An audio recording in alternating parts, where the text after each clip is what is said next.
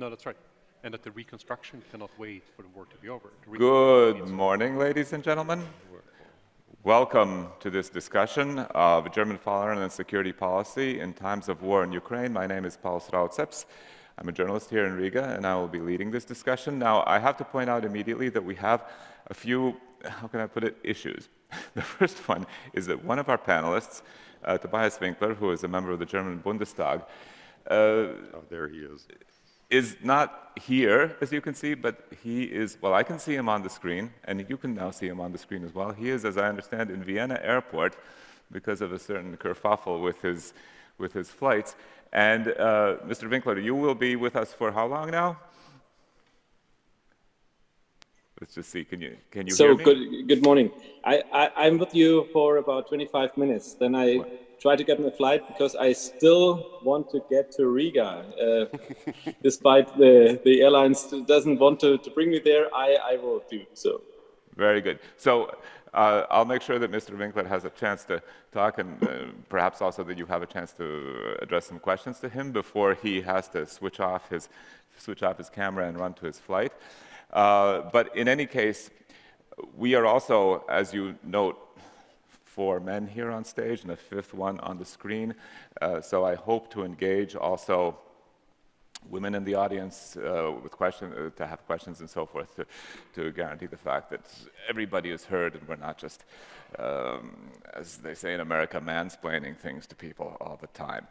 Well, the topic of the discussion is one that evokes a lot of emotions and sometimes also, let's say, conflicts, especially in our region, because German foreign policy has been an issue and a topic of discussion ever since February 24th, when Russia launched its massive invasion of the rest of Ukraine, the part that it hadn't already invaded. And on that day, on February 24th, in fact, there was an emergency meeting of the European Council. Germany had initially resisted a package of sanctions, but much to many people's, I think, surprise, that evening it accepted that. And that Sunday, on February 27th, Chancellor Scholz addressed the German parliament in what was seen as a historic speech, saying that Germany would now significantly increase spending on the military defense, would send weapons to Ukraine, would work to cut its energy dependence on Russia. This speech and that policy has been given a name, the Zeitenwende, and it was seen as a major change in German policy. We are almost 8 months out from there, and the question is, how much of that promise has been delivered, and how can we evaluate German policy since then? We have an excellent panel to talk about this, and let me just introduce you from that one. It's Thomas Kleine-Brockhoff. He is the Vice President and Executive Director of the Berlin office of the German Marshall Fund, and before that he was advisor to German President Gauck, who he advised on various policy issues. Next is Eric Bratberg, Senior Vice President of the Albright Stonebridge Group, which is part of De Braun's Global Advisors, and Mr. Bratberg is based in Washington, so we'll see a bit of a transatlantic perspective here. Mr. Winkler, as I already said, is the member of the German Bundestag for the CDU-CSU. He is on the Committee of the European Union, a rapporteur for the Baltic states, and joining me here as well on the stage after Mr. Winkler goes off to fly to Riga, Christian Held, the German ambassador to Latvia, will take over, and hopefully if you have questions, he will be able to address them as well regarding German policy and German official policy. Now, as I said, the question of Germany's policy since the 24th of February, the 27th of February, has been quite contentious in many issues. Many people in our region, while admitting on the one hand that Germany has done a great deal in multilateral organizations, we see the European Union continuing to adopt ever harsher sanctions against Russia. Germany has worked hard to decrease its dependence on Russian energy. But the question of military aid to Ukraine is very vexed. And we know that, well, just this week in the Berlin Forum, the Latvian Minister of Defense asked an audience, can we trust Germany? This was, I think, something that is not normally said by ministers of countries, especially if they go to the country that they're asking this of, but it reflects the perplexity and I think also the sort of sense of disappointment among many people who feel that perhaps Germany has not been active enough. I suspect that people on the stage will have things to say about that. Maybe they won't agree. Maybe they think that this is unfair. I think this is a very important discussion, and I hope also that you will all have questions afterwards for our panelists about what is going on with Germany on this. Mr. Winkler, I'd like to start with you, since you're the one with the limited time. Since February 24th, what has Germany done right, and what has Germany, if anything, done wrong, or what hasn't it explained enough? How do you see this? How do you see Germany's policy since the 24th? Okay. A lot of things have happened since then. So this Russian war that lasts already for 8 years against Ukraine, with the 24th of February, changed Europe and changed, of course, the situation in many countries. You mentioned the speech, the Zeitenwende speech on 27th of February. This was a turning point in German politics. And I think for many countries, this was very welcomed, that Germany takes or is ready to take a lead role also in military aid concerning Europe.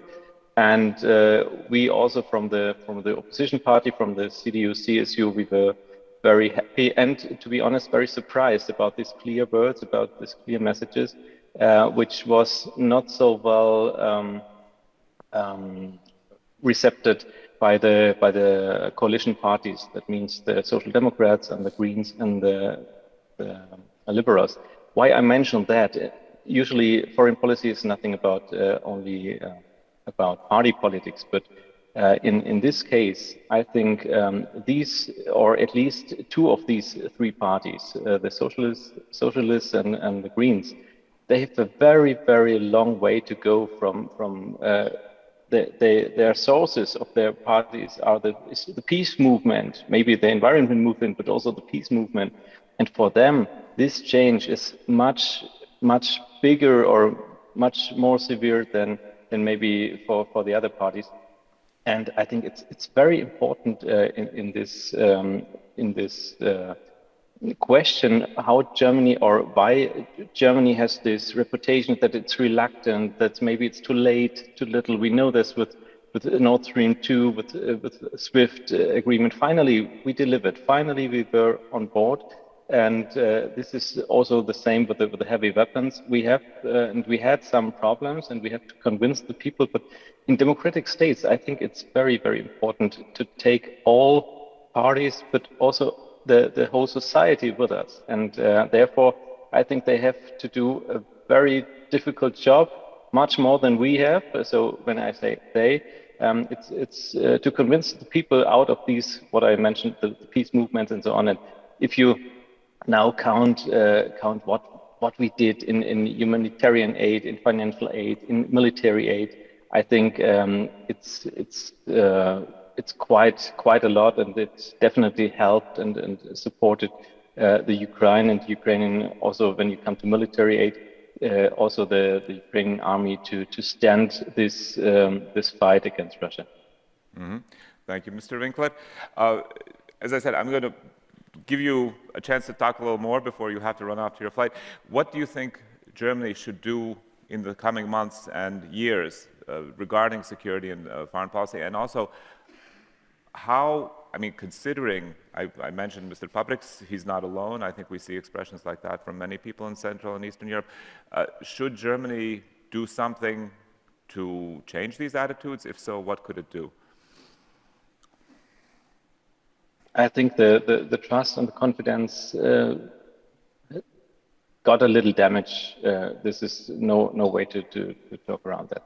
But if you count what we really did, not what we have difficult discussions and that it took longer maybe.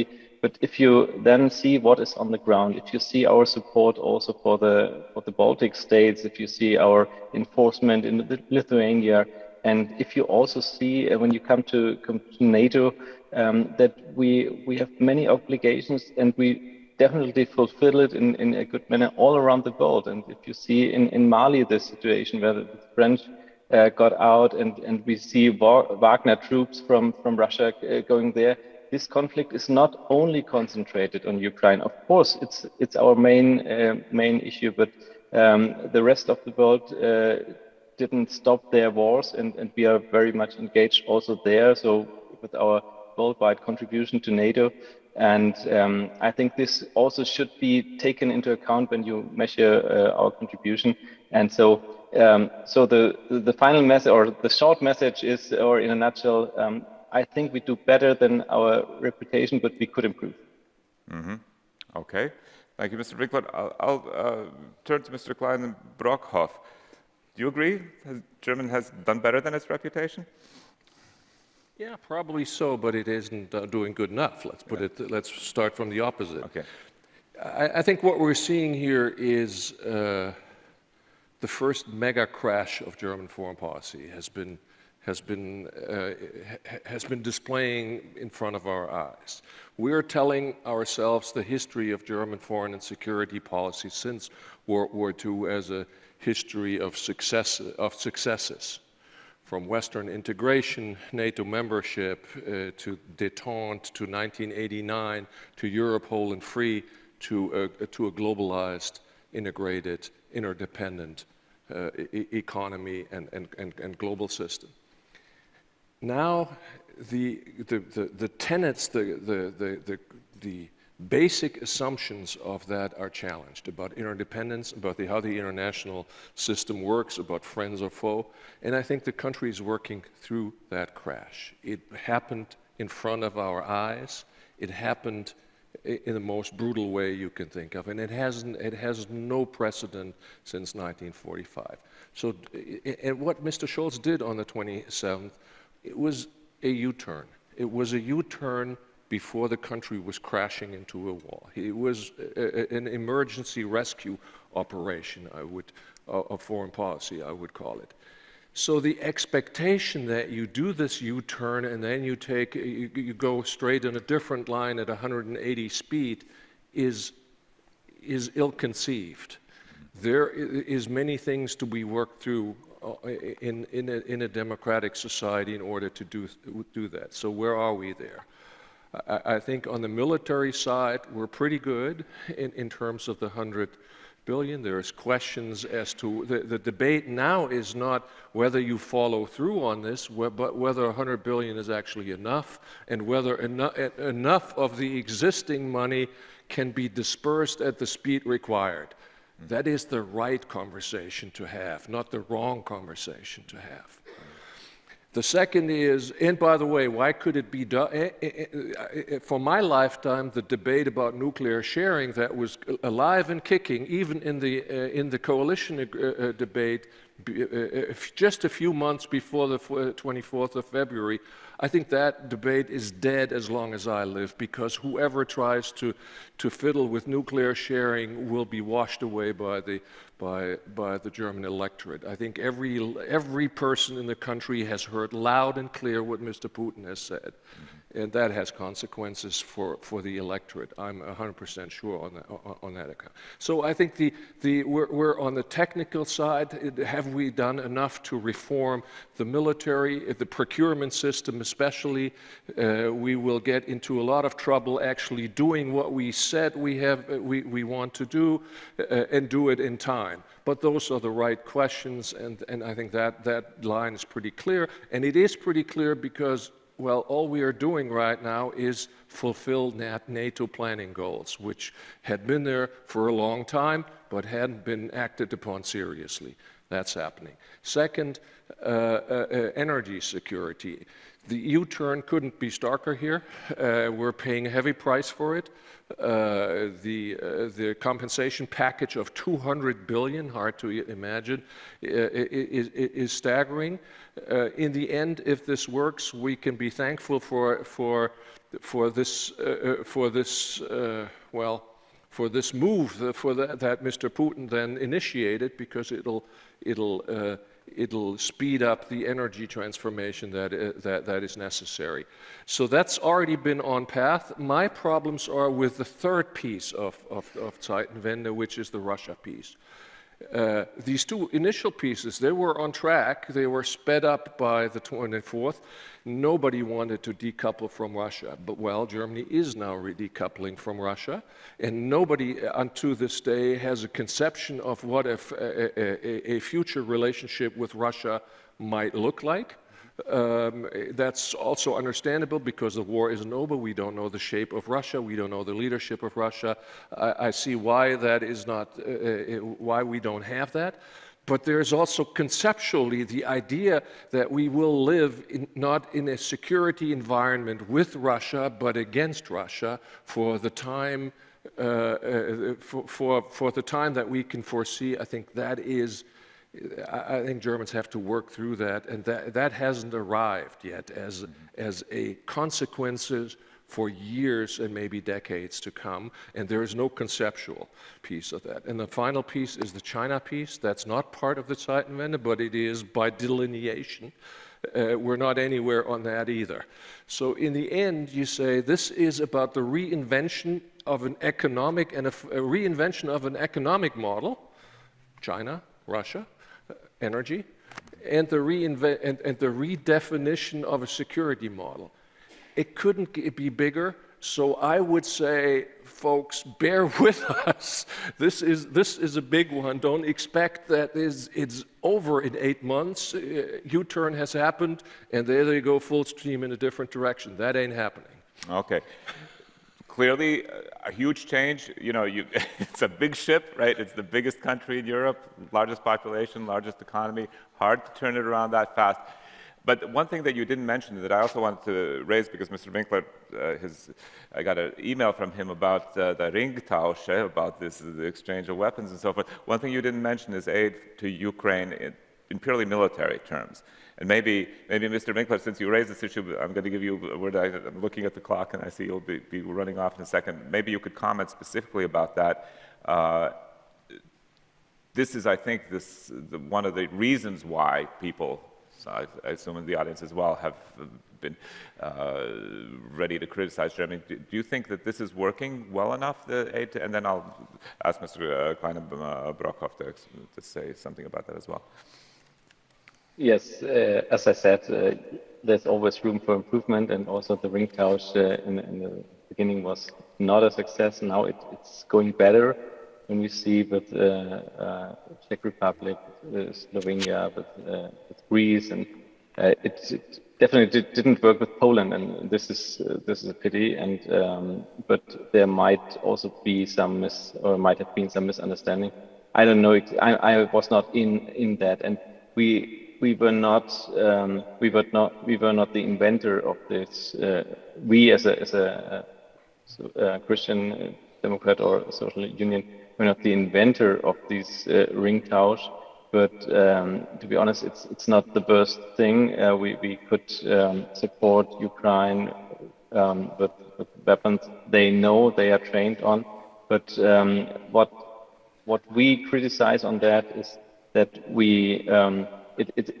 it's not clear that it's just a question of time when this Ringtausch comes to an end, because then there are no Russian tanks or Soviet technique or Soviet invented tanks in Eastern or Central Europe anymore, and therefore the question how we can support Ukrainian army, because this does not stop. But we all hope that this war will come to an end sooner than later.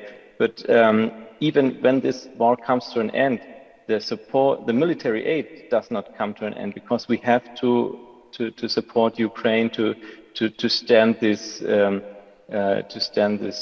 threat against Russia also in the future, and therefore so we are in favor to support also with Western military technique, and in some parts we did. So we don't understand why we delivered the Gepard and we didn't deliver the Marder, and now we deliver the Dingo. So this is for specialists, but so there is, I think it's an internal discussion in Germany. We gained some time with the Ringtausch, but I now heard that also UK thought about sending modern tanks to Ukraine, and I think this question also from Madrid we heard it, but it was then taken back again. But I think this is a question that will come up latest in maybe January or February when we cannot stand against. If I may come back to one thesis of Mr. Brockhoff when he said it's a U-turn in all these huge areas like military energy and so I think it's not a U-turn in all this. It's definitely in security policy and military aid, because we have experienced more than 75 years of peace in Europe, and more than 30 years for Germany. There was no enemy around us anymore, and this is something you have to take into account. This is so different to the Baltic states, where you have this Russian threat in front of your doors. We don't have that. We have Poland, Czech Republic, we have Switzerland, and Switzerland not EU, but we don't fear them too much. So therefore, it was, I think, in that time the right decision to concentrate our military capabilities on this, what I said, NATO support in other countries and so on. And so we did, and now we see that we have to fight a battle on the ground, on soil, with tanks. So we had around 2,000 tanks, I think, 30 years ago. Now we have maybe 200. So it was not necessary, and nobody expected, to be honest, that we would ever need them anymore. Therefore, this was a total change in energy supply and the other things you mentioned. It was not a U-turn, but it became a huge acceleration. So as you see, we already decided to cut off nuclear power. We already decided to cut off coal energy, but in a longer run. And now we are forced to do it. And when now this situation, we all relied on gas to be a transition technology, and now this broke away, and this comes to. So the timing is really bad for cutting off the gas now, because this was our way to get off to more renewable energies. Okay. So it was not a U-turn on this. This was my I think message. I want to give Mr. Bratberg a chance to say something, and we'll come back to weapons for Ukraine. But Mr. Bratberg, how does this look from Washington? I mean, sorry, Mr. Rotzop, yeah. sorry if I enter. Now I have the boarding. So if I miss the second flight, I think See you in Riga. Never come to Riga. See you in Riga and have a safe flight. That's very good. Thank you. Thank you very much. And for Botschafter Christian Held, you will continue, I think, even better than I did. Thank you much. See you tonight in Riga. Very good. Or this afternoon. Okay, so this is like being in an airport and doing FaceTime with people. All the discussion is wonders of modern technology. Okay, Mr. Bratberg, how does this all look from Washington? Sure, thanks. Well, it's great to be here. Great to be here in person. And it's great to be in Latvia. I just want to acknowledge Latvia's leadership by example, I think, on the Ukraine war. We heard from the president yesterday, a third of your defense budget, 1% of GDP to Ukraine. That's really impressive. You're leading by example. Second of all, I want to apologize for being part of this panel. It is embarrassing in 2022 that we have 5 white men on a stage. So I really want to bring in some other perspectives, more diverse perspectives from the audience. But thanks for the question. And let me just say, before I come to how this is viewed from Washington, and we can discuss that, and Thomas will have views on that as well, I do want to kind of reiterate a couple of the points that I've heard. I do think the Zeitenwende is real. I do think the direction where Germany is heading is very clear.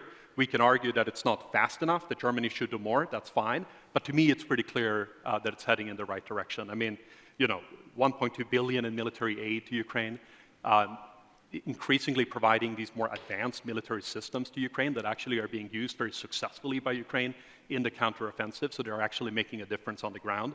That's meaningful.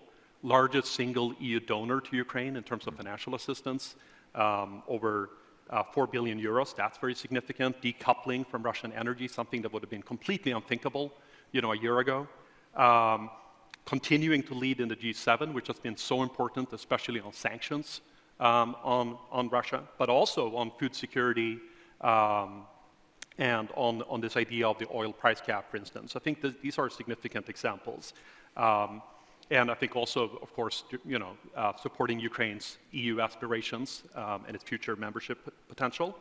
And this new work that Germany is doing together with Poland on kind of spearheading this military training for Ukraine. These are significant, I think, examples of Germany stepping up. Where I see what's lacking is maybe not so much the stuff, the doing stuff. Sure, they could do more. But what to me is lacking is sometimes the messaging, that it's kind of blurred, it's confusing, and not always clear what Germany's strategy is. I think we sometimes hear, maybe a reluctance from especially the Chancellor to talk about the need for Ukraine to win, for victory, which I think is important to reiterate, instead of just saying we want Russia to lose. We actually want Ukraine to be victorious, and we want strategic defeat of Russia. And there's sometimes kind of blurred messaging between different parts of the government. So that, I think, is a legitimate concern. Sometimes there's also maybe a sense that Germany, it's convenient for Germany to not be out in front and lead, but to kind of hide somewhere in the middle and hide behind the US. And sometimes maybe blaming kind of their own inaction on the lack of action from the US, for instance, with the Leopard tanks, for instance. Biden is not doing it, therefore we should not do it. I think that's the wrong approach. I think if you want to do it, you can go out in front and lead and do it. I think there's also maybe a sense that sometimes letting the fear of escalation, which is something, by the way, that is very much shared, I think, by the White House, be an excuse for sort of inaction. And we have seen, I think, the US, despite having similar fears, actually stepping up and doing stuff. So that's not a legitimate excuse either. And then I think what Mr. Winkler said, which I think is very true, is sometimes maybe not having the sense that our own security is really at stake, which it is. And I think that should motivate us to do even more. In summary, I would just say I think Germany is heading in the right direction. Rather than bashing it, we should criticize it where it deserves to be criticized, but encourage it to do more. And I think what ultimately is really essential is that we have a Germany that's stepping up and it's leading in Europe and leading in the transatlantic alliance. And I think there's definitely potential for Germany to do more.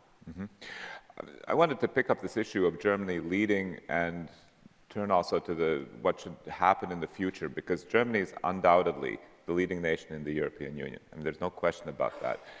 And yet, if it doesn't articulate and then implement a vision of where we should be going in terms of security policy, then it's not fulfilling one of the functions of a leader. And I was wondering if Mr. Kleine-Brockhoff, if you could comment on that about German policy going forward. Can it take up this mantle? Can it really do that to herd everybody, well, to gather everybody together and get us all pointed in the same direction? Or will it continue to sort of lead from behind, or try, or do a lot but try to avoid advertising it, which leads to all sorts of complications and, as we can see, also tensions? Some of the members of the cabinet have said that they would like to see Germany take up that role. It sounds far away for me. Yeah. It sounds not like tomorrow. If you want to lead, you need some followers. Where would you find them these days? So it seems to me that this is an ambition that you actually have to work towards. And Zeitenwende is a vehicle to do that, but the country isn't there. I would also like to point out that the economic piece of this is not a secondary element. When we look at Europe since 2000, since the Great Recession, we've seen a pretty good economic performance. Why is that? Because of the great stabilizer in the middle. That is now in question. We're talking about, this is not just about energy prices, this is about the question, people are now talking about the threat of deindustrialization. Will we survive this energy shock in one piece as an industrial country? Remember, Germany has an industrial potential that far outweighs many other countries in Europe, and as part of GDP also Britain and the United States. So the question of its stability and its future economic model is the baseline for the attempt to even fulfill a leadership role. And I think you're going to see a country trying to reinvent itself.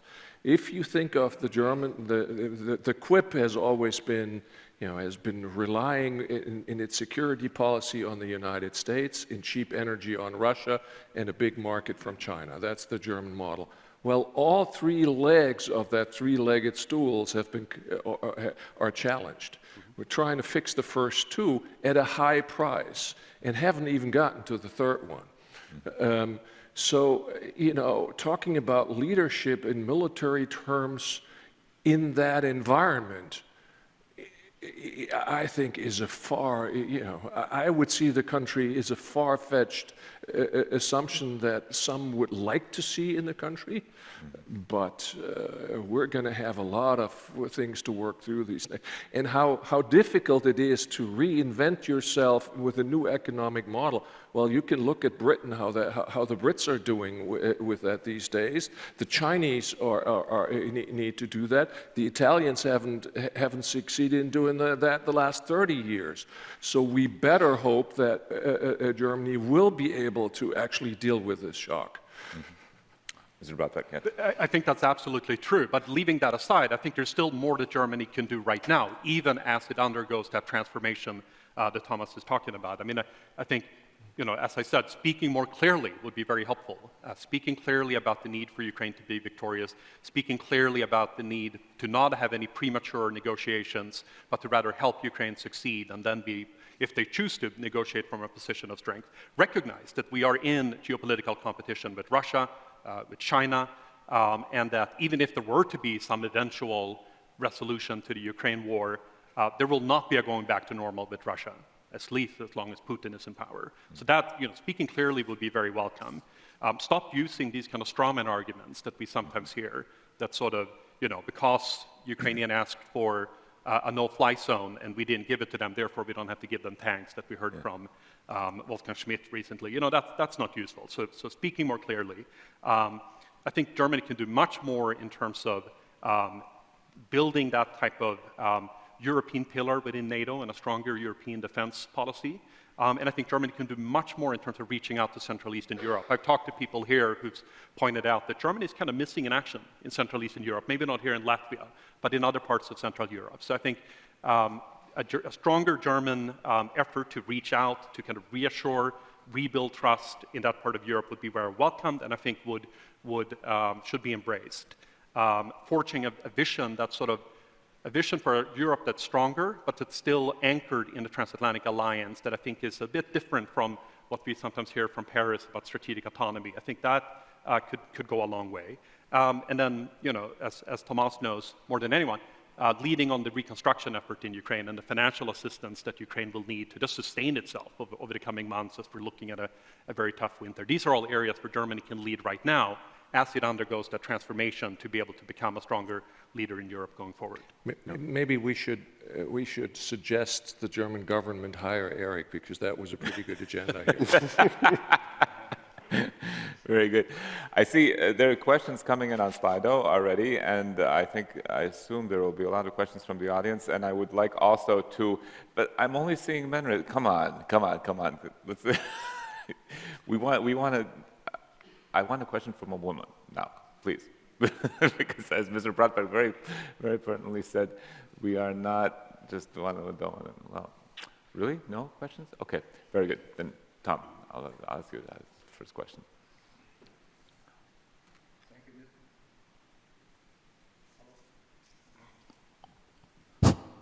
Thank you, Mr. Chairman. I'm sorry, I have a comment and question.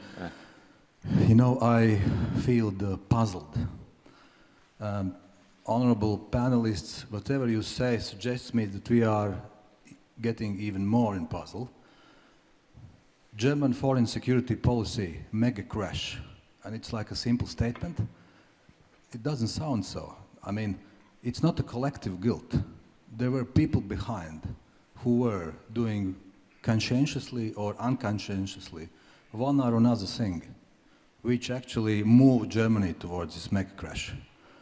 Well, there is a report by independent investigative journalism fund called Corrective.org, I think, about Gazprom lobby.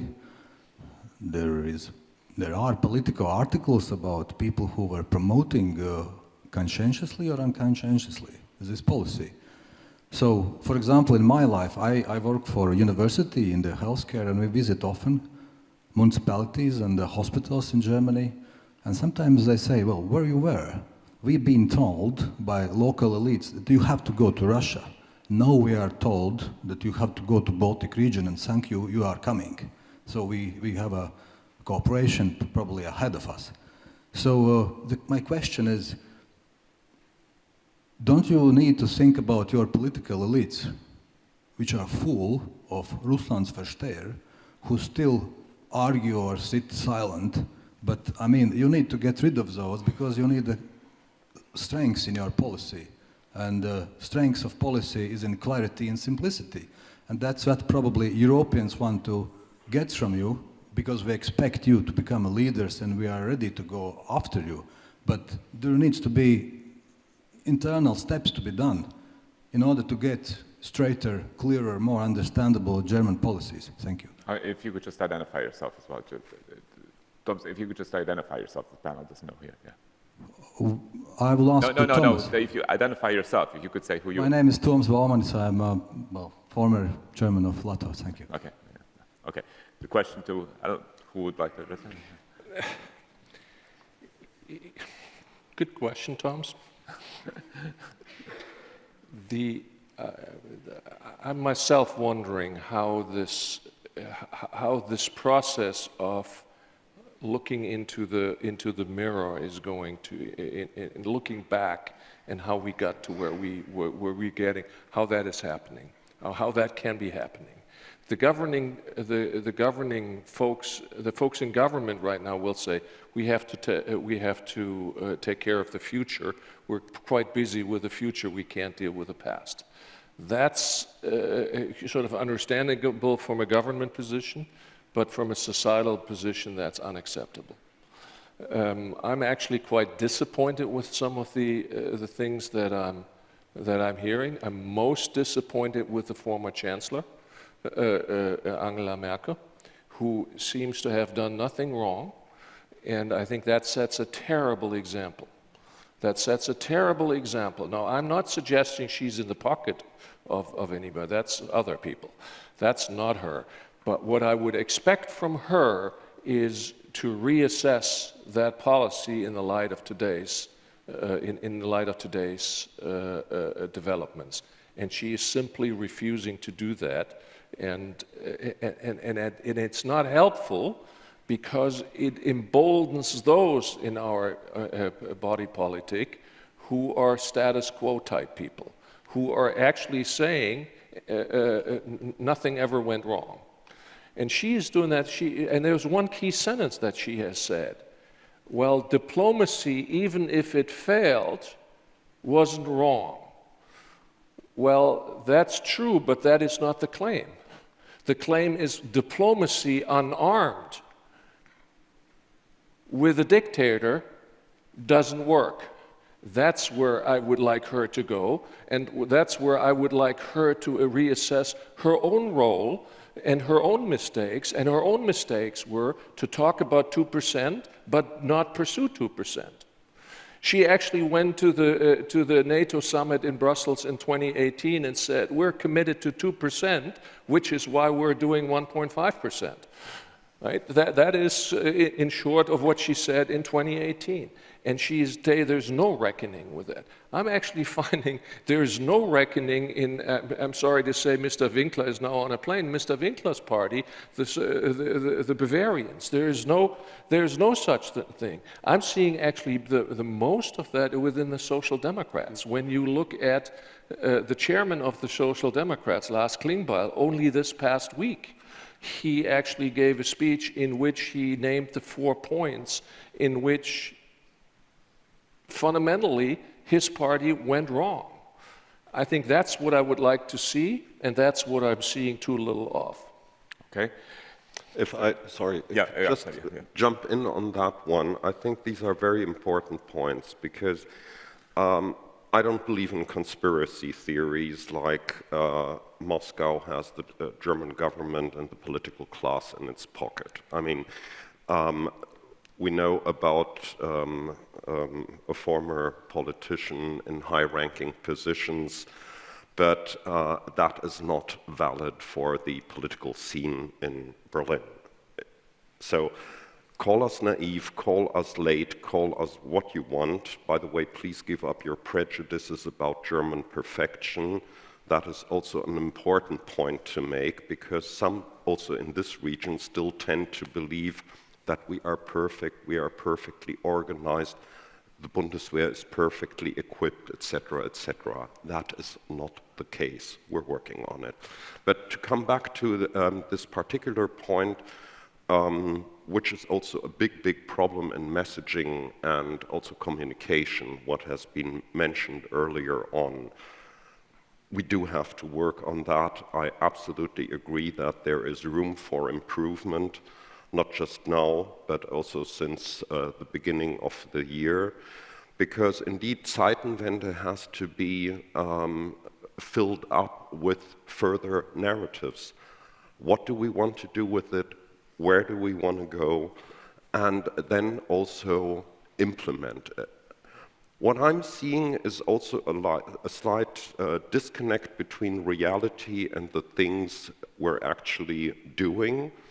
I do remember that back in July, a well-known British paper titled that Germany was backtracking on the Madrid decisions. What was this about? This was about the agreement between Chancellor Scholz and the Lithuanian President Nausėda about the implementation of the brigade force in Lithuania. Well, a few weeks ago, the Bundeswehr established the first permanent brigade structures in Lithuania. The Bundeswehr and other NATO partners, together with Lithuanian troops, are already doing brigade-style exercises in Lithuania. So actually, on the ground, we're doing the stuff.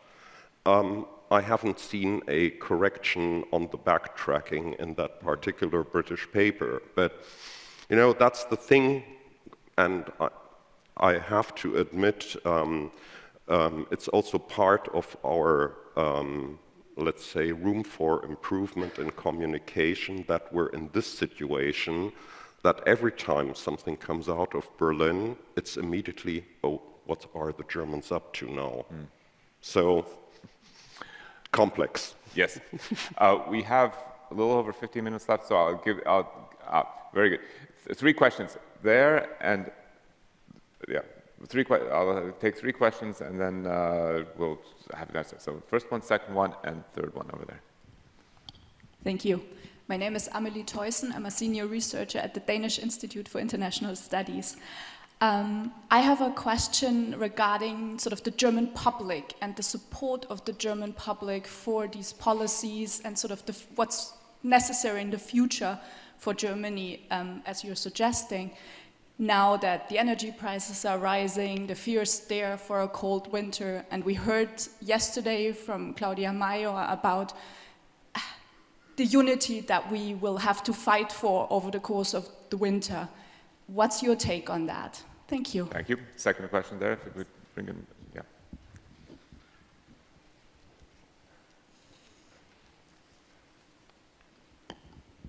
Good morning.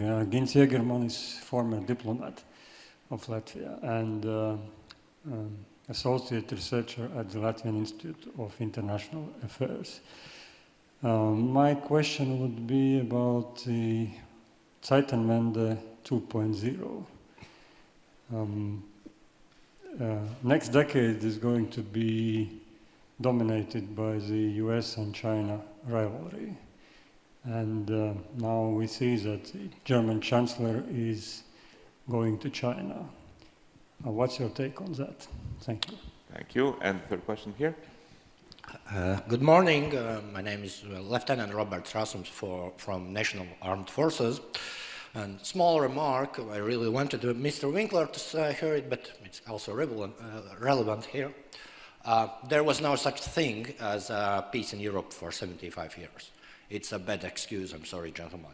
Hungary, Czech Republic, even in Germany, Soviet troops shot up in 1956 the demonstrations. And 2014 in Ukraine, 53. So let's not 2008, Georgia.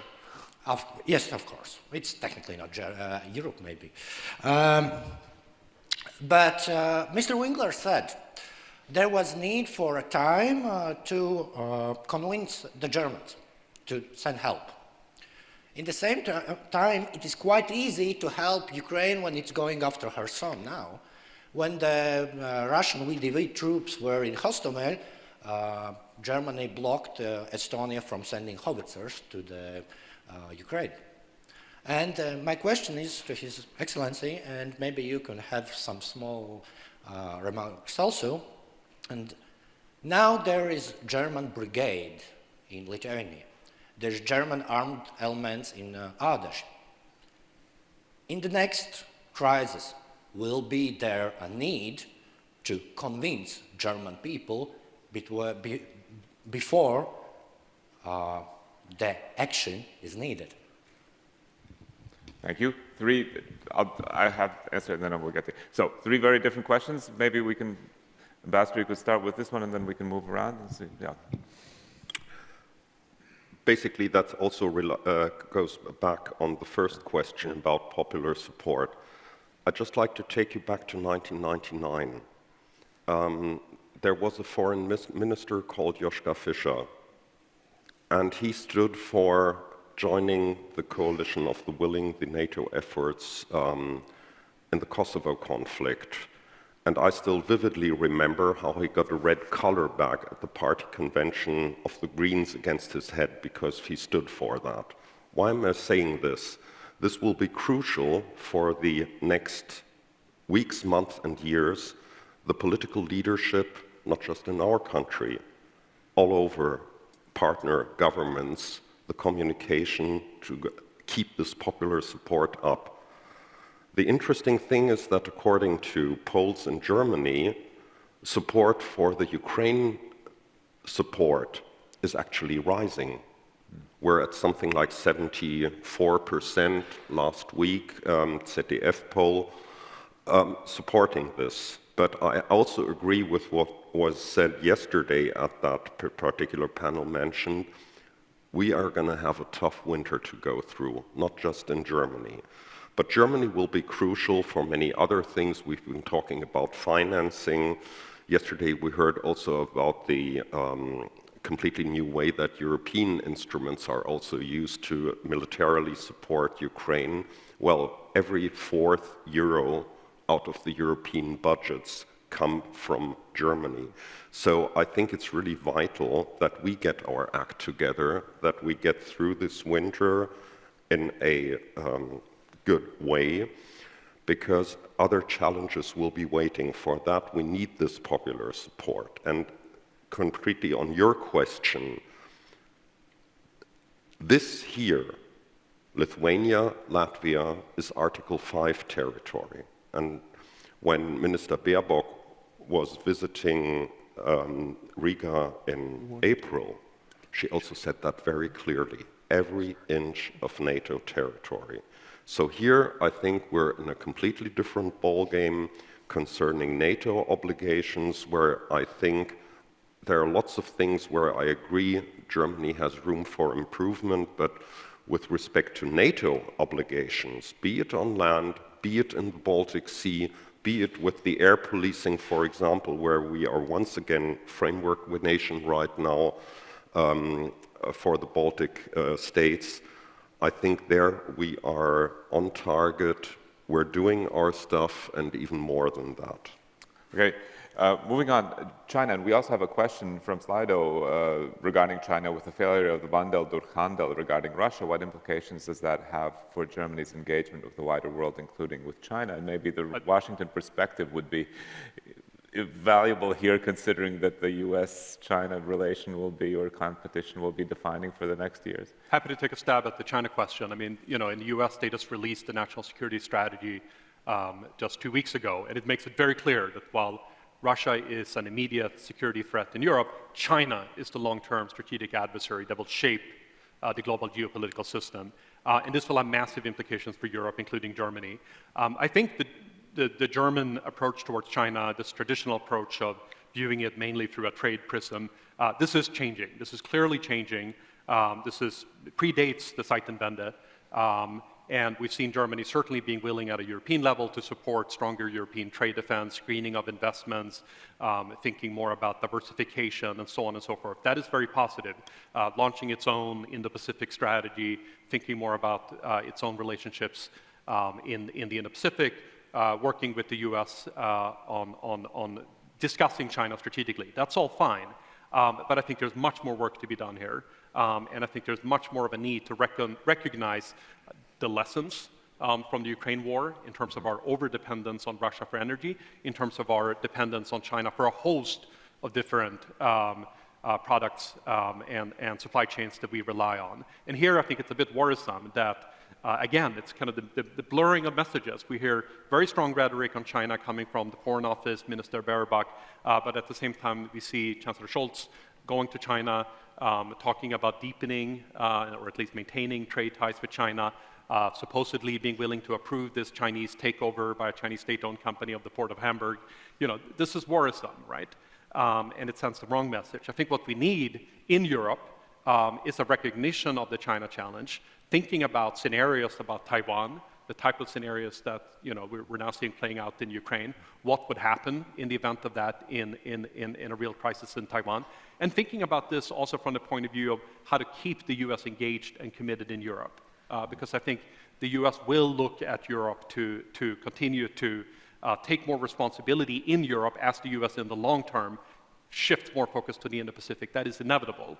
The Ukraine war has showed that the US remains committed in Europe, will continue to be present in Europe for the foreseeable future, but in the long run, there's no doubt that it will have to shift resources towards the Indo-Pacific that will require Germany and Europe to take more responsibility at home. Mm-hmm. So the China issue, I think, is really key, and the Ukraine war should give us a lot of reflection about how we deal with it. Mm-hmm. Do you have something to add?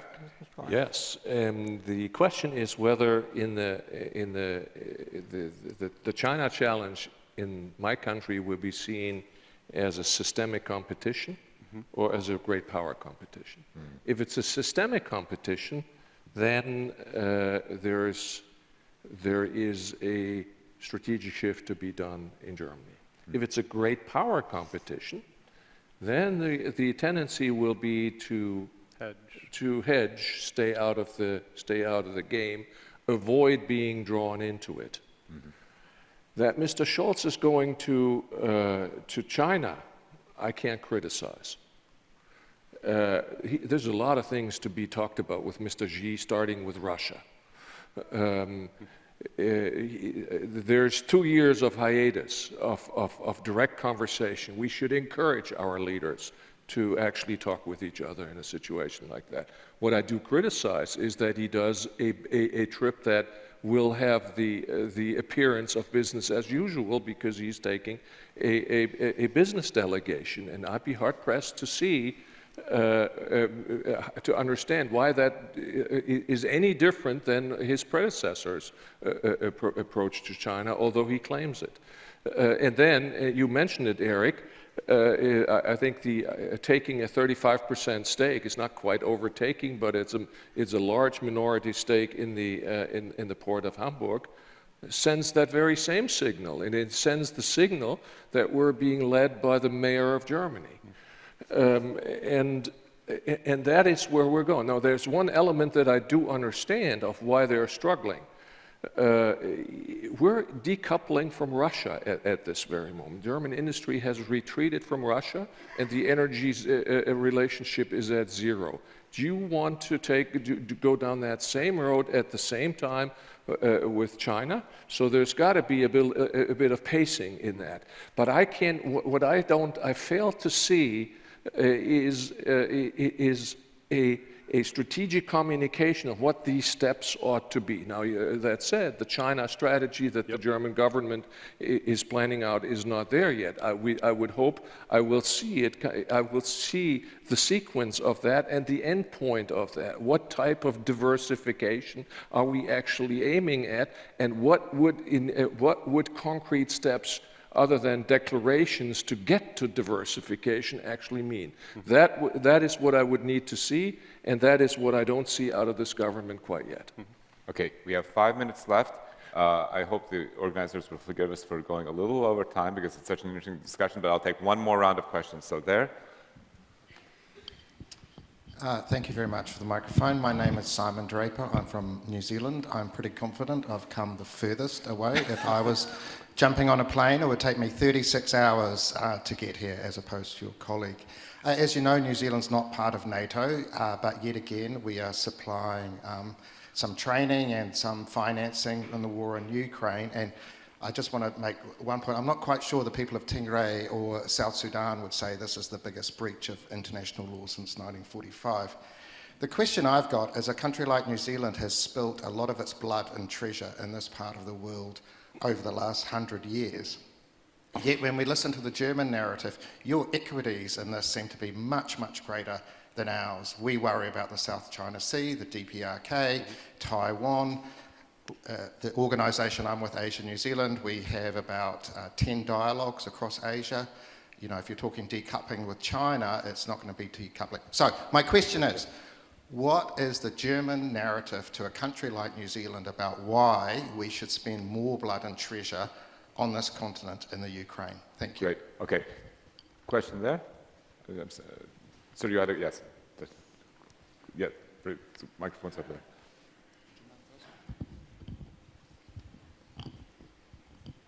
I think we talk very much about norms, standards, values, and think about Ukraine. If you could identify yourself, please. So I'm Ton Nguyen from Boston Global Forum. I'm CEO of Boston Global Forum, together with Governor Michael Dukakis, he's chairman. And we would like to ask, so how we can manage business relation with China to maintain standards, norms, values we respect. I think nearly very difficult with business, and they impact us in policy, and not only in Europe but also in the US. So this is a big problem how we solve that. Very good. Quick question. Right. Yeah. Hi, Captain Wolf. I work for the commander of the Multinational Corps Northeast. So having been seeing my friends going to Afghanistan, being wounded and killed, and then seeing the debacle of last year, or myself going to Mali and seeing the security situation deteriorate, and now we have the situation with Russia where I think German foreign policy has failed over the last 30 years. I wonder, what can we do better to not repeat those mistakes going forward, and what are the things that we need to implement to not have those things happening? Do we need a National Security Council or things like that? Thank you. Okay. And finally, one last question, and then we'll finish this. Thank you, Andrew Mick, the Marshall Center. A very practical question and a very brief one. Fully appreciate that, you know, declarations of every inch of NATO territory that will be defended. I completely agree with that. My question is with what? I think the question of stocks being depleted in Europe, ammunition, lead time, productions, Rheinmetall, all of that brings a very simple question. Why aren't European governments, not just the German government, asking industry to ramp up to wartime production for stocks, looking at consumption of munitions in Ukraine, pretty soon it will not be a question of political will, but just the substantial, real technical aid that won't be available. Why aren't you doing more in that score? We often hear the term tour d'horizon. We go from New Zealand to Rheinmetall. Right? It's very wide. But so can I just take on one? And that is Captain Wolf. These are the types of blanket statements about German foreign policy that I start resenting, which is German foreign policy has failed vis-à-vis Russia for the last 30 years, if I quote you correctly. Might I remind you that there was that there was something called 1990, and that we all in the Western countries thought interdependence was going to be our joint future, and there was a transformation hope that included Russia, by the way, included China. We can all debate how realistic that was, how hubristic our own approach to that is. But I think singling out Germany and saying its old policy has failed it sets the wrong tone to this debate. I think we should be careful about singling out Germany in that, and that's my thing to say. Okay, very good. Why should New Zealand and countries in the Pacific care about the war in Ukraine? Well, the war in Ukraine is not just about Ukraine. It's not even just about European security. It's about international order, and New Zealand has a stake in that. It's about territorial integrity of a country. It's about the ability of a great power to invade a smaller neighbor with impunity. And so I think this is really important to set a message at a global level that this is unacceptable, and that's why our policy should be to have a strategic Russian defeat in Ukraine. And I think the efforts by your government in supporting the G7 sanctions and so on and so forth are very helpful in that regard. And I do think it matters. And I do think also, as I alluded to earlier, I think it also sends a message to China as it looks at what it wants to do in the next decade in Taiwan, in the South Pacific, a major defeat of Russia in Ukraine, and proving that the democratic world sticks together and is strong and capable, sends a very clear message. Finally, continuing to engage the global South. I think that's so critical. We had a UN vote the other week, 143 countries condemning Russia's war. That was better than what a lot of Western officials hoped for, but it's not good enough. So we need to continue working there to build this type of global coalitions, and your country's role will be really important in that regard as well. So thanks for your support. Ambassador Held, perhaps something about engaging with China and maintaining our principles? Sorry, no, I'd rather take your question, okay, because I think that is one of the key challenges for not just the next weeks and months, but years. And also very much depends on the narratives governments in Europe will have to pick up. You're speaking to somebody who served in the Alpine Division in the 80s. You're sitting with the Marshall Center, I understood correctly, in my former divisional headquarters. Back then, Bundeswehr, 500,000. And as Tobias Winkler said earlier on, we were not talking about 200 Leopards if they run or don't not run, but 2,000. So just to get the dimension straight. But then came the 90s. Zeitenwende, we might also cite one other word, Friedensdividende, and that was not just Germany. We all said Europe now is peace and security challenges are far away in places like in Afghanistan, which also fundamentally changed the structure not just of the Bundeswehr, but also of the Bundeswehr. We flipped in the 90s from territorial defense doing the very difficult job of adapting for missions abroad. I cited Kosovo, but I think the biggest one was Afghanistan. So basically the narrative we were sold for 20 years is security challenges are abroad. We have to adapt to that. And with abroad, that's like really far away. And suddenly we're discovering, and call it naivety, whatever, we're back to territorial defense, which also means industry. So yes, absolutely. And then also getting our act as Europeans together, not to have 27 government procurement or 30 government procurement red tape lines for all of that we're facing right now. So absolutely agree. Great. I saw a big sign on the screen that we have to end. So we will end. Thank you for I think it's been a fascinating discussion. I'm sure this could go on for quite a while because German policy obviously is crucial for Europe and the world as a whole. Thank you very much to our panelists. Thank you to everyone for coming.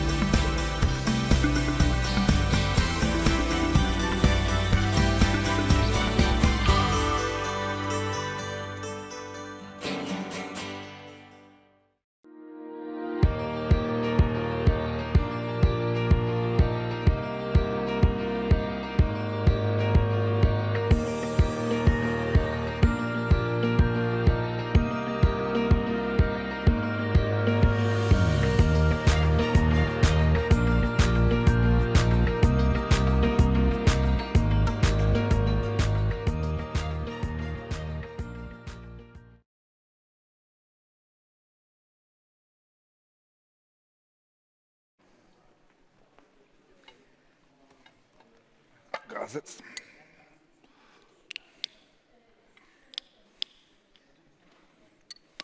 You want some water? Actually, yes, a little bit. Thank you. With gas, yeah. Thank you. I think we're live already.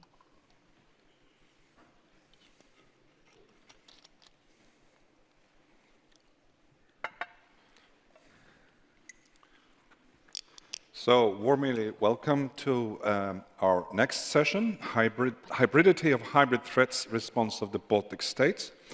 And I'm very glad to have a super panel here with, from my right here, first, Elina Lange Jonatamishvili, who's a senior expert at the NATO Stratcom Center of Excellence here in Riga. Then next, Dr. Ainios Lašas, from the Kaunas University of Technology and Dean at the Faculty of Social Sciences, Arts and Humanities there. And then Victoria Rosinaite, who's a senior analyst of the European Center of Excellence for Countering Hybrid Threats in Helsinki.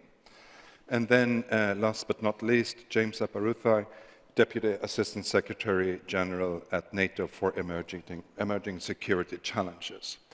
And we will discuss here hybrid threats and also the response from the Baltic states. And I've asked the panel to dwell on 5 aspects, 5 questions to this.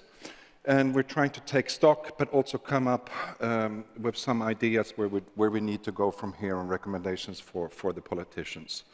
The first aspect is, the question is, do we really have a common strategic culture? Do we have a common understanding what hybrid threats are? The second one is, how do we get a good situational awareness, a holistic situational awareness? Hybrid threats are composite and they're complex, and they're also created to, exercised in order to create confusion. So how do we really understand and know what's going on? The third one is resilience, or deterrence by denial. How do we strengthen our societies, our political systems, to be prepared for hybrid threats? The fourth one is perhaps a more intellectually challenging one, and that's, do we have the toolbox for countermeasures? How do we respond to hybrid threats?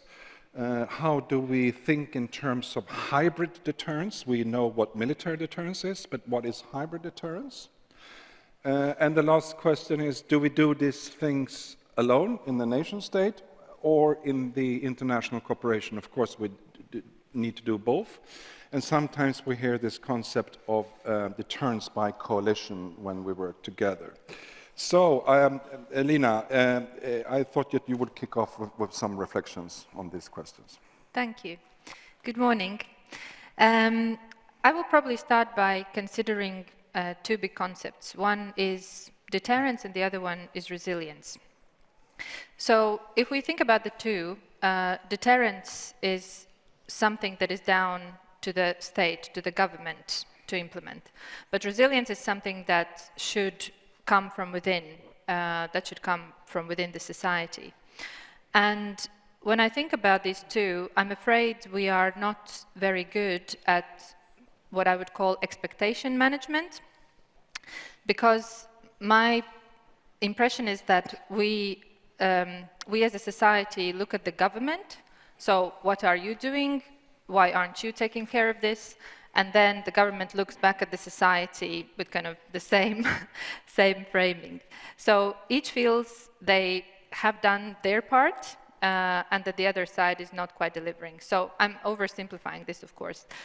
But the idea is that these two should meet in the middle with the understanding that, one, hybrid threats are hitting us constantly from all directions across a variety of domains.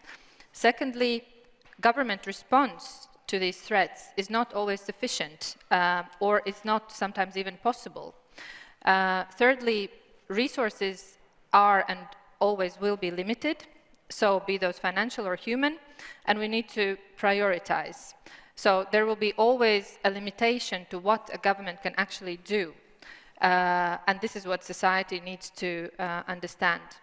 And the last point, that security of the country is indeed a shared responsibility, so it does not lie with the government or the society, it lies with both.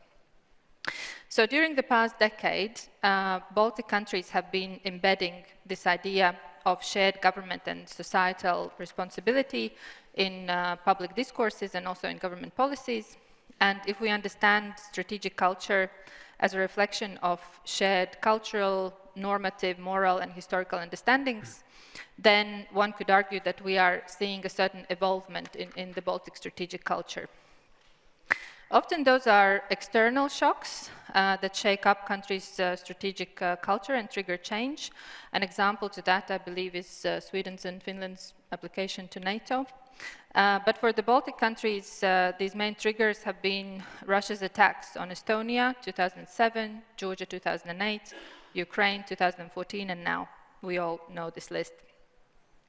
But I think what is interesting that after 2014, all Baltic countries in their national security concepts have placed a greater importance on the cognitive domain. So saying that we need to protect national information space from foreign hostile influence, limit possibilities of hostile actors to manipulate public opinion, and also to improve the relationship and therefore improve possibility for cooperation and interaction between state structures and population, and raise cognitive resilience of the population as a whole.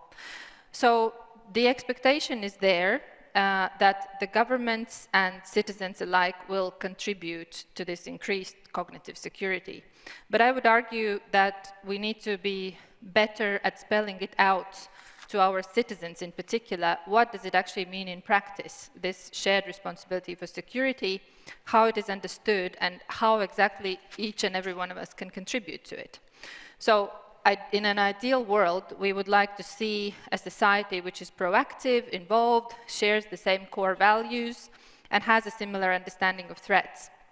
But that is not easy to achieve in an environment where media is fighting for survival in a small niche language markets, and parts of societies are confronted with economic hardship and carry the historical consciousness of being detached from anything to do with governance or development of the state. And I won't even go into this subject about those parts of population that have been living for decades in the information space of a different and hostile state, namely Russia.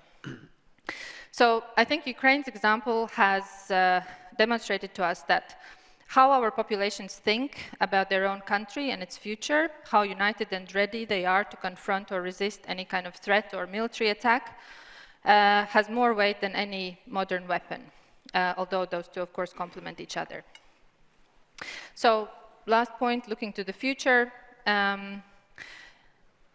I don't think that we can or should underestimate the great benefit that the transatlantic cooperation brings to Baltic countries.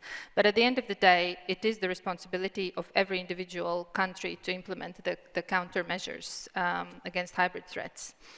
I see a great value in Sweden and Finland joining NATO, because that will kind of even out the differences in strategic cultures of our country as far as security is concerned. So there will be fewer differences and more joint potential in terms of intelligence sharing and general cooperation for additional joint response mechanisms.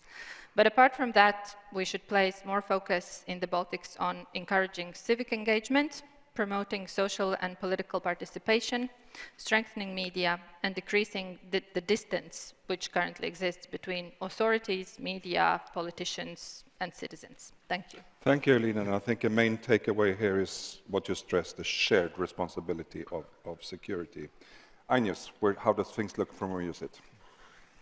Well, from my perspective, I'll just continue maybe a little bit on that resilience theme, but I will I have 4 points, I guess, 4 needs the way I see it, and I'll try to cover them 1 minute per need. One, as an academic, I would first of all say we need to understand our societies. We talk a lot about action, but actually we first need to understand in order to then propose policies and act.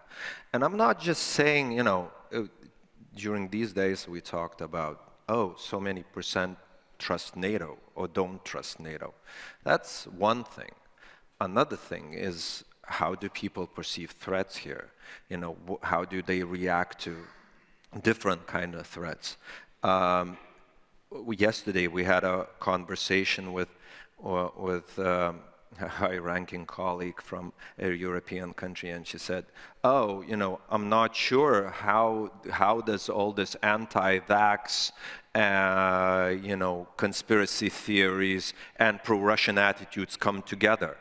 Well, we were discussing about that. I'm running a project actually on this, and there are interesting answers and there are interesting findings that you can sort of come out of it and better understand what to actually do then. So my first, you know, need, I think, is to understand. The second need is to have kind of double, I guess, need.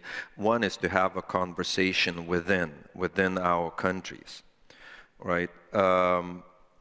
There are difficult issues, and I'm thinking more about, for example, from the Baltic perspective, there are different issues that we need to face in order to build resilience of our societies. And including historical things, including Holocaust, including World War II and what we were doing there, migration, that was a key issue today, and our reaction to it. Some of the things that we don't talk and we don't hear, for example, in this kind of conversation, demography. Demography for the Baltic states is a huge issue.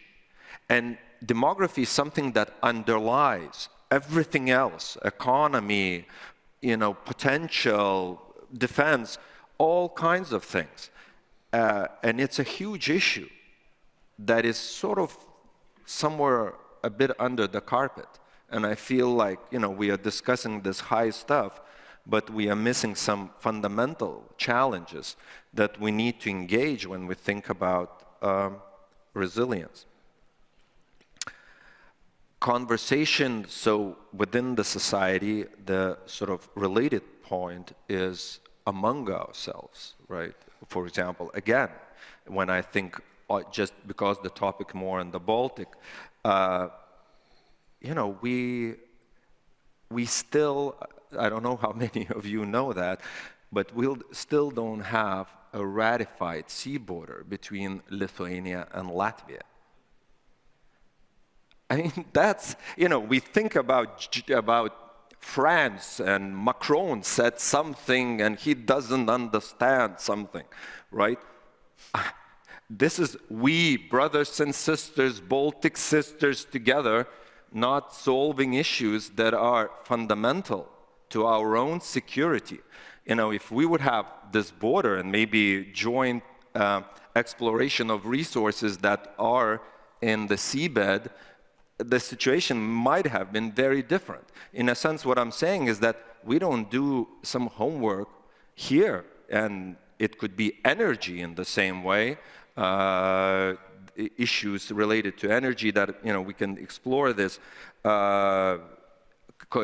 infrastructure and so on and so forth.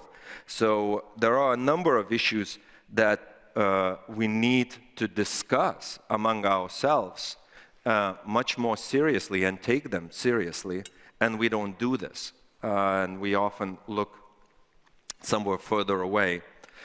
So that's kind of related point about this conversation among ourselves. Finally, we need, I think we need to educate. We need to educate our publics, and not just in this kind of one-way process, but really it's about sort of discussion and building security community. For those who are have political science training or studied nationalism, the classical work of Benedict Anderson, imagined communities, right? How do we build a nation state? How do we build a security community? And I think it's through education. It's through common education that you put, whether it is, we are talking about school, universities, formal or informal. In terms of threat perception, the way you look, from my own sort of research, what you see is that history and historical experiences really matter in your perception of threats. Well, if we look at European security community, here's the interesting thing. We share Holocaust as a common experience. We share fascism as a common experience. You know what we don't share? Stalinism as a common experience. And that's something that we need to bring in. That's when we think, what's happening with France? Why don't they get it? Why don't they get about Russia, this and that? In part, it relates to these things that there is no kind of connection to what happened. And I think we need to have this common background, common understanding of our security community, and then that's the basis to kind of build then to build our security communities. So those are the 4 needs that I see. Thank you, Agnes, and I think this was very natural continuation and segue from, this is very much about the sort of the cognitive space and our mental preparedness. So Victoria, you've also been working with, at the Center in Helsinki on also countermeasures and what to do, how to counter hybrid threats. What's your points? Thank you, Frederick. So I will talk today a bit about our experiences of holding tabletop exercises on deterrence of hybrid threats, and those issues that you raised, especially resilience, punishment, and international cooperation, those will shine through the main lessons learned that I will touch upon today. First of all, very shortly about the exercise. So this is exercise to deter hybrid threats. It encompasses the whole of government approach, meaning that you have representatives of different ministries and agencies building strategy against hybrid threats together at the table, and you're thinking strategically into the future. So the main 3 lessons that I will talk about today are, first one, that the whole of government team normally is not in a room together, if ever they are in a room together. Then the second thing is that the strategy is built in reality and in life, bottom up, and it's not top down. And then the third thing that I want to touch upon is that coordinated approach is the backbone of sophisticated strategy, meaning that multilateral aspects is essential for deterrence of hybrid threats. So the first lesson that I want to tell you about the whole of government approach not normally being in one room. So to build a coherent strategy against hybrid threats, you need people who have different capabilities, and you need them in one room. So when the hostile actor is thinking about the hybrid attack, I don't think they ever are like, well, we will now target the Ministry of Economy of Latvia. But our response is conditioned through different domains, and hybrid threats, they normally don't apply to those domains per se. So we have to think cross-domain, and often we need capabilities at the table that are not normally tasked with security tasks. So, for example, we talked about disinformation, right? So we could say that we should ban the channels that spread disinformation. But to build resilience, you would actually have to have Ministry of Education, for example, at the table to improve media literacy in the long term. So having people in one room has also additional very important aspect. It makes policy making real. So normally when people don't meet and they don't talk to each other, they don't know how much time does it take to build a Stratcom strategy, for example, or how much time does it take and resource to acquire weapon systems. So if you have them in a room together, you're able to build a more coherent strategy that encompasses more tools and more domains, and you can build a more realistic strategy. So the second point and the second lesson learned is about strategy being built bottom up and not top down. So we're accustomed to think about the strategy that this is something that is being put on a paper and delegated top down. And in holding these tabletop exercises, we noticed how the strategy is actually a cumulative effect of decisions, small decisions that are being made in different ministries and agencies.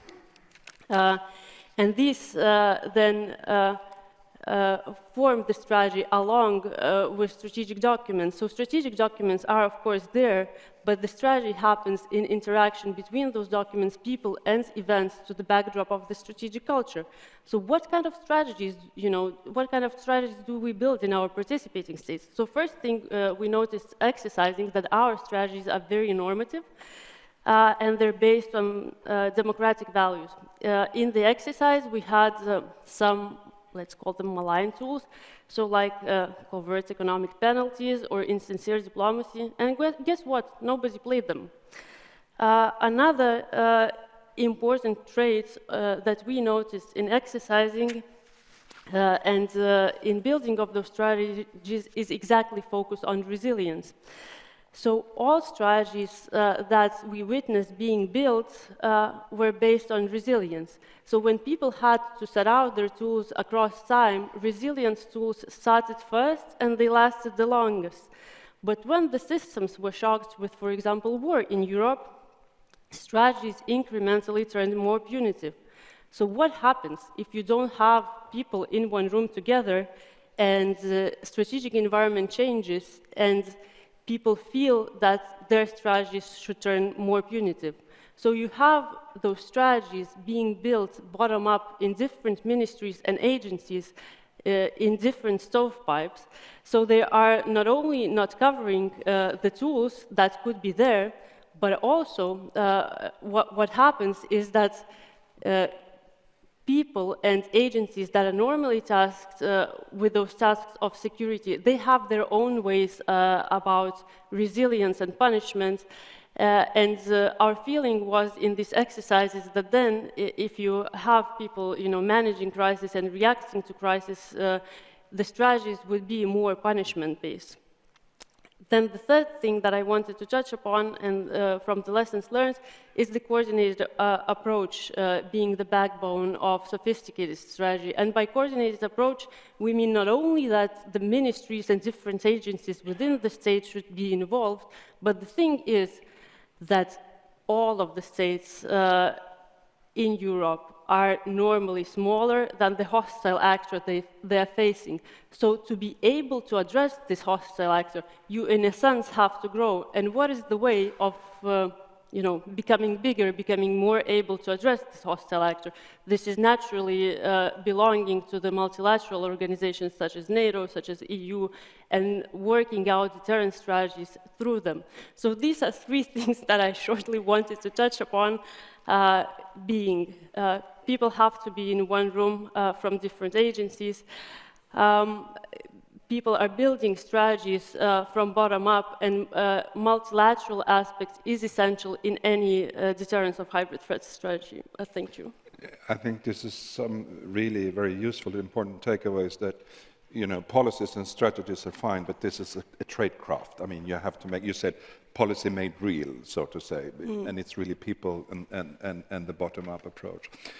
James, you don't sit in the Baltic states, but then have a sort of the multilateral NATO perspective, and how does things look from your perspective? Thank you, and thanks for the opportunity to be here, and I help to oversee hybrid policy in NATO, so not with a Baltic identity, but maybe from a hybrid identity. So just a few points, I think, to maybe nourish the discussion. One is to stress that these are my views and not just not the NATO views necessarily, so that I'm now safe for future employment at NATO. I think it's important to say we're obviously focused on Russia, and that's the biggest threat. It's not just Russia. And I think it's also important that we recognize that there is a hybrid campaign against our countries. Ukraine is facing a kinetic war and a hybrid war. We are actually in the middle of an ongoing hybrid campaign against us, and we need to be on that footing. We've talked a lot about all sorts of issues. In one sentence, because I'll just make it a run-on sentence, I would list some of the elements of that hybrid campaign. All of this is well documented: election interference, cyber attacks, forced migration, threats to undersea cables, energy pressure, food pressure, disinformation. So there are a lot of tools being used against us. So what can we do about it? So I'm just going to put some thoughts and some reflections after some time in NATO and on this file. One is, we're getting better at having a common picture, but we don't have one. We still deal with these things too much on a national basis. We need to be able to predict patterns rather than individual tools or events. We need to look at patterns, and that requires a multinational approach. Second is, we're very reactive. We're like my kid when he played soccer or football. all the little boys run wherever the ball is. We're like, cyber attack, we run to the cyber attack reactively. Pipeline, we run to the pipeline. So we need to have a much more comprehensive approach. And we have to recognize that Russia in particular has not just a doctrine for hybrid campaigns, which we can all witness, but they have a headquarters for it, which they proudly put on TV, which has all the elements of state power. So this is very obvious what they're doing, and we need to be comprehensive in the way they are. Third, we respond very slowly because we are very concerned with attribution. I'll come back to attribution and identity, but our response is always extremely slow. So we can do better to move and we can do better to support each other. And that means building the tools like we have counter-hybrid support teams, but we don't deploy them that much, so we can do better there. We don't, in most NATO countries or in most partner countries, actually have a whole-of-government approach. And I'll use one partner country, which is very well developed in whole-of-government approach, where every 6 months or so, they bring in intelligence officials, government officials, and industry officials. And the industry leaders get an overview of what the security environment is, and they decide together what they need to do as a society, companies and government, for resilience, meaning how much do you need to put aside in terms of energy resilience, in terms of foods, in terms of medicine, in terms of fuel, that yes, it's going to cost you as a society, but the industry leaders understanding the environment are willing to do it because they know they're part of society. We could replicate that in every NATO country, and I think it would make a lot of sense. Cyber defenses. This is essential. Cyber underpins every element of what we do now. And if you look at what's happened in Ukraine, people talk about how the Russian attacks weren't that successful. There has been a non-stop Russian cyber attack against every element of Ukrainian society, and it's had a lot of success, but they've managed to fight back and rebuild. But the point is, because of the effective cyber defense, which is Ukrainian first, but with support from governments and industry, essential government services are working. People can take money out of the bank. People know what to do and where to go and where their loved ones are. They can stay at home, rather than having to run. And President Zelensky is on the air motivating his people and motivating us to provide the weapons they need to fight. Cyber underpins everything. It's not a separate issue. But we are massively vulnerable in our countries because we don't take cyber security seriously, meaning putting aside a lot of money to constantly upgrade, to constantly patch, to get the right software at all levels. It's seen as something you do when you have a problem. But I can assure you there is a deliberate Russian campaign, a cyber campaign against our critical infrastructure that they have not yet unleashed. And if we don't take care of that, we are highly vulnerable. So that's another element. We need to build disinformation against, build resilience against disinformation, and we talked about that. But there are fundamental steps that every government can take. For example, media literacy. My kids in Belgian school get classes on, or every month, how do you tell what's true and what's not from what's not true in school. So when I tell them, you should look at the URL, they kind of roll their eyes. Yeah, Dad, we know. And they do know, actually. But we could do that across the alliance. We can do better. This is government that needs to do it. And I'll give you an example of how clever the hybrid campaign is. I spoke to somebody who runs an extremely large, if not one of the largest internet providers in the world.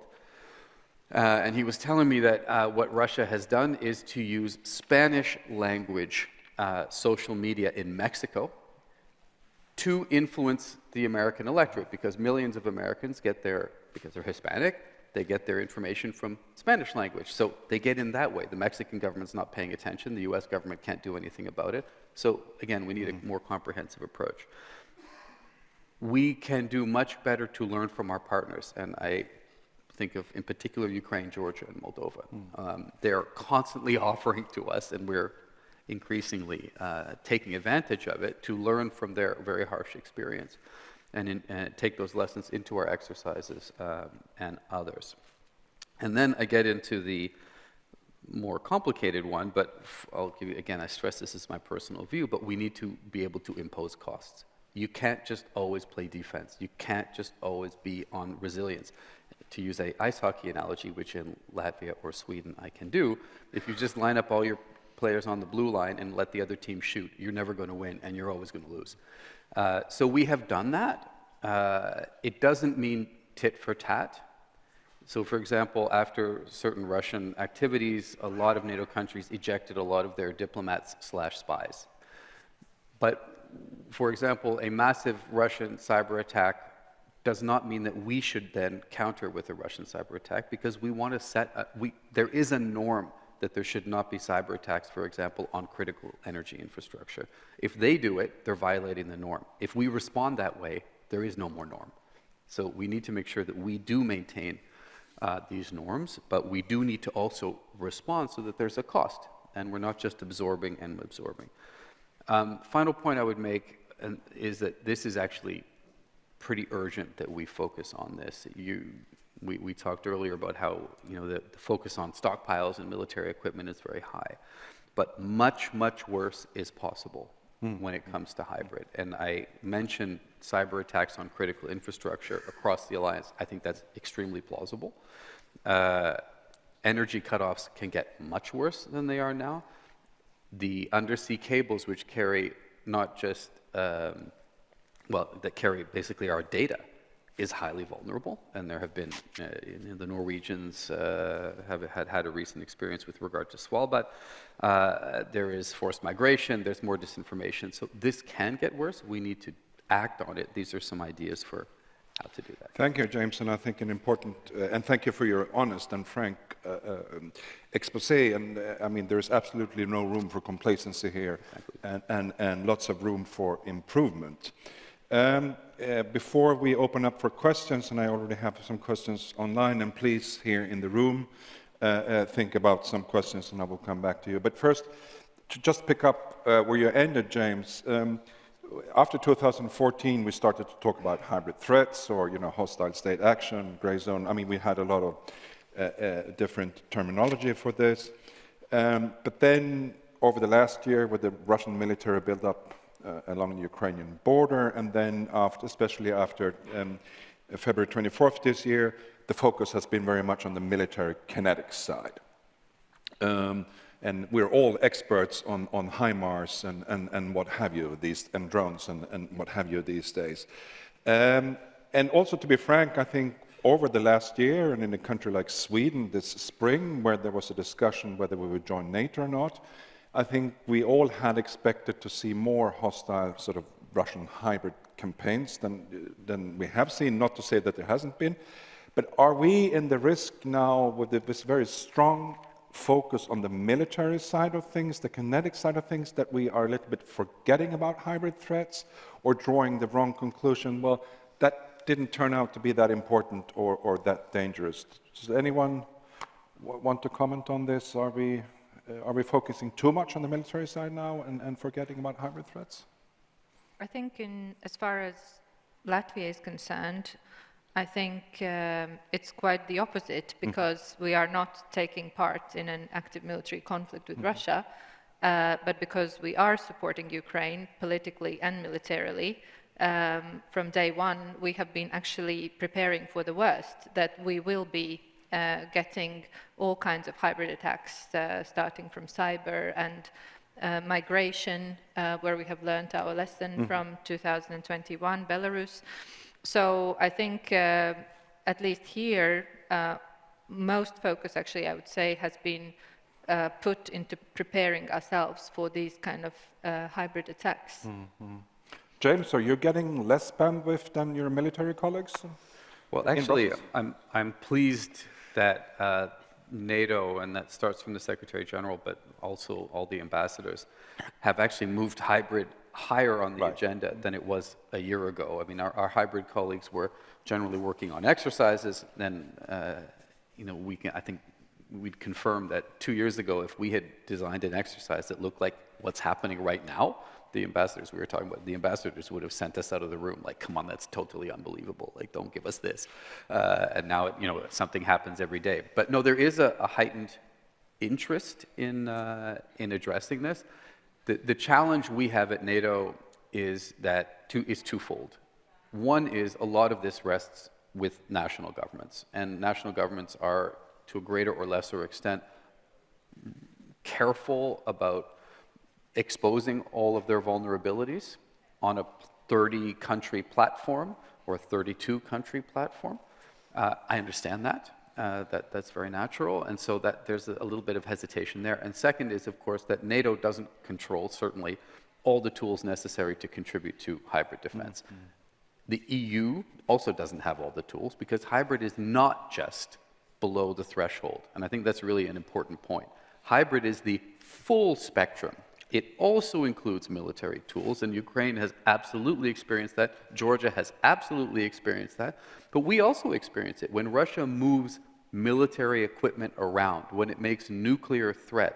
It's all combined as part of a strategy. So it's not like there's the military stuff and then there's hybrid.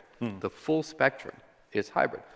NATO is very strong on the military side. We're a little bit less strong than the EU when it comes to civilian tools. The EU is very strong on civilian tools. It's obviously weaker than NATO when it comes to the military side.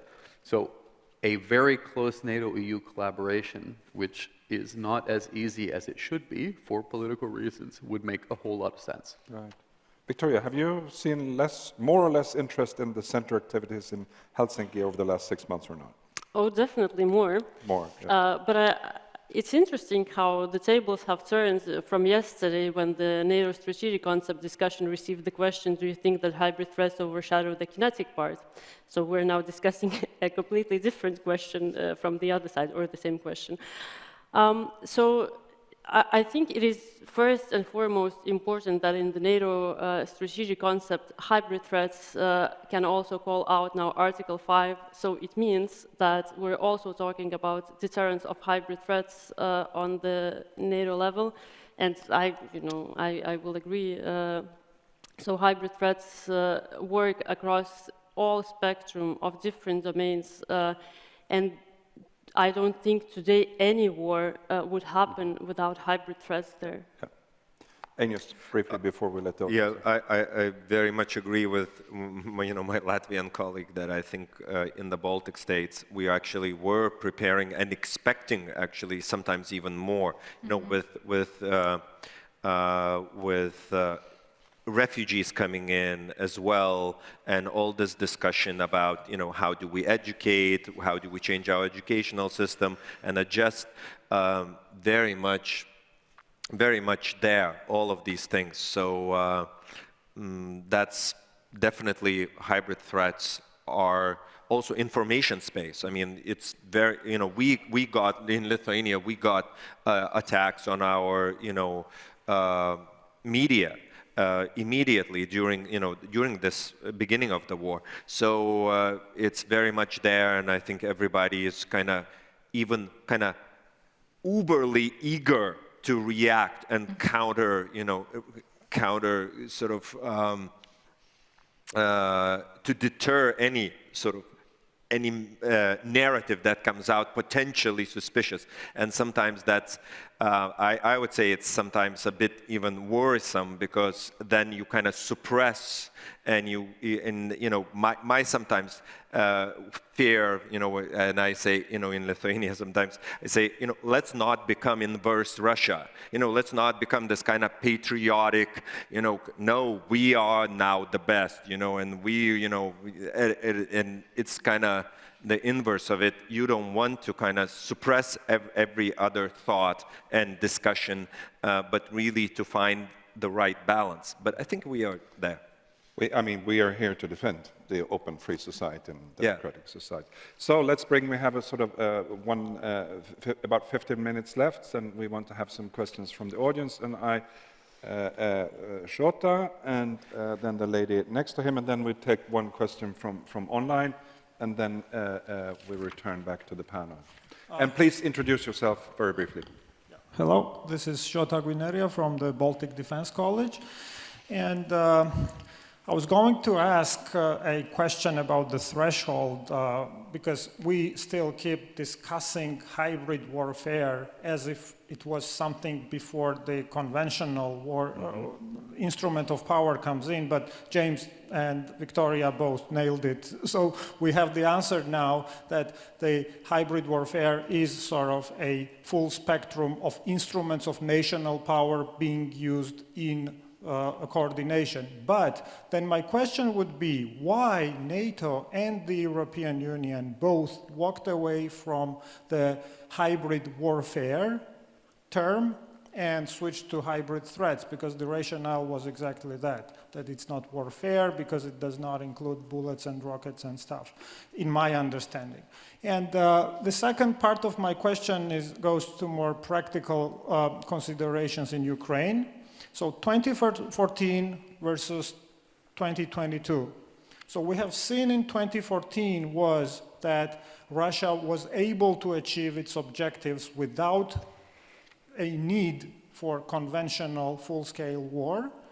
And in 2022, they had to go to conventional warfare because their hybrid other instruments of non-military instruments of power failed to achieve the objectives they have set to themselves. What does this tell us about this discussion about the nature of hybrid warfare, whether it is something before the conventional war starts or conventional warfare is actually part of hybrid strategy, as James and Victoria told us? Thank you. Thank you. Next. Hello, Dr. Hanna Shelest, Ukrainian Prism. I have a question to Mr. Apaturai. You've been talking about the multilateral approach, but at the same time, when we read the NATO documents, all the summit declarations, it is all the time striking that is emphasis on that resilience is the national business. And each time it is very strong words emphasizing that it's not a general or multilateral, that is national responsibility. And even more, we almost witness that there is a disconnection between the NATO members and partners in terms of the response or in terms of the resilience building or the sharing experience in this. So I understand that is your personal opinion, you emphasize it, but at the same time, why do you feel that here several speakers spoke about multilateral approach, but at the official level you have stress on the national level? Thank you. And there's one question here from the online audience about if there are any specific best practices from the Baltic states, lessons learned that could be applied and scalable to the whole of NATO and EU, so forth. So I open the floor here. So we had a question of why did we walk away from the term hybrid warfare? And just that as an add-on note to this, because I used to work as Sweden's first ambassador for countering hybrid threats, and I also had to learn about international law. And I also learned that war is not a term that is defined in international law. Aggression is, armed attack is, and so forth, but war is not. Then we had a question on, the difference between 2014 and 2022, what happened in between. I'm not necessarily agreeing with Shota because there was a kinetic war going on since 2004. The war didn't start in 22, but it was a massive escalation, so to say. And then we talk about international cooperation, but always stress this national responsibility. And do we make an unnecessary dividing line between allies and partners? And lastly, are there any specific, unique sort of Baltic lessons that could be applied, learned for others? So who wants to start? James, you look. Yeah, why don't I just get it going? On the question from our Ukrainian colleague, you read the documents correctly. And there is a heavy emphasis on national responsibility. And I would say there's sort of three reasons why. But then there's a kicker. One is, it is the reality that when it comes to resources, legislation, regulation, 99% of this, really, the vast proportion is national. The second reason is that from a NATO point of view, we are intergovernmental, not like the EU. So I think the EU might have a different approach to this than we do. The third reason is, and this is on the part of some of the countries that have insisted on language like that in the communiques, it's what they call moral hazard. In other words, they really want to ensure that all allies lean on themselves first and don't look to sort of an outside actor to come and save them, and therefore under-resource their own national resilience. So that's sort of the impetus behind it, and of course there's a logic to it within its limits. But then the final point, and this is what my friend who was sitting up on this stage yesterday said when talking about resilience, and that is we say national responsibility but collective commitment. And that is also language in our communiques. It's also in Article 3 of the NATO Charter. It is a collective commitment to each other that you're not the weak link in the chain. And so we have some small tools at NATO. We're trying to beef them up to provide support from the alliance point of view. But the collective commitment to national resilience and is in the Charter. So they need to do that. I won't speak to the Baltic states, just to say, you know, the warfare terminology, I think there is a legal aspect to it. You'll see that the documents that we have just approved in Madrid talk about strategic competition. We say that cyberspace is permanently contested, which I think is a good way of looking at it, because it is. There is no peace, crisis, conflict in cyberspace. It's always on, it's always contested right now. So we're definitely approaching that particular environment in a different way than we are the conventional. But I really think it's important to see it, and I know you do that, Shota, as a spectrum. And that is, for example, Russia uses and has used its military buildups, its exercises, as part of a hybrid campaign to draw your forces away, to send a political message, to intimidate, and has done that in combination with other measures. So the actual employment of force is, yes, the end of the spectrum, but it's clearly just a spectrum where military tools are used throughout and not just near the end or at the end. Thank you. Anyone who wants to pick up? Victoria? Sure. Thank you for very good questions. I will pick up one about the hybrid warfare happening before the conventional war or after. So we use this kind of conceptual, I won't call it model, it's too arrogant words to name it, but this, I will call it escalation and situational awareness paradox. So let's say we have three levels. We have hybrid influence, and when you have hybrid influence, situational awareness, there is none. So you don't know what's happening, actually. Some stuff might be happening, but you don't know about them. So escalation level between you and the hostile actor is low. When you go into interference, you have this issue of plausible deniability. So you know stuff that is happening. Some of them you might attribute, but then even if you attribute, the hostile actor says, no, it's not us, or this is not happening. Escalation level will be a bit more higher, but the problem is when you go to warfare, actually. So you can then attribute exactly what's happening, but the escalation is so high, you can no longer manage it, I mean, with the forward-looking tools or with the resilience tools, and you have to more and more incrementally resort to punishment tools. So this is sort of how I understand if it comes before and after, it's like always there. And then on the Baltic experience in hybrid threats and what could we learn, so I think one lesson that could be learned from the Baltics is actually a trust in the situational awareness that they provide. And during the last couple or few months, I heard many times, you know, you were right, you Baltics were right. But the next thing I would hear that the sanctions against Russia will have to be removed. So the trust in the Baltic situational awareness, the trust in what the partners are saying, I think is very important. Agnes, do you want to pick up? Sure, I'll pick up this 2014-2022.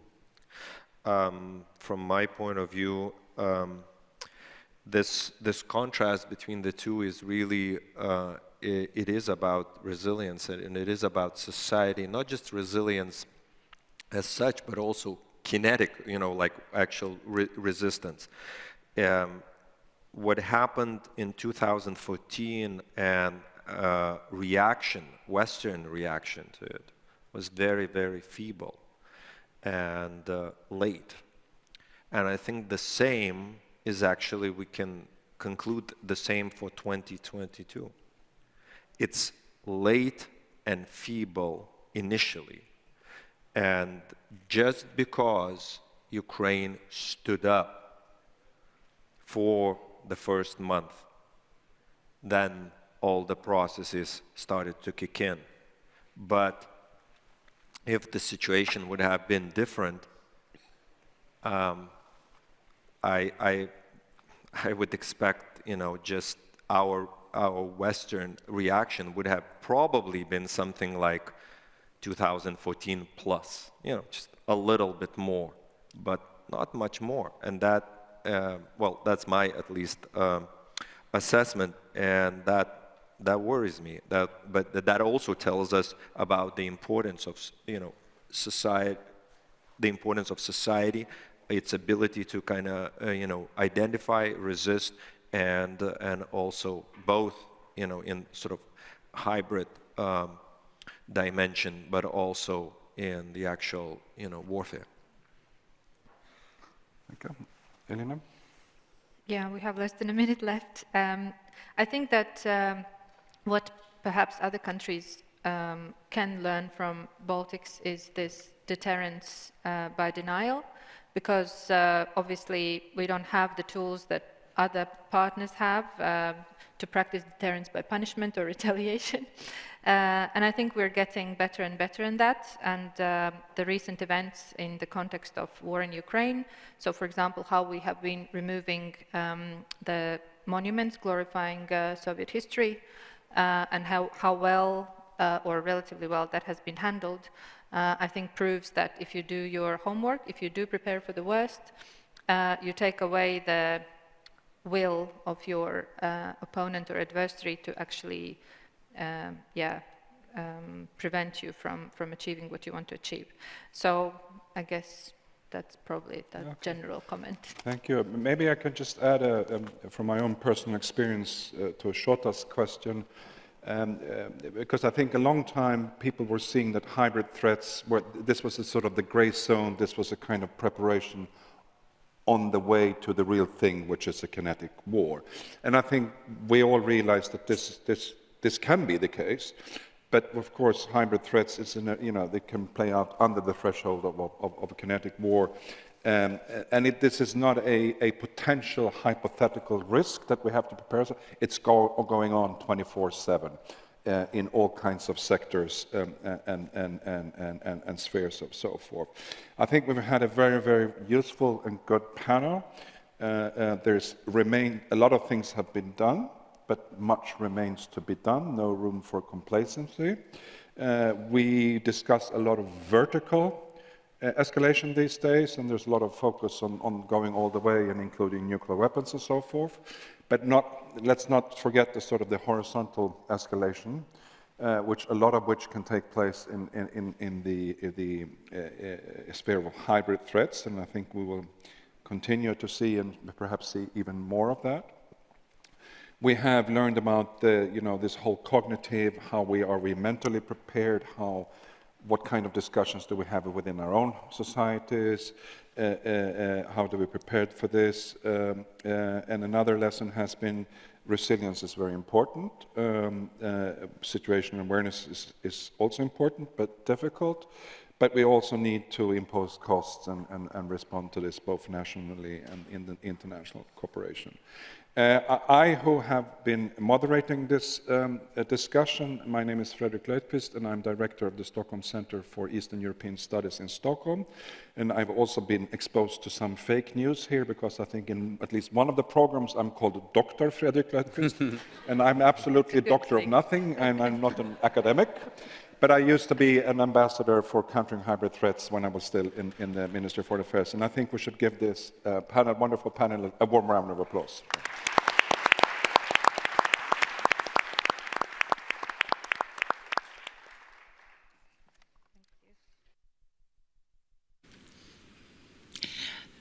Hello, and welcome to this interview with the Ambassador McGann at the Rīga Conference 2022.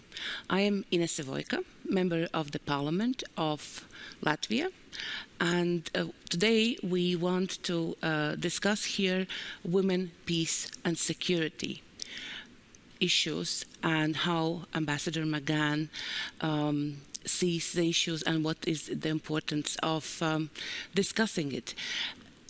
And now seeing us on the stage, maybe our viewers have this view, yes, women, peace and security is an important topic.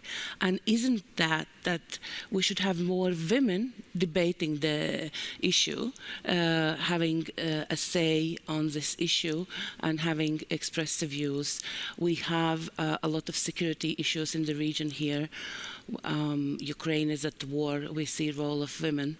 In Latvia, because of the war and the threat, we are debating our security. We are debating the role of women in the security, in the military forces, and women have a lot to say. Who should be debating women, peace, and security, Mr. Ambassador? Well, let me begin by first saying thank you for inviting me to the conference. When I was first apprised of the fact that I would be coming to Riga, the United States State Department specifically said that we want a man to come and discuss male roles in implementing women, peace, and security. And fortunately, I've had over the course of my career the ability and opportunity to engage in these issues.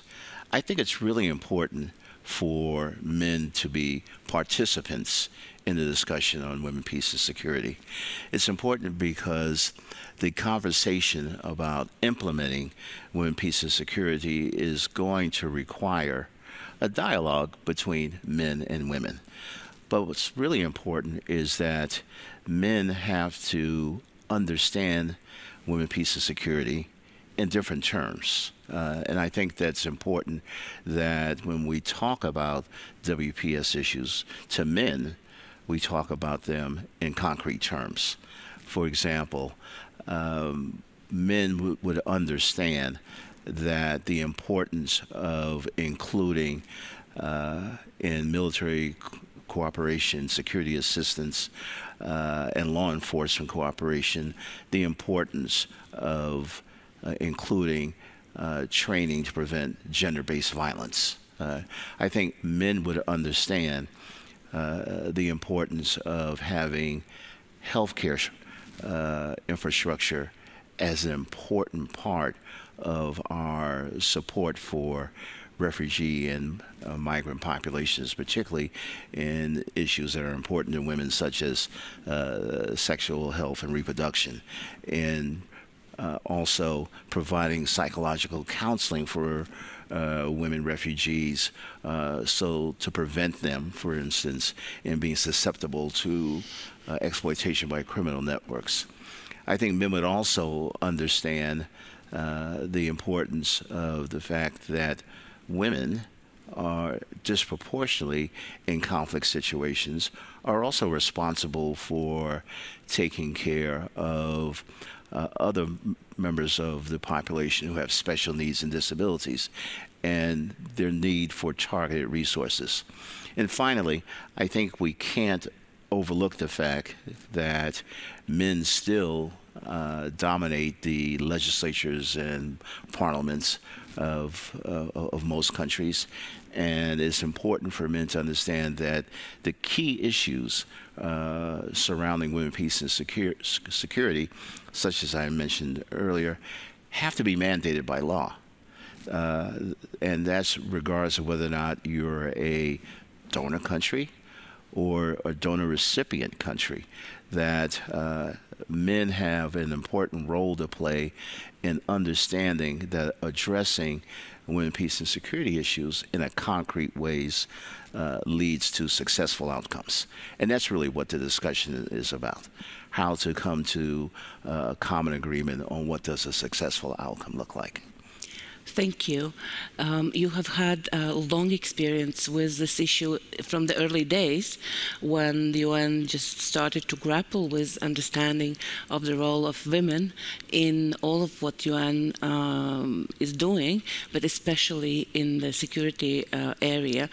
So how do you see the progress in this thinking and the approach and the way things are discussed and also acted upon today compared to when you were writing your first speeches for as a junior diplomat? Right. Well, first of all, it'd be unfair of me to suggest that when I joined the diplomatic corps that this was going to be the centerpiece of my career. I think that there's always this combination of self-authorship and serendipity. And over the course of the years, from my early work on the UN Commission on the Status of Women, in which we were really focused on implementing the forward-leaning strategies that emerged from the 1985 Conference on Women that was in Nairobi, to the UN resolution that was sponsored by the United States and co-sponsored by many countries to increase the number of women in senior level positions at the UN, all the way through to when I was director of the Office of Population, Refugees, and Migration in the State Department, dealing with vulnerable populations. This has been an evolutionary process for me. However, at the same time, it's not that it hasn't been a difficult process. When I served as the deputy commandant of one of our senior service schools at National Defense University in Washington, D.C., I was deputy commandant of the Eisenhower School there. The United States was beginning to grapple with how would the U.S. military implement women, peace, and security. How would the U.S. military see United Nations Security Council Resolution 1325 as a core element of determining successful mission objectives? It took a while to overcome that, to overcome the notion that when you're talking about women, peace, and security, you're not talking about women's prerogatives, preferences, or promotion, but you're really talking about is how do you implement policies and programs through a gender lens, understanding the needs and requirements of women and how that fits into the overall success of the mission.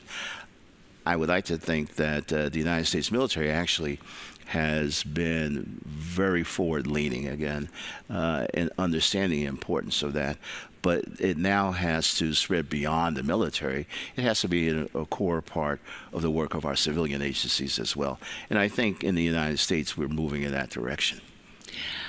Thank you. I wanted to ask you a question of what you think about this. So women, when we see the role of women in the conflict, very often it is seen as a role of post-conflict. We also have seen many countries where women have been rebuilding the trust in turn-apart areas or mediating some of the war situations, be it in Syria or earlier in Rwanda and other places where tragic events, wars have happened. But then with, conflicts of today, like Colombia and other places, we also see that women are part of every step, including the fight itself. Mm-hmm. Is it true that, the gender lens and the way we deal with this, including, what do we do with the fighters, like in Colombia, when they put down their arms, and many of them are women, and how do we treat them? So that the issue on women and security goes, it's not only about certain roles of women, but it's all across the board. I think what we're really focusing on is the fact that you have to deal with women's issues and their participation through equality and equity. All right, that women have key roles to play, and mind you, those roles are leadership roles in pre-conflict, conflict, and post-conflict interventions. And so, what I'm suggesting is that we can't just see or place in silos the role of women and the leadership that women can bring to a situation. I do think that's important for women to be at the negotiating table, right? Because without women at the negotiating table, you won't be able to achieve the outcomes that you want. But at the same time, it's important for men to understand that it's not just achieving those outcomes, but making sure those outcomes are sustainable. Right? Because if there are sustainable outcomes, in fact, what you're going to do is eliminate the conditions that probably led to the conflict in the first place. Sustainable outcomes for everyone, including women. And so for peace, what kind of sustainable outcomes do you mean in building the peace? What are the elements of it? Well, I think obviously when we talk about sustainable outcomes, we have to look at what were the elements that brought together the conflict in the first place. And in very many cases, how women are treated in society are also very key instability indicators. For example, I mentioned earlier gender-based violence.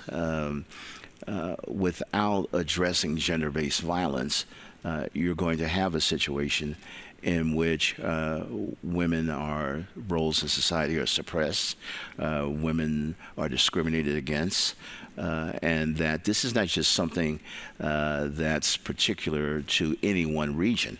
We see it in the Pacific. We see it here in Eastern Europe, that the level of exploitation and vulnerability that is prevalent in the society against women is a key indicator of instability in that society. So I think that what we have to do is think about these issues such as income inequality.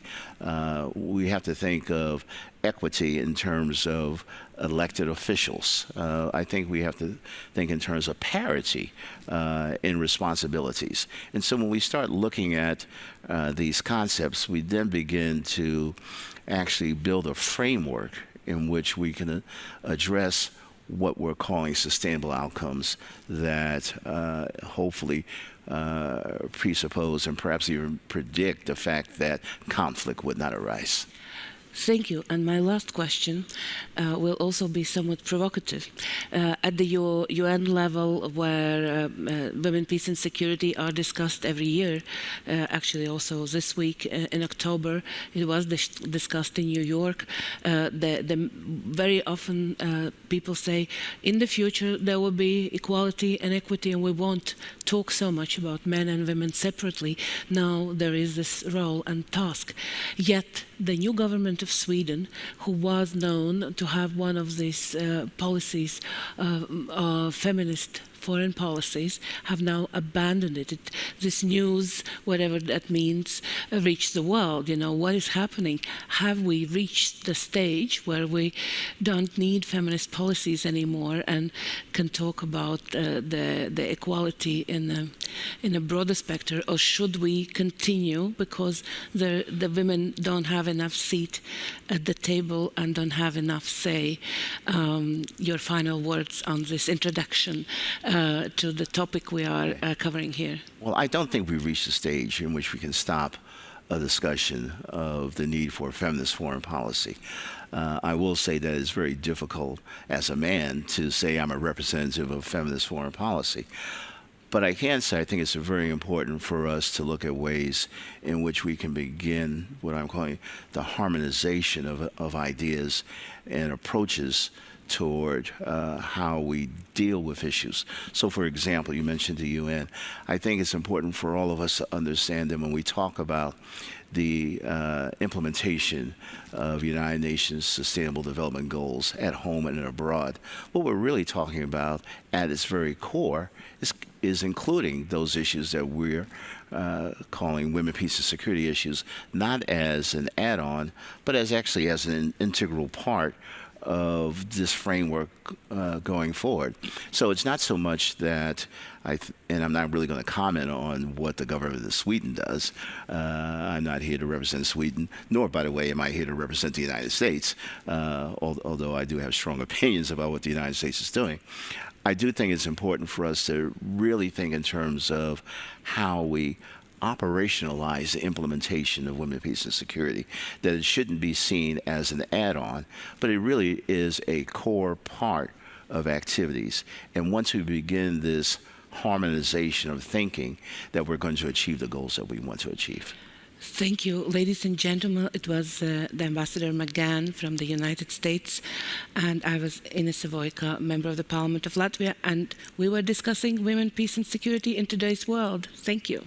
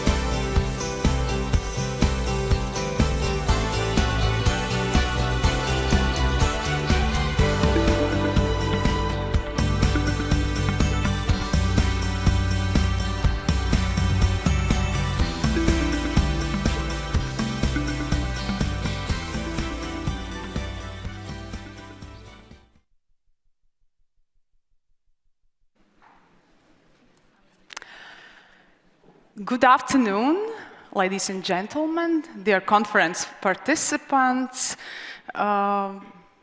Some days ago, somebody asked me, hey Gunda, exactly when are you moderating that feminist panel? And I had to answer, well, you know, if we want to put it simply, I'm moderating a humanist panel, and it's on Saturday.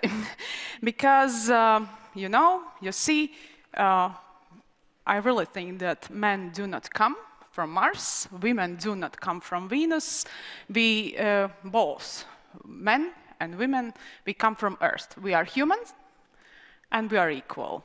And yes, today's gender equality agenda in international relations and international security is really not about women's efforts to break into so-called men's closed clubs or male spheres. It's broader demand for equality, human dignity, justice, security, and also equal positioning of professional women in social hierarchy. This is the spirit that guides the adoption of the United Nations Security Council's WPS resolution 22 years ago. And in today's panel discussion, we will address two broad themes. We will try to stick them together. First, the impact of conflict, including Russian war in Ukraine, on women and girls. And secondly, equal participation of women and men in peace processes and conflict-related decision-making. These two themes may seem quite remote or different, but in fact, they represent two sides of the same coin. My name is Gunda Reire. I am advisor to the Minister of Foreign Affairs of the Republic of Latvia, and I am delighted to have four brilliant guests for this WPS panel discussion today, starting from your left. We have Rachel Tausendfreund from the GMF. She's editorial director of the German Marshall Fund. Rachel, thank you for coming to our discussion. Thank you. Aviva Hashekta, she comes from Israel. Thank you for coming. She is the first special envoy for the implementation of the aforementioned UN Security Council's resolution. Thank you for joining us today. We have Ambassador Stephen McGann as a speaker in today's discussion. He's a really experienced diplomat, retired US senior foreign service officer with the rank of Minister Counselor, founder of the Stevenson Group. Hello.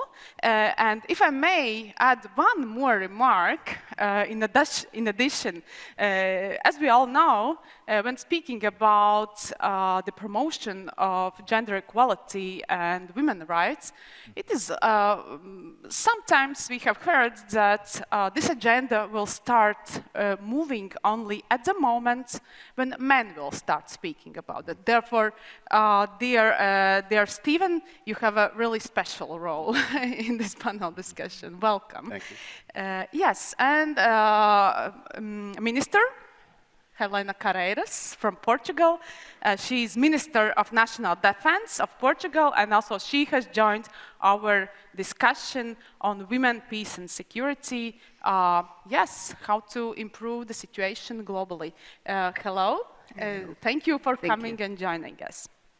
Yes, and I will start with the first question, and I will address it to Rachel. Let's try to set the scene. Yes, justice, inclusion, and also security of women are the main three pillars that stand in the core of the WPS agenda. And we see that violence against women and girls, especially sexual violence, is used as a weapon of terror, weapon of aggression, and also tool of political repression during the conflict. There's such a thing as WPS index created by two influential think tanks, and it actually shows that the range of scores of this index is really vast globally, and this gap is widening, unfortunately, right now, with Norway at the top, scoring more than 3 times better than Afghanistan at the bottom. And this is the index of 2021. We will see the dark reality of Ukraine only next year in the index 22. Therefore, my question is, what are the strengths, but also weaknesses of existing WPS policies, legal mechanisms, institutional settings? Yes, please, could you please set the scene? How do you see it? Thank you. Thank you also for this question. I'm glad I get the scene-setting question because I'm on the panel with a bunch of people with real, on-the-ground, in-depth expertise, and I'm more of a scene watcher. I think we're in a moment that, and your question already a little bit pointed in this direction, it's a very sort of contradictory or ambivalent moment when it comes to the women, peace, and security agenda. On the one hand, I mean, the progress since 2000 and Resolution 1325 is undeniable. On the other hand, the problems seem to be just as big as they've ever been and just as sad as they've ever been. In the 2022 UN SecGen report on WPS, I mean, there they also talk about the problem, and he says we've seen a reversal of generational gains. You mentioned Afghanistan. Obviously, that's the case in Afghanistan, but that's not the only place in the world where we're seeing a regression and really bad omens and bad trends. I think, I mean, you pointed to Ukraine. If you compare the discourse around sexual violence toward women and girls in the Bosnian wars in the 1990s and now in Ukraine, there you see the half of the picture, which is progress. In the 1990s, it was barely talked about. There were sort of feminist activists who were trying to draw attention to it, but in the mainstream discourse, nobody wanted to talk about it. And that's really not the case with the war now in Ukraine. I've been at a number of conferences like this with male prime ministers, generals, leading politicians who are talking about it openly. And that's some kind of progress in the context of something that's just horrible.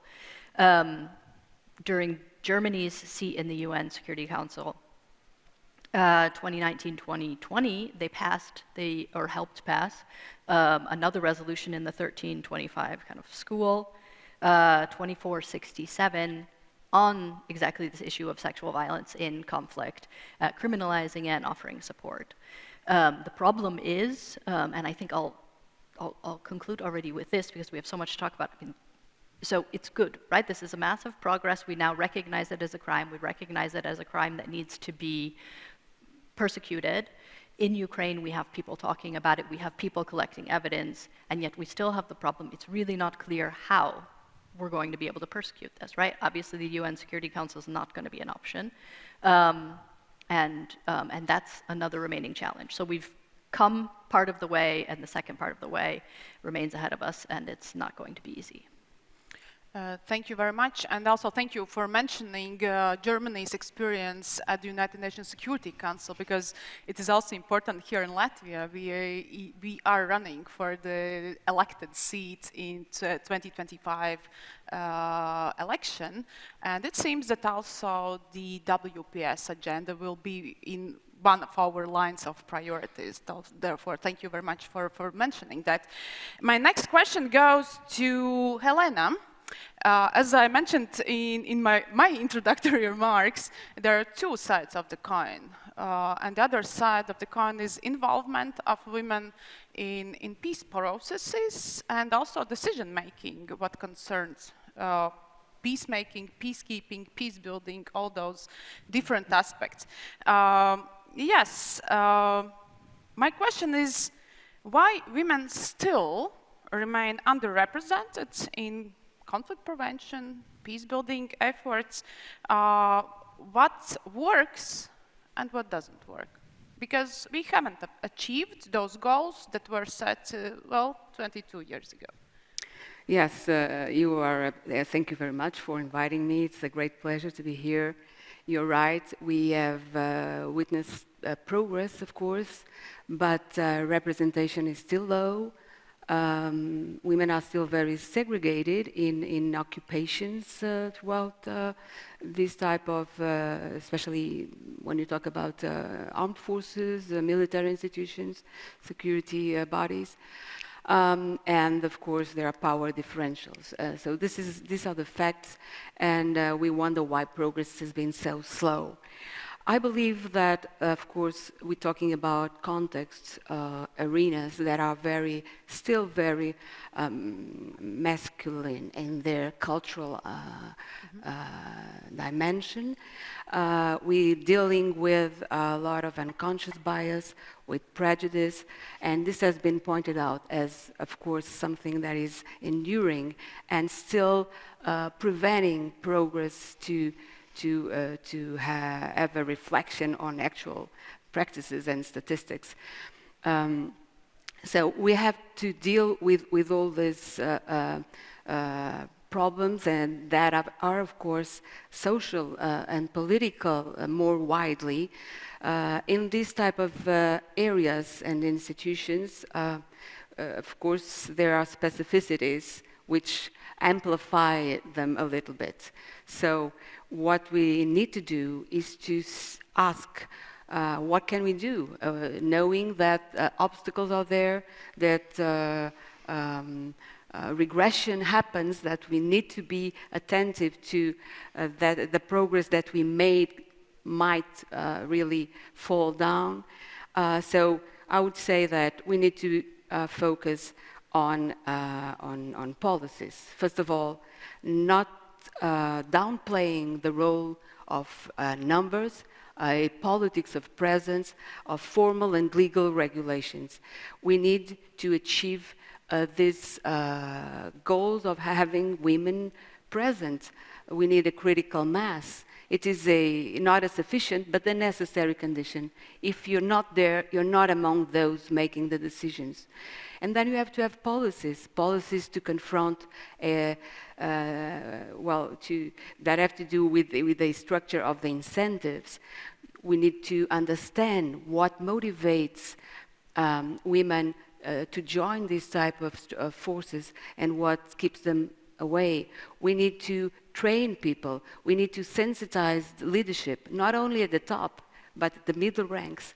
We need to face the disincentive structure as well, having programs to face harassment and abuse, to conciliate work and care. So it's a lot about doing the right thing, because, you know, from the political point of view, we know that there are values we want to preserve, and we cannot have our security institutions not abiding to those values as well, but also doing the wise thing. We need these forces to be diverse, because diversity is the basis for creativity, innovation, and resilience. If we don't have diverse institutions, we cannot have successful missions. And finally, I would just add that the military institutions and security institutions, they need this type of diversity to be effective in their missions. So operational effectiveness is a goal that can only be reached if we take into account, incorporate all the talent available, all the skills we need to perform very complex missions that require more and more the talent of all people. Thank you very much. Let me ask you one more very short question, a bit personal. As a female defense minister, this is one of those, you know, partly closed male clubs, as we know. Actually, you're sending a really empowering message. What do you think, your example, does it, well, inspire other women to move forward with their professional careers in the defense sector, military What is your Well, it is a responsibility. At least I felt it this way, of course. Examples and mentoring programs are important variables in the whole equation of changing reality and changing prejudice that still exists. So I'm happy to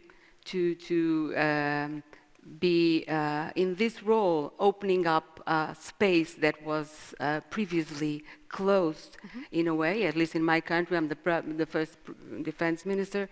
But there are a lot of women already in these institutions. It's just a question of sending a message that can be heard by young girls and boys in our countries, that everybody can be there in this exclusive, previously exclusive clubs, let us say. But most of all, I think that it's all about changing the structures. What I want to do is make sure that after I leave, the institution is more ready to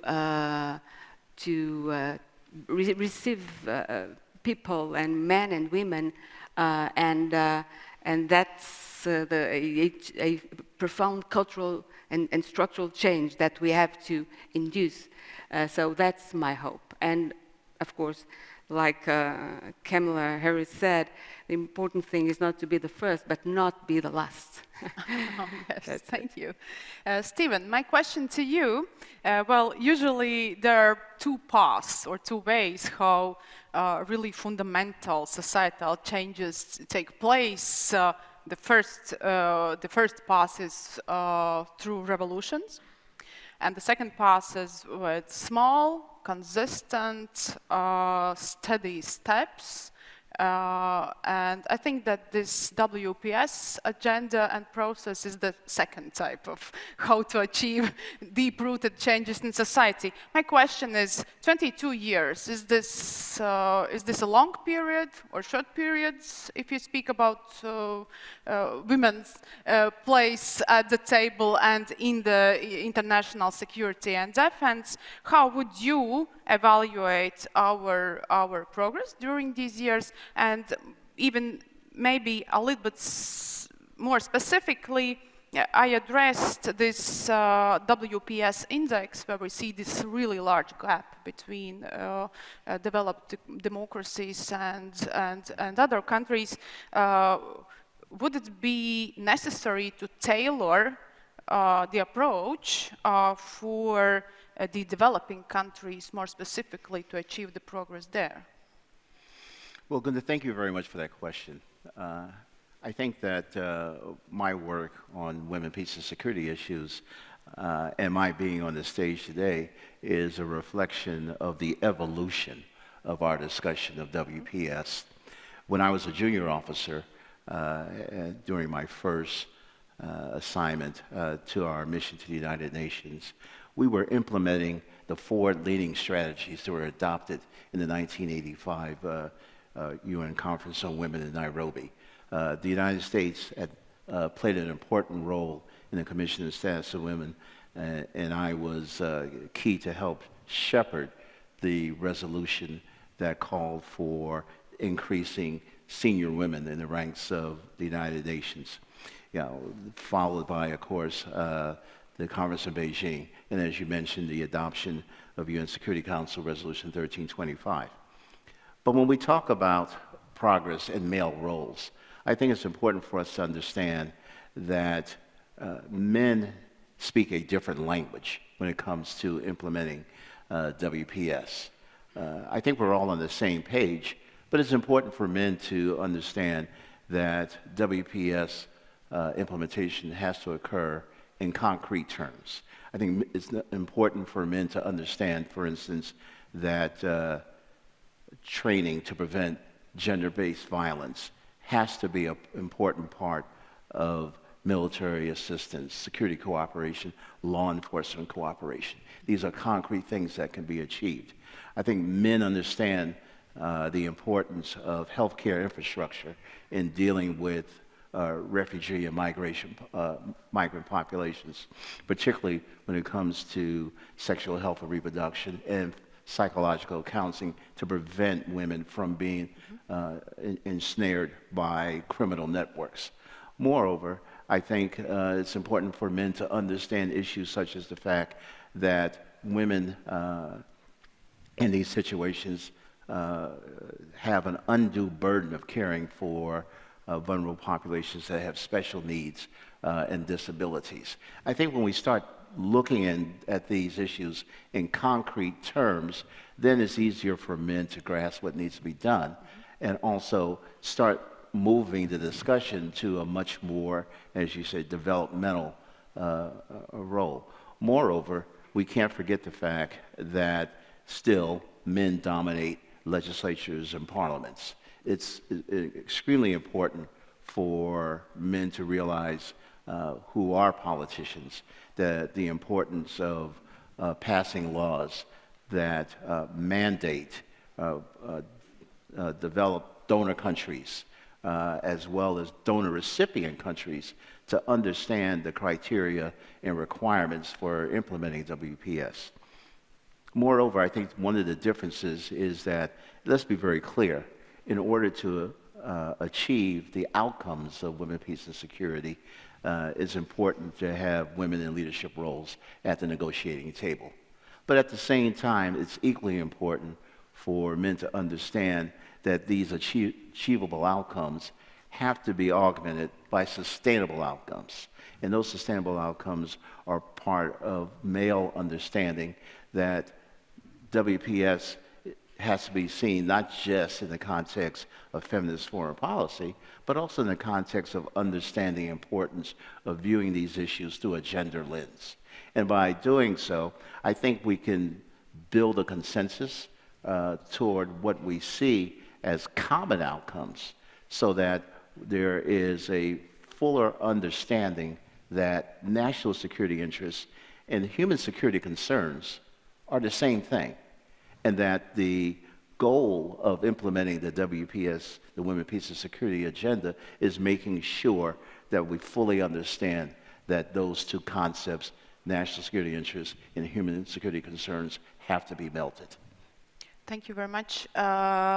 The feminist foreign policy was mentioned, therefore, please, Rachel, be prepared. I'll have a question to you.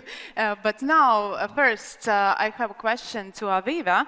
I must say that, we would be delighted to hear a little bit more about Israel's success story in implementing the WPS agenda. And more specifically, everybody knows that you have a compulsory military service in Israel. And actually, it's also interesting here in Latvia from that point of view that we have also started that kind of discussion, right, in our society. Therefore, my question is, how important has been the inclusion of women in the service? From different points of view, security, defense, and the resilience of the society. And even more specifically, of course, we know that there are lots of violent conflicts taking place right now around the globe, but especially here in this region, when we see the Russian war in Ukraine, are there any lessons learned from the part of Israel, how to help to build resilience in Ukraine? Are there any lessons that could be, just implemented there? Well, thank you very much for the question also. It's a pleasure to be here. And I would certainly would like to follow up the important remarks and tied to the question. Because Israel is indeed a special model, and we can say that we have already shaped our WPS agenda prior to drafting it in 2000 through 1325, which I call not only a significant resolution, but also a monumental one, acknowledging the fact that the security of men means also the security and stability of nations and societies. But indeed, Israel, in its Charter of Independence, already mentioned the equality value as a fundamental value without any discrimination, whether religion, race, or gender.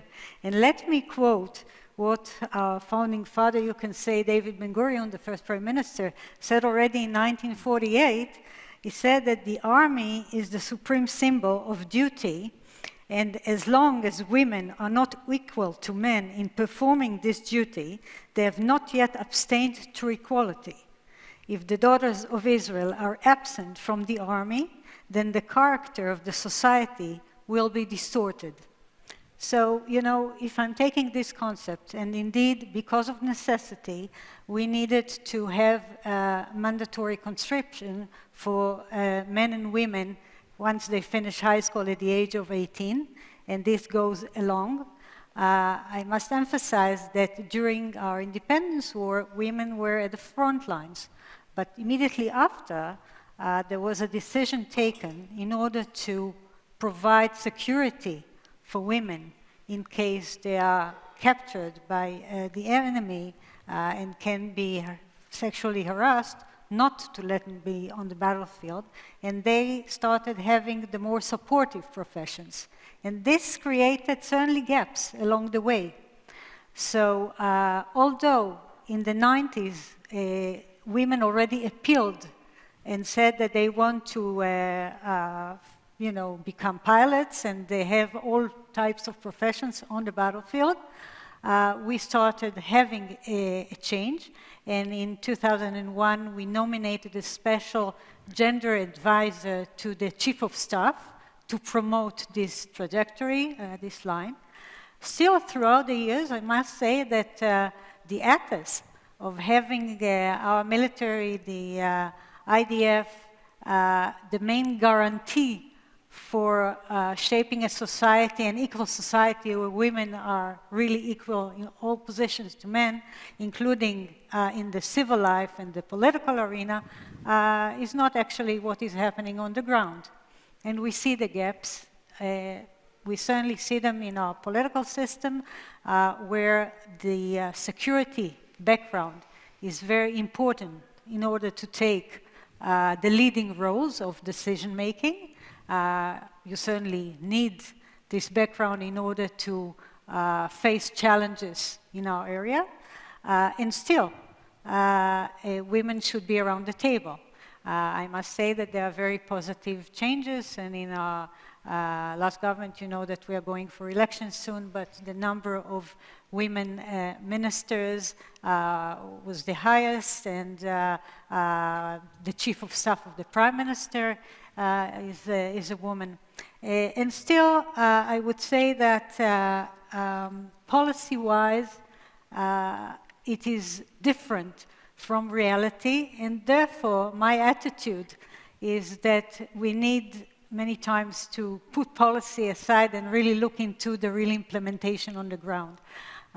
Without specific programs and programming and budgeting those programs and monitor that they are really taking place, then you won't see the real change that we want to see. And let me just concur with the fact that, and I call it gender mainstreaming, if we don't do it top-bottom, from the highest levels and bottom-up, and men and women are the ones to receive this gender mainstreaming from early age and education, then we will not see the real change that we want to see. So that's just the last remark, because it's a vast issue, but you mentioned resilience. I do believe that women in Israel throughout the years having the daily need to face challenges while, for example, husbands were on the battlefield and they stayed with the problems inside Israel, they managed to build their own ways in order to become more resilient, educate for resilience, and also find special models.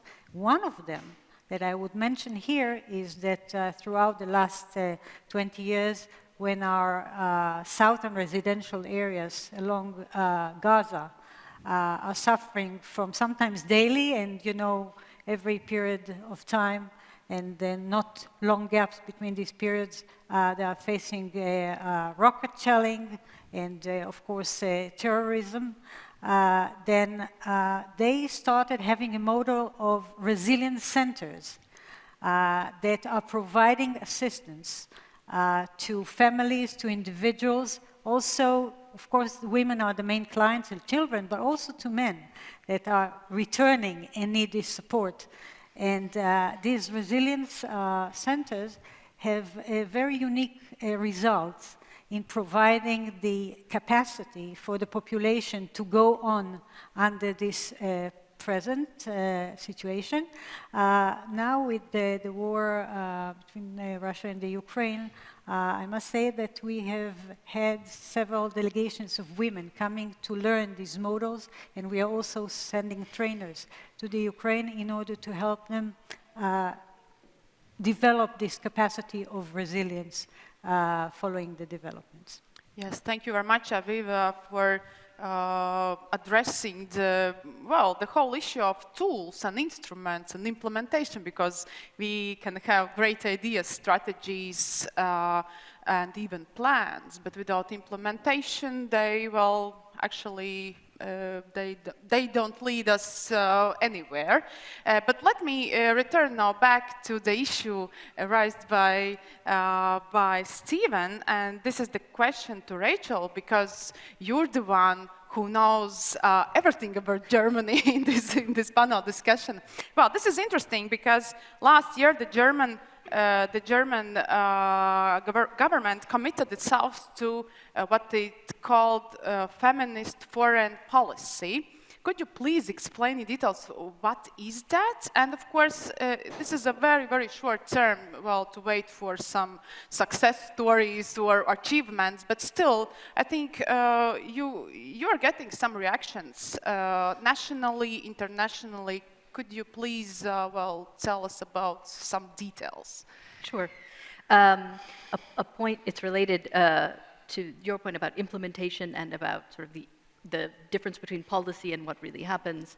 I had mentioned that Germany made, WPS a priority when they were in the National Security Council, and to sort of show that they really meant it, they also changed their hiring or promotion policies in that year. And the sort of second level in the Foreign Office is the State Secretary level. And before 2019, at that level, only 27% of them were women. And in 1 year, they changed that to 45%, right? So you see the difference between, in theory, Germany also has long cared about gender equality, but 27 is a pretty poor number. And when you have pressure from the top, you can change that in 1 year to 45.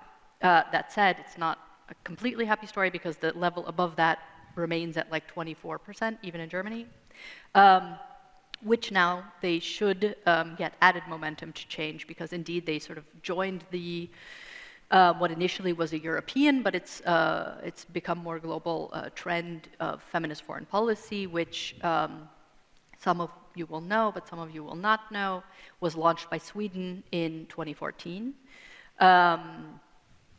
I think most people in the policy scene, at least, would consider it a sort of extension and expansion of the WPS agenda. So it sort of includes the Women, Peace and Security agenda, but seeks to make gender equality part of overall foreign policy and link it. So gender mainstreaming basically in foreign policy. So also in trade policy, are we considering gender aspects in trade policy, et cetera. In the coalition agreement of this new government, at the end of 2021, they indeed agreed to adopt a foreign policy im Sinne, is how they wrote it, a foreign policy aligned with feminist foreign policy, and the 3 Rs, which were laid out by Sweden: rights, so fighting for equal rights of women, girls, and other marginalized communities, representation, and resources. So, as you mentioned, representation, right? Who's at the table, and not only at the table, but really making decisions, and starting at home, and also where you can, encouraging your negotiation partners. I mean, there's always the question of leverage and how much one can enforce, but you can at least lead by example and make sure representation is equal on your side, and then resources, that you're allocating the proper resources across your foreign policy toward equality and equity. So that's what Germany's already announced. They're working right now on the guidelines. They want to publish them by or on May 2023. They've been doing a lot of consultations. There was a big conference to get feedback from civil society and also other practitioners, Canadians, Sweden, representatives from Sweden in terms of how to exactly implement it, because that's always the question. Certainly there's going to be a strong emphasis on monitoring, because that's one of the things that the feedback is really focused on. Policy is one thing, but if you're not monitoring the success of the policy, it's another. And I think it's probably fair to say, not everyone is a big fan of the feminist foreign policy framing. Sometimes, it creates a lot of pushback, and sometimes it can also be seen as confusing.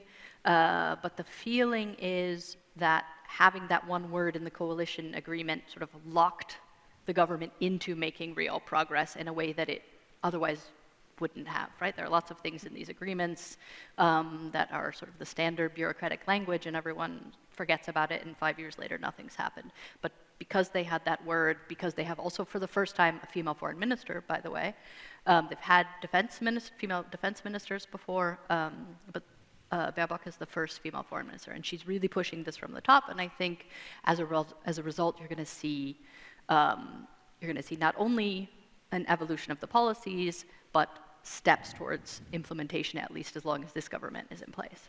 Thank you very much. And now I think it's time to open up the floor for questions. And yes, I see the first one and the second one over there. Please use the microphones here next to the stage, please. Sir? There. All right. And please introduce yourself and the institution you are representing in this conference. I'm Tuấn Nguyen from Boston Global Forum from Boston. I don't ask questions, but I have ideas. That is, I think women are wonderful leaders for peace and security and politics. In my leadership life, many women, great leaders, assist me very successful. So I have ideas. This is a very dangerous war time. So leaders, women leaders from the world, together we can discuss and propose a discussion and dialogue with Putin to convince him to find out solution to stop the war. I think men may be difficult, but women leaders may be smart and good enough to convince him. Maybe that's my ideas for our panel. Thank you. Thank you very much. Yes, please. What would you answer? Well, although it wasn't a question, but I think it's also an opportunity to reinforce the notion that implementation of WPS requires not only men taking part, but also men listening to women. And I say that in the context of my work at National Defense University in Washington, D.C., where I was the Deputy Commandant of the Eisenhower School. And as we began to introduce women and peace and security elements into the overall curriculum, female officers made it clear to us that we did not want WPS to be a discussion of preference, prerogatives, and promotion, but really a discussion about equity and equality. And I think that it's very important for us to continue to listen to women in the military sector and continue to focus on what they feel. I had an opportunity earlier this morning to speak with my colleague from Canada, and I work with a group that's supported by the Halifax Foundation, which brings together future flag officers from Canada and future flag officers from the United States, female flag officers, to begin to articulate what does WPS mean in terms of securing appropriate outcomes in the security sector.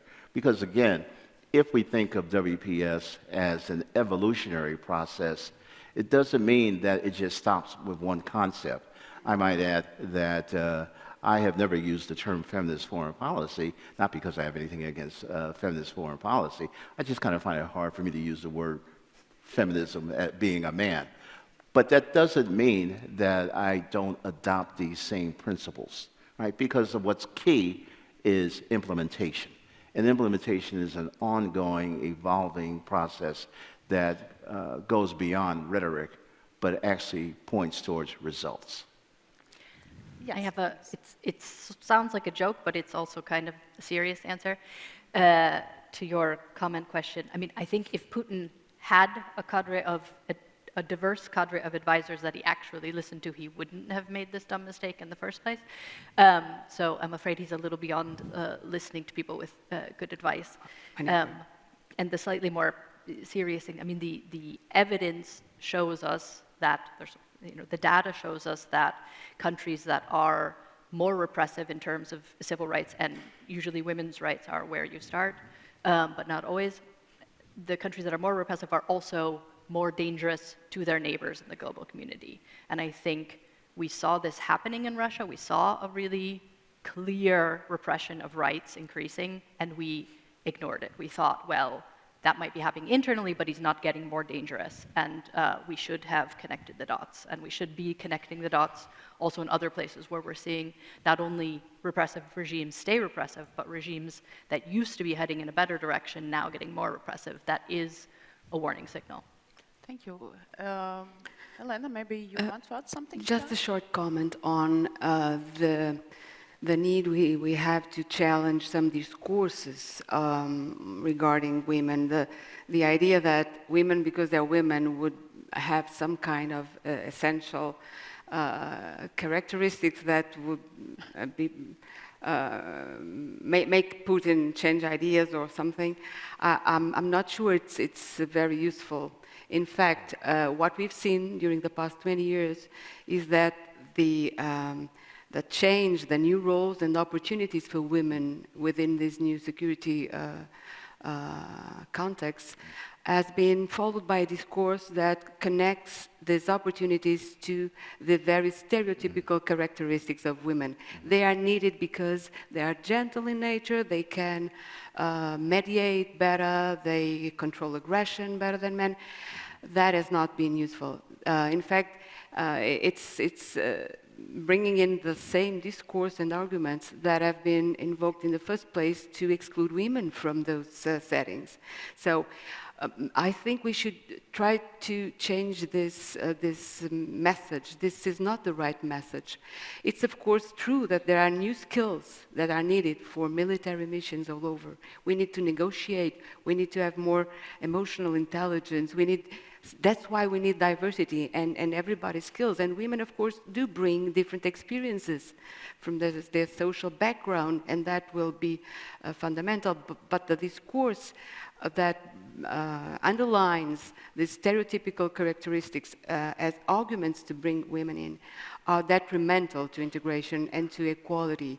And so it's not about essential characteristics. It is about what Stephen was saying, changing the institutions. It's about bringing in the perspectives to incorporate our practices, our regulations, our procedures, processes. And once they're there, they are shared by both men and women, and they are become a part of our practice independently of whoever is deciding, be them men or women.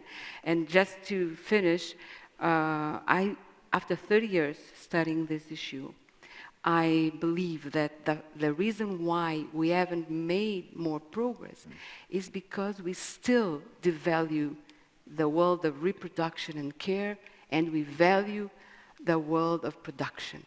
And since women are very much connected to the world, still, although it changes, connected to the world of care, then progress is limited. We need to value the reproduction for men, the world of care. We need, as a society, a polity to value those things. And we can do it through policy, through policy that should not be detached from the reality. Policy needs to be an instrument that changes and creates reality. And that's why, as you were saying very well, we need to monitor, adequately implement these policies. Thank you very much. Yes, indeed. Thank you very much for this question from the Boston Global Forum. You see how much reactions, bunch of reactions you created. Yes, please, Aviva, your turn. Several remarks, and I would like to focus again about policy and implementation. Since we know what to do policy-wise, and you mentioned the Nairobi Conference and then the Beijing Platform of Action and the rest of the resolutions. Again, when we come to the reality on the ground, it seems that Israel again here came out of necessities, taking the steps in order to use in the best way possible the human resources of its society in face of all the challenges that it faced. And this really put us on maybe a different level of equality between men and women along the years.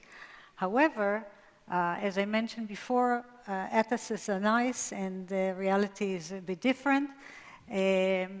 I think that since women in Israel, both in the military establishment and in the security establishment and at the foreign ministry, were unhappy with the situation.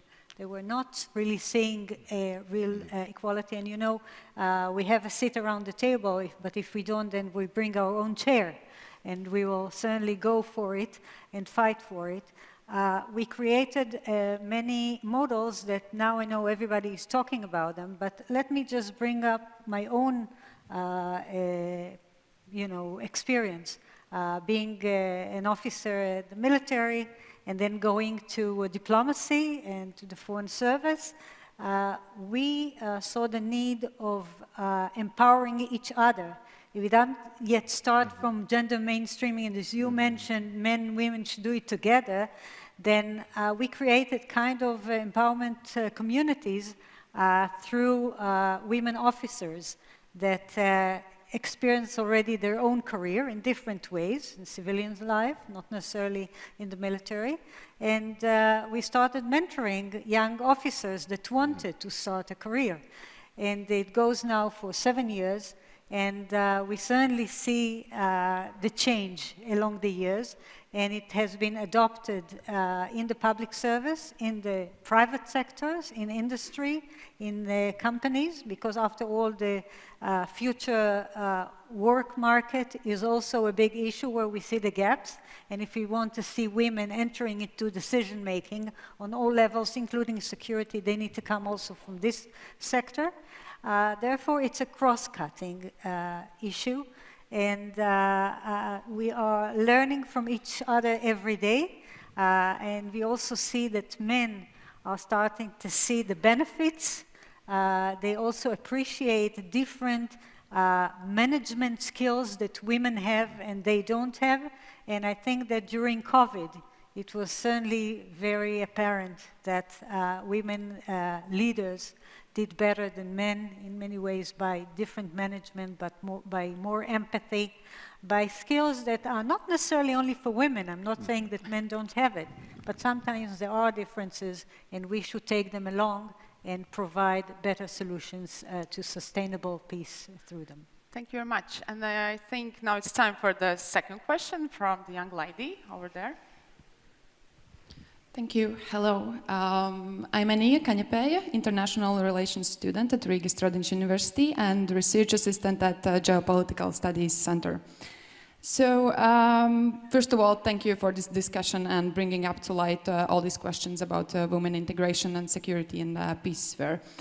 So recently I did a research paper actually on women in the Baltic States Armed Forces, and I was trying to define if there's any institutional obstacles for women to engage.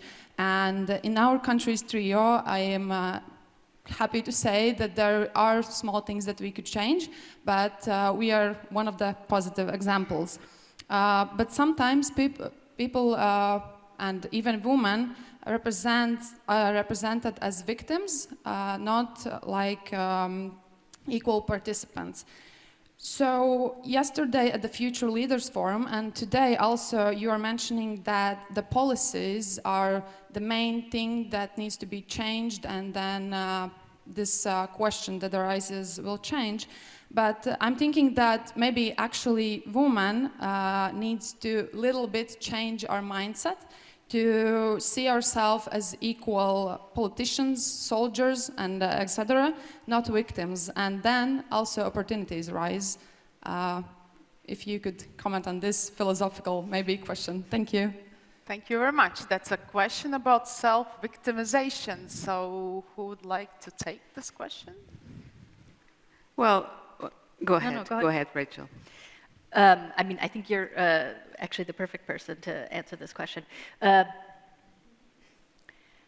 Yes, I think women, and sometimes there are some men who are too humble and not ready to sort of take a chance and think, oh, do I know, 100% about this thing? Am I 100% qualified? And statistically, it is much more often women who think this. So this is certainly one thing to encourage a little bit more daring on behalf of women. Absolutely, and that's the first thing. But it's an interesting perspective, and I think you're right about the need to have putting the focus on participation and not so much protection. This has been one of the criticisms of the agenda. So it's important to motivate people to be more active and participate. I think that calls on the issue of education. We need to educate young boys to care, to be caring, and young girls to be strong in the same extent. So if we start to do that, I think that will help change the way how people live by the stereotypes, the ideas, the roles they are assigned by society, by culture, and change that. So I think the answer is education, really. Although I don't see what you mentioned, we, the women. Of course, we share a condition in many different senses, but that is not so obvious that we can see ourselves as a group in other dimensions. But anyway, education, I think, would be the key to change our convictions, ideas about gender roles. Thank you. Thank you very much. Let's move to our last question, which also, in fact, comes from the audience, but via Slido, our online watchers are also asking. And actually, this question appeared already at the very beginning of our discussion. And during this discussion, we addressed 2 of 3 pillars I mentioned before. Engagements, security, and then there was the third one, justice. And this question concerns indeed the issue of justice. And our participant asked what concrete steps in the justice-seeking process post-war can be taken to ensure that women's voices are heard. Please, could you briefly answer this question? Is it even possible to answer in a brief manner? So maybe let's start with you, Rachel. Sure. I mean, I'll start with one part of the answer, because which is the policy of ensuring that you're asking if we're listening to women. I mean, that sounds obvious, but if you don't have the policy there, sometimes, I mean, too often it's forgotten. So if you have a policy of saying, are there voices missing from this conversation? In this case, women, but it might also be, other minorities or other vulnerable populations who are not part of the discussion, who experience something that we're not asking. So, are their voices missing? Start with that as an important divisive policy. Thank you. Aviva, please. I think that we have seen during the last years that apart from going back to 1325 that is dealing with armed conflict, that apart from armed conflict, today we have global challenges, mainly sustainable peace, COVID, water security, food security, climate change, of course. And therefore, you need a lot of expertise. And of course, women have a lot of expertise, and they should be part of the decision-making processes. Therefore, when I go back to 1325, which I think is really reflecting the justice of not only seeing women, this also answers the previous question, as victims, but also as the ones that need to participate. Mm-hmm. By the way, we integrated this specific element of the 1325 in our law, body of law and equal rights of women in 2005. I really believe that if women count only on the long process, and I totally agree, education from the early age for men and women, still we live in an age of stereotypes, and if you don't take your future in your hands, it will take much longer time. And today you hear about all those predictions that we are going back not to 100 years gap, but to 150 and 250 on different parameters. So, I'm putting this aside, and I'm just saying that it's maybe time to express our admiration for the women of Iran, taking their future in their hands, showing the bravery, yes, and fighting for their rights, and maybe they will be leading the change. So I believe in women, I believe in the power of women to make a difference, and I think that they strongly can convey all those messages from policy to implementation in a much shorter time. Thank you. Hopefully. Thank you, Aviva, very much. Stephen. Well, I think I'd like to also conclude by reaffirming that everything I know about women, peace, and security I learned from women. But more importantly, I think this question really gets to the heart of what we're talking about when we're talking about justice. And although I'm alone on this stage as a male, I always like to point out that in 1848, Frederick Douglass was alone at Seneca Falls, all right, because he understood at that time that women's rights were human rights, that the end of slavery and freedom for women were all intertwined. So I don't mind being alone as the co-chairperson of the board of the Women's Refugee Commission. But more importantly, I think we also have to understand that justice is not just seen in the context of conflict. There are other existential threats that women actually participate in. Women have keen voices in how we address the negative impacts of climate change. So while it's clear that aggression here in this part of Europe by Russia is something that is in your face, but also at the same time that there are other existential threats that women are in the vanguard. And so that when we think of women, peace, and security, we must have a holistic approach to it, all right? And not just one focusing on conflict or one that's just focusing on bringing women to the peace table, but in fact, how do we make sure that women's voices are part of this overall arc of history and bending toward what we call justice? Thank you. Thank you very much. Helena. Just to praise the men who engage in gender justice, because that is a big, big part of the issue. All the men in Iran that also support those women fighting for the same cause, because this is a human rights cause, a democracy cause. And so we must stand together and value all these participants independently of their gender that are fighting for these same rights, and also a message for the skepticals, for those who are more and more confused about all this identity politics that comes together with these discussions. And the message would be, this is not about eliminating differences. really not. It is about equally empowering different people.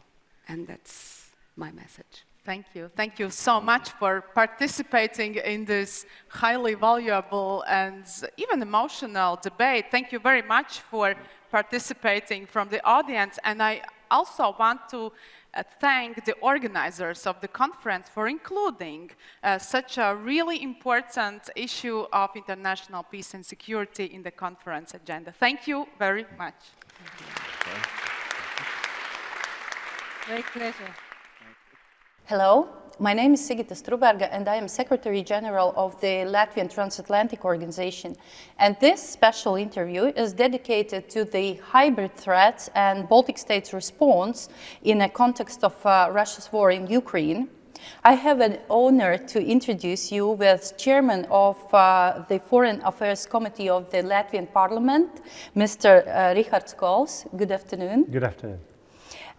3 Baltic states have been under constant pressure of Russian Federation and have been experienced hybrid threats and hybrid warfare from very re-establishment of the independence of our countries. And this pressure is exercised via various dimensions, starting from compatriots policy, information operations, energy policy, cyber threats, up to migration policies, etc. And 24th of February changed European security perception.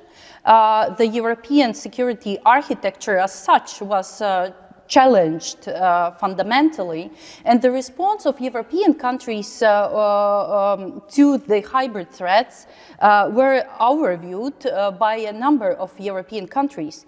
But how the security perception has changed in Baltic states in context of war, and what has been changed in the dimensions of hybrid threats caused by Russian Federation? Well, I have to say, not dramatically changed the mindset of Latvian politicians or analysts of what the threats Russia is posing to our sovereignty and territorial integrity.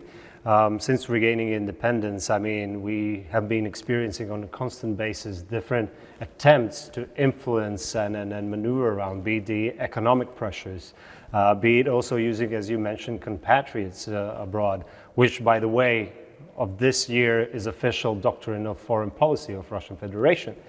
So we of course, we've been raising the red flag for years.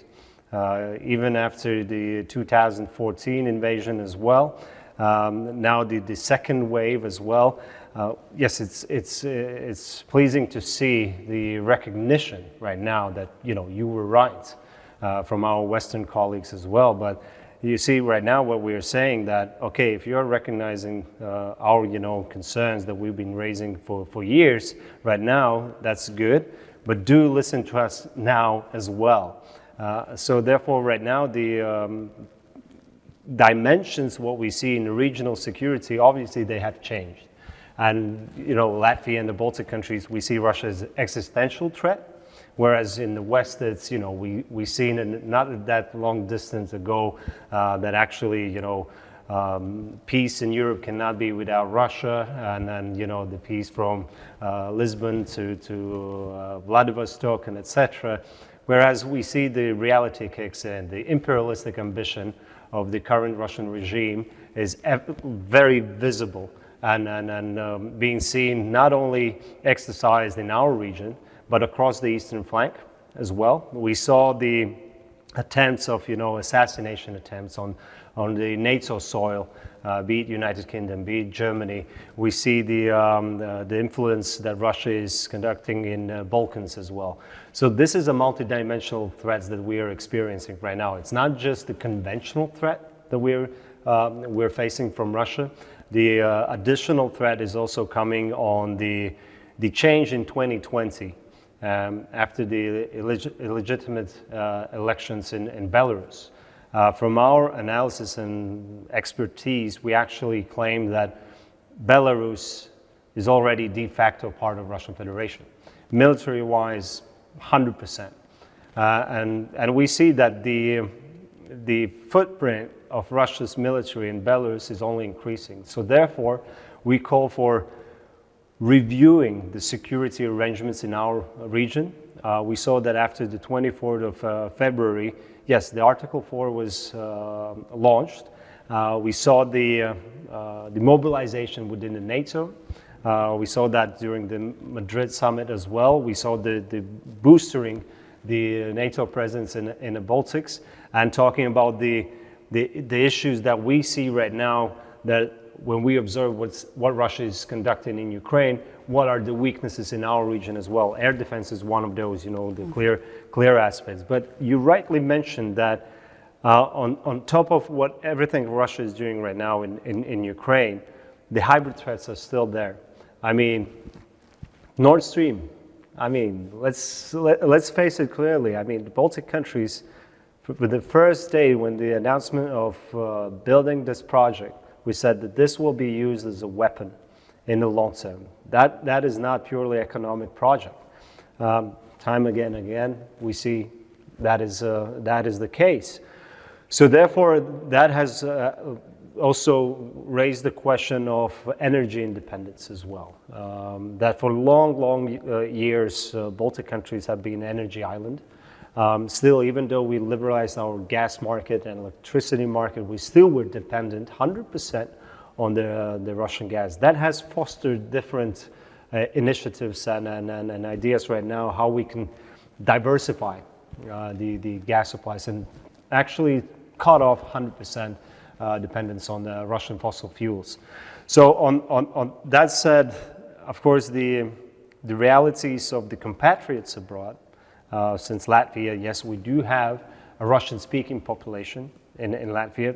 Someone might say, and usually ask the question, is that a risk to the national security, or can they be exploited, or what is the internal temperature within the society in Latvia? And I would say that there are no ethnic conflicts overall. I mean, we don't see the clashes between, Russian-speaking and Latvian-speaking population. But of course, we see there are, as I would call, fifth column is still here, evident in Latvia, and this is something for our security services to pay attention to, because revelations right now in the Western world where we really look for our weaknesses, because there is this saying when it comes to Russia, like, look for your weaknesses, that's where you're going to find KGB.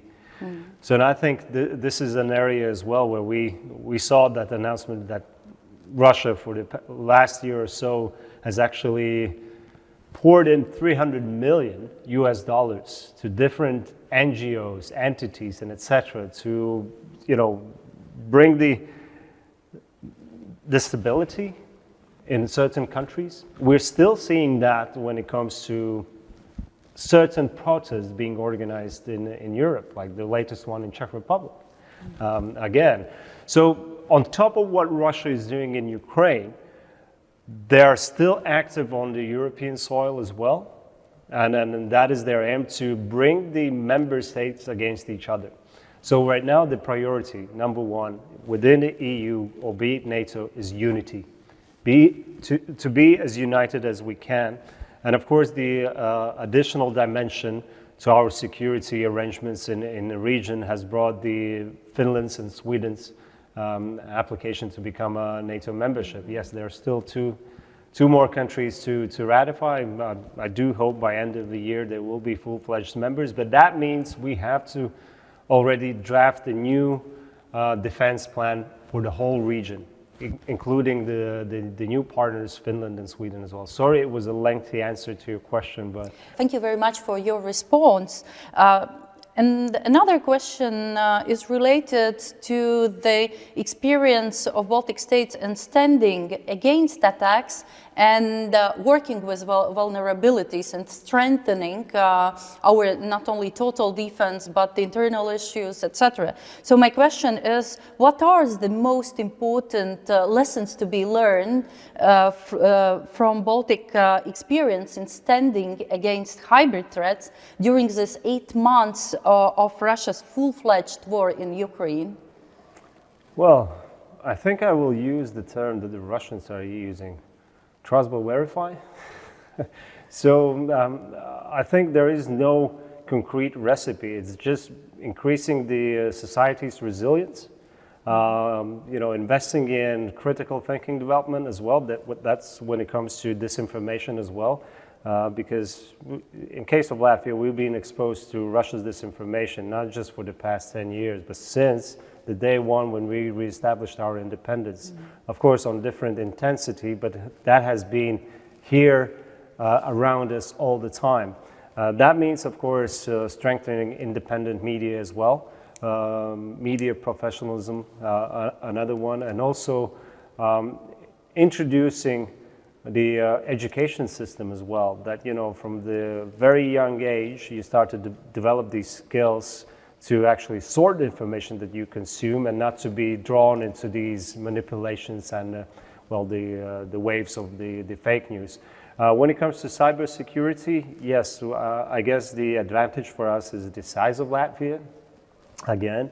Obviously, maybe not that complex critical infrastructure as it might be in some other much larger country as well. So we can test our own systems. Again, look for the loopholes, look for the weaknesses, and then based on that, we are sharing this experience with our allies as well. So maybe that is, the base for, I will not call it experiments, but in a way of testing, how durable we are, how the overall all the services, that is not only the military services, but also civilian services are intervening in the processes on defending our critical infrastructure and etc. And also, we can see regarding this cooperation and mutual understanding with our allies. So what we observe nowadays in Europe is that basically mobilization in Russia has led to large exodus of male Russian citizens in conspiration age, and the Baltic state and their closest neighbors have closed their borders for Russian citizens. At the same time, what we see is that we receive certain criticism from our partners. And what would be your response to it? Well, I haven't received, not personally, but as be the representative of the parliament, or for the also in line for the government's objections, because actually, on the contrary, what we have been doing is that we explain our security concerns based not just on our feelings, but concrete assessment of our security services as well, based also on historical experience. So, and one thing is that we have to also stress, it's not just Latvia's position. This is, first of all, was the position of 3 NATO member states that are bordering Russian Federation, and then joining also Poland, and later on, at first, Finland hesitated, but in the end, they understood what, the flow might happen, and also that is the question of national security overall. So therefore, with this fact-based and arguments, we have actually convinced also the European Commission that yes, there will be limitation on issuing the visas to Russian citizens, but the countries that are bordering the Russian Federation can impose stricter measures at the national level, which we are doing at this stage. There are political forces in Latvia actually calling for closing the border in total. Maybe just, some flow of cargo, whatever is going on, but no physical crossing as well, because, somebody is as well as saying this, the partially mobilization, or it's actually the full mobilization. And the thing is, what we should not do is to get entrapped on this thinking, what might be Putin's next steps? I think what we have to face is always think of, unthinkable, the worst scenarios, and make everything already preparationary works that, if that happens, we're ready. So in this regard, if there are 1 million Russian citizens trying to avoid demobilization and fleeing. You know, again, I don't exclude that that can be also used by Russian security services as well. I mean, we learned from Ukraine's experience prior to the 24th of February. There were hundreds sabotage, you know, personnel sent in Kiev. So that is like, you know, the sleeping agents and etc. And for us, we cannot allow at this stage. We have the opportunity to guarantee that nothing of that sort of happen. We have to do that. Not just to say that, you know, in theory, yes, but let's see what happens. No. I mean, when it comes to Russia, let's not risk. Because, I mean, it's not reasonable regime. It's not looking for ways to actually decrease its activities. It's actually the confrontations and other things are only increasing. We see it right now with the specific bombardment of civilian infrastructure in Ukraine. This is something that where the West, the collective West, really needs to understand. There is no readiness, there is no interest from Russia's side to look for some, you know, middle ground and try to find and de-escalate the whole situation. It has clearly stated its ambition, and we have to increase our deterrence in a way by denial. Don't even try.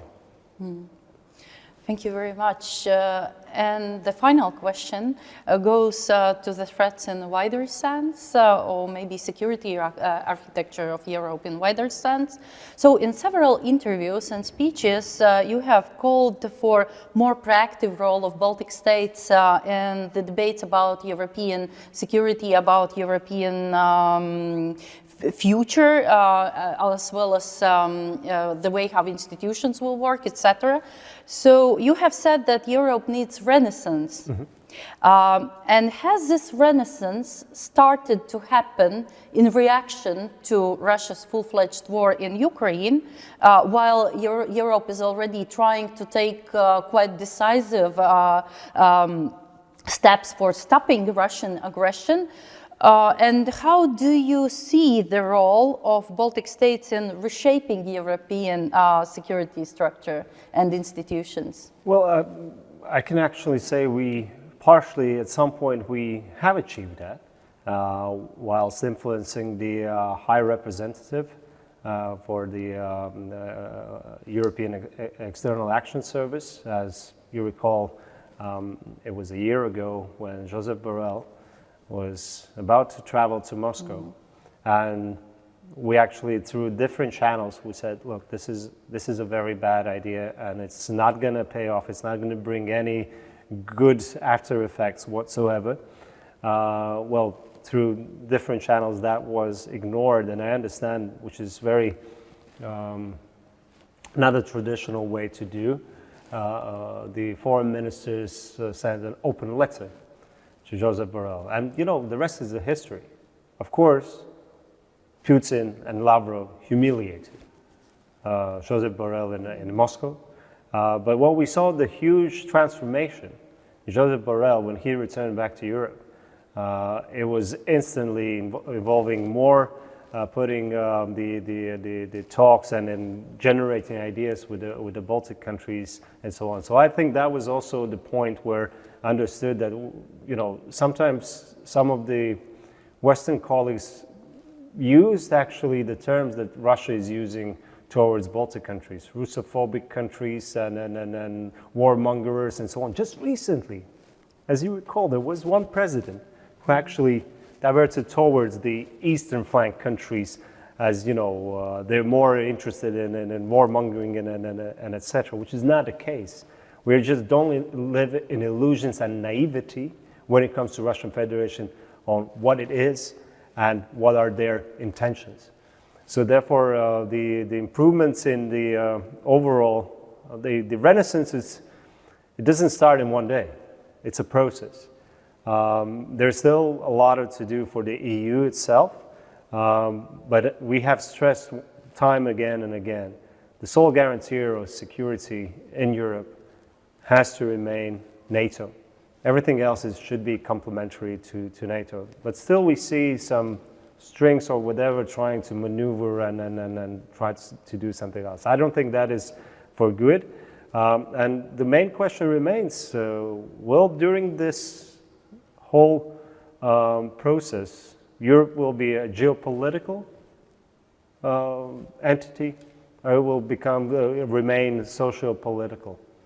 I believe it can become geopolitical, and that means very decisive decisions need to be made on a timely manner and being, first of all, delivered. I mean, fine example is sanctions. Well, there is already talk on the 9th package on sanctions.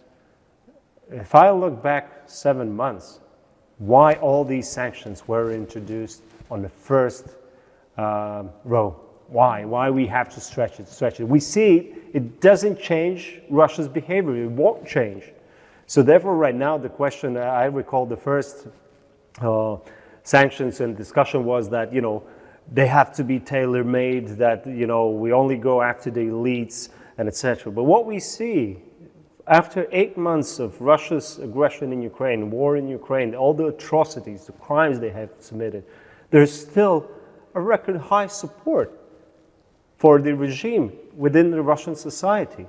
And I think not only we have to move in a way to reach the strategic defeat of Russia, but the Russian society has to learn but to lose. Mm-hmm. And that is also, there comes the historical perspectives as well that I think we can discuss in another time, another place. Thank you very much. This was the special Rīga Conference coffee break interview with Mr. Richard Hols, who is the chairman of Foreign Affairs Committee in Latvian Parliament. Thank you very much. Great. Thank you. It's a pleasure.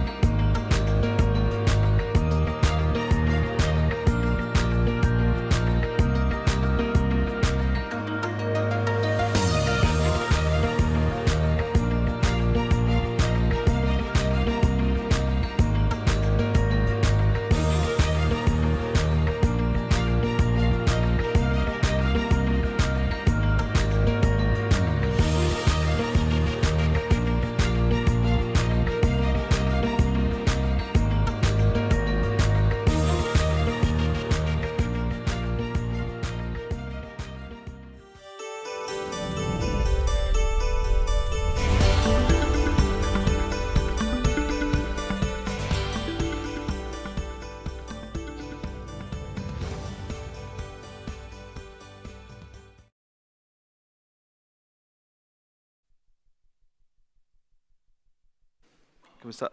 Hello, good afternoon, and welcome to this session. It's great to be in Riga. It's a privilege to have this panel with me, which I'll introduce in a second.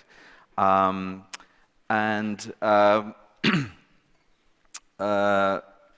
session is called "Can Russia Remain? Will Russia remain behind the Iron Curtain? How long it can remain behind the Iron Curtain?" And I mean, there is a question whether Russia is actually behind the Iron Curtain, what kind of system it is. But we're not going to talk about nuclear. We're not going to talk about the war itself. We're going to turn to Russian society and Russian politics. Although obviously all this connected, but you've heard enough. We've heard enough probably in other sessions. There are much better people to talk about the security aspects. We have a fantastic panel. Gulnaz Sharafutdinova, who is a professor of Russian politics at Russian Institute at King's College London, who I've been reading with great interest Gulnaz's articles about Russian ideology, how it's been adjusting to this war. We have Professor Sergei Medvedev from Charles University in Prague, but also Free University in Riga, the author of a brilliant book called The Return of the Russian Leviathan, which got Pushkin Prize in 2021, and is just finishing the proofs, he told me, or going through the last revisions of a new book, War Made in Russia. The title couldn't be more timely, which is coming out sometime in the spring at Cambridge University Press, and congratulations on both books. We have Kadri Lik, who many of you, I'm sure, know, who's been looking at Russia, studying it from the Baltic perspective, but also from European perspective, who's at the European Council of Foreign Relations at the moment. And we're very, very lucky to have Ambassador Marius Risnins, the Latvian ambassador in Moscow, who has an edge over all of us, and I think I'm going to turn to him first, who's just come from Moscow. The rest of us been more or less recently. Sergei and I were last in Moscow in March. Gulnaz further. I don't know, Kadri, when were you last in Russia? Me? Yeah. Exactly 1 year ago. So, a year ago. Just to say the things which I'd like to discuss, which I think hopefully will be of interest. We're now nearly at 8 months of this war. 24th of October will be exactly 8 months. And throughout this war, there's been, and in the run-up to it, there have been difficulties of not so much intelligence and analysis, but of imagining or visualizing certain things. A lot of us who've studied Russia couldn't quite believe he would do it. Intellectually, we were arguing that this is likely to happen. When you actually face the reality of it happening, it's very hard to visualize Russian tanks, Russian missiles showering on Kyiv, on Ukraine. We couldn't quite imagine how Ukrainian army would fight back and that it would last, and not only last, but will turn into one of the, probably the strongest European army at the moment, this second to really none, to face what was supposed to be the second largest army. And now we're having some problems visualizing of how Putin goes and how this war ends. And we'll try to, I think, to imagine and to visualize some of those things, which perhaps not being able to do so holding us back. But before, given that unlike Russian propaganda, we try to operate with facts, and we have the fortune of having the ambassador with us who just came back from Moscow a couple of days ago. Could I turn to you to describe what is it like? We haven't seen Moscow since March. What does it feel like? And what's your sense of where we are in terms of the politics and the elites dynamic and the balance of power? Well, thank you very much, Arkady. Thank you for a very kind introduction. Actually, it's not a surprise that coming here and when I meet my colleagues from Latvia and other countries, the first question comes, how is it to be a Latvian ambassador these days in Russia? And my usual answer goes like, I have a mixture of different feelings. From one hand, it is, of course, professionally very rewarding because, for instance, in my professional career, I never met that many Nobel Peace Prize laureates as in these years in Moscow. And I'm not speaking just about Mikhail Gorbachev, whose legacy in different corners of Europe might be considered differently, but also Dmitry Muratov and International Memorial just recently visited our embassy, the people who really defend the values, the universal values, and that professionally that's rewarding. But then at the same time there is a certain elements of depression, because again, I never met in my diplomatic career that many persons who are being followed and brought to jail, like for instance Vladimir Kara-Murza, who usually participated in these conferences in Riga because of their political beliefs. I have never met that many foreign agents, or actually in Russia to be declared a foreign agent, that means the enemy of the state. So that's pretty depressive. It's also pretty depressive professionally to see that, that the Russian authorities deliberately are dismantling the existing mechanisms of engagement with the West. You see that definitely through the propaganda channels, and in my job description, it belongs to my job description time to time to look at this black case in the corner of the room, the TV channels, but also in very practical steps like closure of the Russian representation at NATO, like the way how they welcomed High Representative Borrell to Moscow last year. The gossip right now in Moscow is that most probably Russians will not send a new ambassador to the European Union. But also in policy papers, we see the same deliberate closure of any mechanisms of cooperation, like national security strategy of Russia. In 2015, there were a number of areas where Russians believed some of the threats or challenges related to security, like terrorism, like global warming, they considered European Union and NATO as a potential partners. In 2021, even before the war, the new strategy, European Union is not even mentioned in that 40-page document, not to speak of NATO. So it's a clear evidence they are closing down the cooperation avenue. Sure, but Maris, obviously, there are policy papers and there are politics, but actually, being on the ground, you have the smell, the senses, what the place looks like. So throughout the summer, we've been getting reports that actually Moscow had been carrying on as normal. There was pretending a special military operation somewhere quite far. How has Moscow, or your sense of you talk to people, presumably still at even if at the Ministry of Foreign Affairs, how has the mood changed since 21st of September when Putin called the mobilization, and how tense does it feel? What's your sense of the dynamic? Well, you're right. I mean, before 21st of September, it was just the business for professional army, and the people should go on with their everyday businesses. And specifically, talking about Moscow, Moscow perhaps will be the last place where you will see the results of sanctions or the very fact of war going on their western borders. After the mobilization or partial mobilization, definitely you feel a certain increase of nervousness if you trust the figures coming from the central bank. The people are withdrawing their money from their bank accounts. Definitely everybody knows about the reports regarding the people fleeing Russia.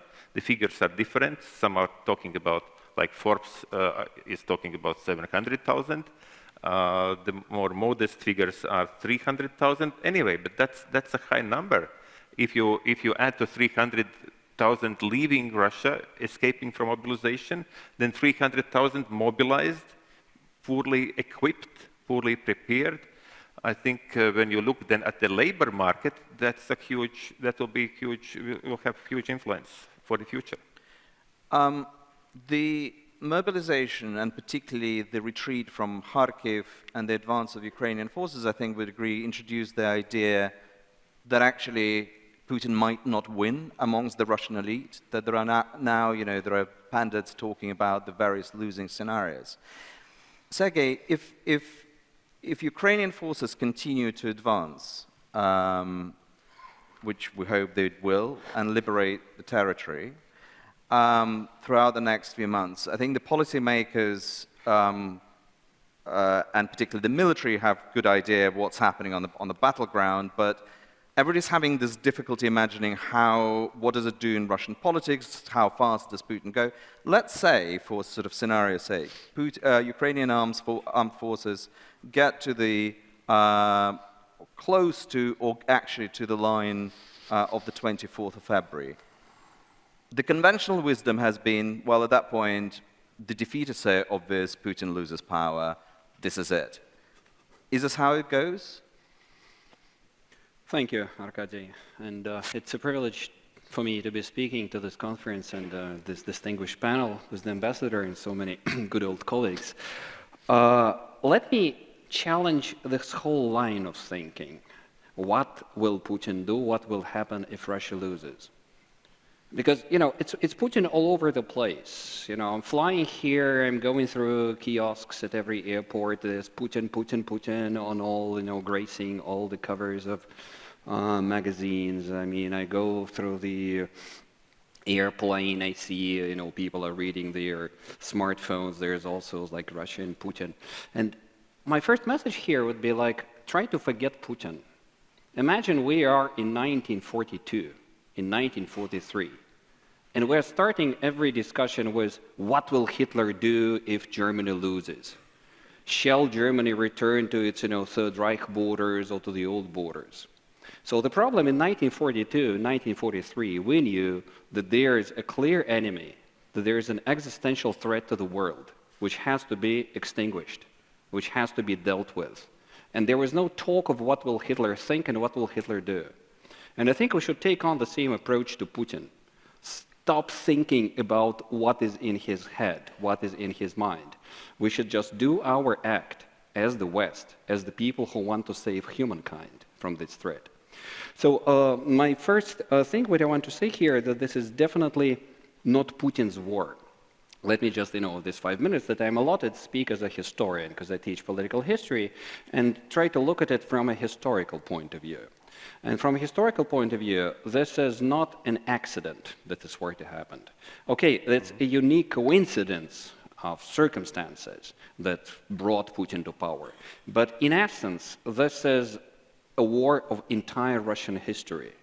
That's one of the high points of Russian history, which hopefully has to end. This period of Russian history has to end at this point. This is, first of all, the history of the past 20 years, 21 years, 22 years, the history of Putinism, Russia which has arose from the debris of the Soviet Union. Secondly, that's the history of the past 30 years. That's the delayed Soviet breakup. We were marveling so much after 1991 how bloodlessly the Soviet Union had collapsed, especially compared to Yugoslavia, right? Especially looking at what was happening in Rwanda at the moment, at other imperial breakdowns. We were really wondering how could it happen so peacefully and velvetly, right? Was the nuclear missiles issue decided, was NATO being enlarged rather bloodlessly, and so on. But so now what we're facing, it's a delayed Soviet breakup from 1991. What hadn't happened in 1991 is happening now, the painful imperial breakup. And then this is more than this. This is the end of a long history that started in 1917, which is called the breakup of the Russian Empire, which tried to break up twice, in 1917 and 1991, and never it broke completely. Each time there was an imperial remission. The Stalinist remission in the 1930s and the 40s, and then the Putinist remission in the 21st century. So this is an unfinished history of Russian imperial breakup. 20th century was the century where all empires had ended. The British Empire, the French Empire, the Third Reich, the Belgian Empire, the Dutch Empire. and only one empire remained standing, which is the Russian Empire. It lived on into the 21st century. It's become an anachronism. And what we're seeing now is the anachronism of war, the anachronism of the imperial breakdown. And finally, what breakdown we're facing, I think it's a history of not just 350 years of Russian Empire, because really, well, Russia started to be called empire in 1721 after the Northern War by Peter the Great. But indeed, it became empire in 1654 after Ukraine became part of Russian Empire. And actually, Zbigniew Brzezinski had a very precise judgment on this. He says, without Ukraine, Russia ceases being an empire. So the fate of Ukraine is indeed the fate of Russian Empire. Therefore, we're seeing such ferocity. Therefore, we're seeing such destruction, because Ukraine is a pivot. Ukraine is a cornerstone in the building of the Russian Empire. So take out Ukraine and the entire imperial building collapses. And finally, what kind of breakup we're facing? I think it's a breakup of 550 years. It's a breakup of Muscovy. That's Muscovy which we're seeing now, which emerged from the Tatar yoke. The Muscovy which emerged by the work of Ivan III, Ivan IV, the construction of the Kremlin, and that's when the Moscow Principality, in alliance with the Tatars, rose among the Russian principalities and started to iron out the entire Russian land, building its dominance. So we're facing these multiple breakups, the breakup of Muscovy, the breakup of the Russian Empire, the breakup of Soviet Empire, and the breakup of Putinism, all together in 1 year. So what it drives me to say that we're really facing a shift of historic magnitude, which is much more than Putin, which is an existential challenge for the West.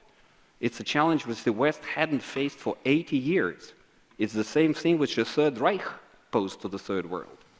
So in a way, and this will be probably my main message here, is that we're facing the task of 1945.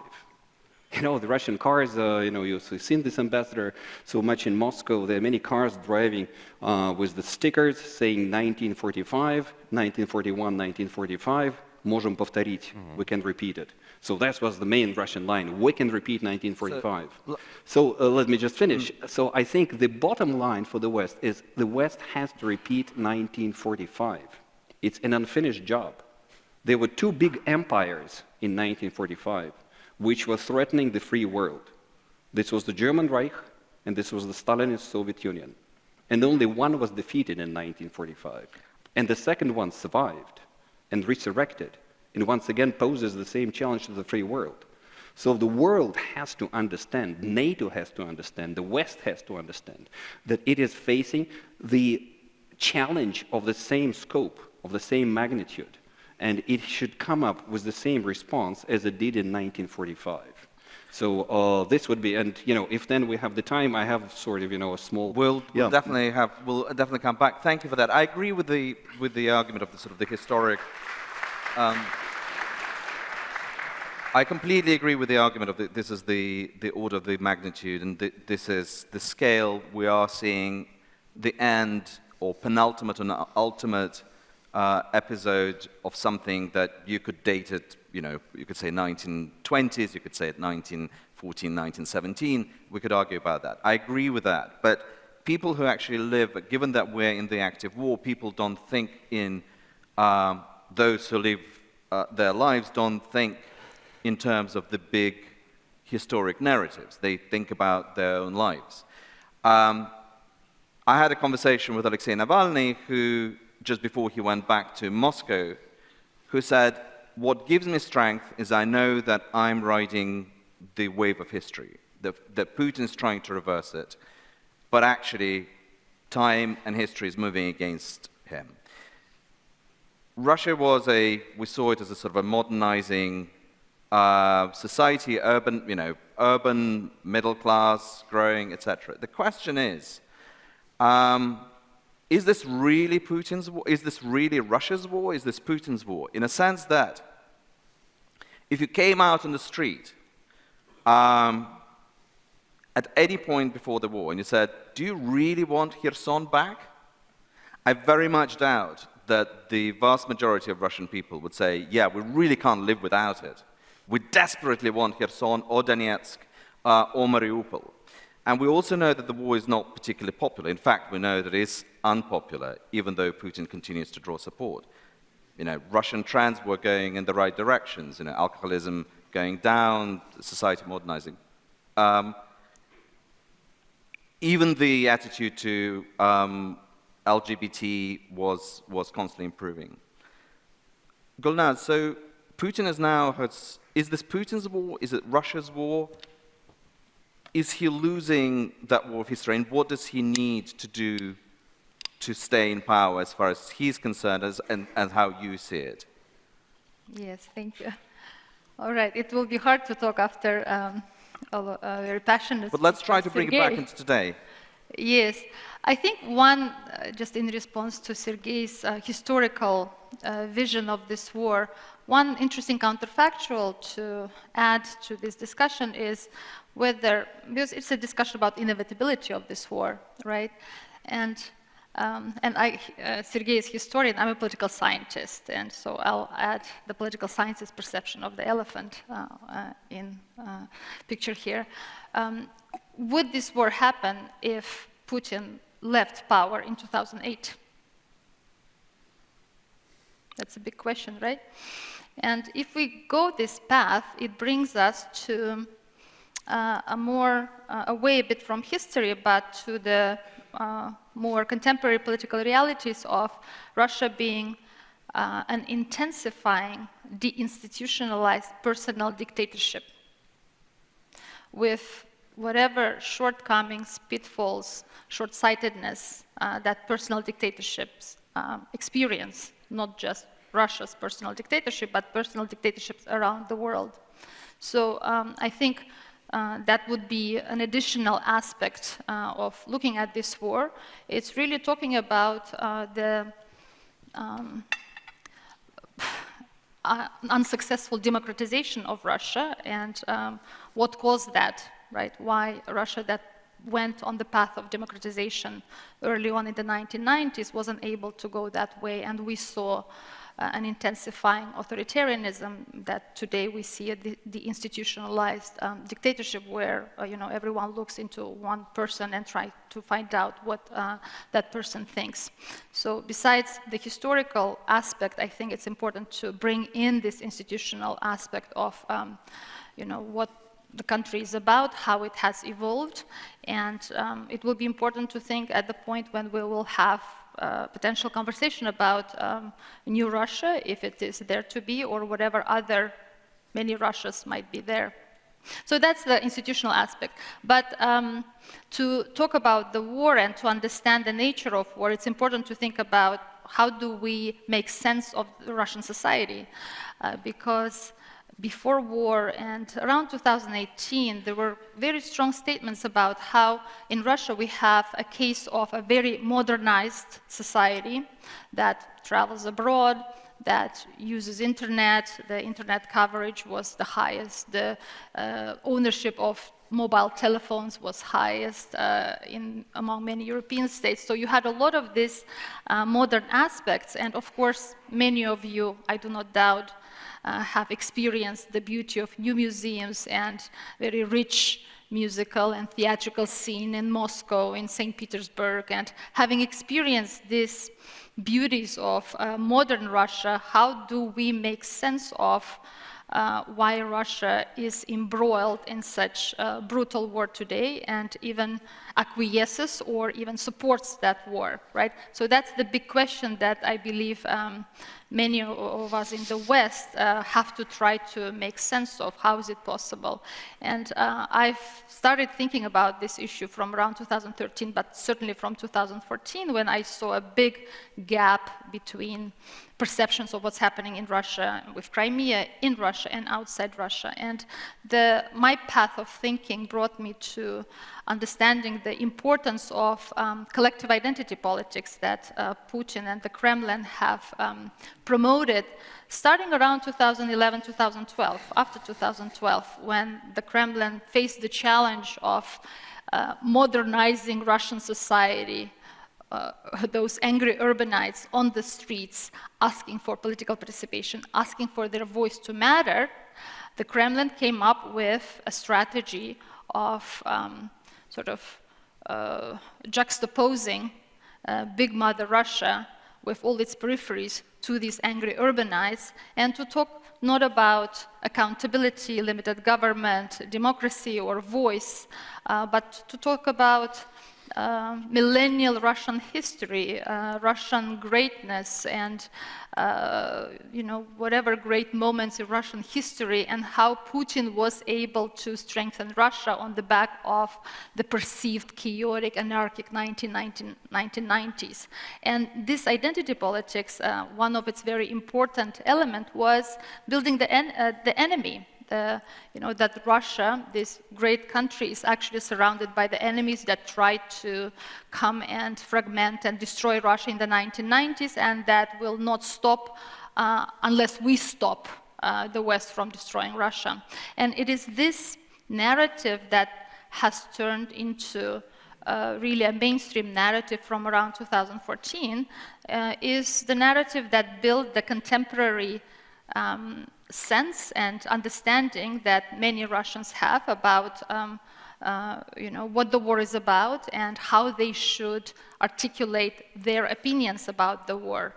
So if they believe in Russia being surrounded and the war being existential for Russia, then protecting Mother Russia is one of the duties to the state.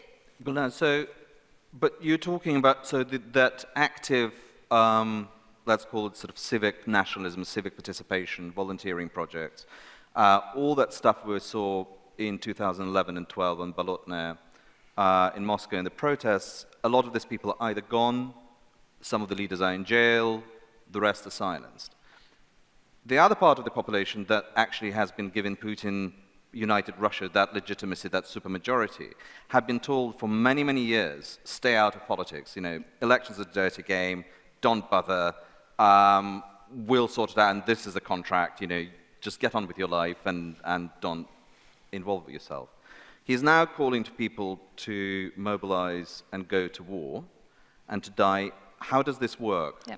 Disengage society in a state of mobilization. Yeah, that's exactly. Depoliticization was sort of another important element of, that was combined with identity politics. So Putin is the leader who represents and builds and creates success for great Russia, but don't trust politics and don't trust other politicians. But when your country is in danger, the call to arms in Ukraine does work to bring some people who are depoliticized to start with, and hence they see the war as an existential issue from their side. So depoliticization works really well in combination with this collective national identity politics, because national identity politics will not work on those individuals who have made it, who have succeeded in creating businesses, in having actualized their professional individual identities and have many more things in their life than to compensate for their sense of loss and sense of poverty with sort of building pride from Russia as a state and Russian successes. So collective identity politics works really well with the depoliticization strategy. Sergei, you wanted to come in. Yes, I just wanted to add in shortly. I'm also really amazed seeing, fellow countrymen just absolutely humbly receiving this, notices of mobilization, and then, packing up, and then their wives and their families are buying them, €1,000, €2,000 worth of equipment with the scarce money which they have, and then they just go to the collection points and disappear in this black doors of Voenkomat, of this military precinct, of buses, of trains, and go there, like every fifth of them will be killed.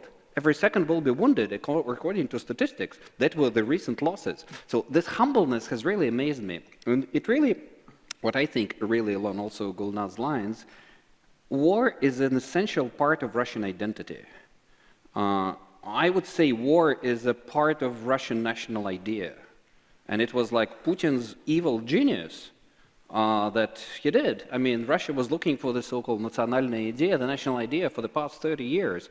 There were like many candidates. But then, 2022 comes up Putin and says, okay, guys, you've got war. And suddenly the nation goes to war. And I'm amazed at how the administration works, how the elite works, how the common population... Have we seen many defectors from the elite? Have we seen any top businessmen? Have we seen any top administrator? No. Everyone just marches to the drum.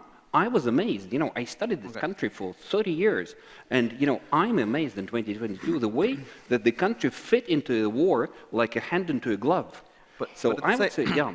But at the same time, we see people fleeing through the border, we see people sabotaging, stepping down. Let me bring Kadri in. Arkady, it's 1%. I calculated the protest plus emigration roughly amounts to 1.5 million people. But it's 1% of Russian population. That's true, but if we look at the polling data, we also see that as soon as he announced mobilization, all the indicators, the confidence, the optimism, is Russia going in the right direction or wrong direction, drops sharply, including Putin's rating. Kadri, you've been looking and studying Russia for many years, talking to the Russian elite, to Russian society. From where you're looking, how successful do you think the mobilization can be, and at what point in this war are we in terms of the Putin's ability to hold on to power? I think the clock is ticking. I don't know how long he has left. That can vary depending on various circumstances, including how the war is going. But I think one thing I am fairly confident about is that now, since February, we are in the situation where I think Putinism will go with Putin. Earlier... Putinism will go with Putin? Yes, because earlier I thought there was a fair chance that the system he created could outlast him, and it could evolve with some changes into something more sustainable, being also slightly more accountable, slightly more institutionalized, but not sort of full-fledged Western democracy with everything that involves, but sort of a system that can function in a long-term manner. I think there was potential for that. Now, however, I am fairly sure that change when it comes will be disruptive in some ways. And that system will be gone and replaced with something else which is can take various shapes. It's not necessarily nice and cuddly for us. But yeah, I have been thinking of how the change could happen. I think Stalin's death is a model we should be paying attention, because Stalin's system was another sort of hyper-personalized, because otherwise it's not sort of historically necessarily feature of Russian system. I mean, Soviet Union actually had more power centers than today's Russia. It had Communist Party, it had KGB, Politburo was sort of collective decision-making organ in the way they don't have now. And after Stalin's death, what you saw then, there was some power struggle with fairly unholy personalities weighing in, and we will surely have that if something happens to Putin. You'd have, I mean, Kadyrov will want to be in the role of kingmaker and some others. So we will probably see a period of that, but then, you could expect Russia to go back into sort of slightly more collective form of leadership. Because I think with war, I mean, it is true that many features of the society have enabled the war, but that said, it is still Putin's idea. It's his obsession. Without his obsession, it would not have happened. It's not that Russia's elite wanted to take Kherson, as you asked earlier. So can I ask you a follow-up question on that? So, because you brought the point, after Stalin's death, the system, the socialist system, the communist system, whatever you want to call it, stays in place. It develops some internal opposition to Stalinist wing. There is, power struggles within the party, within the Central Committee. There is a generation of people who think, well, if we can get rid of the Stalinist legacy, we can still repair the system. This is what Gorbachev comes with in the 1980s. Is there a difference now in that nobody actually can see the system, nobody can see the future and the destination, and therefore there are actually very few people within the system who could say, well, if Putin goes, we can preserve whatever this is, that Putinism is a system? Or is it simply a mafia ring, and once he goes, whichever way it happens, the whole thing unravels? It can go in different ways, but I think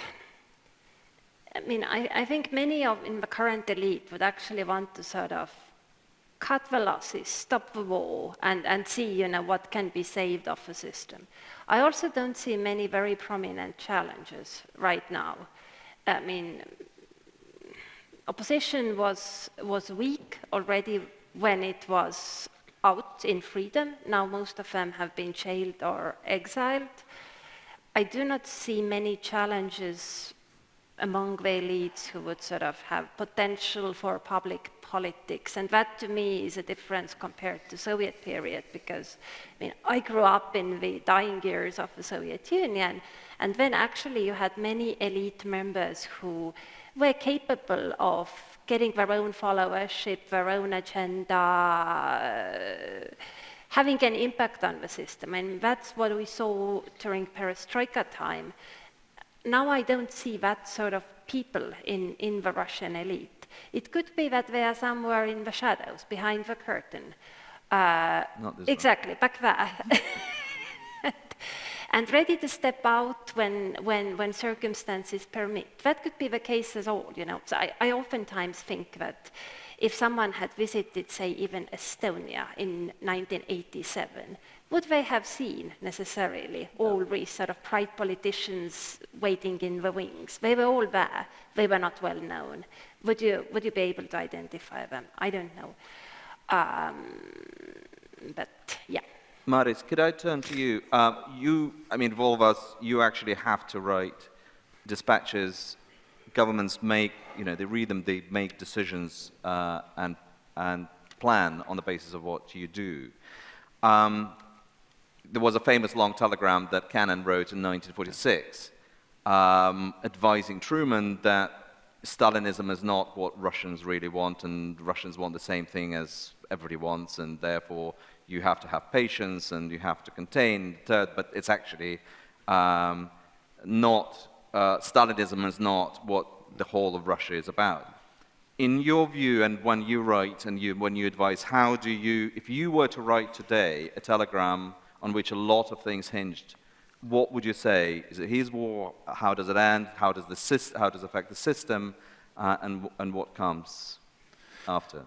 Oh, I would definitely suggest to read once again this long telegram from, 1947, I guess? 46. Or 46, but I would write that that apparently, as we speak, we cannot see any slightest sign that, and I would say collective Kremlin, and I agree with Professor, this is not just about Putin, this is about the more broad support for this war. So far we have not detected any slightest sign that they are about to amend or change strategic objectives of this operation. I don't see it right now. Therefore, we have to be ready for a long haul. We have to understand, and I think in this hall we understand, that largely the failure of Russian military operations so far is because of a couple of factors. One is definitely the Ukrainian readiness, willingness, ability to fight, defend, and eventually liberate their country.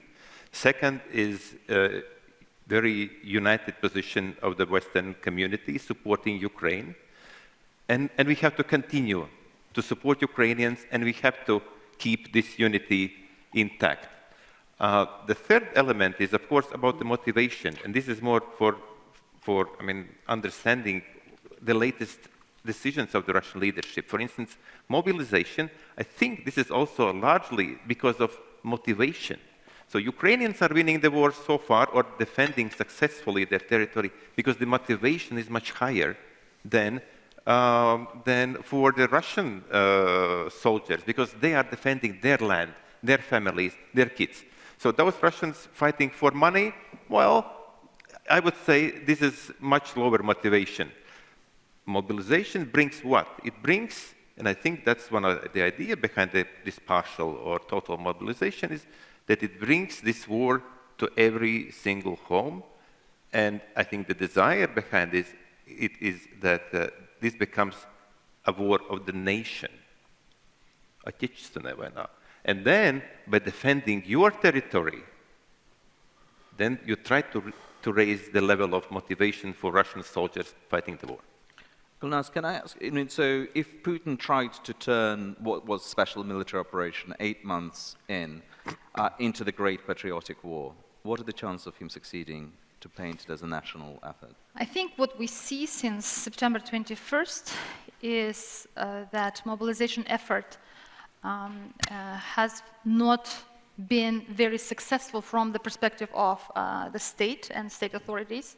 We saw many people who are more resourceful, who find different exits, either from the country or circumventing the rule or buying special paperwork to avoid the draft.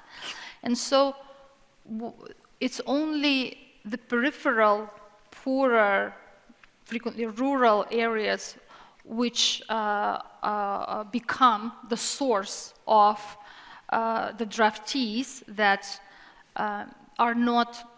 do not have political agency or do not see any freedom of action or any choice to exit the situation. In terms of mobilization, psychologically speaking, and support for it, all the public opinion surveys show extreme radical growth of anxiety, fear, and anger. Those three emotions seem to dominate. These emotions are, of course, internalized, and again, depends on the resources that you have, whether you go and become join the army or you try to exit the situation. And no strong sort of moral support or psychological, what we saw after Crimea in terms of the excitement and joy, so such emotions are not present at all. So if anything, there is a big resistance and fear and anxiety with regards to mobilization. Sergei, if Putin is seen, if mobilization doesn't work and he doesn't manage to turn it into a great patriotic war, which I agree with Gulnaz, I don't think he can any Russian leader survive a visible defeat on the battleground? Can he retain power? Just going back to the beginning, can he stay in power when the elite of the people seeing that after 8, 10, 12 months, he is back to the line of 23rd of February at the very least and possibly further? Can he survive? I think Russia can survive any sort of defeat. Russia survived the defeat of the Russo-Japanese War. No, not Russia, but Putin. But actually, Putin can suffer a defeat as well. We've seen Saddam, suffering defeat and still staying in power. So no, this is perfectly, you see, the political situation is perfectly under control. And just getting one step back to the question, to this, metaphor of Stalin's death, which Kadri evoked. There was a wonderful comedy, remember, a couple of years ago by Armando Iannucci, The Death of Stalin? But I think it's also good for political scientists to watch, because we see the work of Soviet institutions. It's very much about institutions and the hierarchies which stays behind each of the protagonists there. And it's very interesting then how the army takes over, how the KGB works. And this is the key difference between the situation of 1953 and the situation 2022. In a way, Putin has amassed even more power than Stalin did in his time. Stalin still had some institutions around him, influenced but around him. Putin has none. He is absolutely burned out. There's no Russian politics as such. It's just Putin's body. It's like medieval political theology by, Ernst Kantarovich, Two Bodies of the King. It's like in the middle of medieval France. There's the king, king in parliament, and there's, the king is the embodiment of Russian politics. So Russian politics is inside Putin's body. So once Putin is gone, I think this will be totally, it's like forecasting a quantum situation. I can't, for the first time in my life, I say I cannot forecast what happens after Putin. Who will take over, what happens. There's so many small things that work now. And actually, yeah, since I don't have so much time, I just wanted to bring my last point, which is like homework. I don't know in which way Russia will collapse or what will happen to the system. But I know what has to be done. And here, let me just bring back the image of Germany in 1945. And there was an allied program of like rebuilding Germany of 5, I think, denazification, demilitarization. So I think what Russia needs to face after this, this whole crisis is over is, I think it's 7 Ds, which is de-Putinization, de-fascization or denazification, because I think Russia is really not just a fascist but a Nazi country with respect to Ukraine, and Ukrainians just take so much in the head of Putin as Jews had in the head of Hitler.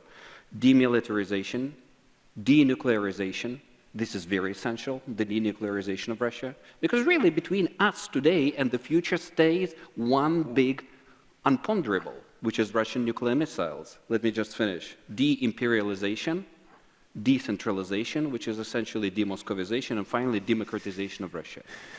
It's too much to ask, I know.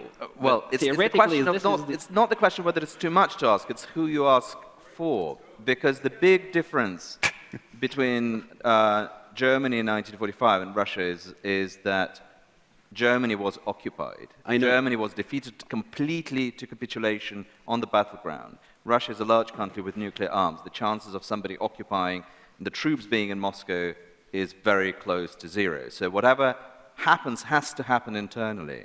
So Gulnaz, can Russia, just going back to the beginning, can Putin, if he survives, as Sergei suggests, as Saddam did after Iran-Iraq war, can he turn Russia into Iran? Would he need an ideology? What would it look like? You've got about 1.5 minutes. Well, I think he has already turned Russia into a sort of an Iran at this point. There are problems entering, there are problems exiting, and there is a population that feels isolated from the rest of the world and feels pitted against the rest of the world.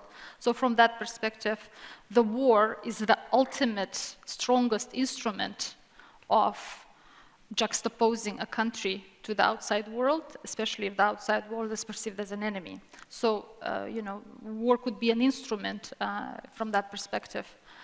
So he has been successful in doing that, yes? Kadri, you wanted to come in on that. Yeah, no, just a side remark to what Sergei said. I absolutely agree that Russia needs to rethink very many things, but I think we should be cautious about how we talk about it. I mean, I can see that some audiences in the West are more than happy to discuss collapse of Russia and denuclearization as if we are gonna go and make that happen. We are likely not, and Russia will survive Putin and Putinism. I don't think Russia will fall apart. I see no preconditions for that, nor I don't think we should necessarily wish for that to happen. And maybe that needs to be articulated more clearly here and there, because Putin is trying to spin that war as a war against Russia, existential one. He's having some success in that among population, but also among the elites who really should know better. And I think the people who are in the position to set policies and message on behalf of the West should make that quite clear, that, collapse of Russia, fall apart of Russia is not something we want. Last thing. May I just retort quickly? So that's really, these 7 points which I wrote, this is not really a realistic political program, right? But I think that any Russia, and I agree with Kadri that Russia will remain. I mean, there's nobody else who will take care of this frozen expense. in the world. I don't see this, any sane empire or nation intervening and taking over parts of Russia. It has to stay. It will stay in one different format. But I mean, any kind of Russia that emerges after, any kind of West, will have to think along these lines, which I mentioned. So these are the key problems which have to be addressed. And if they are not, Russia will be forever a challenger. So let me ask, and last, we're going to open to the floor in a second. In 20 seconds, each of you, we do this thing called The Economist does the world in 2023, sometimes we'll look ahead. Russia in 2028. Just whatever you want to say in one sentence. Is Putin there? Is Russia democratic? Is Russia Iran? Maris. Well, Arkady, sorry, I have to go back the day after tomorrow to Russia and continue my functioning there. I mean, no, I think I would tend to agree with Kadri that I don't see that Russia is about to fall apart. What kind of Russia we will see, it depends largely at the end result of this war, and it will depend largely on how Russian society and Russia will deal with those people who've been enablers and committing the crimes, whether they go through the legal processes.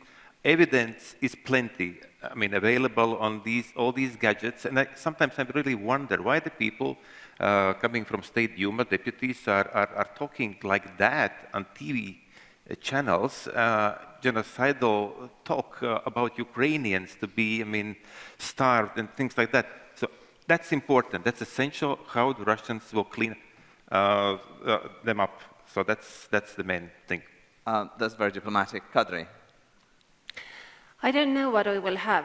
The only thing I'm fairly confident that it will probably look more different from today than if we think back to 2016, 17. I mean, same amount of way back.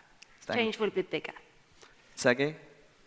Russia intact as a more or less single space.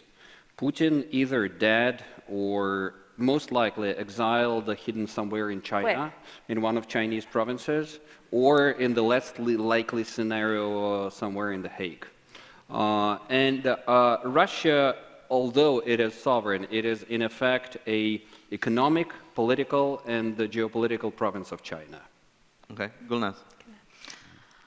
My guess is that short to medium term, and 3 to 5 years, Putin is still there. Situation is ongoing of conflict. If there are changes to happen, which there are, I don't see them happening before 10 to 15 years. Okay. This is recorded. So in 2028 at Rīga Conference, I hope we can play back those comments. There are lots of questions. I saw James Scher's hand first. So, James, can I turn to you?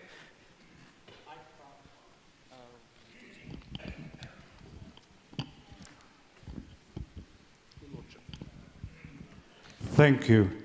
Sergei mentioned a very well-known axiom of Zbigniew Brzezinski. There is an alternative axiom, which I think is closer to the truth. Russia can remain an empire without Ukraine, but it cannot remain Russia. I think that is Putin's view and the view of the collective Putin. The defining feature of Russian imperialism is not territorial expansion. It has been the incorporation of the history and the identities of other peoples into Russia's identity and the annihilation of their historical memory. And that has been a deliberate state project. Catherine the Great described the objective of her Novorossiya campaign as the elimination of the memory, the eradication of the memory of the Ukrainian hetmanate. So my question is this, mainly to you, but also to others. To what extent, thanks to this war, do you believe that people have now started the painful process of decoupling Russian identity from this older historical identity which you outlined so persuasively? Thank you. Thank you, James. Sergei. Yes, James, a great question, thank you. And indeed, Russia, it's a paradox, but without Ukraine, the so-called, the borderland, Ukraine, the small Russia, the new Russia, whatever you called it in the Russian language, it ceases being Russia that we know. So the end result should be really coming up with a Russian identity, which never happened. Empire killed a nation. Russia still did not imagine how to live not being an empire. Geoffrey Hosking, the British historian, had a great quote, Britain had an empire, but Russia was an empire, and perhaps still is. So Russia still didn't learn how to live not being an empire. And I think this war will finally offer Russia a solution, how to imagine itself not being an empire. Let's collect a few more questions. There is a question here, and while you're passing the microphone, I'll also read the question which is on the screen. So can we have a microphone here, which is from Anonymous. Why Ramzan Kadyrov and Evgeny Prigozhin allowed so flagrantly circumvent the rule of law? Kadri? That's easy, because There's no rule of law. rule of law does not matter. The Kremlin circumvents the rule of law. What matters is loyalism, and as long as you're a loyalist, you can do that. Rule of law will be applied harshly against those who are not loyal.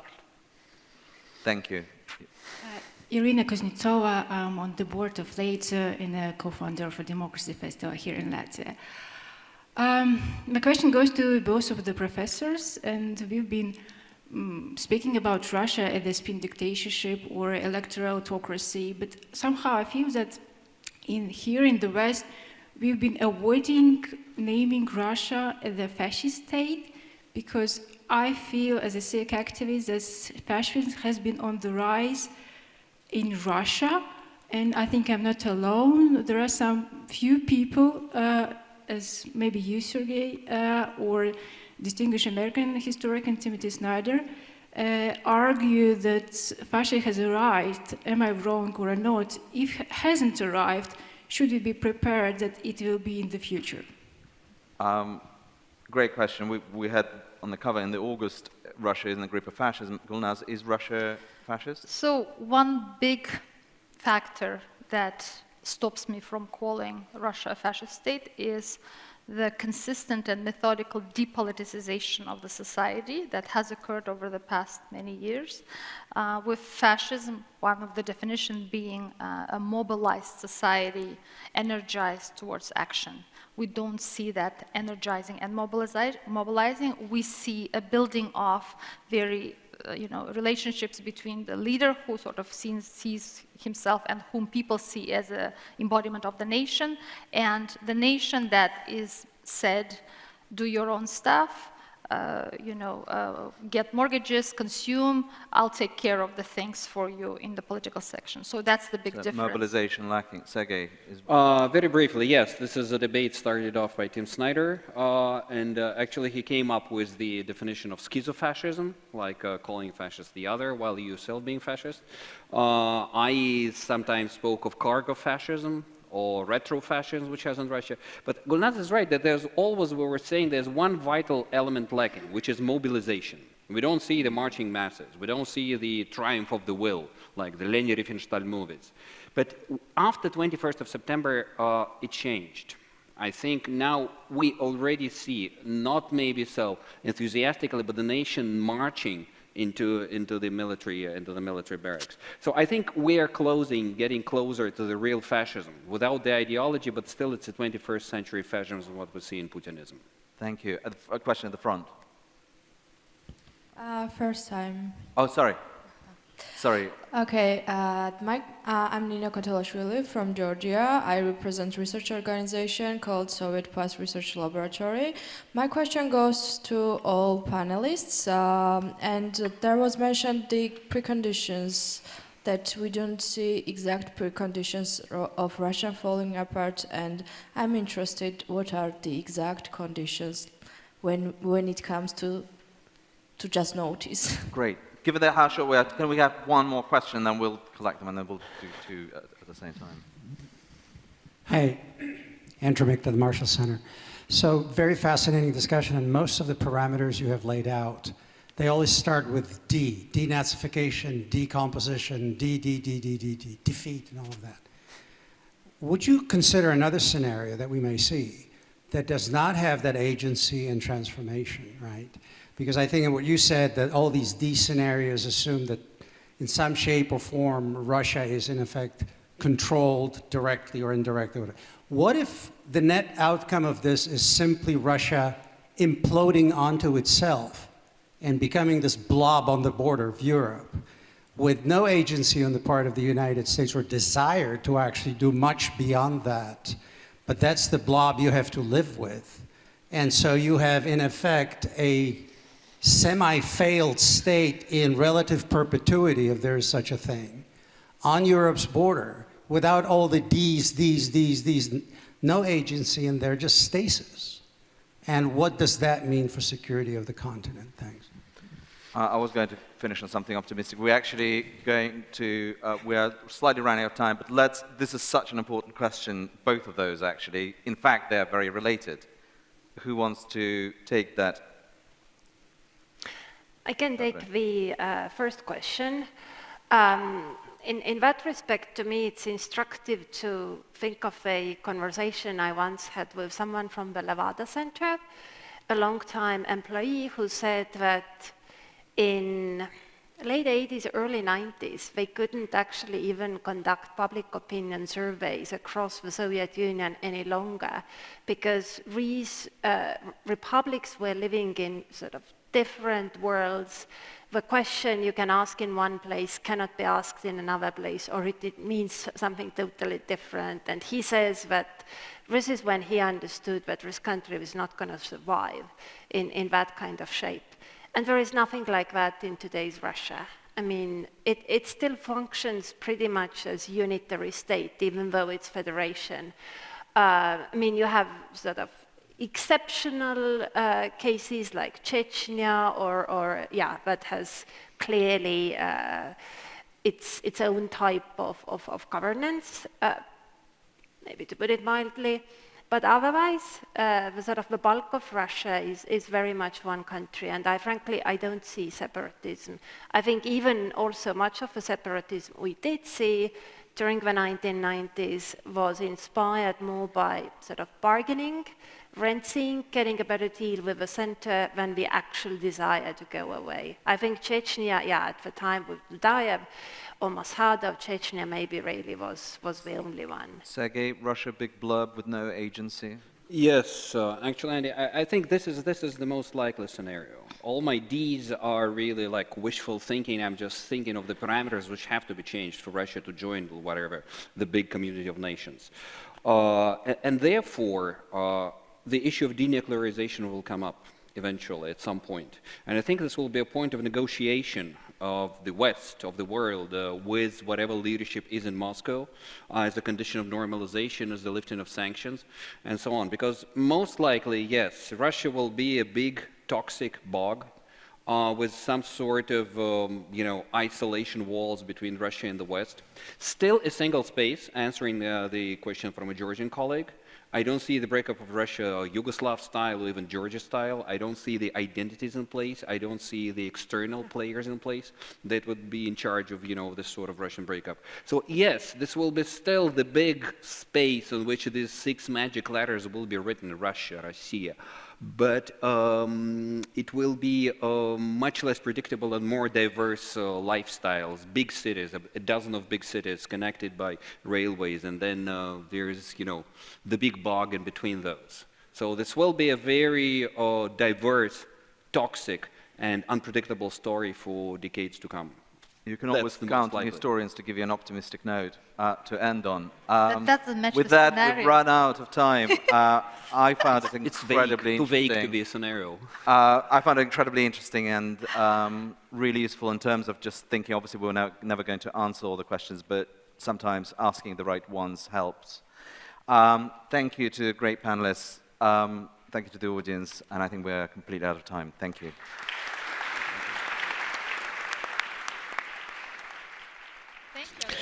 Good morning, good afternoon, good evening, depending where you are located now, in what part of the world. The Rīga Conference has different type of panels, and this time we have an online panel which is organized jointly with the Boston Global Forum. And we have several distinguished speakers and members of the Boston Global Forum. The topic of today's discussion is related to the question of multilateralism.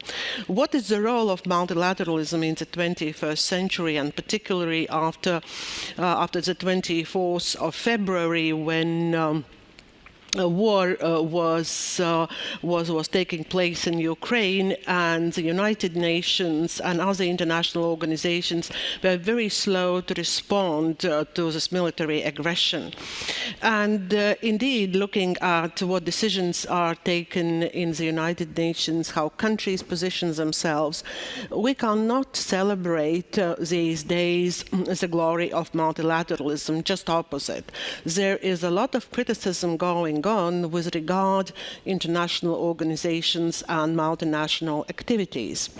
The Boston Global Forum came up with a proposal to talk about a new type of multilateral framework, which could consist of four major players: the United States, the European Union, Japan and India.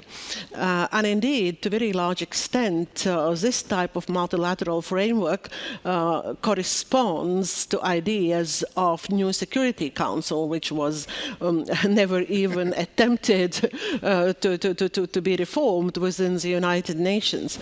But indeed, these are major players in international relations.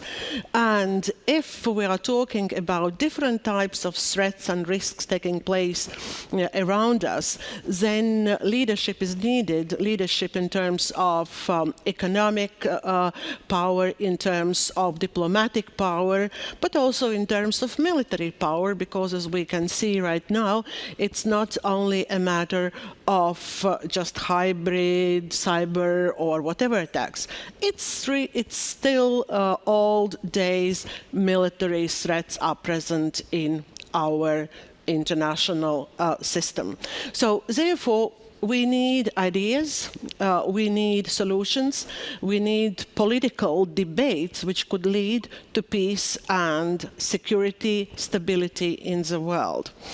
Therefore, we have just extremely tight and extremely important agenda, which we have to address only in 1 hour time, and I'm sorry for that, but this is the format of the Rīga Conference. So we just put our ideas on the table and we try at least to address very urgent issues, which we will elaborate and we will work on later on when the conference will be over.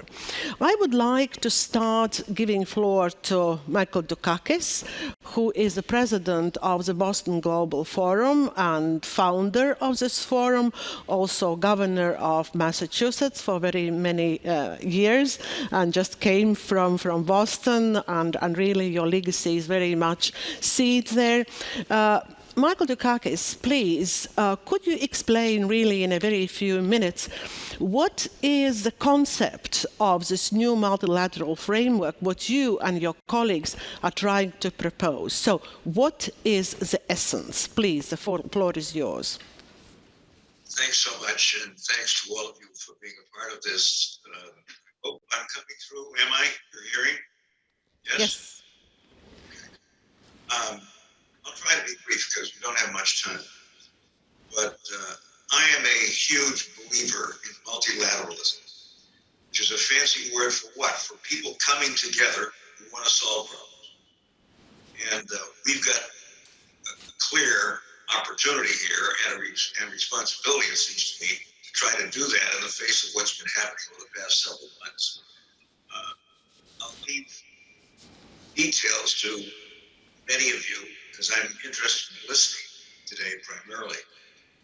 But I think it is so important that we bring the international community together in as effective a way as we possibly can. And I would include China as part of that community. Feel free to disagree with me, but I don't see how we can proceed with this in a serious way if we essentially ignore the Chinese. They're important, they're powerful, they're having their problems these days. Who isn't? But I think it's a mistake to ignore them or not to attempt to work closely with them because of who they are, and secondly, because at least when it comes to the most important issue in many ways that we have to deal with, and that is the future of the planet, the Chinese seem to be very interested in doing that. Now they've got their problems with Russia. We may or may not want to discuss that, but I think this is an opportunity to engage the entire international community, including China. And I'd be interested very much in your thoughts about that, because I think they're inclined to collaborate with us, and particularly in the face of what has been going on in Russia and all of that many of us have had to deal with. So I offer that as one serious suggestion, along with the general notion of dealing with this in a multilateral way. We're very interested in that. Want very much to work with all of you on it. And I hope as a result of this discussion and others that we begin to move in a constructive way. And it seems to me that that should include China along with the international community generally. And obviously, we would be very much interested in your thoughts on that. In any event, a pleasure to be with you. Thank you so much for engaging us and involving us, and we look forward to working with you. Thank you very much, Governor. Indeed, you reminded also about potential threat of China. And if we're looking at the most recent strategic concept of NATO, it quite clearly also indicates that there are two major threats which countries are facing. One is Russia, which is very obvious aggressor in Ukraine, but also China cannot be neglected because of very many different reasons.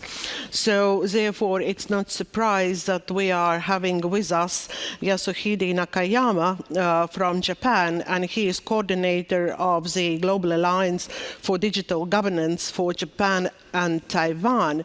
So how do you see this new multilateral framework of 4 countries contributing to stability in your region? Please, floor is yours. Good evening from Japan. Can you hear me? Yes. Oh, okay, thank you very much. And it is very honored to invite it here and join the discussion. So thank you very much at the beginning. I think the security environment surrounding Japan is becoming increasingly severe.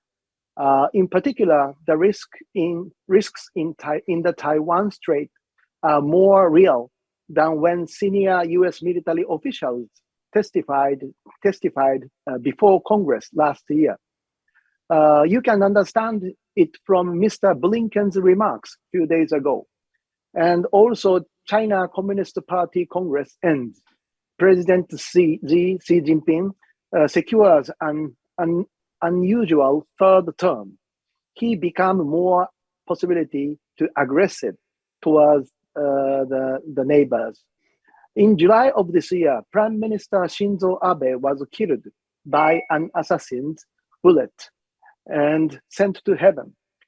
Prime Minister Shinzo Abe and I talked about the significance of the G20 Osaka Summit on June 28th and 29th, 2019, before Prime Minister Shinzo Abe was killed. It is the decision to develop and build advanced infrastructure in areas geopolitically included in the free and open Indo-Pacific vision. In particular, this means not allowing any state to change the status quo by force.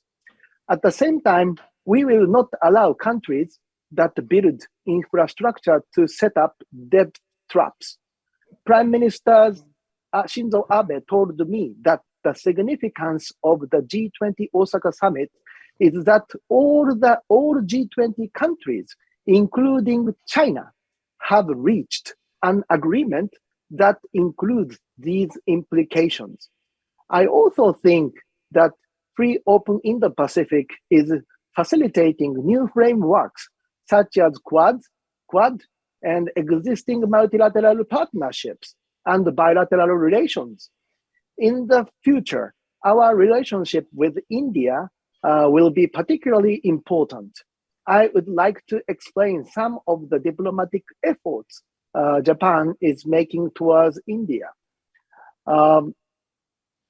Background I'd like to talk about: India has become more wary of China after the 2020 deadly clashes in the undetermined China-India border region, which led to the first death in 45 years. Partly because of such circumstances, India is more actively participating in the frameworks led by Western countries, including Japan, the United States, Australia, and India itself. At the same time, India has historical background that began during the Cold War, and India maintains friendly relations with Russia. In particular, India continues to rely heavily on Russia for military equipment, and at times it has shown moves rooted in traditional balanced diplomacy, such as abstaining from voting on United Nations resolution concerning the situation in Ukraine. Efforts to attract India from Japan, which is about to emerge as a regional power in South Asia and as a global power to the side of Japan. Japan and the democracy are also important for the realization of a free and open Indo-Pacific. I recognize that there is. And efforts continue building trust between leaders through annual reciprocal visits. In March 2020, Prime Minister Kishida will visit India as the destination of his first bilateral overseas visit since his inauguration, resuming annual mutual visits between leaders, which has been paused due to the COVID-19 crisis. While the foundation of the international order have been shaken by Russia's aggression against Ukraine, the joint statement states that all states will seek peace in the dispute in accordance with international law without resorting to the threat or use of force or unilateral attempts to change the status quo. Underscored the need to pursue a holistic solution and reaffirmed our shared vision for a non-coercive, free and open Indo-Pacific.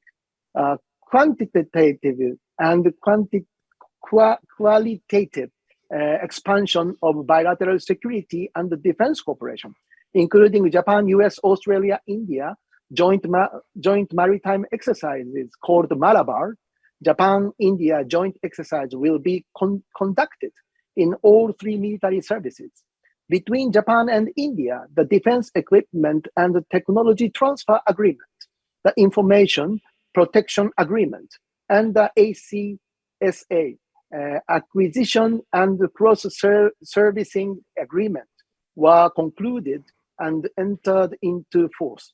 In September 2022, the second Japan-India Foreign and Defense Ministerial Meeting, 2+2, will be held at Tokyo. They agreed to continue discussions towards the realization of concrete cooperation in the field of defense equipment and technology cooperation. It was confirmed that coordination will be advanced towards the launch of the staff consultation. efforts to support India's economic development and incorporate its vitality into Japan. At the time of the Prime Minister's visit to India in March 2022, the public and the private sectors agreed to invest 5 trillion yen in India over the next 5 years. In recent years, India has become Japan's largest recipient of yen loans, support for high-speed railways, Delhi Metro, etc., providing approximately 312.2 billion yen in FY 2021. Concretize Japan-India cooperation in third countries and in the northeastern part of India as cooperation for strengthening connectivity, achieving concrete results through the Japan, US, Australia, India framework. In September 2021, the first face-to-face summit meeting in Washington, D.C. will be held. And in May 2022, a face-to-face summit meeting will be held in Japan. To date, working groups have been launched in a wide range of fields, including vaccine, important emerging technologies, climate and infrastructure, space, and cyber, and practical cooperation has been promoted in wide range of fields. For example, in the Japan, US, Australia, India vaccine cooperation, Japan, the United States, Australia, and India jointly provided vaccines manufactured in India to Southeast Asian countries. So thank you very much for listening. Thank you very much. Indeed, you gave a very comprehensive picture of different type of activities taking place between Japan and India, and also building other multilateral frameworks, including also Australia and the United States.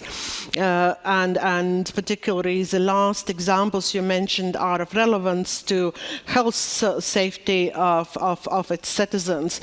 And I will definitely come back to some of your points which you made, but now I would like to give floor to Mr. Sharad Sharma from India, who is co-founder of iSpirit Forum, or iSpirit Forum, and you just heard your colleagues from Japan overview and quite optimistic picture of potential of such kind of multilateral framework, but at the same time India is placed also in a challenging geopolitical setting, because India's good relations with Russia could have impact on building multilateralism framework, including US, EU, Japan and India, which would strive for peace and security and undermine Russia's interest when it comes to its geopolitical picture of the world.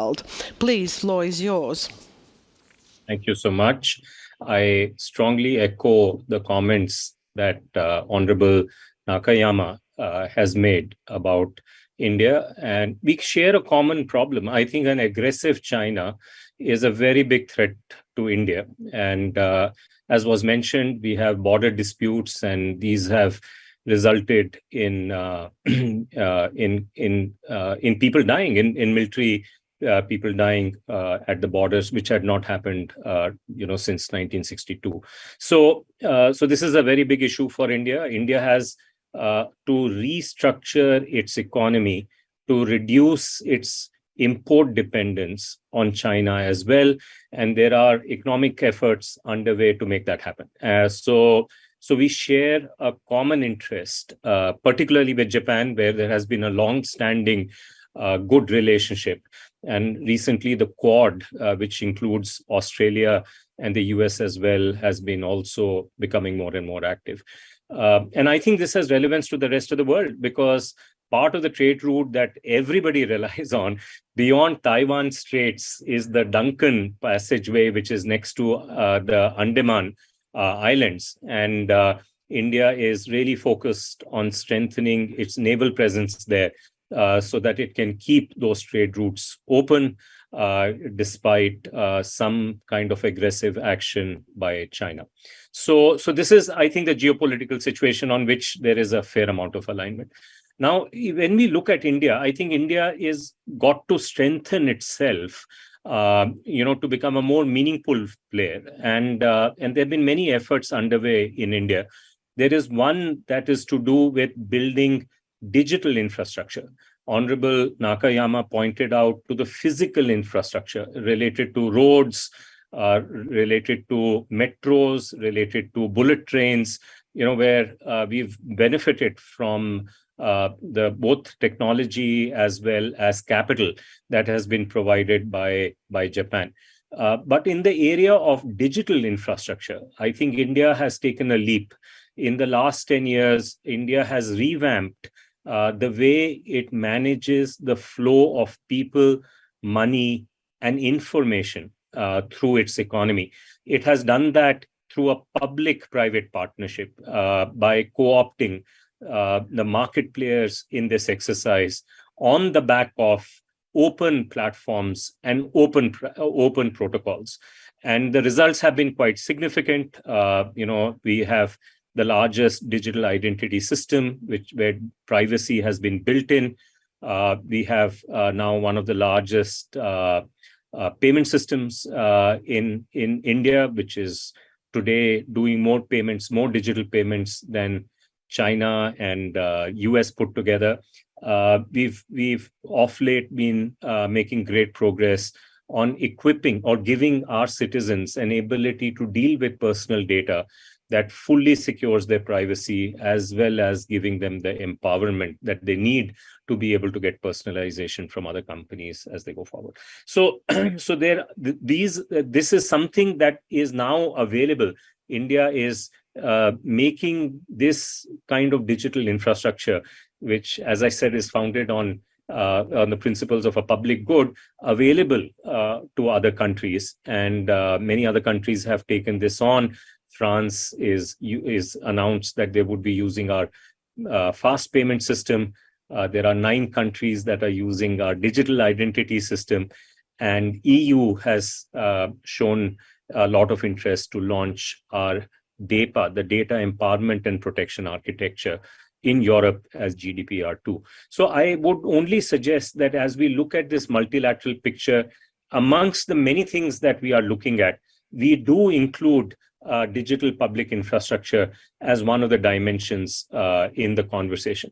Keeping in mind, since India takes on the G20 presidency from December of this year for a 1-year period, India has signaled in its September 13th press release about its focus areas. And one of the 4 focus areas for India is going to be digital public infrastructure. So I would only request, as we look at this multilateral conversation, which is going to be very important in this new geopolitical world that Honorable Nakayama described so brilliantly, we have a holistic approach. We talk about security collaboration, especially cyber security, but we also talk about digital infrastructure as well. So thank you so much. Back to you. Thank you very much. It was very interesting to listen Indian perspective, and now starting with Michael Dukakis and going to Japan's perspective, now India's perspective. There are a lot of commonalities, but at the same time, there are 2 big pillars. This one pillar is domestic agenda, which is very much dominated by economic and societal needs. For obvious reasons, indeed, we are in a situation of post-COVID crisis. But on the other hand, we are facing another very important pillar, which is geopolitical pillar. And these are a range of different threats and risks which our countries are facing. And here, probably when I'm saying our country, I'm not thinking and talking only about Latvia. I am putting myself into shoes of the European European Union. So we are very much in this dual situation, very intense domestic agenda, and unfortunately very challenging, and even in terms of military threats, a very aggressive international environment. So therefore my question is how such multilateral framework consisting of US, EU, India and Japan could serve the purpose of peace and stability for our national interests, but also for international reasons. So Andy Pentland, probably now I will give floor to you, please. Great, thank you very much. I would like to do something unusual, which is show one slide, if that's okay, which I think says a great deal. Can you folks see this? This slide? Yes. So what this shows are the trade routes on which China dominates and the trade routes on which America dominates. And what you can see is that there's something like 124 countries where China is the largest trade partner, and only 56 where America is the largest. And if you added in Europe, then you would get a picture that is a little more even. But I think this is the fundamentals of geopolitics. We talk about governance, we talk about military, but all of that is built on the economy and on trade. And a lot of the politics, the votes you see in the UN, have to do with this diagram far more than any of those other issues. So I think that what we need to do is, as Sharad said, focus a little bit on leveraging our digital technology. China has moved very aggressively in producing what are called Web3 systems, new ways of managing trade, of managing money that are considerably better than anything that the West has to offer at the moment. And they're, of course, moving this into all of these countries where they dominate trade. And that is creating an uphill or wind in our face for doing anything with most of the mid-income and low-income countries around the world. What I would love to see is I would love to see that Japan and India and the US and Australia, but probably other countries too, like for instance, we just had a long discussion with the Prime Minister of Indonesia, resolved to have a particularly efficient digital infrastructure that makes it very attractive for other countries to trade with us. Because I don't see this as a war. I think that some a threat calling Russia, well, Russia's a little, crazy at the moment, of course, but they are competitors. They would like to see the world their way.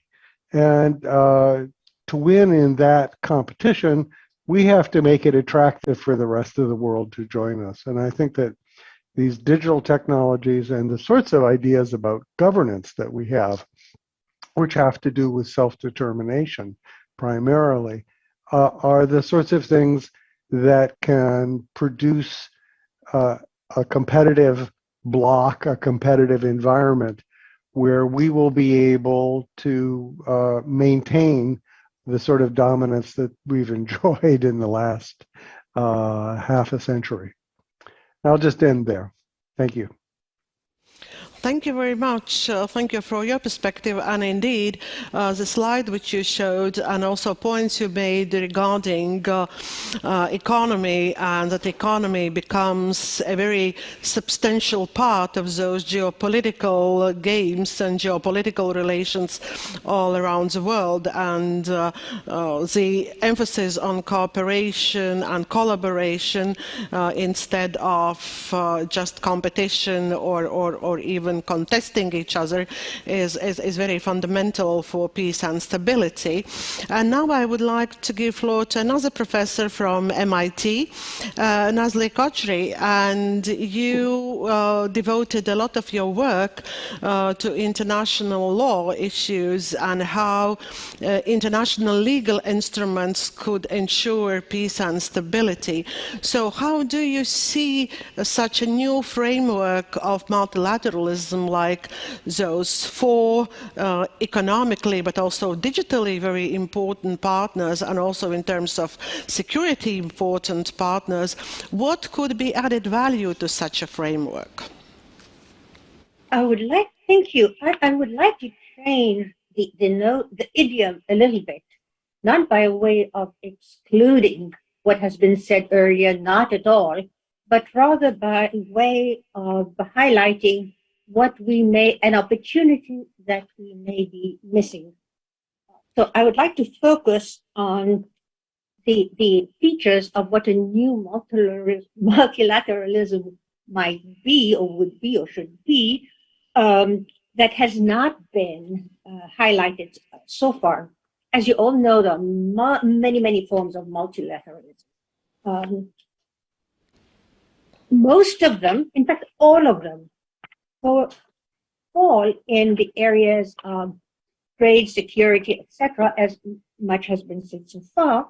But they all have one common issue, which is somewhat broad sense of coordination and broad sense of collaboration,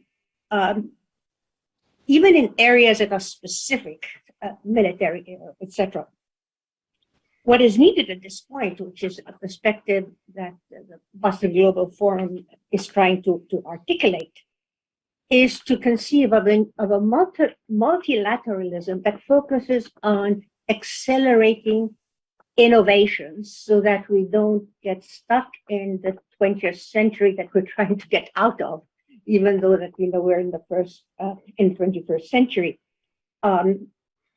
We have a responsibility to future generations. Much of what has been said so far deals with our own individual problems, which are very, very great. So when we think about pillars of strength, or what the proposed focus of the new multilateralism is to think about the premises on which we want to proceed. We want to proceed on common standards, on common value. We want to proceed for the future, for everyone's future, including our own, highlight ability to innovate. And that is really quite important because in many ways, our education system at all levels somewhat a little bit behind the times. And we also have to focus on innovation when we talk about private-public collaboration. In addition to this, we have to remember that societies and states are made of individuals. Innovation focus should be highlighted to them as well. So I would simplify maybe and say that the new multilateralism is to appeal to challenges and the strength of civil societies, the human beings that live in the societies. And we begin to accelerate innovations that highlights the inside transformations that have to take place on common grounds, on common principles, and on common respects. So to conclude, I would say that the new dimensions of multilateralism, or the new multilateralism, really is to strengthen reciprocity, not concentration, and to strengthen transformation, innovation, where the individual is becoming a core of the dynamics, and the center really has to be a mobilized civil society that pushes towards innovation. you might think that this is pie in the sky, but I really think that the source of capability and power comes from individuals, and maybe it's the MIT bias. Thank you. Thank you, Nazli, very much. When I was listening to your intervention and when you were referring to accelerating innovations and then putting emphasis on the role of civil society and multilateralism, it seemed to me that probably innovation is needed in order to approach the concept of multilateralism itself, that probably is a fixed type of multilateralism which we have been mostly relying on is probably out of date, and we have to start to think about multilateralism as a flexible, open type of different structures of relationship, and definitely incorporating also civil society in terms of organized, let's say formal, but also informal civil society, thus only strengthening those tools which are available for increasing peace and stability in the world. So this would be probably one of recommendations which at one point you could discuss within the Boston Global Forum. And with that, I would like to pass the floor to another member of Boston Global Forum, Jan Artuan, who is the co-founder of the Boston Global Forum and also CEO of this organization. And one of peculiarities of the Boston Global Forum is that this forum comes up with different innovative and interesting ideas, but they also work on recommendations how to proceed, how to implement those concepts, ideas which have been debated and discussed during the elaboration of different documents, and also later presenting them on very high level, like for instance the United Nations and other bodies. When you were proposing this new framework for multilateralism, you definitely had already some ideas in mind. What you would like to see as the end product of this multilateralism. Do you have already some, at least draft recommendations which you would like to share with colleagues working on those issues? Tuan, please, floor is yours. Thank you so much, Janetta. Thank you for your also contribution, great contribution for Boston Global Forum as a representative of Boston Global Forum in Latvia. And we have wonderful leader of Boston Global Forum here. And I would like to brief systematically this initiative. The first, that is for concept you talk, and we think have three things we should highlight about the concepts. The first, now we need to build, that is pillars, that is not have yet. We build 4 pillars, very strong and very important for peace and security in the world. And also, not only relation, we build that economic, focus on tech economy. Tech economy is very important. Decide who win in competition in this 21st century. And the US, India, EU, of course, and Japan, strong potential, so very wonderful, innovative, traditional.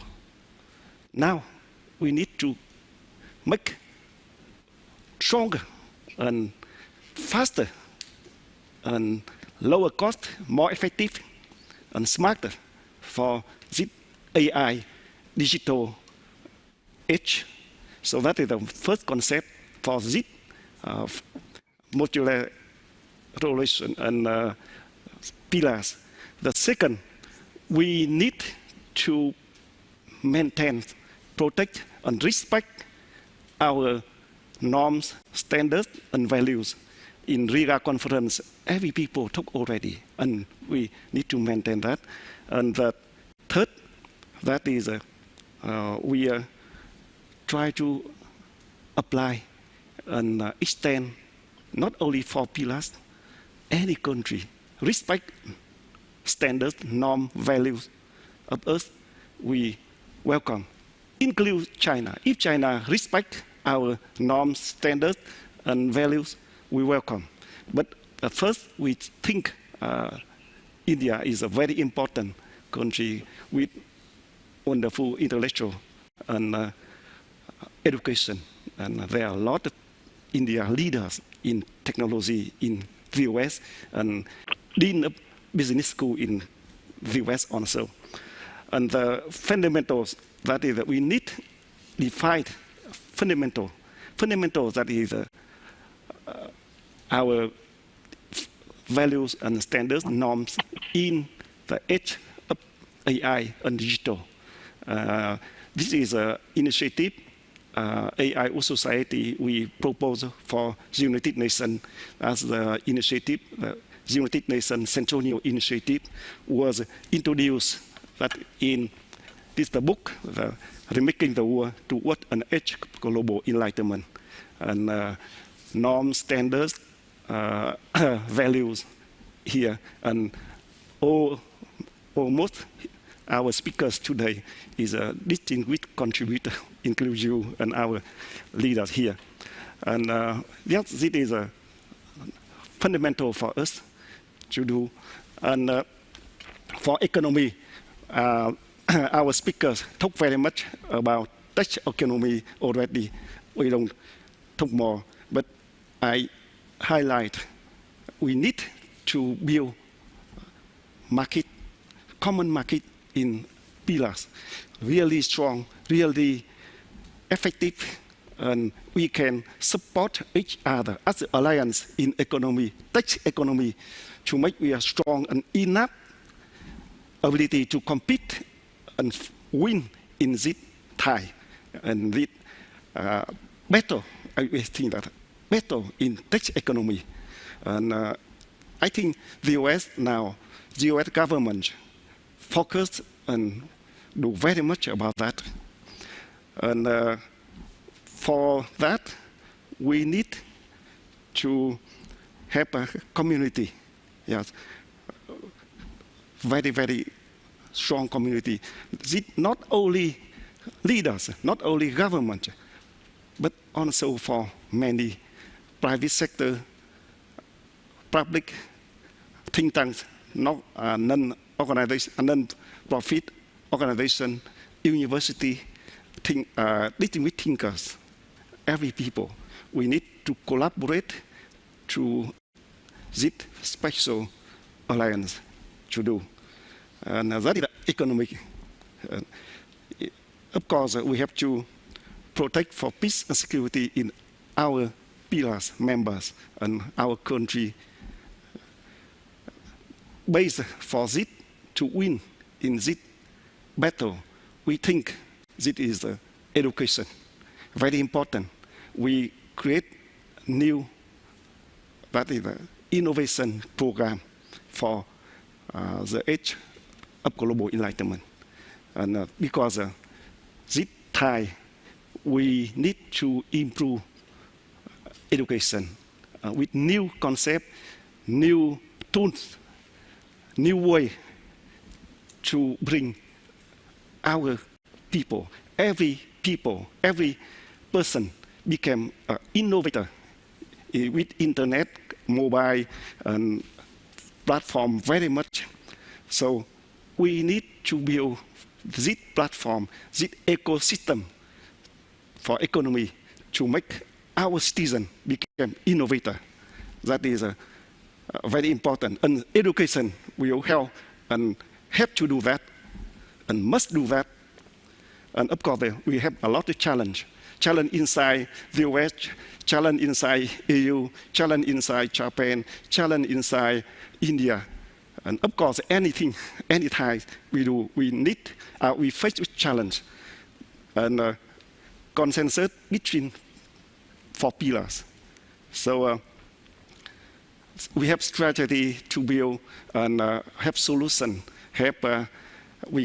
We can briefing about that. That means as I talked, we need to build network, and Boston Global Forum contribute ideas, concept from a network of distinguishing leaders, and also every people, innovators can join.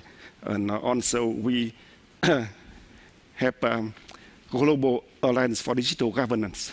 We need to coordinate many resources between our four countries, four pillars.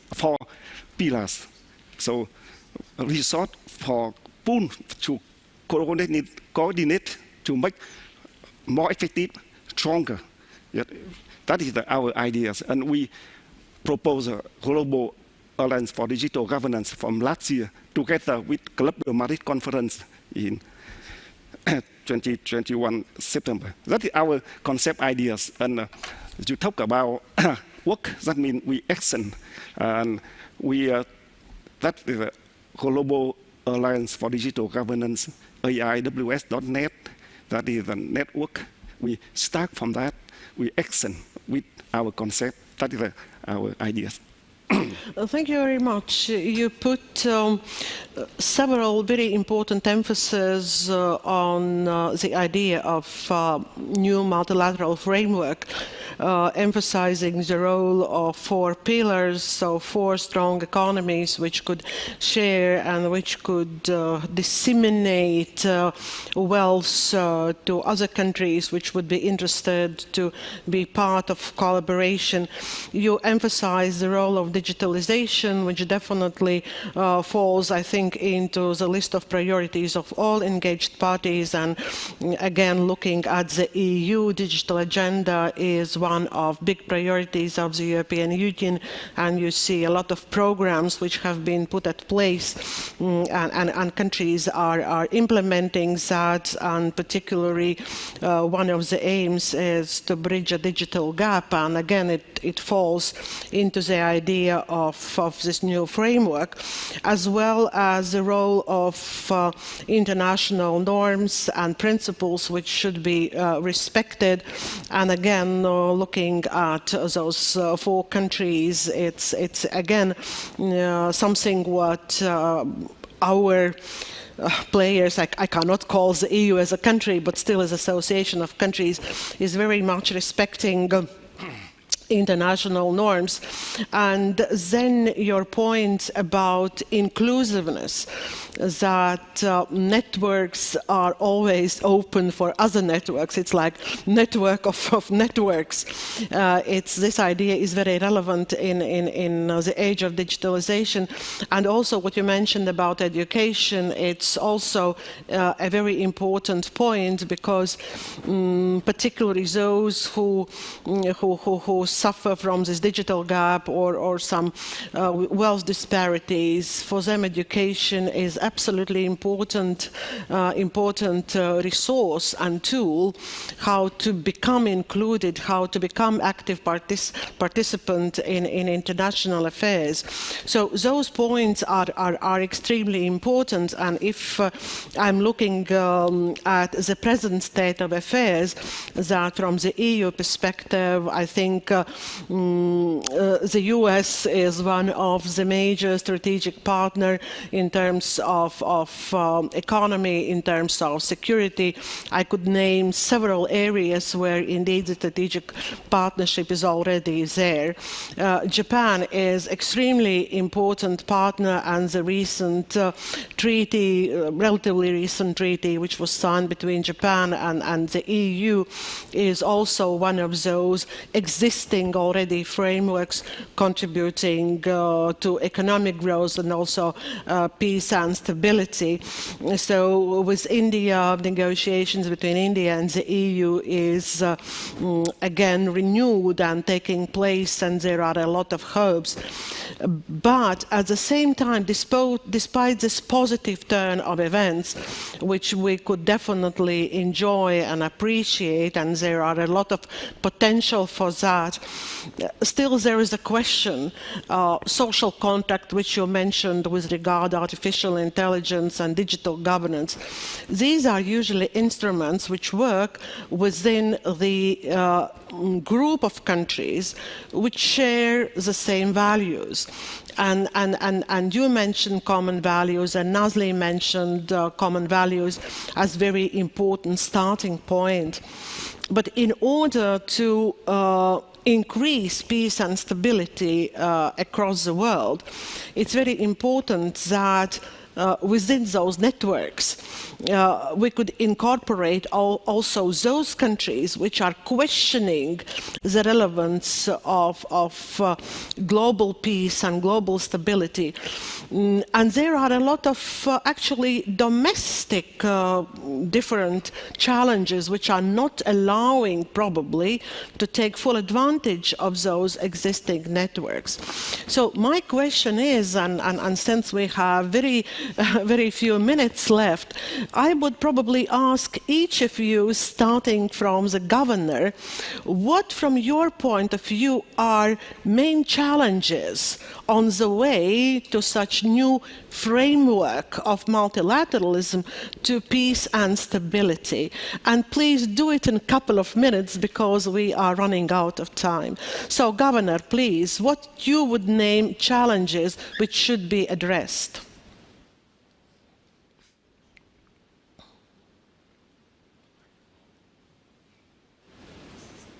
Oh, we don't hear you. We don't hear you. Mike, we don't hear you.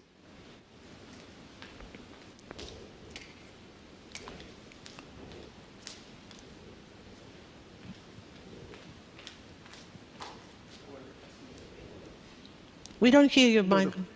Governor. Yes, we hear. We hear now. The concern I expressed at the beginning, which has been reflected in this very good discussion about Cold War-like rivalries at a time when we need the maximum amount of collaboration and participation. I recognize that there are certain pressures that are out there. And one of the things that we've got to do is to work hard to eliminate those pressures and those rivalries as we build more and more collaboration. But we don't need another Cold War. And that's the thing that I'm concerned about. This is a wonderful, wonderful group, a wonderful collaboration. We want to build it, grow it, and make it something that is a force for peace in the world. And that's what I hope we'll be working on as we implement some of these very, very good ideas that have been reflected in our discussion this morning. Okay, thank you. Mr. Nakayama, what challenges you would name as the most important ones? Yes, thank you very much. I think more. If you think about the macro, you have to think about the micro also. So until I got married, I thought that if I got married, there would be one justice under one roof. But honestly speaking, there were two justices under the one roof. Justice for the husband and justice for the wife. So in other words, after getting married, I came to understand the importance of trying to understand each other justices. So this concept of image fits with the bilateral relationship even for the international arena. And also the bilateral means it goes to multilateral also. And on the other hand, our region is a little bit different. Countering the traditional threat of one country called Russia with multiple countries, the EU, is different from countering the traditional threat of one country, Japan, against the three countries of Russia, North Korea, and China. And also, I think that currently I'm working as a venture partner in a private equity fund. But looking at the movement of funds around the world, funds are moving from China to several countries in Asia.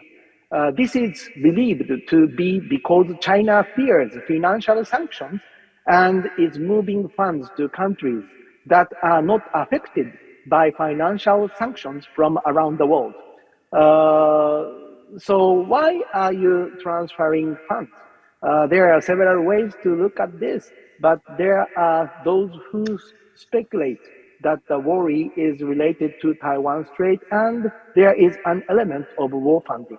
Thank you very much for listening. Thank you very much. Mr. Sharma, what would be your take on challenges? See, I think there are two issues that we need to resolve, for a good multilateral cooperation to happen. First, the nature of regulation has materially changed. It has gone and become techno-legal regulation. And if we don't approach regulation in a new way, especially in the digital age, with respect to data or money, or even with respect to privacy of people, we will not be able to tackle these multilateral challenges in an effective way. Now, this is not a new idea. Larry Lessig talks about it in 2006 in Code 2.0, but it has yet to become mainstream, and this is something that would be very important to tackle in a meaningful way as we go forward. The second is that, sitting from the vantage point of India, we can see that some of the world is able to see all the state failures that take place. They ignore the market failures, and I'm usually referring to the US there. And you go to Europe, they can only see market failures and they can't see state failures. And in India, we don't have the luxury of being able to ignore either of the two failures. And we have to see market failures and state failures happening at the same time. So if we are crafting a new world, we have to start with this premise that both of these failures are taking place in almost every country that we are looking at. So we have to make a new beginning. And we cannot extend the old ideas into the new world as if nothing materially has changed. No, things have materially changed. And therefore, these two ideas have to come into our lexicon, and only then will we be able to make material progress on a multilateral basis as we go forward. Thank you so much. Thank you. Thank you. Andy, what kind of challenges you would name here? So I'd reinforce what Sharad said and Larry Lessig said, which is that we now have a techno-legal world. And what we have to do is we have to be able to make it very easy and reliable and ethical for people to join in all sorts of things, tracking down fraud, tracking down corruption, being able to do trade, being able to be inclusive. And I think that the major challenge for the Quad and for Europe is to be able to bring other countries in the world along. We've sort of let them wither with the current sort of inflation. They're suffering horribly. They've been suffering because they've been on sort of uneven playing grounds in this new techno-legal world. On paper, it sounds like all countries can compete, but that's not the reality. And what we need to do is be able to build systems for trade, for justice that apply to everybody. And I'll just point out that that's what China is doing, and doing it fairly successfully, despite some failures. And I don't mean to go to war with them, but we do have to compete. There is a marketplace of ideas. Now that marketplace of ideas is a techno-legal frameworks that we put forward for our partners, our partner countries, not just the ones that already think like us, but the ones in Latin America and Africa that are looking for a way forward. We have to be able to offer them a level playing field where they can feel good about joining with us. And that's really the core of the game to me. Thank you very much. And Nazli, what you would add to this list? I wouldn't take anything off the list, but I would add a reminder that we tend to be reactive to challenges, especially those that are related to the techno, digital, standard legal world. it's very important to start trying to understand the dimensions of future changes that digitalization will bring and has brought, and to move from a perspective of reacting to what we see, to try to anticipate and forge our preferred sense of digital directions and uses. Thank you. Thank you very much. And when I was listening what you were saying regarding those challenges, I was really nicely surprised about the diversity of them, because the topic of today's discussion to a very large extent was related to geopolitical landscape and how to find multilateral solutions which could help us to serve through those numerous challenges. And it looks that the present situation and the present state of international relations require different tools. Micro and macro level, which was mentioned here, we need macro tools sometimes for solving micro problems and micro solutions sometimes to approach those macro solutions. And innovations are produced by individuals, by groups, by companies, but also states can produce innovations which again serves the purpose of peace and stability in the world. Another very important issue is that actually one of the rules of the game which we need in a very turbulent times is collaboration, and the removal of different challenges which could hinder diversity of collaborations is very much needed. But at the same time, we cannot approach the world from classically techno perspective, which you mentioned yourselves. Technologies provide opportunities, but the aim is the life of individual, the life of each human being in the world.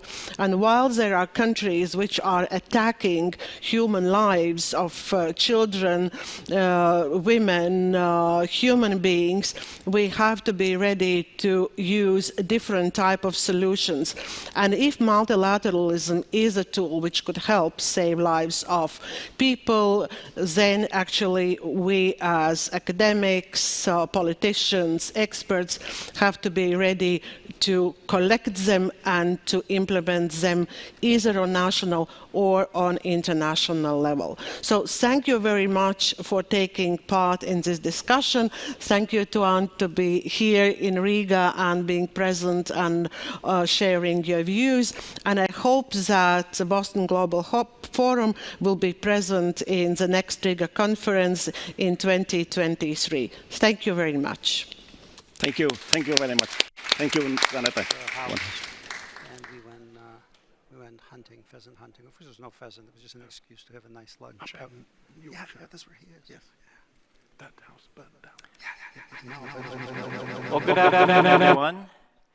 I'm hoping that the electronics are all working, and I'm looking at my little monitor here. And we're going to wait for the clock to start, I guess, and for the camera to be aimed in our direction. Unless this is as good as it gets. Maybe this is... There we go. The clock is starting. We have an hour. And we're going to be talking about something for this next hour that I think the past today and yesterday, the discussions we've had up here actually lead to this discussion. This discussion really is where the rubber meets the road, as we say in the US. We've talked about Putin. We've talked about where we're going in terms of the war in Ukraine, what trajectory that war is going on. Is it a long war? Is it going to be something short? What will Russia look like? But at the end of the day, if you're NATO and you're a NATO defense planner, or you're a defense planner or a minister in your country, you've got to make some decisions about the forces that you're going to deploy, the equipment that you're going to buy. The fate of the battle groups, how long are we going to be deployed in Romania or wherever? Those are fundamental decisions involving money. And at the end of the day, that's what a lot of capitals right now are trying to figure out, is what does our fate look like? So today, at this panel, I have a wonderful panel of friends and colleagues that I've known for many years that are going to have to help us deal with these questions. And one of our panel members will be making decisions about some of those deployments and the military structures that NATO is going to need into the future, if we can figure out what that future looks like. So let me introduce the panel, and I have 3 questions that I'm going to be laying before them, and we'll see if we can make it through those 3 questions in 1 hour. To my right is Dr. Artis Pabriks. I think you know the Deputy Prime Minister and the Minister of Defense of Latvia, and it's an honor to have you here. Thank you. The second panelist is Patrick Turner. Patrick Turner is also well known in our community. His last job was the former Assistant Secretary General for Defense Policy and Planning. I will say I used to work in that committee. I know what you were doing, and that's a very important committee. And some of these questions you're going to have to answer for all of us. And finally, a good friend of mine, Andrew Michta, who is the Dean of the College of the International Security Studies at the Marshall Center. If you've been to the Marshall Center, you have seen the handiwork of our panelists, and we certainly appreciate all that the Marshall Center and you have done to help us get at some of these very fundamental questions. Thank you. So I'm going to go to the first question. We're going to have a discussion here. We also are going to bring on you to ask questions as well. There's going to be a Slido opportunity to ask questions. I'll keep my eye on that, and we'll see where we are after an hour. So the first question. If you're looking right now at the NATO force deployments that are out there, the battle groups, if you look at what the United States is doing out there on a bilateral basis, many of the nations are doing on a bilateral basis. They have forces out there in Europe. If we actually are going to be faced with a long fight, that this isn't something that's going to be over by Christmas. This is going to be a long fight. How should Allied forces be constituted? What should they look like? And how should they be deployed for a long fight? I can tell you in the Pentagon, they're trying to figure that out. So the question is, what should these forces look like? Is NATO on the right trajectory? Sending out battle groups, doing the things that were decided at Madrid, that we're beginning to implement from the Madrid summit. Is that the right trajectory for the long fight? Is it the right strategy? And does NATO have the right priorities? The NATO defense planners shape the nations themselves. Do we have the right priority? Do we have the right strategy in terms of force employment to handle the long fight with Russia? So I'm going to ask Andrew first as a defense planner what you think, and then we're going to turn to a minister who has to make some decisions. And then Andrew will tell us if it's right or not. That's what the Marshall Center does. So Patrick. Jim, thank you very much. First of all, it's fantastic to be back in Riga. The first time I visited here, I think, was in January 1992, and I think I might have been about the first visitor from the UK Ministry of Defence back then, so you've come a long way. It's great. This terrific country is in NATO. We need you and we admire you. That's the starting point.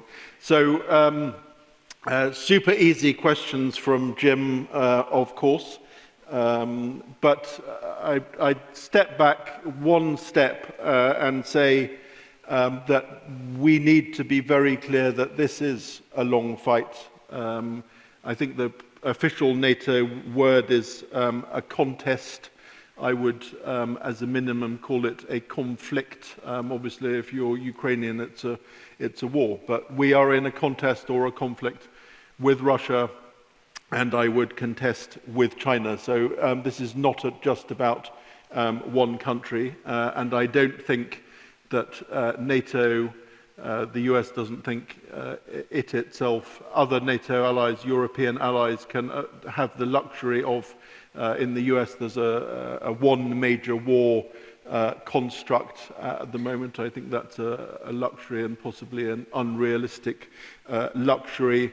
And Europeans can't have the luxury of saying, we'll just think about the problem on our borders, on our periphery, even within within Europe. So the US needs to be able to think about Europe and Asia at the same time, and I contend that Europe needs to be able to do the same. It's not good enough to say we'll just mind the shop in Europe. And this is going to be, it will be generational.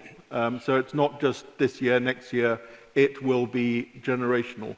So NATO has been doing some things. I no longer answer directly for NATO because I left in the summer.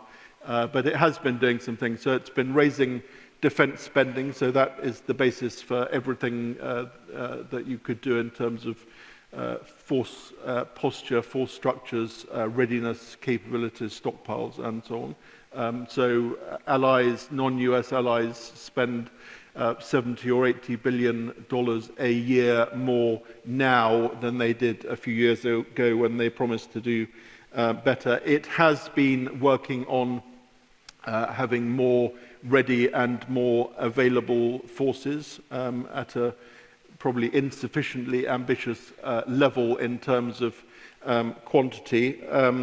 And it has taken further decisions this year in the summer, the summit in Madrid. So in particular, it said in Madrid that it would have a more ambitious forward presence. Some of us prefer to call that forward defense in the eastern part of the alliance. So battle groups in 8 rather than just 4 eastern allies.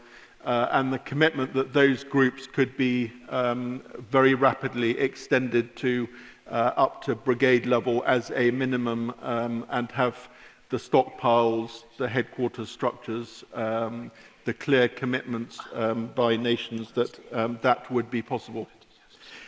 Beyond that, still essentially relatively modest forward presence, NATO leaders also said we're going to have, we're committing to an ambitious so-called new force model. So I'm not going to get into defense planning geekery.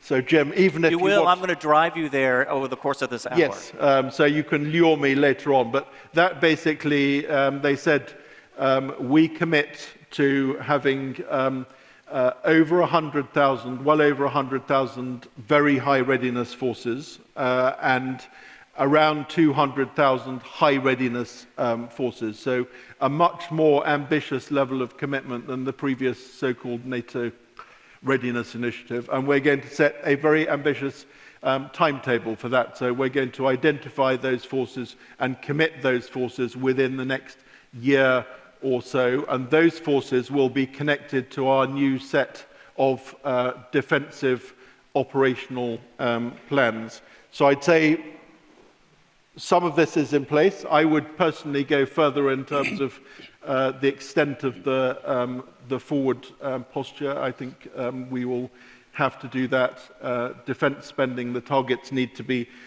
even more ambitious. And as part of that, last point, you know, the US has made additional deployments in Europe, in the east of Europe. That is terrific. That was done very fast.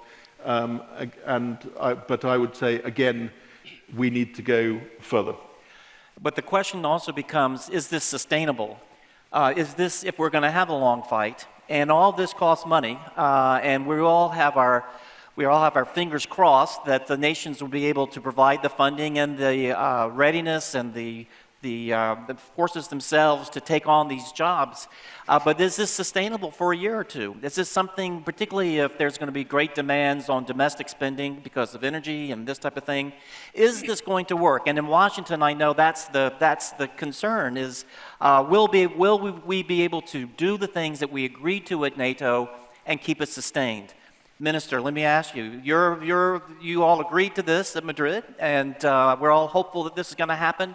Your country, the other Baltic nations, those on the front lines, this is something that's critical. It's absolutely critical that we do what we said we would do in Madrid. What do you think? Is this going to be something that's sustainable for a long fight? Well, somehow today I think in quotes of old samurai sayings. For instance, as you train, so you fight. Or there could be another quote that the road to victory is littered by ignorant. Right. In that sense, of course, the decisions and rewards we politicians use are always correct as far as our planning. But let's be honest, we did not expect we will be in such a situation where are we at this moment. At least most of our allies were not thinking it will be so serious. Now, is the direction correct and is it sustainable? Yes, the direction and the words are correct because we all understand that the situation is becoming more and more grave. And my assessment would be that, for instance, Russia together with Belarus, regardless of the outcome of the war, and with an outcome of the war, I understand Ukrainian victory, but the victory might have a different degrees as well. I do not accept anything else as Ukrainian victory because that would be immediately or later on, but that would be just an invitation for the next war with Russia. That's right. So we need a victory. Now, the direction is right, but the preparedness, of course, capabilities, and also, let's say, political readiness to grasp this, to bring it to our increasingly fragmented societies is still missing. Now, as far as capabilities, yes, we had a certain success with Madrid summit about getting acceptance, for instance, in the Baltic countries, including Latvia, that each of us will host an international brigade, where we had a friendly fights also with Mr. Turner during the Midsummer's Eve night when I was drinking beer and writing, emails. He told me he apologizes for that. No. He was doing his job, I was doing my job. And we succeeded together. But these battle groups, we all understand it will take also time. We also know that there are limits of capabilities of our allies. But we don't have another way how simply to proceed and to station them here as soon as possible. The second thing is provisions. We know that looking to the Russian invasion in Ukraine, where it is kind of a classical, almost Second World War invasion, where sometimes the shells, the number of shells fired by cannons, howitzers are per day 50, 60,000. I mean, what about our stocks? Yeah. What about our production? Please tell me how many factories in Europe are producing, for instance, powder for bullets? I don't think there are so many. This is one of the reasons why, for instance, we in Latvia started a big stress with this military industry production, because one thing is the wording, another thing, we can't rely. I mean, if we have stocks only for a few days, what we will do? And we must understand this. And the third thing is, of course, a political willingness to grasp the reality, not to be that ignorant which is littered on the road once we go towards the victory. Because sometimes we are paying too much of a lip service to our political partnerships, of course. Let's allow me, I mean, I'm usually in conferences extremely restricted with my words, but let's allow me to mention just one example, battle group in Hungary, which is at this moment even not willing to be a transit country for military hardware for Ukraine. That gives me, honestly speaking, a very, very big question mark in both of my eyes, Now, another thing is why, for instance, when we discuss usually this question about American presence in Baltic countries or in Europe in general, first, presence, second, geographical presence. And I will start with the second one. When we were discussing in a friendly manner these battle group issues before Madrid and Brussels and in Madrid, I was actually asking American colleague Lloyd Austin, you have HIMARS systems in Germany. I mean, what do you want to shoot to Poland? The range is up to 300. Why don't you station them in the Baltic countries? Why do you station them in Germany? And I think this is a practical question, because we do want as soon as possible to purchase such systems. It's not a secret, including also the air defense systems, because when our public sees how Ukraine is bombed, obviously I, as a minister, I am asked, how will I defend my people? What shall I answer? How many actually Patriot systems or NISAM systems are available, and who is willing to contribute? So, obviously, this is a political decision, this is industrial decision, and this is also the capability decision. Yes, we are on the right mood and the right direction, but looking from the Latvian perspective, where we are a frontline country, and not the only one, our question is, of course, about timing, because timing always matters. And that's a critical point. And Andrew, this is something for you to take on, but just to throw on the table, at the last defense ministerial, ministers agreed to a European air and missile defense system. I'm not sure what to call it yet. It was a bit vague in the news. I'll leave it to you to tell us what it is. But it raises exactly the point you're talking about: is what's the lag time for delivery of whether it's HIMARS or whether it is Patriot or SAMP-T? I mean, wherever it might come, we've got some real supply chain problems that can be measured in terms of years. Well, can I intervene immediately? Or? Yeah. No? Yeah. You know, I was almost woken up by this message that we will now create this European air defense system, and Ukrainian partners already have been catching this catchy phrase and telling, look, and maybe Ukraine will be also included in this air defense, and right. Europeans are finally doing this.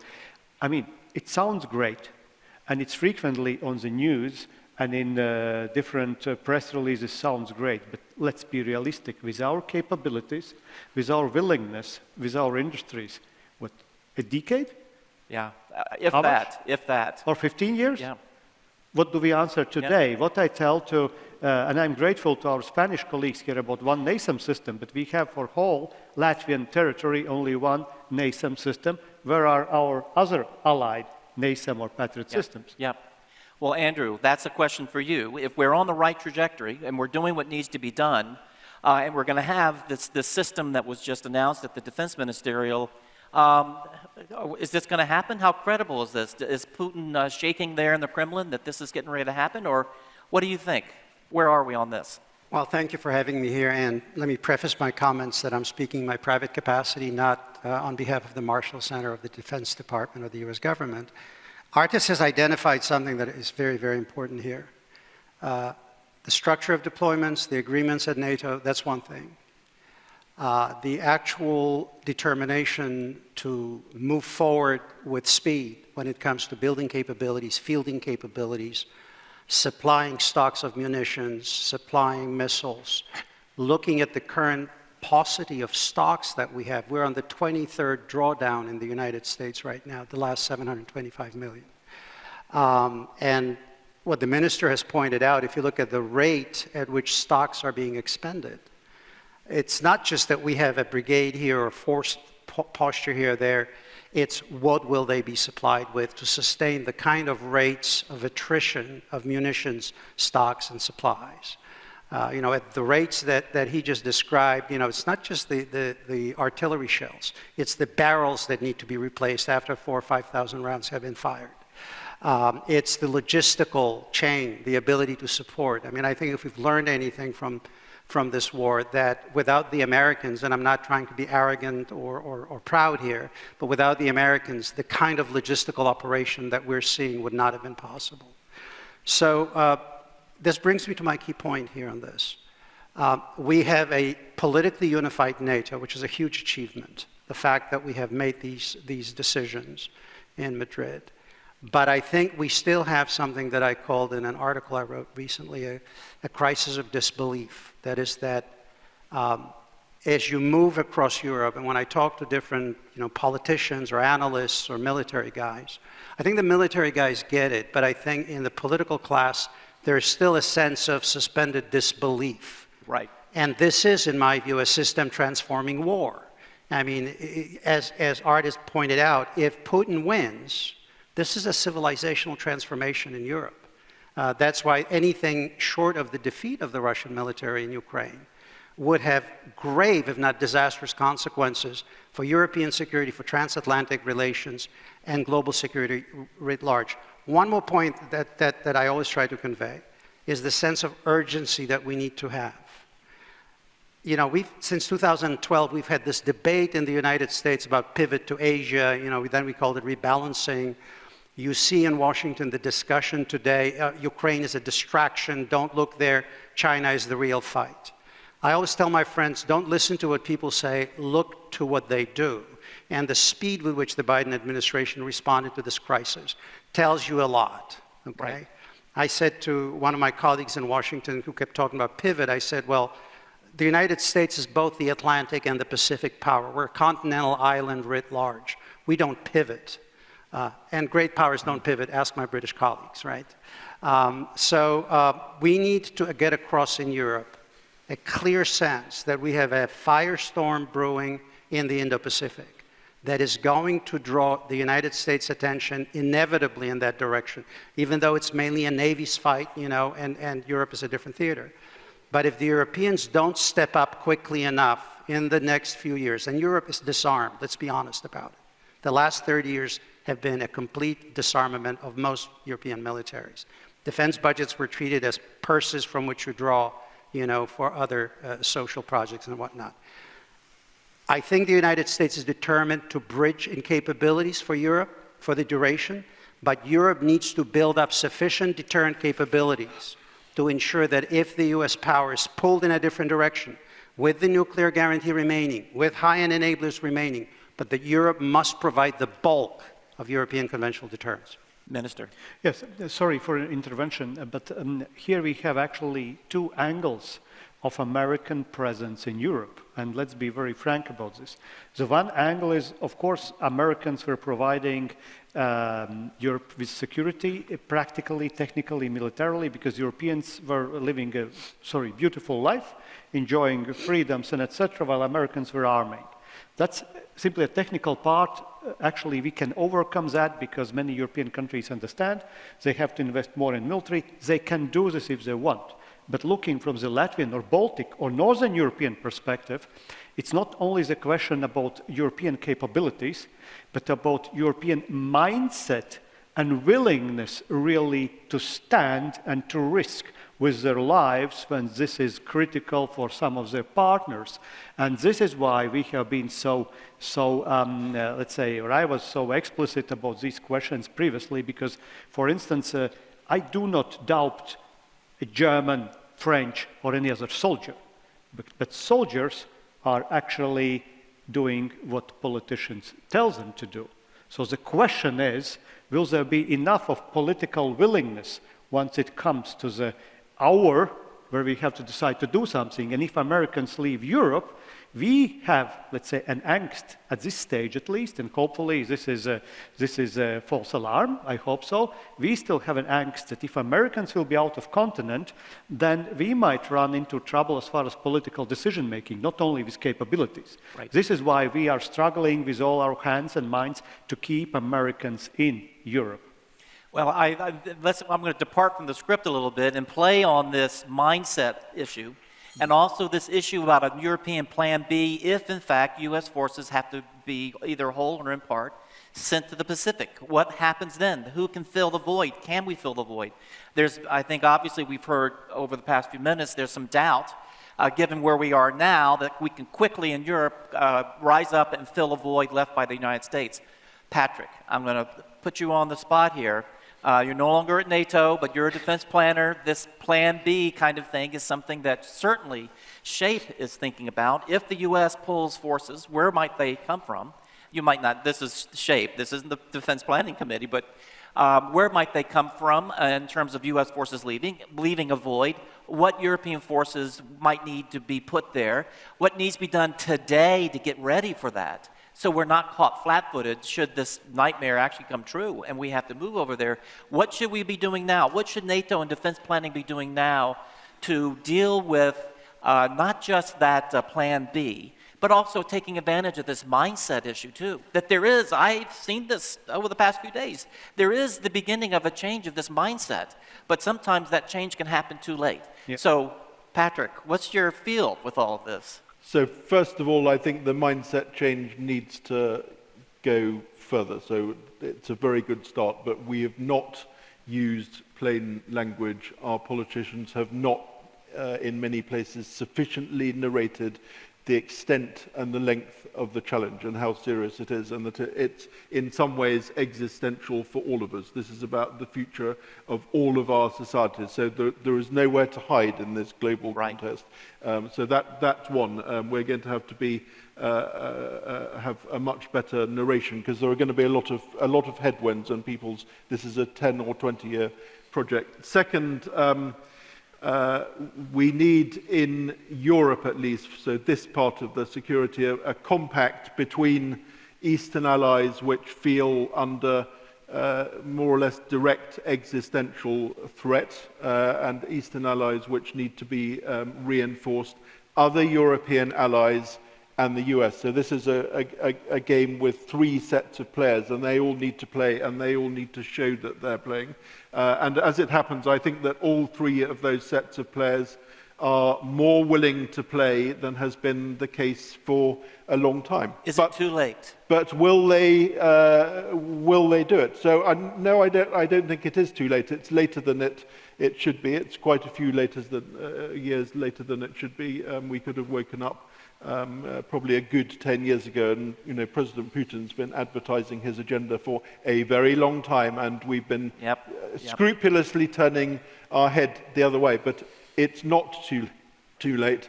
The new force model that I was talking about, 300,000 ready or very ready forces, that will help potentially do something to help now. But also, I think, as the Minister was saying, stockpiles.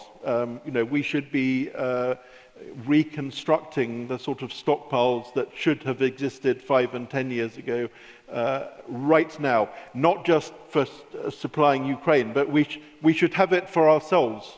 So Ukraine certainly, but start with being serious. So we need to demonstrate by every possible means, money, capabilities, readiness, stockpiles, presence, that we're serious. Last point, as I said at the beginning, I don't think it's good enough for Europe just to say to the US, we understand you have your top priority is Asia, the pacing threat, as the Pentagon calls it, and good luck over there, and we'll continue just obsessing about one thing over here. For an ambitious, capable, rich continent, that is not good enough. So Europe also needs to be thinking, what can it do to help American friends on the other side of the world? No, thank you very much. That would have been my job to say exactly what you did, and I appreciate that. One more point, and then to the Minister, and then Andrew, I think you'll have something to add too, but what you're also talking about is European defense industry, because in terms of making powder in Europe, who does that? Well, this is something that is part of this whole effort to try to be ready, is that European defense industry has got to be in a place that it can do this at scale. That's not where they are now. I remember myself during, the Kosovo air campaign and also over Libya, there's certain allies that ran out of ammunition within a day. And so this is something that is a very real problem that we have known about for a long time. Minister, and then Andrew. Once more to reiterate. First of all, I really believe, for the sake of security and political decision-making and psychology, even if Americans, and actually also us as Europeans, we are facing increasing challenges in Pacific, Americans must stay in Europe. Secondly, we cannot live in a visionary world of wishful thinking, and we understand in the Baltic area and the North European areas that our perception of threat is actually still different from that in the countries which is further away from Russia. That's the reality. That's a fact if you go on the streets and ask people. So where to get those resources? I would say that at this moment, I personally, if it's in my hands, I would very much rely on the more consolidated approach among the countries along the Baltic Sea. Our new members, Finland and Sweden, they can look Putin into eyes. They understand what is the seriousness of the situation, otherwise they would not join. Poland, which is really investing in military, and thanks to Poland, you know, Europe is starting to look different. And we, as a friends of Ukraine, those who were contributing, like my country, the most to Ukrainian defense, actually we have to be the, not only allies, but assistance to Ukraine to integrate in this area. So actually, in the short run, while psychological preparedness and resilience in other European countries are getting on the same level to understand the threat, more integration of the Northern Europe, including Poland and Ukraine after the war, that would be the key. Andrew, commentary on everything that you've heard, and then we're going to talk about NATO and the nuclear card. Andrew. I think what I'm hearing is that at the core, the problem is political still. We are politically unified as an alliance, but as you move across the continent, you've got a very different level of appetite for risk-taking. And so that creates a sense of kind of regionalized security optics. And as the minister pointed out, if you're on the flank, it's all about Russia. Because for a country like Latvia, Estonia, Lithuania, a lost war is an existential question. There's no do-over. I mean, they've been there, they've done that, they know what it means. Also, all other East European, former Soviet bloc countries have a very keen sense of the Russian threat. And they understand the importance of this near-imperial drive. I think as you move farther away, you don't have the urgency of being immediately on the flank. You know, France is very preoccupied with Africa, with the Mediterranean, with the southern issues. And I'm not passing judgment here, I'm just saying we need to find a way on the fundamentals to agree that in an all-out crisis, we will step up. And the most important thing that I'm missing here in this conversation, and that's across the West, I think we have not mobilized the public opinion. We have not explained to the public what's truly at stake. And until that happens, any decision to continue to aid Ukraine becomes subject to political infighting on domestic issues.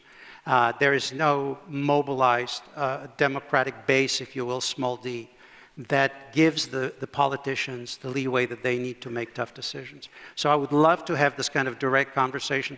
Frankly, I would like to get our people in the media to get involved in this as well, you know, to communicate what the situation is. So whose job is it to do that? Is that something, I'm thinking I would love to have Joe Biden get on television and address the American people on this, but that's not all of Western Europe. Is it each individual nation, they do it in their own way, or they don't do it at all? Is it the European Union that should do it? NATO's Secretary General?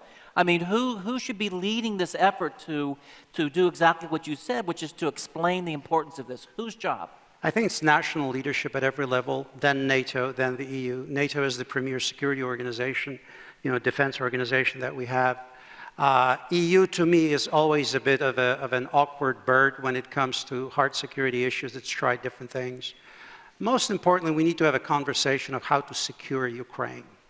Because talking about EU enlargement into Ukraine, in my humble opinion, is to some extent deflecting the issue. Right. No private equity will go into a country that's under constant threat of being destroyed, attacked, mutilated, and what have you. So we need to have a conversation within the alliance about how to secure Ukraine, whether through, you know, membership in the alliance or some other formula where the security of the country is guaranteed. I think if we don't get to that point, we will not be able to talk about EU enlargement, economic reconstruction, and what have you. And remember what's riding on this. A successful, democratic, free Ukraine, sovereign Ukraine, changes the region. I cannot imagine Belarus remaining in this kind of, you know, Russian embrace for much longer with that kind of a change taking place right next door. Right. And you have a region, there are no one-country solutions to the security dilemmas here. It has to be a region-wide solution. One last comment on Finland and Sweden coming in. This is truly transformative. This is transformative because it changes the geostrategic depth of the Baltic states. I mean, I'm speaking in Riga, right? So this is extremely germane. For way too long, we talked about the security of the Baltic states in a bit of a theoretical fashion about how we're going to defend, what we're going to do, tripwires, these kinds of things. You now have a geostrategic depth from the high north, Norway, Sweden, Finland, the Baltic states. You're talking about an air force capability that's going to come online like nobody's business. Yep. So this is huge. This is a tectonic shift in European security. We should capitalize on that. So we have 15 minutes left, and I want to do the nuclear question, which is on everyone's mind, and then we've got some excellent questions coming up on the Slido, and we want to get to hand raises there too. And so what I'm going to do is do a quick one on the nuclear card, and then we're going to turn to the audience and to Slido. Here's the question. The alliance nuclear posture, nuclear sharing, the NATO planning group, MPG work, I'm sure you're familiar with some of that nuclear task that NATO takes on. Does that need to be rethought given that the nuclear card has been played now? In other words, NATO has pedaled on doing this nuclear business in the MPG and, quietly getting briefed by the United States and the other nuclear members on what's going on, for many years. It's on autopilot. Given the fact that the nuclear card has now been played by Putin, he's put it on the table. It's no longer something theoretical. As NATO thinks about the nuclear part of its context, as it thinks about fighting in Europe, defending allies, that nuclear aspect has become even more important. It's no longer just a theoretical thing for the MPG. So usually in the alliance, when people think about the nuclear side, it's a U.S. thing. Well, the U.S. is going to brief us. The U.S. is going to be the one to pull the trigger. It'll be a U.S. decision, et cetera, et cetera. Let's put the U.S. aside, okay? Let's look at this question in terms of NATO. If you're on the MPG, Patrick, this is coming to you. If you're on the MPG, if you're running that committee, and you're sitting down right now, are you saying, we're going to have to rethink this whole thing in terms of the NATO role? We're going to have to, it just can't be business as usual. We're going to have to talk to the Americans in a month, and the alliance, are going to have to suggest maybe some other approaches in terms of NATO involvement and that nuclear part of Article 5. Is that happening? Should that happen? Or really things are fine, Jim? Let's move on to another question. Patrick. So thanks for a super easy question. So firstly, I would say that Russia has not actually played the nuclear card. It said there is a nuclear card. It's waved it around. But to me, that's playing it. It's yes, just okay, waving it. That's been played. That's fine, but it is, people use the term saber rattling. So it's making a lot of noise.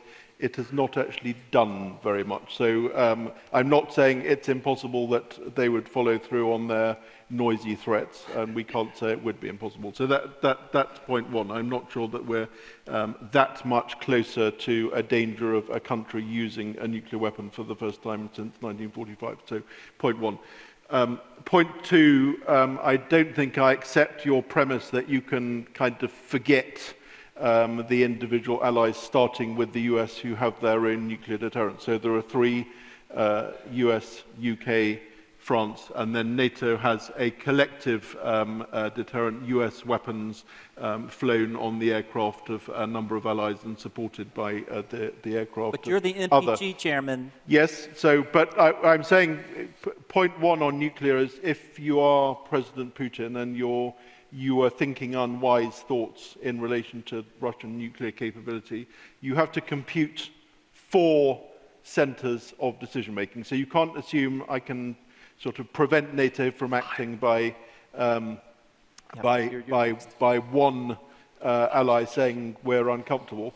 But nuclear evidently matters. So it's still, NATO says the chance of the use of nuclear weapons is very remote. I don't think that's stopped being the case. But having a clearly functioning and credible and demonstrated NATO and then those national nuclear deterrents matters more than ever. And do we have that now? Or yes. Do we have to rethink it? I think no, we do have it now.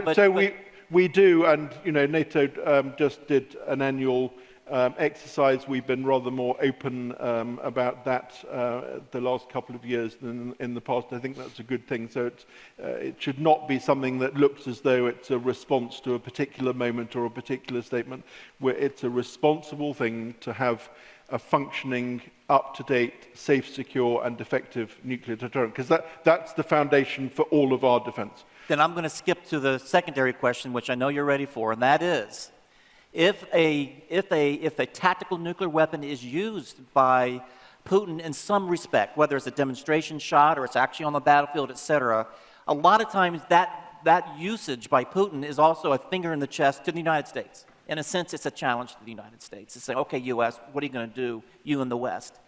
Let's put that aside. I know you don't like me to do that, but let's put the U.S. aside.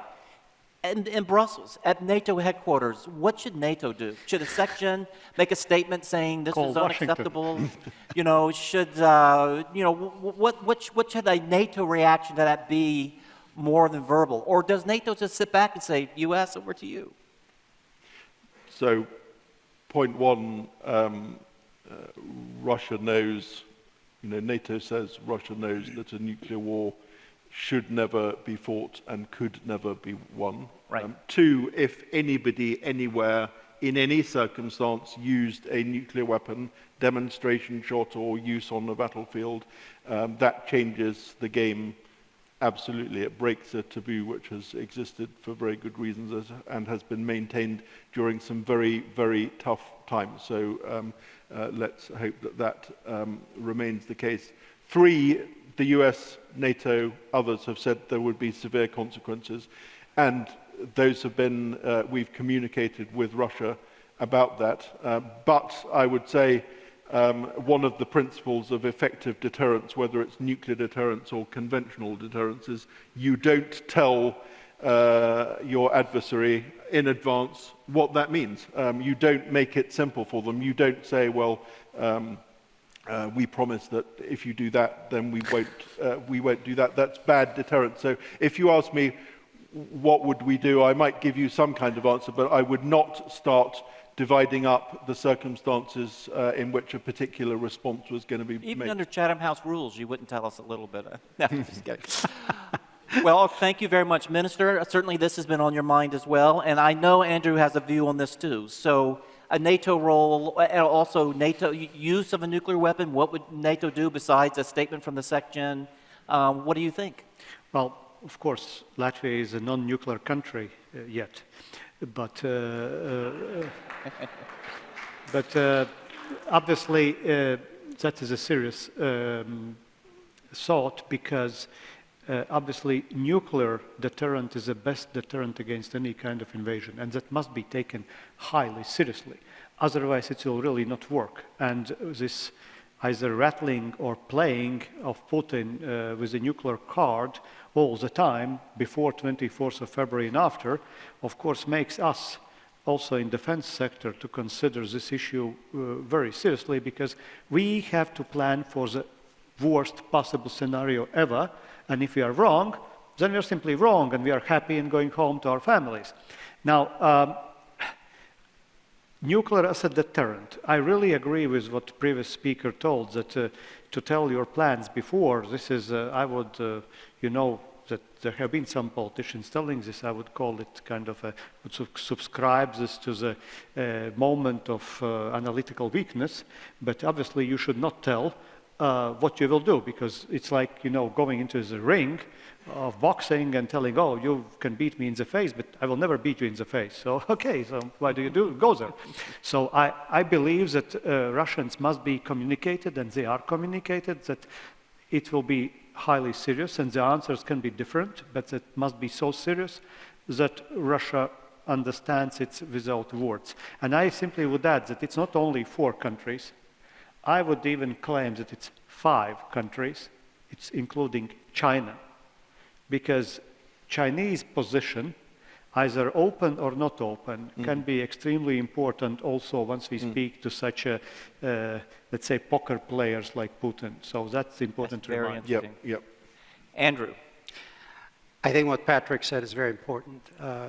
I think we're falling prey to our own, I call it self-deterrence, by signaling, instead of maintaining strategic ambiguity, signaling what we will not do, and then allowing the adversary to maintain the initiative. I think the means are there when it comes to NATO and the United States. And I think what I would simply do is communicate in no uncertain terms that there would be a response, and an overwhelming response, and I would leave it at that.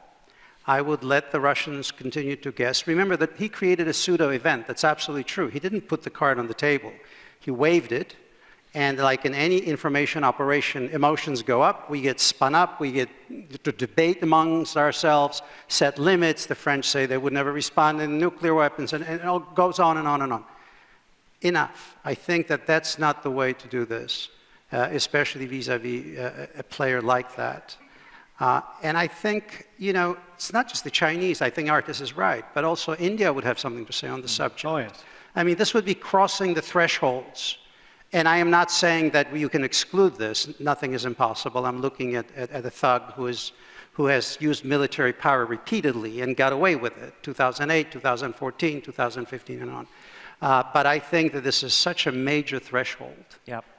That until I see some real evidence that he is moving in that direction, I would still maintain that threshold is relatively low.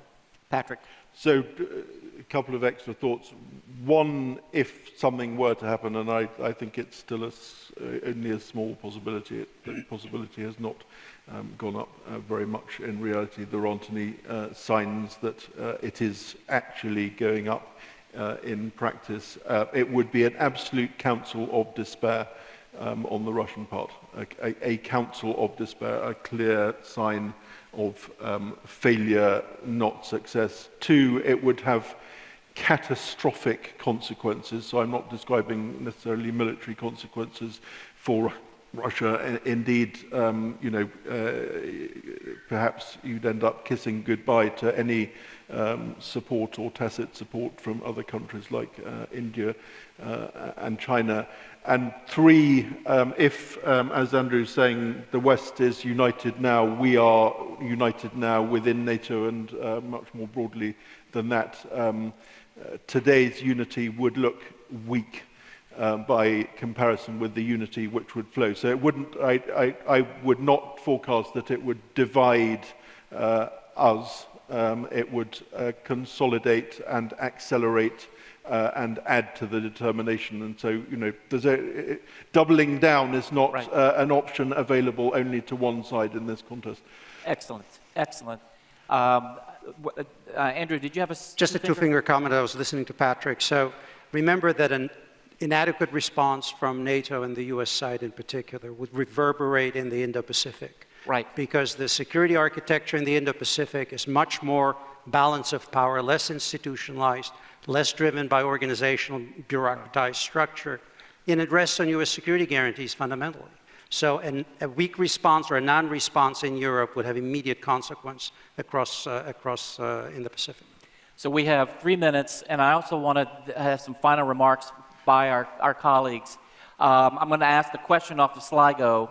What role does PESCO play in securing Europe? I wanted that question to be put to you because this is a tool that the EU has, that Europe has, to try to very quickly gain some ground on these issues that we've been talking about in terms of European capability. So it's not just PESCO, but what role do you see in the toolbox right now for the EU to be able to make some progress on the capabilities that we know Europe needs to bring to the fore? Lightning round, very quick. Minister. Well, if I would like to be positive about quick moves in European Union and PESCO, then I would say first it should concentrate only on those areas which are not covered by NATO. Secondly, it could really give some assistance for European capabilities as far as industrial might, military industry, and not concentrating only on the existing large Western European concerns, but giving a share to countries like us. Otherwise, it will not work. Right. Andrew. Well, Patrick. Patrick. So, European defense spending, European capabilities, European forces, European readiness, European production capacity, all of them, let's have as much as possible. And forget all of the boring inter-institutional dynamics. I couldn't care less about that. So the more Europe, the better. And the less petty back and forth. Yeah, this is too serious to start, you know, worrying, playing silly institutional games. Andrew. Yeah, I mean, I think the EU has been great at multiplying institutions and committees and names and organizations. It's really about building real exercise military capabilities, making sure that bridges and overpasses are rated for 70 tons to carry armor on a trailer, doing practical things. I think we're not going to move the needle forward by just debating, what role this or that institution should play. It's past that time. Okay, 30 seconds, each one of you. What do you want us to leave with in terms of what we've been talking about today, the challenges ahead? What do you want us to understand as we go back and go to dinner? That our deeds are corresponding our words. Get serious, understand the threat, and work, and then talk. Totally agreed. If in doubt, get a bigger map and a bigger timescale. Multiply everything that we've been talking about by 10 in terms of scale and speed. So bigger, better, faster, longer. Andrew, last word. Last word. Be profound. Have some strategic imagination and courage. I mean, what's happening is a conflict that happens once every 4 or 5 generations. We're looking at the crush zone of Europe that has generated wars, mayhems. Cold War was fought over this terrain and the rest of it. And that's the first thing. And the second thing is be mindful that the principal force in the United States is the US Congress on this score. It doesn't happen every day that the administration asks for 30 billion and gets 40 billion. But it takes two to tango. So if Europeans start once again welching on spending money, building capabilities, this may turn, and this may be a very different situation.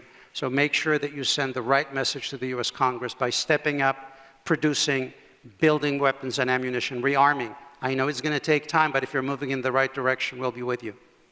Ladies and gentlemen, let's give a round of applause for some very important points that have been made here. Thank you so much. Well done. Very good. Well, it was a pleasure. Fun. Thank you.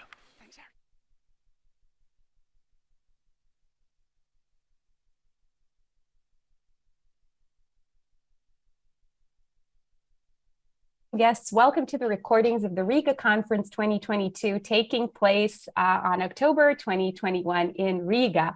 And today for our conversation, we have a very esteemed counterpart and guest. We have Bonnie Glaser, who is the director of the Asia program at the German Marshall Fund of the United States. And as most of you probably know, she was also previously senior advisor for Asia and the director of the China Power Project at the Center for Strategic and International Studies. Currently also a non-resident fellow with the Laoian Institute in Sydney, senior associate at the Pacific Forum, so kind of looking towards both the Indo-Pacific and the transatlantic in a sense. And Ms. Glaser is perfect for this conversation, so we're very happy to have her here because she works a lot on Asia-Pacific geopolitics and US policy. So with that in mind, welcome to Riga Conference. And let us then start with the US, which is where you currently are. You have called, in a Financial Times article, you were quoted to have called the current approach of the US President Joe Biden vis-a-vis China, vis-a-vis Taiwan, closer to, and I'm quoting, closer to strategic confusion than strategic clarity. And this quote, of course, became immediately viral. So please, let me start by asking, what is your reading of the US position on Taiwan, and what is the reaction of Taiwan? Well, thank you so much for having me. I think that under President Biden, the United States continues to pursue a one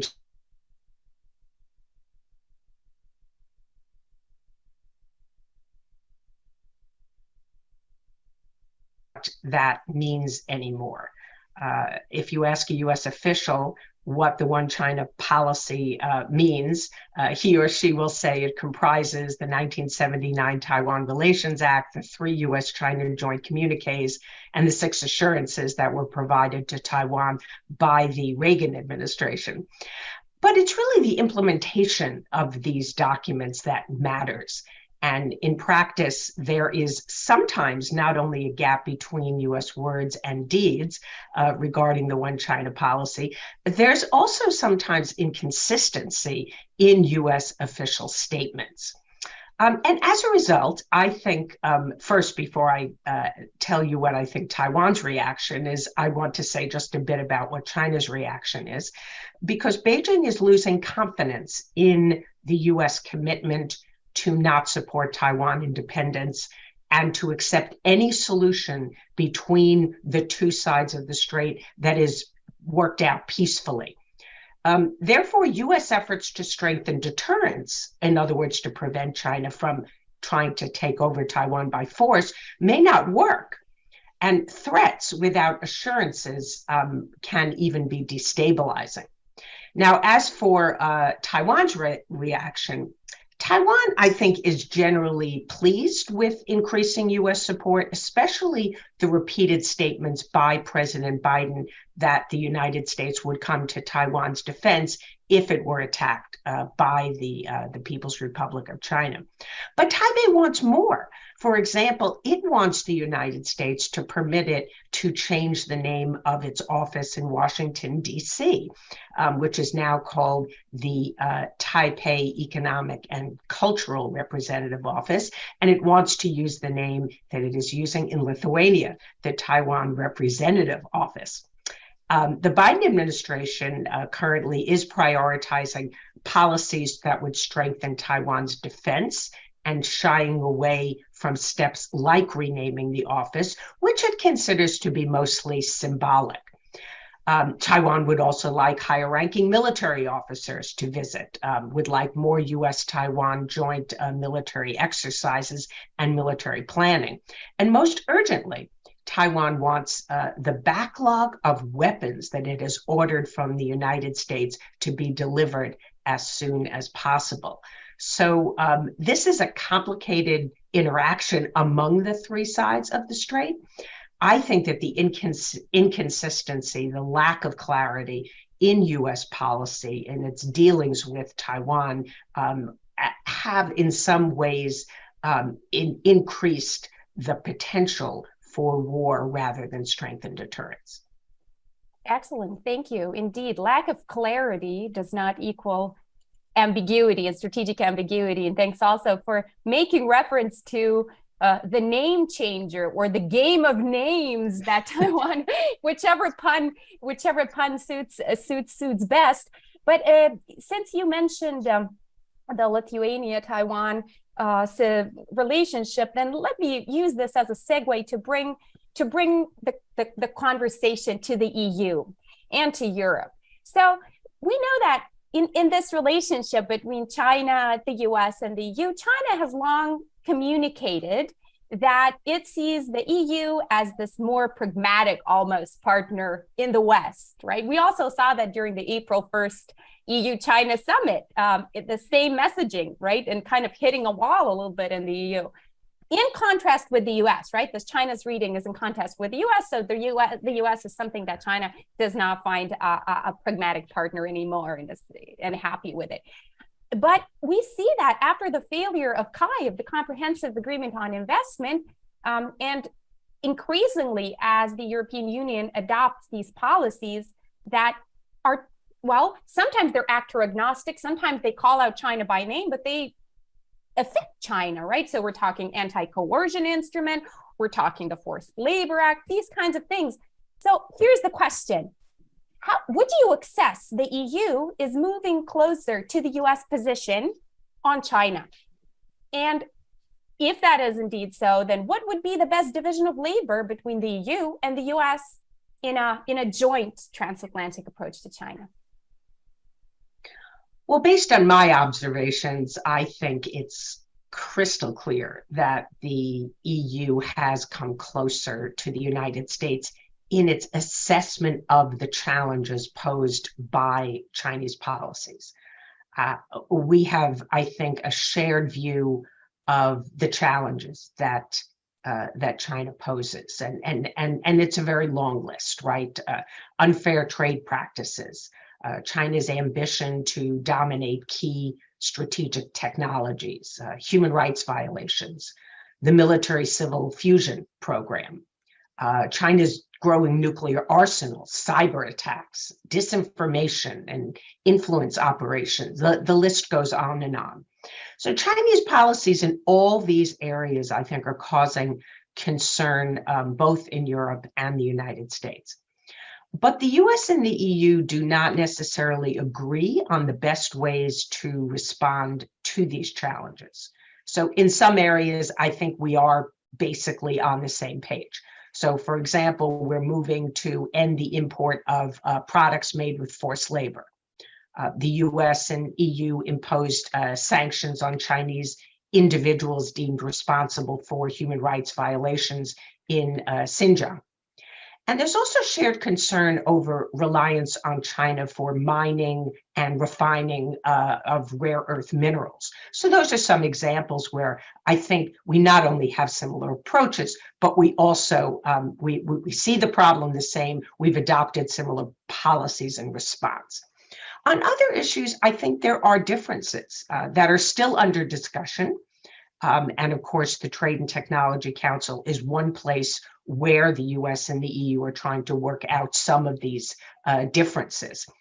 So we just had the United States announce the implementation of sweeping sanctions, export controls, based on our foreign direct product rule to a number of technologies that are connected to China's military, but I think are also aimed at this broader goal of preventing China from being dominant in the really key technologies of the future.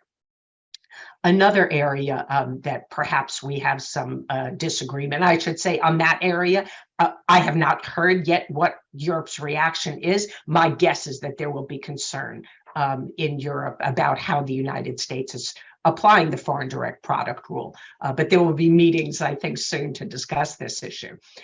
Another aspect is outbound investment into China. Should it be restricted?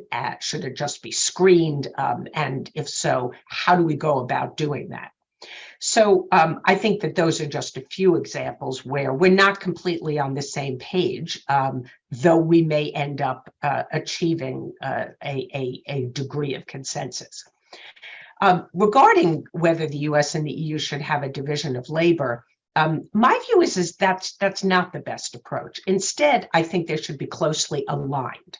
So in order to achieve our goals of making our supply chains, our economies, our democracies more resilient, I think we have to be more closely aligned.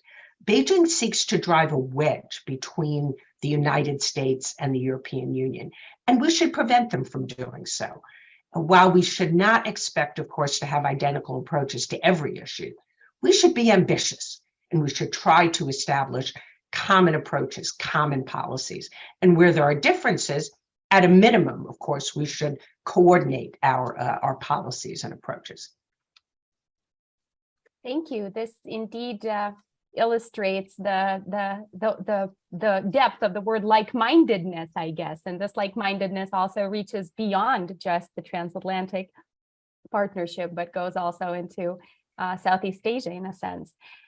Now, let's talk, we just talked about one set of partners. We talked about the West, we've talked about Europe and the US. Trying to establish these risks coming from China. There's another set of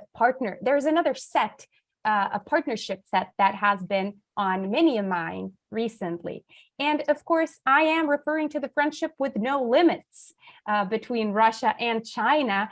Of course, and indeed, this is something that I also do as a researcher. So we know perfectly that, in fact, there's very little consensus on the actual depth and the reach of this Russia-China relationship. We have people on one side of the spectrum arguing alliance, and we have people on the other side of the spectrum saying that this is just a show. So what is your perception and your reading of this partnership between these two nations, and of course also signified by these two leaders, by Xi Jinping and by Vladimir Putin, posing as friends, especially on the Putin side recently, as we see after Samarkand. And what does that then mean for the West in general? And you're also welcome to break it down if you think you want, if it means something different for the US and for the EU. That's such a great question, and I'd love to hear your views. I would say that the relationship between Putin and Xi Jinping is neither a show nor an alliance, and we run the risk of misunderstanding it and formulating wrong policies if we see it either way. I think that this relationship remains close. It is, in my view, wrong to interpret the meeting that took place between those two leaders in Samarkand that Russia-China ties are fraying. I don't see that. You know, the evidence that was pointed to was Putin's admission that Xi Jinping had questions and concerns about Ukraine.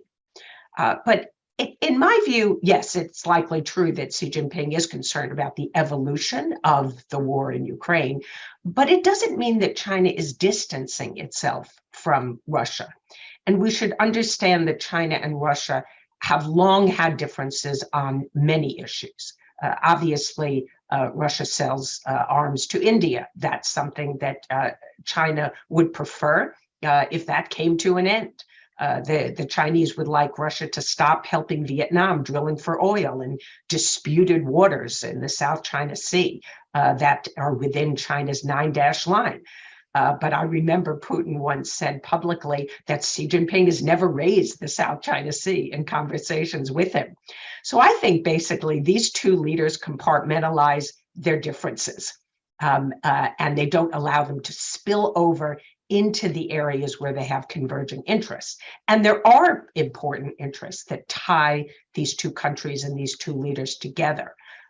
Russia and China need security along their lengthy border. They have complementary economies, and they benefit from increased trade. And we see that trade continuing to expand with the sanctions that the West has imposed on Russia. And the most important interest I think they share is that they attach priority to security and they seek to shape the international system in ways that benefit their interest as essentially authoritarian states. So while the West should not rule out the possibility that greater friction could emerge between Moscow and Beijing, that maybe could pose some opportunities in the future to drive a wedge between them, we should always be on the lookout for that. I just think that it is highly unlikely to occur. Instead, we should be prepared for continued close cooperation between China and Russia in especially opposing our alliances and seeking to insert their authoritarian values and practices into the international order. We should not misread Beijing's unwillingness to provide Russia with material support for the war or aid its economy as criticism of Russia's invasion. China is simply not assisting Russia in these ways because it is a matter of self-interest. China does not want to become the target of sanctions. So going forward, I think we will see more cooperation between these two leaders. Big question, of course, is if Russia were to use tactical nuclear weapons in the war in Ukraine, how would China respond? And my guess is China would be very uncomfortable. Xi Jinping would squirm. But at the end of the day, although the Chinese would never endorse the use of nuclear weapons, they would probably say that ultimately the West backed Putin into a corner. And just as the Chinese blame NATO for the war itself, they would likely blame the use of nuclear weapons on the West as well. Indeed, a widespread opinion among the official and also the academic community in China alike. Thank you so much. It was our honor and our pleasure to have with us today Bonnie Glaser. I'm Una Berzin-Cherenkova, head of the China Studies Center at Riga Student University. Thank you and have a good rest of your day.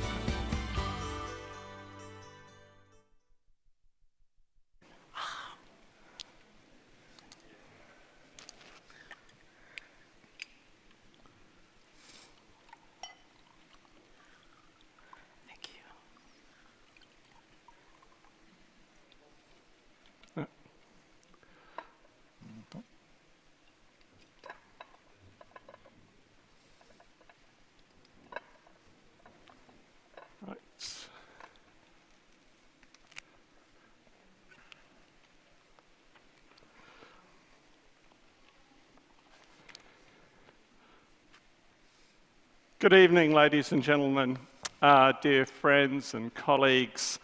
My name is Bobo Lowe, and it's my great honor and pleasure to moderate this final panel session of the Riga Conference.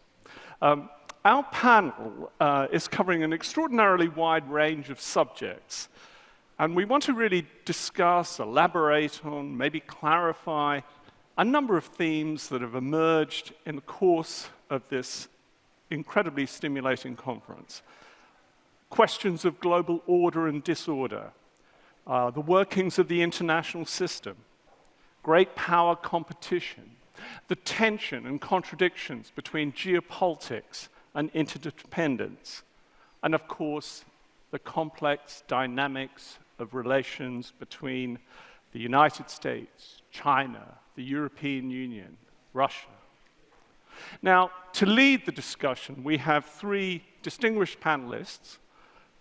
Furthest from me is Nick Redman, Director of Analysis at Oxford Analytica. To his left is Mercy Kuo, Executive Vice President of Pamir Consulting and a regular columnist with The Diplomat. And on screen here, we have Robert Lee, Office Director for the European Union and Regional Affairs at the US State Department. Now, I wanted to start by putting a few large questions to our panelists, but also to you in the audience, because we want to make this as interactive as possible.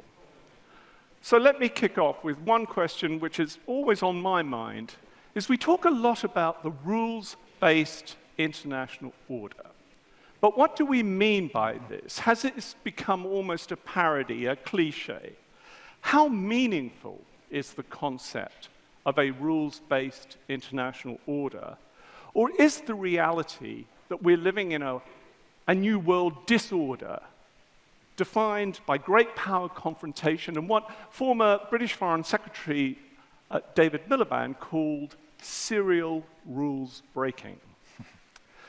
The second question is also a little bit about the rules-based international order. It is that there's no question in my mind that Putin's invasion of Ukraine is the worst breach of international order since North Korea invaded the South in 1950.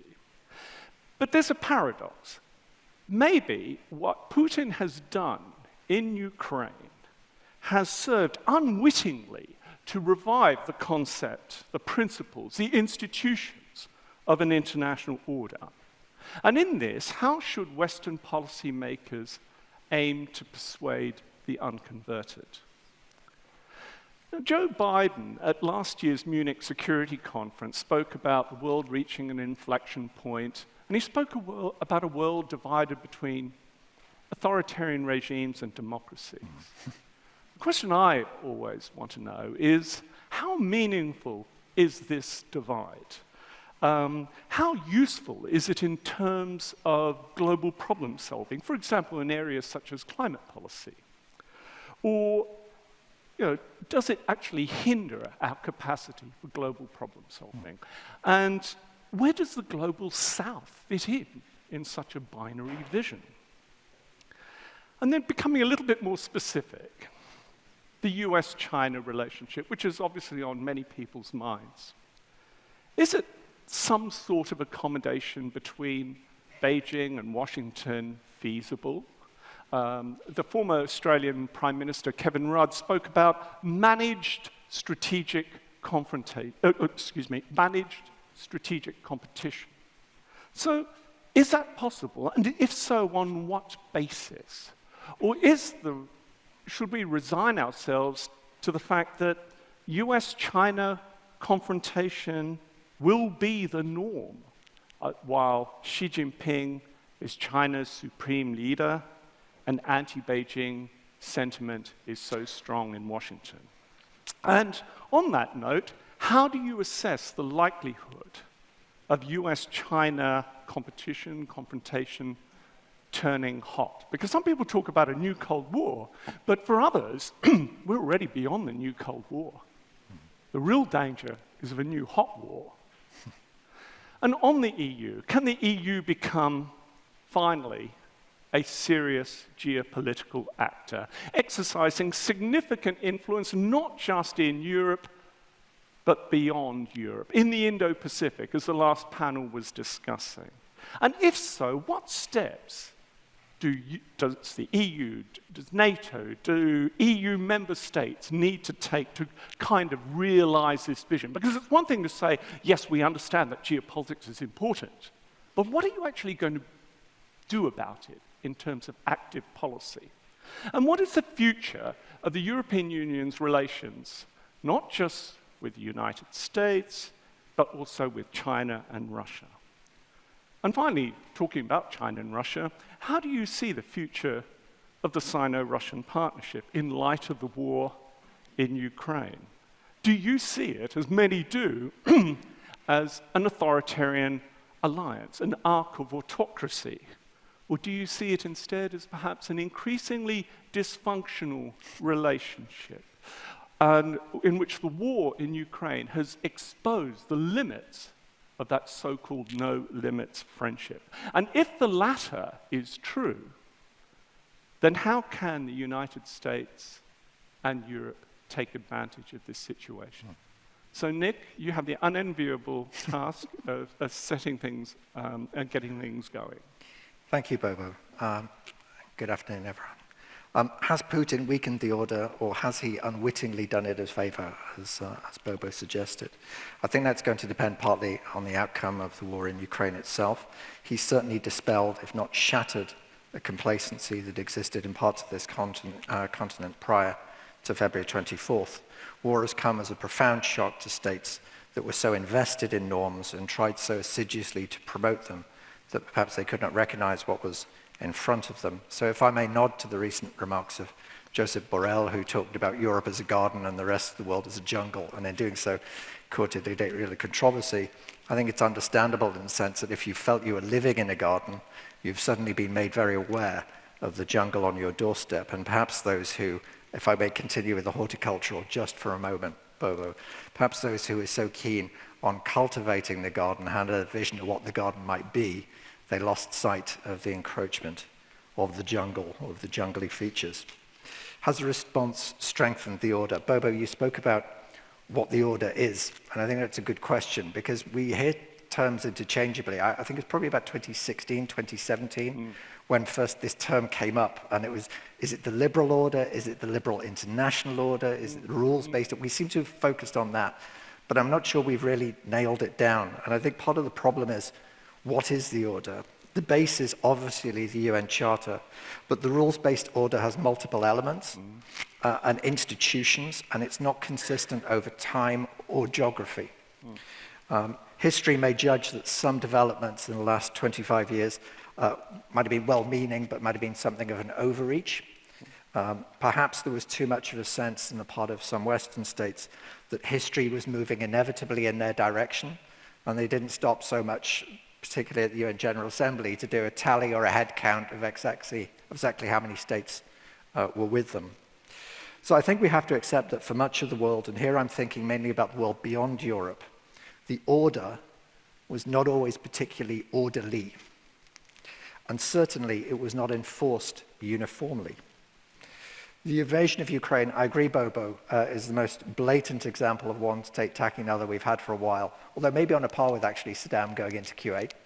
But there have been other conflicts in the world in this century, not strictly state-on-state conflicts, but internal conflicts that had quite nasty external intervention elements to it. So it brought states into direct contact with another without shocking the United States or Europe into such firm action as we've seen over Ukraine. And without those states also seeking to demand that all other parts of the world joined what we might call team enforcement. So while in the UN General Assembly we have votes on Ukraine's territorial integrity that command massive majorities, the appetite for sanctions enforcement is the exception rather than the rule when we go beyond the transatlantic area. The refusal of states in the Middle East, Southeast Asia, Sub-Saharan Africa, and Latin America, in many cases to join sanctions, reflects a view on Russia. I'm sorry to say it, but this is your conflict, this is your problem. You didn't care that much about ours when we were suffering it, and so now please don't ask us to join your sanctions regime and hurt ourselves, because this is one that you really care about. So we continue to live, I think, in what Hedley Bull called an anarchical society. There is a system of rules and institutions in the world, but it's a society governed by those that clashes often with the pure power politics of classical interstate rivalry, and the societal aspect is not always, or rarely in fact, the dominant feature. Society is not dead. Many regional blocs have standards of behavior and they uphold them, whether it be the African Union, ASEAN, or the Organization of American States. The incentives to play by the rules and to have the protection of those rules persists for many. Developing states will wish to signal, and this is where we come back to Hedley Bull and paying your membership dues to the anarchical society. If they accept those rules, benefits will flow from them. Final thought on this. Rules require updating and they require broad consent. Do we have the mechanisms to achieve these? Also, dividing the world into West, East, and South, particularly in the case of the South, which involves some very unhelpful lumping together of countries, and implicitly putting ourselves at the top of the pile, might not be a helpful way to proceed. On democracies versus non-democracies, and Joe Biden, the global South, and let me touch on climate change briefly. To be fair to Biden, the focus on democracy was partly a response to demands in the US domestic environment in the previous few years, and he has left the door open for broader cooperation on climate. But I think there's a difficulty in determining which states might count as democracies and how far we choose to set the bar. I was very struck by Zambia, which had a wonderful Orange Revolution moment, in a way, in 2021, and was going to have a starring role at the US Summit for Democracies. And then a few weeks before that was due to happen, I think the president made some unhelpful remarks about gay rights, and all of a sudden the conference needed a new poster child. It's quite difficult. What are the standards we're promoting? Plenty of states have elements of democracy and authoritarianism, even within the EU. And then we can look at states such as Turkey or Indonesia. By pressing the distinction between democracies and non-democracies, the United States is sending a message to the developing world that a choice is coming, if it isn't there already. And that might not be very helpful. I think particularly China, and it's the only thing I'll say about China, Mercy, leave the rest to you, intends to test to destruction Biden's claim that democracies are better than others when it comes to tackling the challenge of climate change. On climate, there's an urgent need for global action, which must cross those divisions between democratic states and the rest. In 1750, the amount of carbon dioxide in the atmosphere was 280 parts per million. It passed 300 in the early 20th century. It passed 400 in 2014.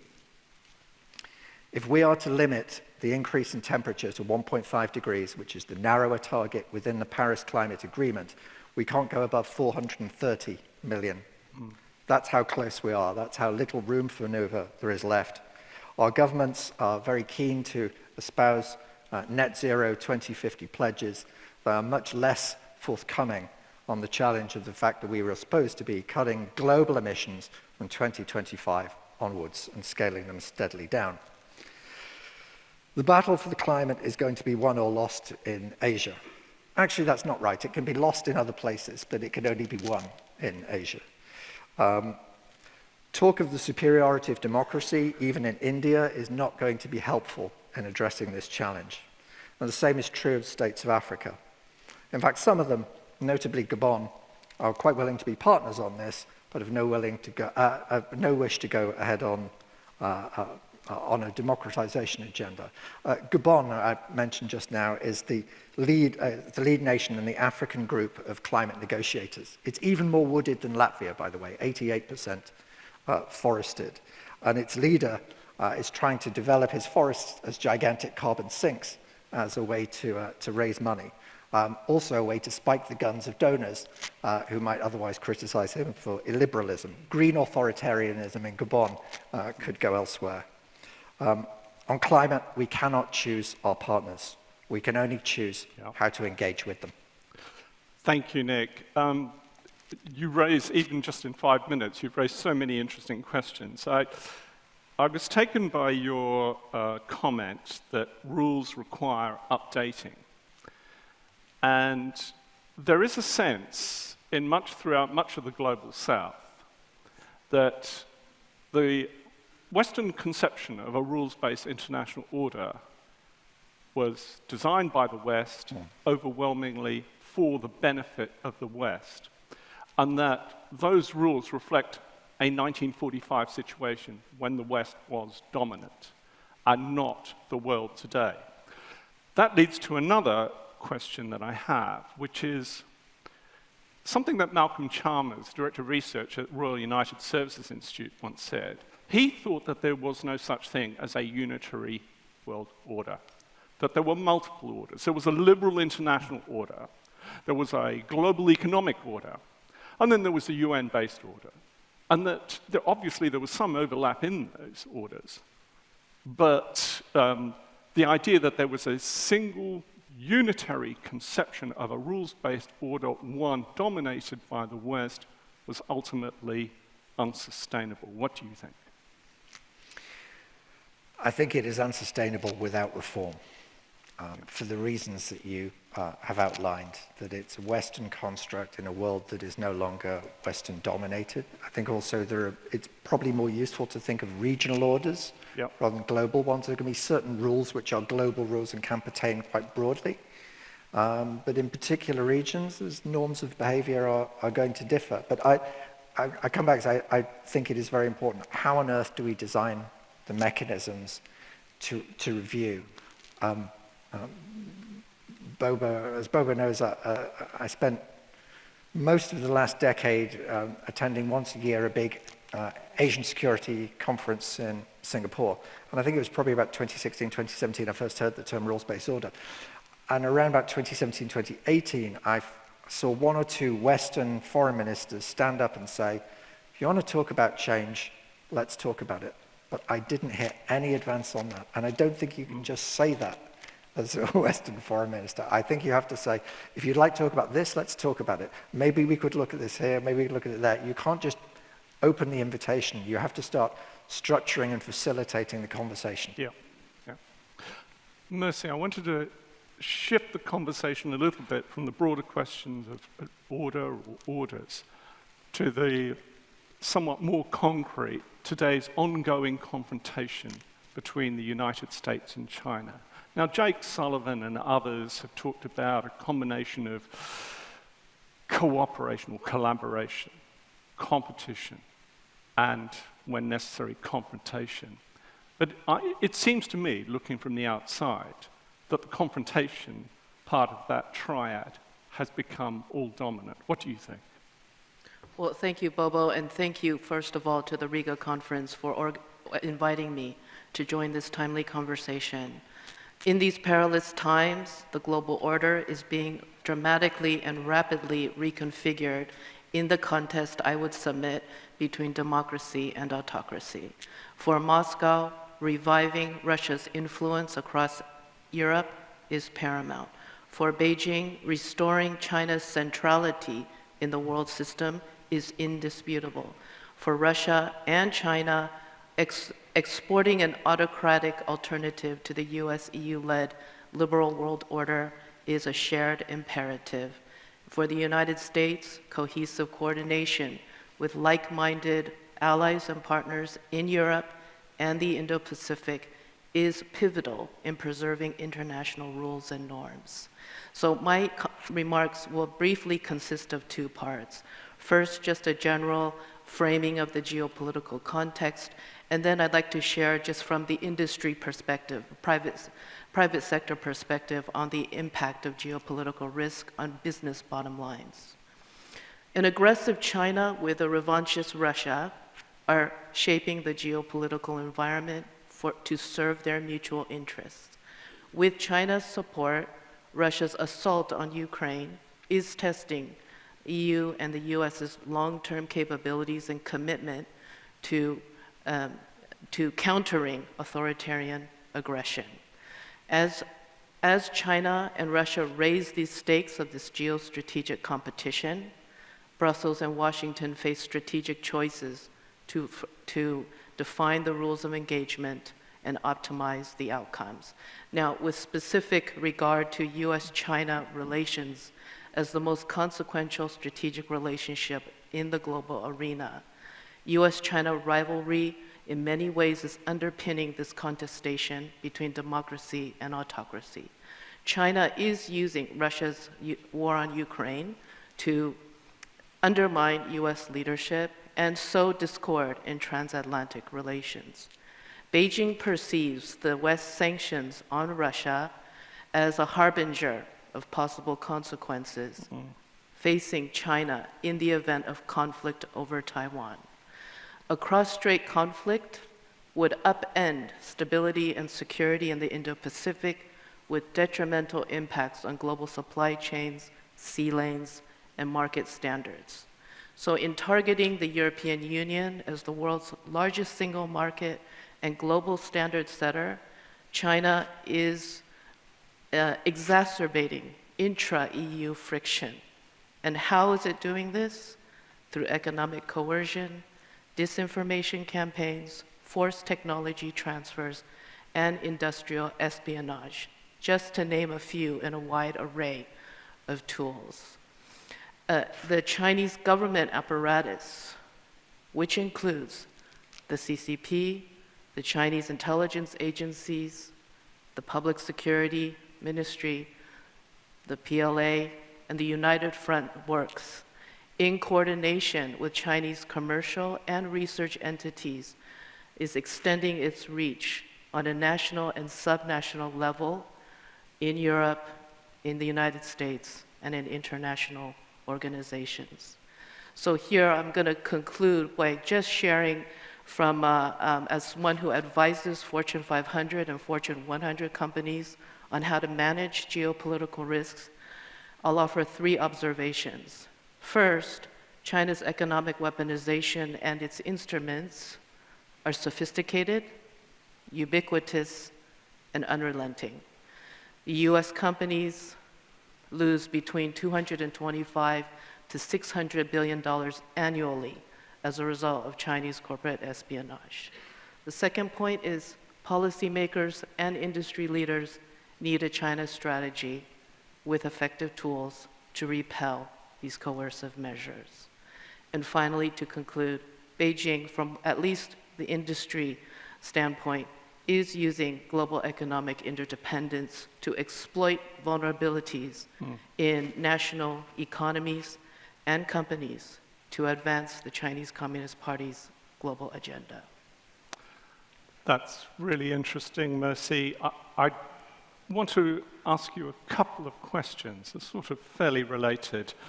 You say that China and Russia are seeking to export an autocratic model of governance. But it seems to me that they're such different countries with such different types of regimes that I'm unclear personally what that authoritarian model of governance looks like and how it would be applied anywhere with any degree of success. Surely both countries are on the make. It's not so much they wish to convert you, rather that they wish to exploit you, which is, I think, a different priority. Right. The other issue is that you say that China is wants to sow discord within the West. And I think I'd probably agree with that assessment. But surely the Russian invasion has done exactly the opposite. That the Russian invasion of Ukraine has had a unifying effect on the West. Transatlantic relations are stronger than they have been in a very long time. The United States has rediscovered its leadership mojo, and China's strategic options, including in the Indo-Pacific, have been somewhat constrained. So I'm just wondering if I can push you a little bit on those 2 issues. On the first question regarding the exporting autocratic alternatives, you're right. Of course, China and Russia are two very different countries. China, though, in the commercial realm, is exporting the elements and components of a surveillance state. Its technology, surveillance technology, there's a high market for that in the global south. And the social credit system that it's being used also is appealing to this part of the world. And the more control of the populace, that's also can be appealing as well. So this is a kind of Chinese brand of authoritarianism. With Russia, it's less commercial. Obviously, we have seen it's more on the political and military, geopolitical. But the point here is that actually, I do agree, it has been a clarifying moment for the West. And actually, it's also been a clarifying moment for the Indo-Pacific, countries in the Indo-Pacific, to decide. And this has been a common recurrent theme throughout this conference. What are our values? What do we stand for? What's the countervailing narrative that Russia and China are promulgating to the rest of the world? And if there's a questioning of, this is not what we want, maybe it will help clarify, well, what do we want, right? So I would submit, and just for the sake of time, that here it's really about the narrative, the explanatory power of, and the Chinese have a term for this called discourse power, where they are very keen to have multi-layers of this narrative at different levels so that it can shape and form attitudes. Thank you, Mercy. We now go to Robert Lee. Thanks very much for joining us from Washington. I know you're incredibly busy at the moment. Your background is in Asian affairs, but currently you're looking after EU and regional affairs and state. I'm very interested to see how you look at the future of transatlantic relations. Now, people are saying, oh, the West is back, and my natural reaction to that is, yes, but for how long? How resilient do you see transatlantic relations in coming years? Thanks, Bobo. And let me also just thank the conference organizers for inviting me to speak. And I apologize I can't be there in person. I look forward to a future opportunity to visit Riga and to our friends in Latvia, Labdien. This discussion really takes place at a very pivotal moment. We've seen Russia double down on its illegal, unprovoked, full-scale invasion of Ukraine with its illegal and attempted annexation of its neighbor's territory, which we and the countries around the world thoroughly rejects. At the same time, this conference and our conversations taking place as the 20th Party Congress wraps up. And we're seeing essentially a doubling down of a one-party system within China, where we can expect increasing oppression at home in China and China behaving increasingly aggressively abroad. And everything that we've seen in the Party Congress seems to reinforce that. So this is the context of the conversation. And I think, let me just touch on, before responding to your question, Bobo, let me just touch on the issue of the international rules-based order. We've had quite a bit of discussion on it, and it seems almost too abstract and ill-defined. But at its very core, basic principles enshrined in the UN Charter, concepts like sovereignty and territorial integrity, and not using or the threat or use of force to change borders, to take territory. Those are some pretty basic and core principles in terms of how states ought to relate to one another. Yeah. Now, these concepts have not been enshrined in world history in memoriam. It was developed actually in the midst of the Second World War, where the very term United Nations came to represent the countries resisting and defending against the Axis powers. And these basic principles were framed as a rejection of what the Axis powers were pursuing at the time.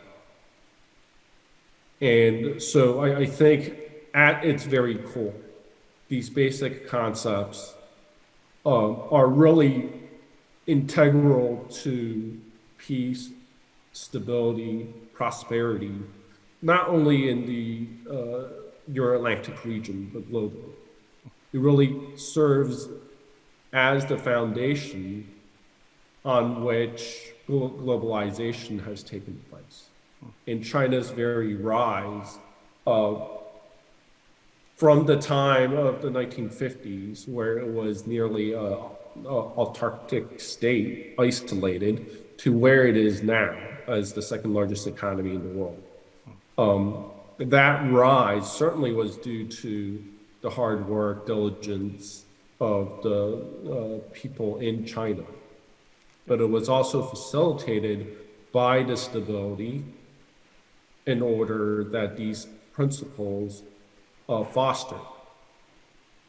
So I think in terms of international rules-based order, the idea and very concept behind it is really to shift away from a might makes right approach that has really been the operating assumption throughout history.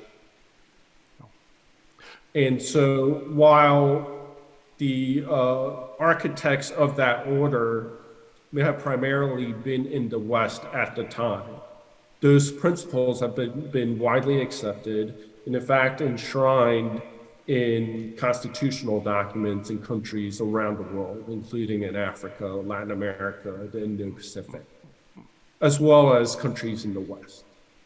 So I think those principles have been widely accepted, and those who question or reject this idea of international rules-based order as a Western construct, I share Mercy's thoughts about the alternative narrative. I have yet to hear a compelling and convincing articulation of the alternative vision that folks who criticize an international rules-based order would present, and what fundamental objections they had to the concepts of territorial integrity and sovereignty, well, Robert, and resolving differences by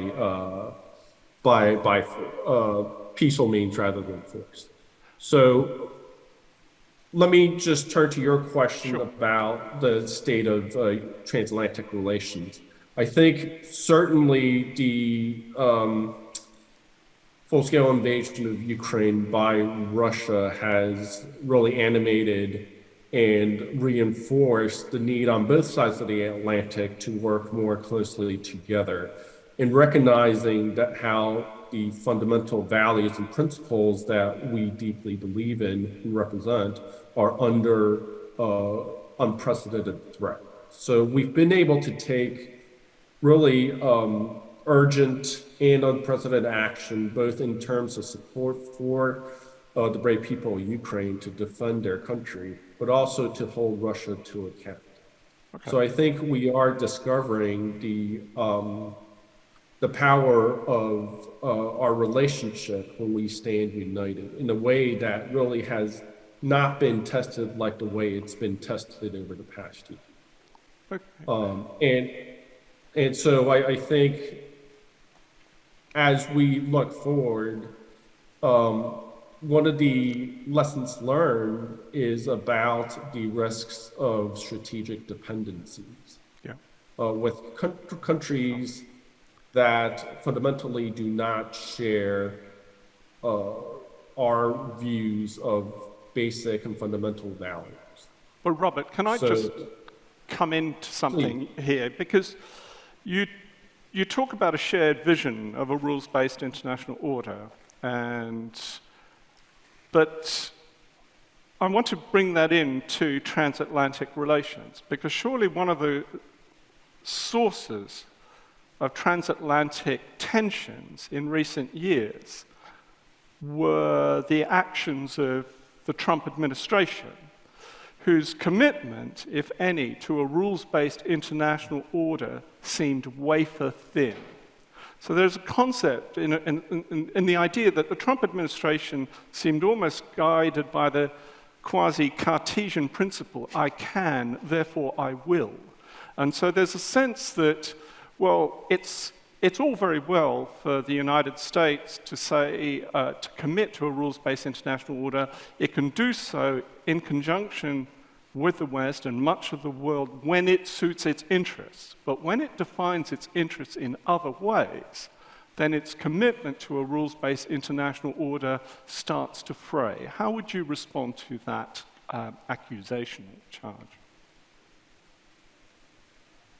Thanks, Bubba. I think clearly there were strong concerns within Europe and elsewhere about some of the signaling that had taken place. But I think fundamentally, the United States and its people have the principles and the approach of the United States and its role in the world. There has been a consistency in a bipartisan approach. Sure. So I think some of the concerns from the previous administration represented, although there were some departures from sort of the historical approach by the United States. I think underlying the overall U.S. policy, you'll see, and it's reflected in our approach in Ukraine, that there is a very strong bipartisan support over the course of the past year about the need to support Ukraine and to hold Russia to account. Okay, and great. So I think going forward, this will be, in terms of the U.S. overall, in its role in the world, this is an issue that is part of the debate within our domestic politics. Okay, right. Thank you. So I think it's fair to say that this is a period where the U.S. is also, in terms of its wider population, reflecting on its role in the world. Right. But we have seen over the past year, the response, not just from government, but from the public. And it's not just in polls, but in terms of the outpouring of support for Ukraine. And it's larger than the issue of Ukraine itself. But I think there's this recognition of the threat posed by Russia, not to just Ukraine, but to these basic principles that we talked about. Thank you. No, I agree. We have around 20 minutes, so please, if you'd like to make any put any questions, make any interventions, please introduce yourselves, and please make them single questions or one-point interventions. Who'd like to get the ball rolling from the audience? Not yet. Okay, well, in which case, there is a question from Slido, which is about what tools does the West have to use as carrots or sticks moving forward? I assume that's in relation to China and Russia. Would you like to have a crack at that, Nick? Tools and carrots and sticks, okay. Unity would be certainly one. Western countries acting together as a force multiplier. There's still a lot of development aid that they can mobilize. There's a lot of trading power that can be applied, greater R&D to strengthen themselves internally. I think there's quite a lot to do, but it's, as much as anything, it requires a mental shift, because certainly if you're a US decision maker for the previous 20 years, you've been used to a world where there was no peer competitor, and now there is. So a more wily playing of the cards is called for. Merci. In terms of carrots, I would say articulating a clear vision about what the values are, as I mentioned earlier. We know the West is not a homogeneous entity, okay? So it has to be very localized or on a national level, but clearly explaining, well, in this global disorder or chaos, what do we stand for? What do we believe in? And that would be, if there is an allure or attraction to that for the rest of the world, it should stand on its own as that narrative of conviction and principle and belief and ideals. The second is, I would say, people-to-people relations, exchanges, education, understanding. There is a great concern now in the United States that with China not inaccessible to young scholars, that the future of American understanding of China as a foreign policy profession will be detrimentally impacted, just because there's this increasingly lack of just interchange between students and academics. Okay, so education, people-to-people diplomacy. Sticks, I would say, and here I speak in the context of China, holding China accountable. Accountable, whether it is the tools that it uses in commercial industry, as I listed earlier, hold them accountable, require transparency. The SEC now has asked for auditing of all Chinese companies that are listed on the New York Stock Exchange. The more light that is shed on Chinese auditing practices, shareholders, this is a must. If we're really serious about keeping international rules and norms in terms of international business, development, investment, and of course, technology. All these things to shine that light on what China is doing and Russia is equally.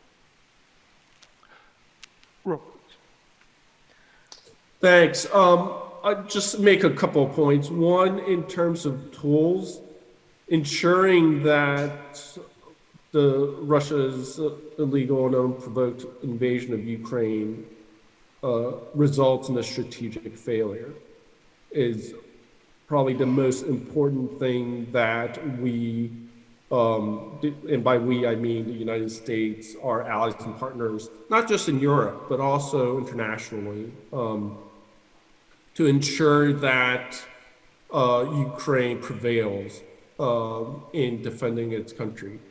It's, I think, of principal importance because it will send a signal and it would create a lesson for others. So if Putin were to succeed in his ambitions, I think that would provide a very dangerous lesson learned by others who would consider emulating his actions. In terms of carrots and sticks, I think there were some comments earlier and in discussions about challenges like climate change,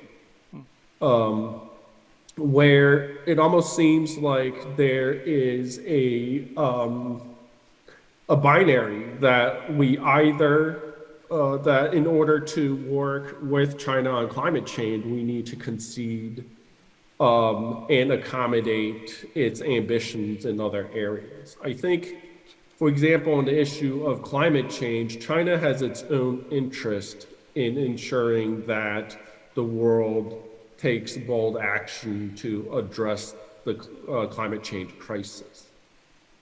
And so just as idea, if you look at the geography of China and how many of its biggest cities are along the coast and how much they would be under threat.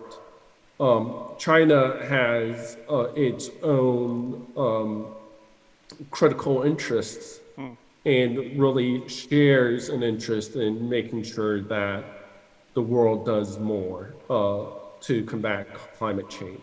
And we would welcome China taking more aggressive action and taking a leading role in demonstrating to the world what it can do. We will see at Sharm el-Sheikh whether China takes up that opportunity. And it's been one of the areas where we have been engaging with China.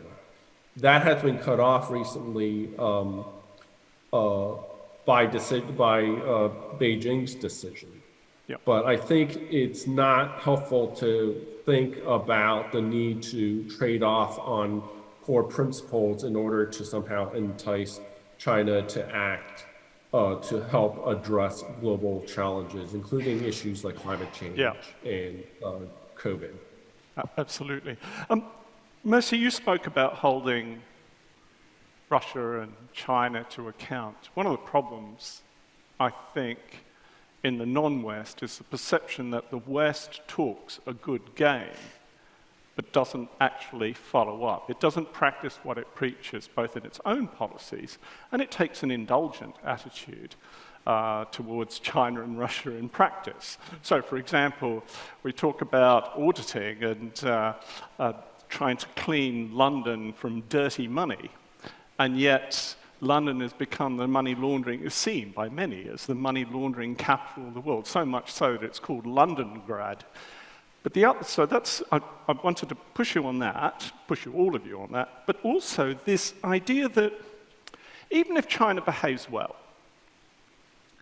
what place is the United States going to give it or allow it in terms of global order and governance? We come back to that 2005 concept of a responsible stakeholder. Now, clearly, things have moved on since then. So what does responsible stakeholder mean in practice for China in what is still going to be a US-led global order? Does it mean just China playing a more prominent role, but still very much a secondary role and not really being a rules maker along with others? Or does it mean out-and-out strategic and normative competition? So I just wanted to ask all of you. Let's start with you again. Okay, on Londongrad. Yeah. I think there is, again, a popular thing maybe to say to Western audience, but I think there is a Western image problem, which is on multiple fronts. It's around hypocrisy, about sort of, dealing or facilitating money with London as a sort of butler and banker of the world, and extends on our foreign policy behavior over the last 20 years with Iraq on the charge sheet and Libya and what happened in Syria.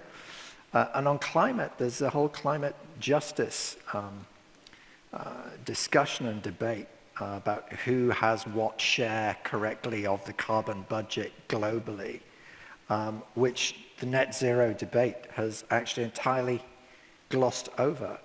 So I think in addressing the rest of the world, a little more Western humility would probably go quite a long way.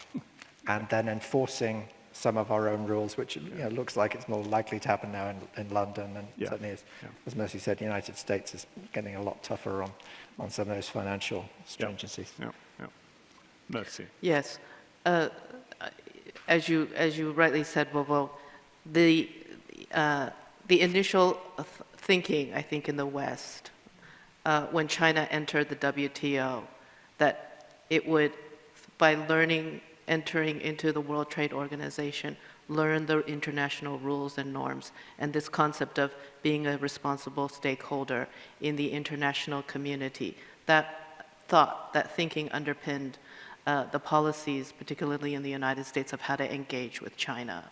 And for a while it did. Actually, China benefited greatly from those decades of really open markets, tons of American investment into China, You can name all the blue chip companies that went there to invest, set up operations. So it's ironic that China is now trying to be a rules, I would say, maybe not breaker, but a rules, rewriting the rules, Sure. okay, Yeah. of the international rules and norms with Chinese characteristics. So it's been a beneficiary, and now it has, it feels like it's bold enough to come in to, say, the UN, and for example, it sends its senior officials to be a part of the standards writing for telecoms and ICT, so that China now can influence how the standards are being written. Now, where is this going? Your question. Is it going to be more confrontational? Well, here we're going to come to Chinese domestic politics. As you all know, the 20th Party Congress is in process right now. Earlier this morning in Beijing, there have been clear indicators that Xi Jinping is really solidifying, centralizing his control at the highest levels. Tomorrow, again, I think Beijing time, we'll have a very clear confirmation of his team when the Politburo is introduced. Yeah.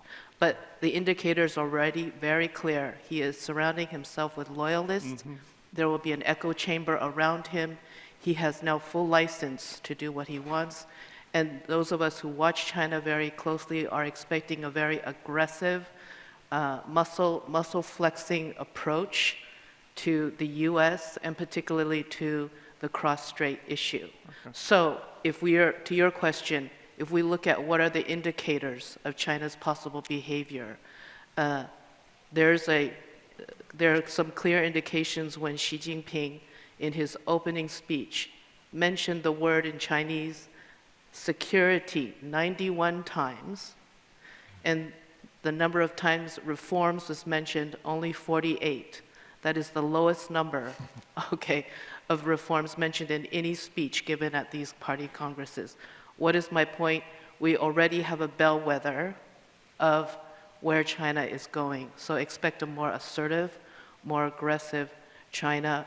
If it gets to your earlier question of a hot war, well, again, I would say we'll look at indicators. I think the US presidential elections in 2024 will be also a clear indicator of the US leadership and the direction that whatever leadership ends up in 2024, how it will lead the US and shape the US-China relationship. Yep. Robert, I'll come to you in a moment, but I just wanted to take a question from you first. Irina Kuznetsova, I'm on the board of LATE and the co-founder of a democracy festival here in Latvia. My question will be about quantum technologies, because we all know that the United States and China have been racing to achieve quantum supremacy, that is to develop applicable quantum technologies. So how much should we be afraid if China comes first? Are there any real security risks for the West? Thank you. Okay. Gentleman, about 5 rows, hand up there. Hello, my name is Viesturs Bērziņš. I represent Yata Latvia, and I wanted to ask a question to the whole panel.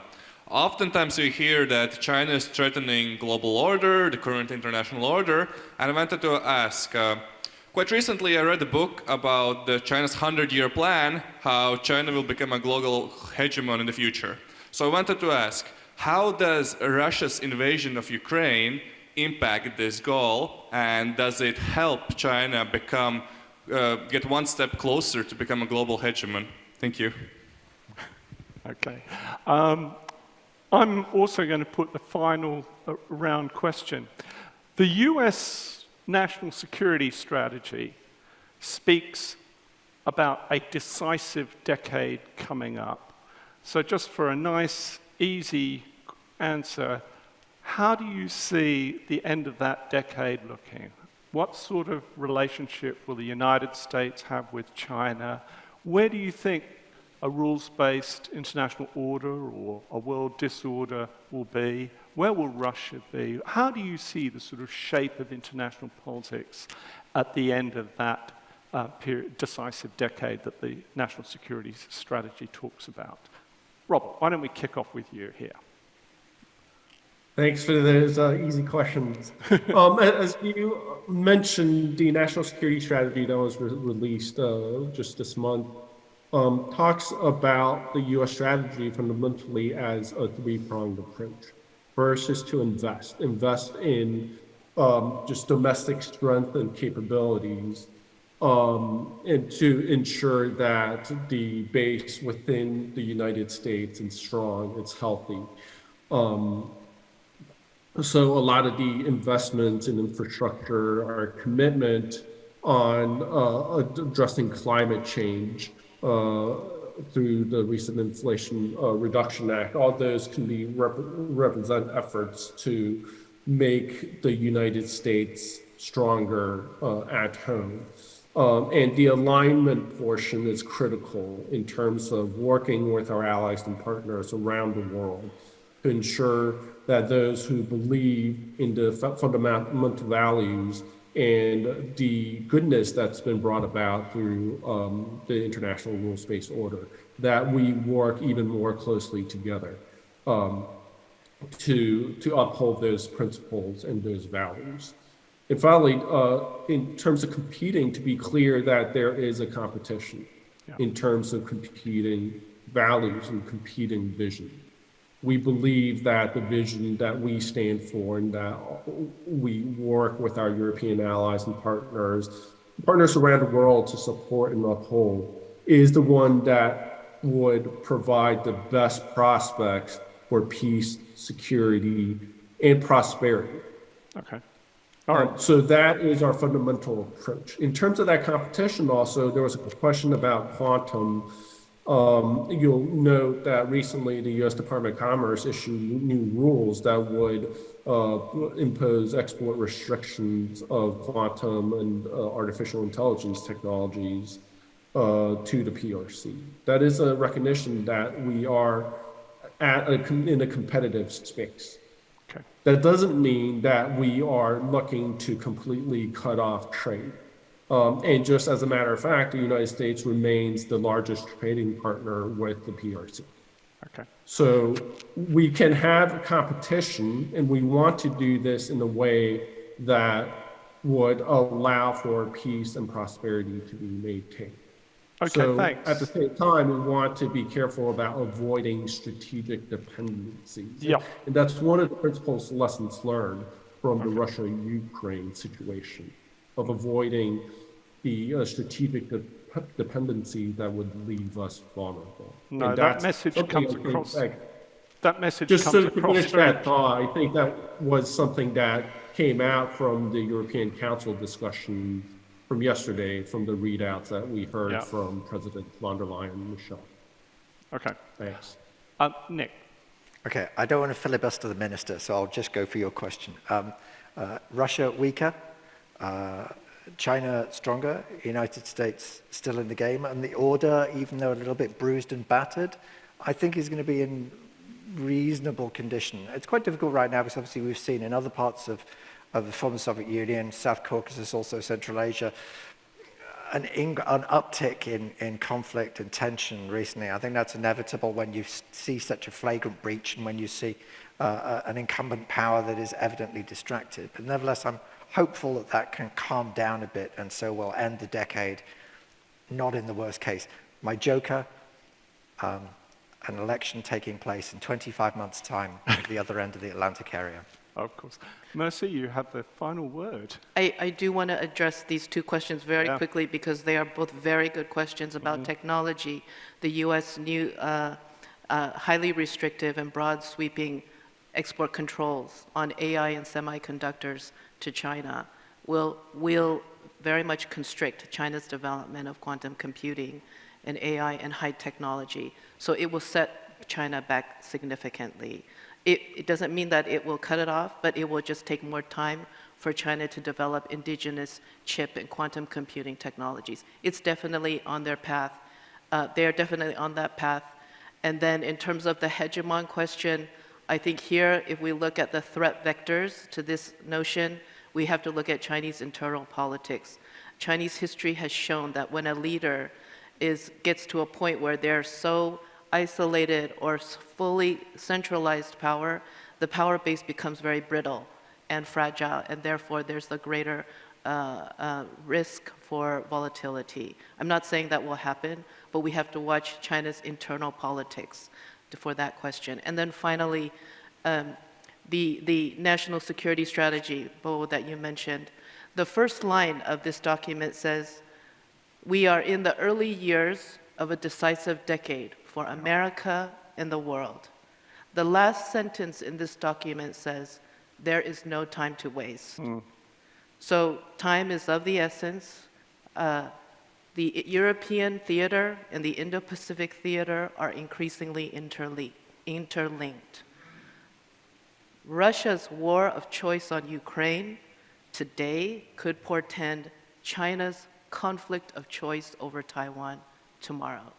So as the stakes and risks continue to escalate, the space for hedging is shrinking, and the time is narrowing. So I'll finally end with this decade and the strategic choices that policy, military, and industry leaders make could determine the direction of where this whole global order is going. I think that's an excellent note on which to end. Would you join me, ladies and gentlemen, in thanking our wonderful panelists, Robert Lee, Mercy Kuo, and Nick Redman. Thank you very much. St. Anthony's.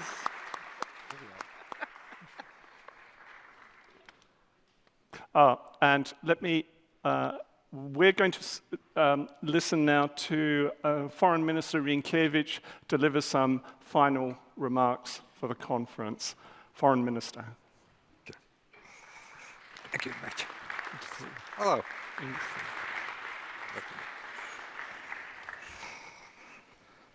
Well, good afternoon, everyone. And first of all, let me really thank all the organizers of Riga Security Conference, all the participants, and also all the sponsors and volunteers that have been helping to make this event to happen again. After 2 years of COVID pandemic with some restrictions, we are back to a normalcy, back to the normalcy of the discussion, but not back to the normalcy of the real life outside, especially taking into account what is happening in the world and in Europe. And I think that the value of this conference, as we have seen throughout the years, is to bring many different perspectives from think tanks, from politicians, from media representatives to discuss ideas. And some of those ideas at some point become policies. Some of those ideas are being implemented by the governments, by the international organizations.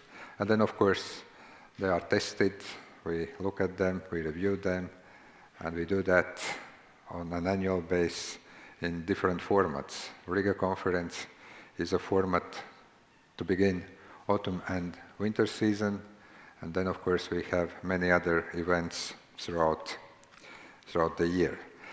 Let me also say that at some point, when we were discussing different scenarios last year in this very room, I think that not many of us really believed that the world and Europe can change so dramatically. Not every one of us, even at that point already getting first information, first intelligence assessment, would imagine that actually Russia would launch full-scale war against the neighboring country, against Ukraine, in that case challenging the international law and international order. And of course we are here, many of us who probably thought that this would happen, maybe rationally still were not able to accept that emotionally. But also there has been some profound change for many years. There have been a lot of jokes that one day we would be very happy to welcome Finland and Sweden to NATO. We kind of thought that this would be a really great development, but we would never imagine that this is going to happen so quickly.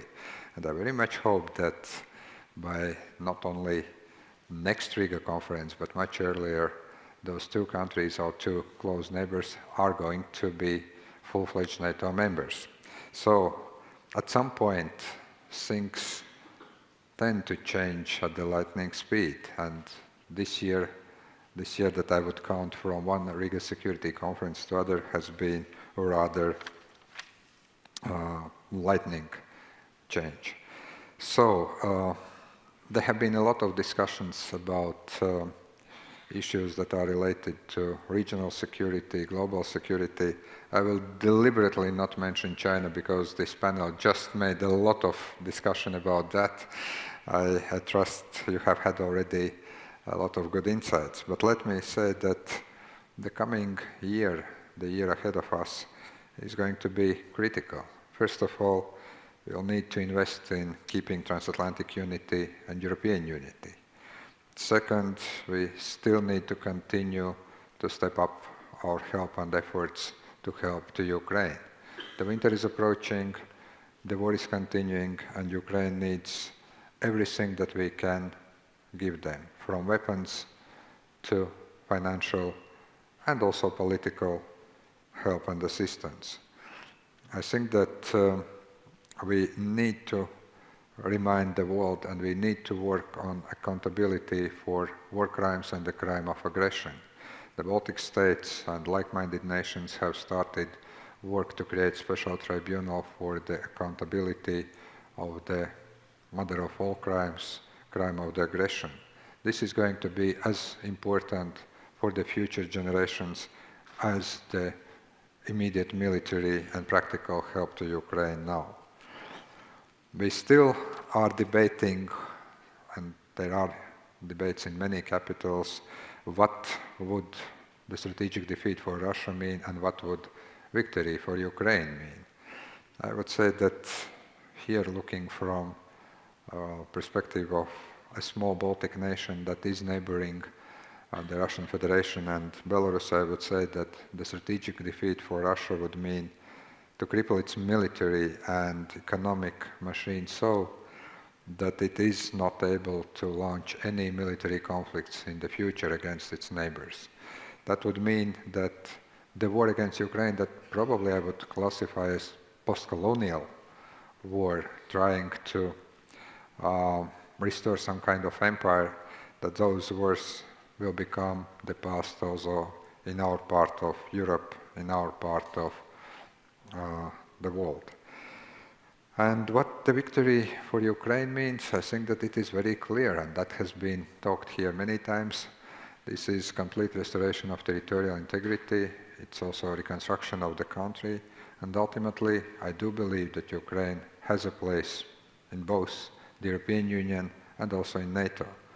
We have had also quite a change past summer when Ukraine got EU's candidate status. This is, of course, just the beginning of road, but I think that we all need to do whatever it takes also to help Ukraine with reforms, even in a very challenging times when this country could become EU member. There is now Ukraine's application for the membership in the alliance. Of course, not everyone currently is ready to accept moves here, but I think that we also need to work out a very clear roadmap how Ukraine gets closer to alliance and ultimately at some point also becomes NATO's member. On the strategy, I think that this has been debated a lot. I think this is a very simple but so far effective and efficient strategy. Help Ukraine any way we can, sanction Russia and Belarus. And here I want to emphasize why Belarus, because this is in effect part of Russian military district, part of Russian military war effort. So we need to treat Lukashenko's regime as we treat Russia. So more sanctions, more restrictive measures, closing loopholes, working with countries that are not imposing sanctions, not to allow them to become the kind of avenues for avoiding sanctions. And then, of course, increase NATO's presence in the eastern flank and also here. I think that all those decisions that have been taken in Madrid summit in June, those are great decisions showing the unity of alliance, but we all know also homeworks that we all NATO members need to do, from increasing defense spending to also doing a bit more on war efforts and also military industrial efforts. So this is a very challenging time and environment, and a lot can happen in politics, and especially international politics, not even within 1 week, but sometimes within 1 day. We still have 1 year till the next Riga Conference, and I think that there are going to be a lot of developments. But I think that it's also time to start to speak about what our long-term and medium-term policy vis-à-vis Russia is going to be, especially taking into account that the war is raging. And one part that is very important, and maybe that's not so much about how you engage or how you contain Russia. The war is going on, and I think that the major strategy is currently to make Russia be defeated, strategically defeated, but we also need to address issues how we are addressing what we sometimes call European Russian policy, what we are doing with those people who are fleeing the country, and we have very strong views about those who are fleeing from mobilization because they have nothing against the war, but they are very much against their own personal benefits being taken away, or they are very much concerned about not being drafted and not being killed in the war that is clearly not theirs.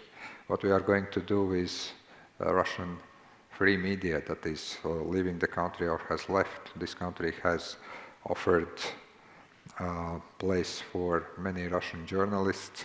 There have been some discussions back in this country how far we should go, but I think that this is important, that both Russian public in Russia and also Russians abroad are getting information in Russian, and we still need to do this as the more coordinated Western effort rather than to leave it only to 1 or 2 or 3 countries and some of NGOs or some of funds dealing with that. So plenty of issues.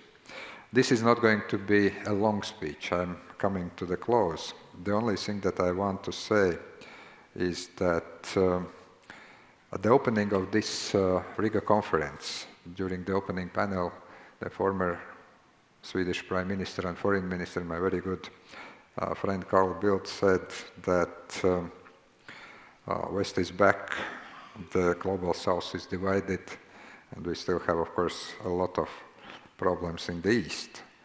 I think that the strategic aim, and I do hope that by next Riga Conference, even if probably I'm very optimistic, but I do hope that the general situation in the world is going to be that West will be still back and united, that South will be united behind the just cause of international law and order, that Russia will be defeated and Ukraine will win.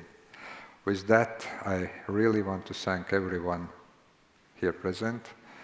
I now have a privilege to introduce Professor Žaneta Ozoliņa, who has been chairing LATO for many years, to come to the stage and really close this Riga Conference, but I very much hope to see you all in a year's time back in Riga, probably in the circumstances that will be a bit calmer, a bit peaceful, and debating about some more optimistic topics than probably we have had discussions over those couple of days.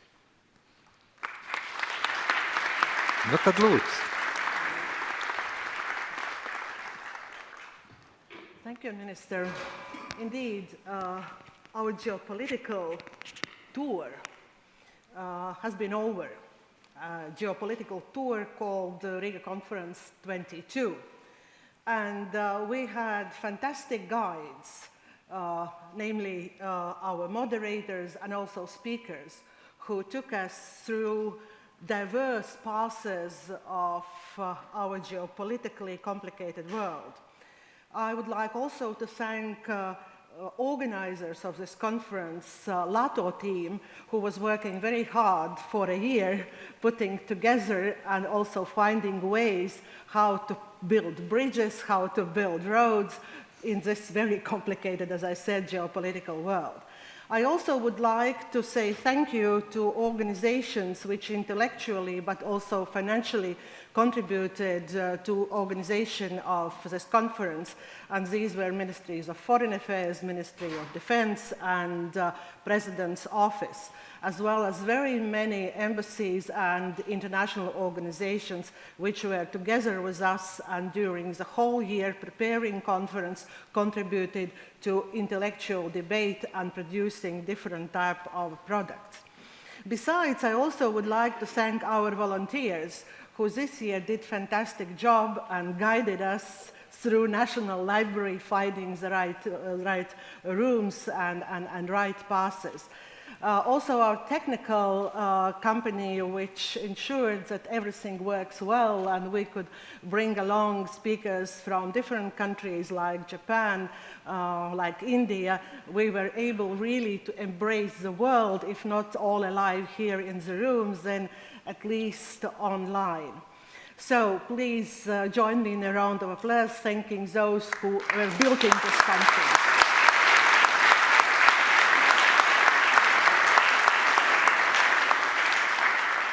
And almost in the very end, because I have one more announcement, I would say the traditional phrase which we are always saying, so all are welcome to Riga Conference 2023, despite whatever challenges we're going to face during this year. And the final announcement, as you have seen in your programs, then tonight we are having a fantastic concert in St. Peter's Church, just across the bridge, but the transportation also will be offered. And please don't forget your coats, because in the church it's usually quite cool. But anyway, so the spirit will be very warm, and I'm very sure that singer Gopalo will warm up your hearts. So thank you very much, and see you all next year. Thank you.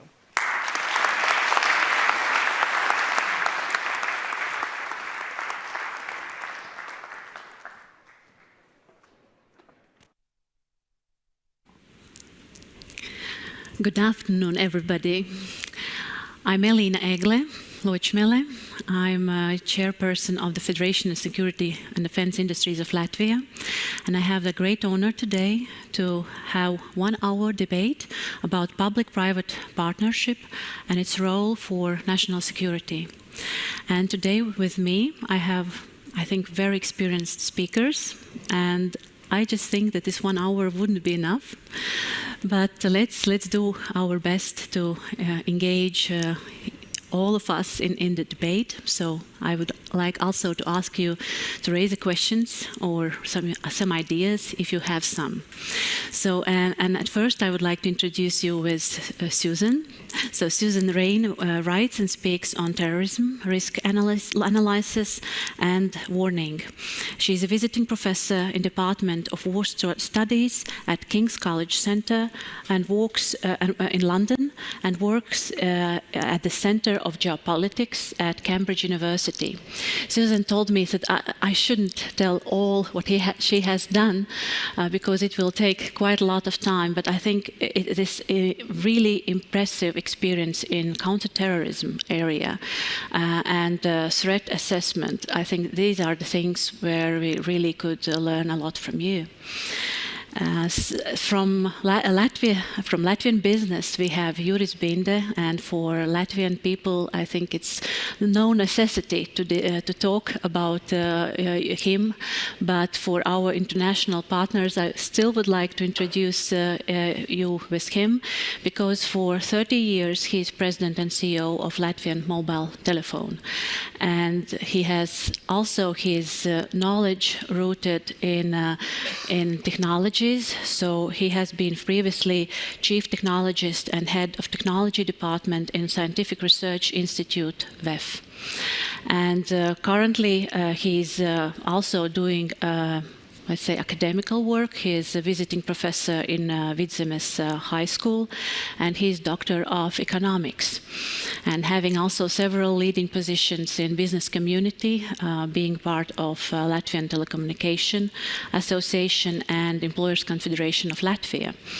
So, and what's also worth to say that probably mainly we think that Latvian mobile telephone is working in telecommunication area, but I think that Juris will have experience to share regarding other communication activities, what they are doing to engage society in technologies, and also working quite a long time for defense industry ecosystem in Latvia.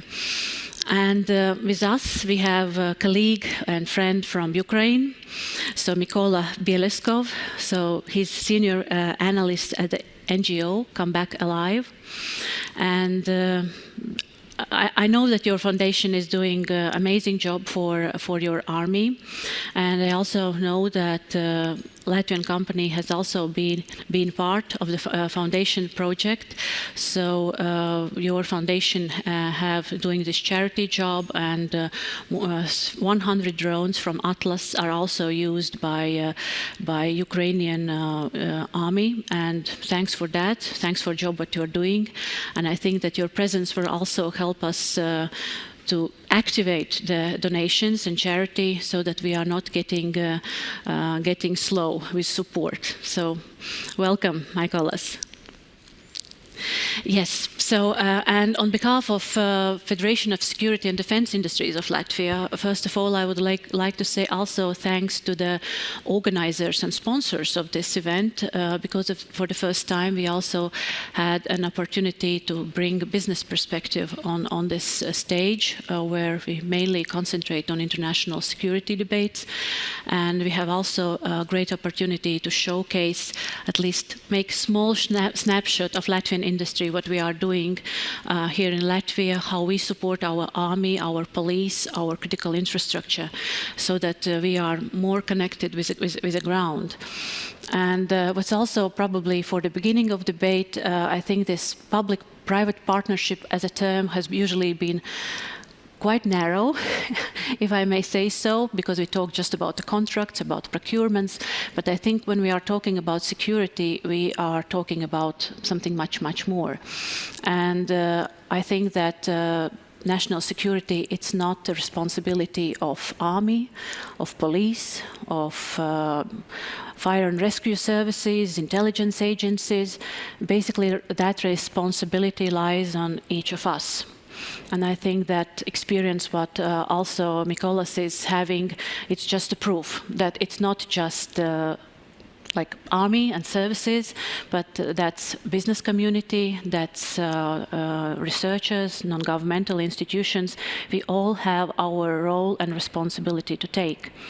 So, and during this autumn, as a federation, we have had a chance to visit our largest municipalities and raise issues about resilience, about business continuity.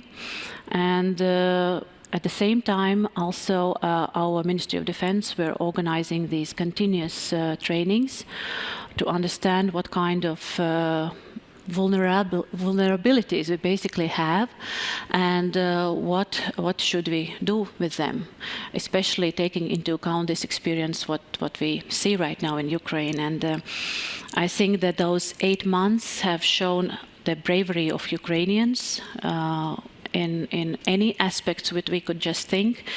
And that really reminds us to think that we have to think much more wider about the potential threats. And we understand that probably we wouldn't be able to respond to every threat. It's impossible, but at least we can evaluate where those risks are and be prepared. And yeah, therefore, basically, my first question would be probably to Susan to ask, how do you think what about our risk assessment, risk management, risk awareness? And yeah, starting also probably from UK. How is it in Great Britain? What they're worried about? What Brits are worried about?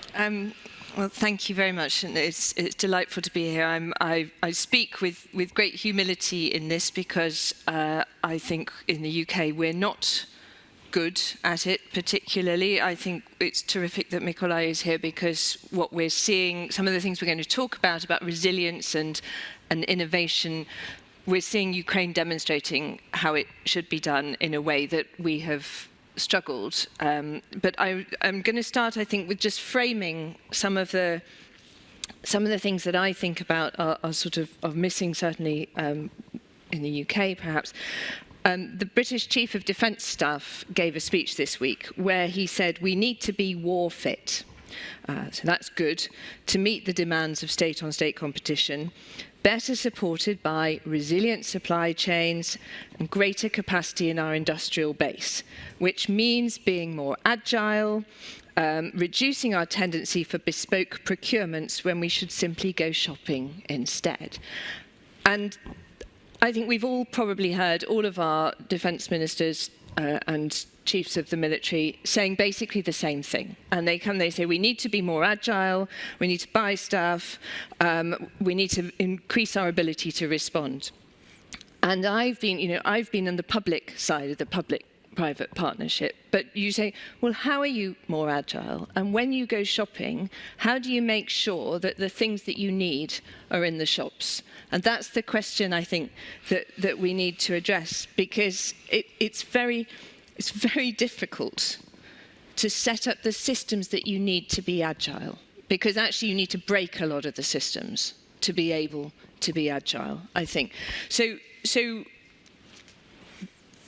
Russia's invasion of Ukraine has shown us that we need that public-private partnership to work like it's never worked before, as you said. It's got to move to a whole different level of mutual reliance, and that depends on common purpose and a shared understanding of what the threat looks like.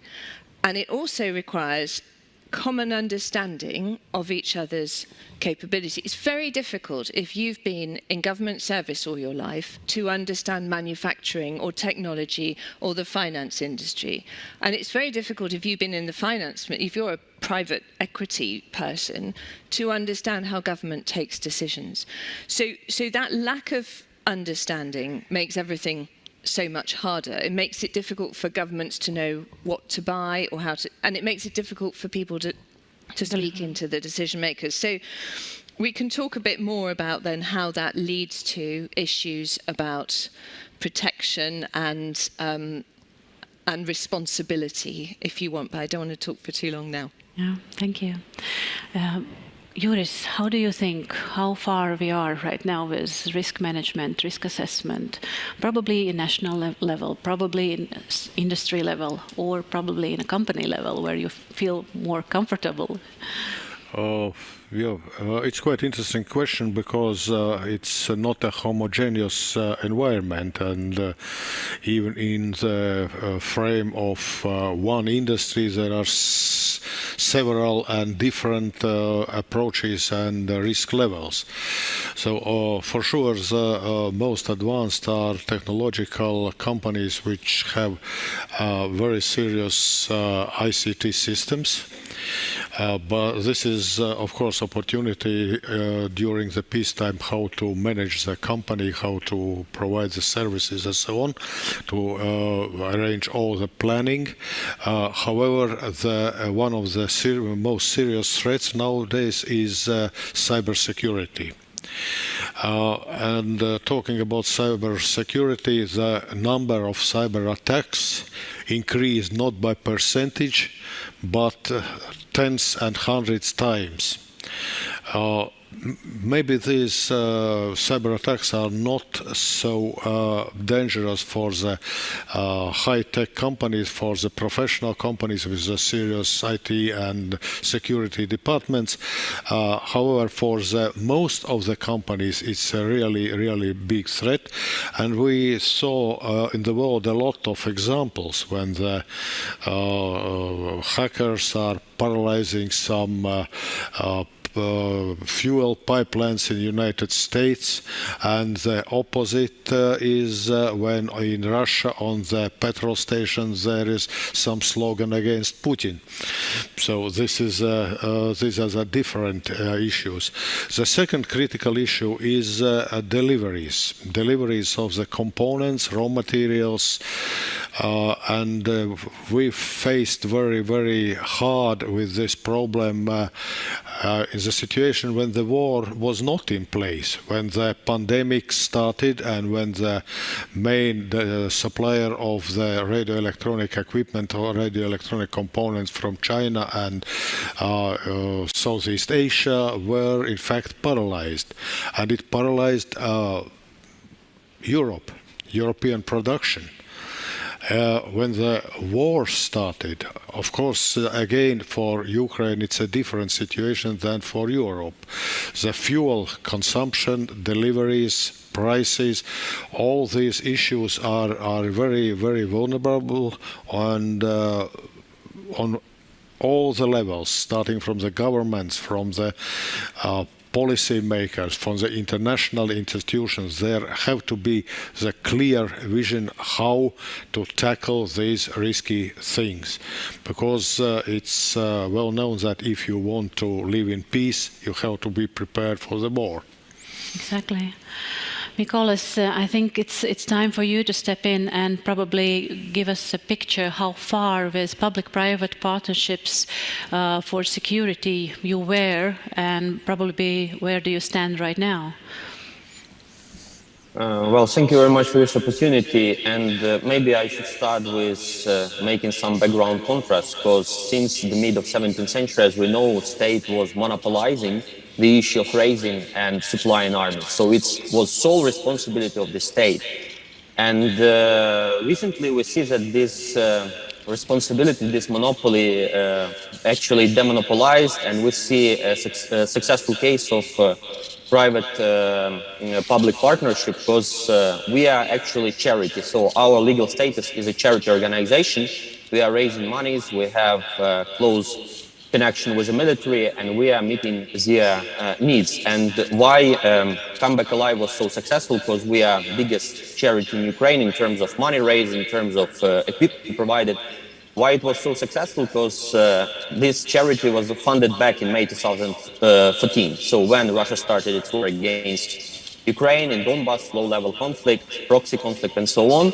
So since the time, Come Back Alive was active in raising monies, in buying this or that kind of equipment, not only equipment, but also providing skills, teaching soldiers how to use to the fullest possible extent equipment provided.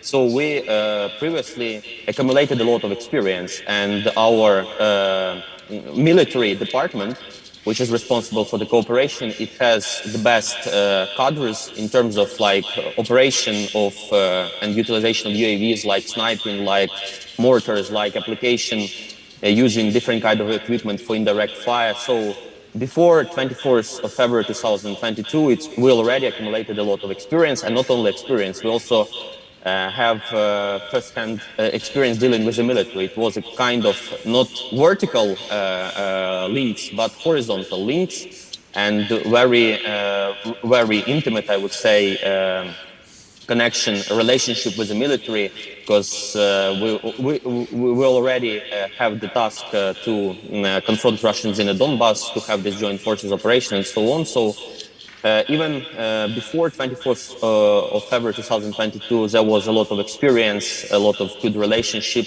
we rely on. And also it's about being open, about being transparent, because as a charity we publish annual reports, so we we are 100% transparent. We explain to the people for what's their money going on. We do it on a monthly basis. Definitely, it would be kind of a challenge to report for 2022, because right here, right now, up to 5 billion hryvnias was raised. It's hundreds of times more than in 2021. But I would say why Comeback Alive is a successful case of public-private partnership. Because experience we gained previously, because flexibility, because definitely one of the downsides of the state, it's bureaucratic process. We are more flexible, we are more about horizontal, not vertical links, and also about trust and confidence, because a lot of people in our organization, they have military experience, including the head of our charity, and these are the people of ingenuity whom Ukrainians trust, basically. So it's not only about business and cooperation, it's a good case how trust is translated into practical results, into providing basic needs, because again, to emphasize, Ukrainian security and defense forces will grow almost 3 times, from 350,000 to up to 1 million. And definitely any kind of bureaucracy, for any kind of bureaucracy, it would be a challenge, even for most efficient one.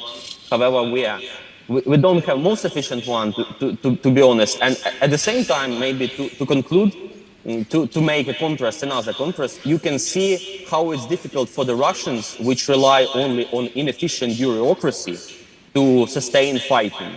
So it's also a very good example how civil society, how non-governmental organizations, they compensate, they complement. Because definitely we are not going to supplement Ministry of Defense. It's definitely employment of military, of violence, organized violence for political means. It's the responsibility of the state. It's about legitimacy and so on. But you have a very good case how civil society organization is able to complement military all along the fighting, which is almost 8 months. So it's very good story, and I think it's stories that would be studied carefully, because, as I said, basically the monopoly of the state to raise and sustain armies, I would say it's not broken, but it broadened, I would say. So that's the case, and that's how we are working, and we are going to do our job. Yes, thank you. Thank you. That's true that state budgets have their limitations, and that's really up to citizens and also international community to step in and give support. So listening to what has been said, I'm thinking more and more, okay, what could be probably those driving forces for public-private partnerships to start? Because what we also have been hearing during debates yesterday about resilience, there was also this situation that, for instance, in Latvia, we still see that in a situation of emergencies, societies rely on state institutions, on army, on national guards. But basically, we understand that in a real war situation, army should fight. And that's up to us, to civilians, to take care of each other and those who are in the weakest groups in society. So how to make this boost, this understanding that everybody is having his role to step in? Would you go with Susan, probably? I was thinking, I mean, while Mick and I was talking, I was thinking about something completely different, actually, which I'm just going to briefly say. When you said we're a charity which is essentially providing weapons. Mm-hmm. And certainly in the UK, I think through a series of sort of banking regulations, through the ESG agenda, the environment, social and governance agenda, we have made it, in many cases, unacceptable to invest in or take funding from oil and gas companies and arms companies for, to sponsor museums. It is seen as socially unacceptable in many quarters. That is obviously having to change because, as everybody keeps saying, you can't have any kind of security if you're being invaded by Russia. And suddenly, the companies who are most important for the S in ESG, for the society, the social bit of it, are the arms manufacturers and the oil and gas companies. So the fact that Mikolai is from a charity that's supplying weapons, that's a really important mind shift that I think we're all having to go through and having to recognize and esteem. I think some of the big famous tech companies won't work with arms companies, won't work with governments and ministries of defence. That's going to have to change if we're going to invent the next phase of tech that we need to keep ourselves safe in the future. So that wasn't the answer to your question, but I think it's a really important thing that is going to happen. One of the things, I worked in counterterrorism, the only way that we could keep ourselves as a country, as a society, safe during that phase was to make sure that we had a conversation where everybody did know what their role was in the process. So we put a lot of effort into understanding the investigation aspect of it. Then we had a proper warning system, which had integrity. That was the bit that I did, which said, this is how the threat is changing. We're communicating how the threat is changing. And the second half of any warning system is to have somebody, an organisation, a person who knows that it is their job to respond to the warning. So you need a structure with labels on people, and that works the same with flooding or volcanoes or terrorism or Russia invading. You see, we are watching this threat. Now we are telling you it's going to happen. And somebody says, I hear you. I'm going to either do something so that it doesn't happen, or I'm going to put in place the response beforehand. I'm going to anticipate, and therefore I'm not surprised. And that mentality of saying, we acknowledge that these are the threats, we understand what our role is, and we're going to make sure, ideally, we are never surprised because the warning systems work. But if we are surprised, our response is going to be really good because we've practiced it and because we know what it is. So that you can do that more easily in certain areas than others. And when you get to kind of geopolitics, to Russia invading places, it seems a lot harder. But I think the principles are the same even then. Mm-hmm. Yeah. You want to elaborate on that? I agree with you, Susan, that there, first of all, have to be the institutional track where the government and municipalities are organizing the different processes in the case of emergency. What you, Elin, mentioned in the very beginning, that in Latvia there are some problems with this civil defense system. There is quite a pragmatic explanation, because we are living in a relatively safe environment. We have no avalanches, we have no tornadoes, we have no very hard flood. We're living next door to Russia. It's not a distraction. This is another story. I will come to this story as well. But the war in Ukraine and the fact that the aggressor is next door to us, of course, it's stressing everybody and is pushing to more effectively to create the system which is able to work in the case if it's necessary. And the defense is not only the military, it's not only the police and border guards and others.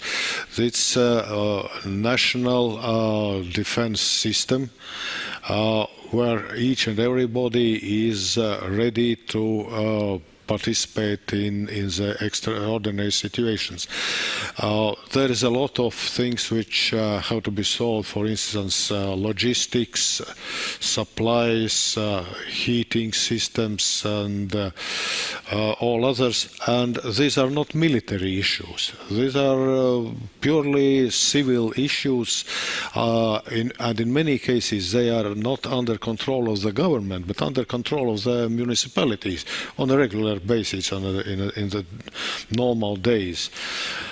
With that, I think that each community and each the company have to create the environment and the system which can be launched and trained, which is the most important. You can know, but if you are not regularly trained in the fire, with the fire alarms in the big buildings, which in our company it's several times a year, you have to know where to go, what to do, what to take, who is responsible, which door, and if it's coming to the automatical level, then the system is working. You are avoiding panics, you are avoiding other not very smart reaction.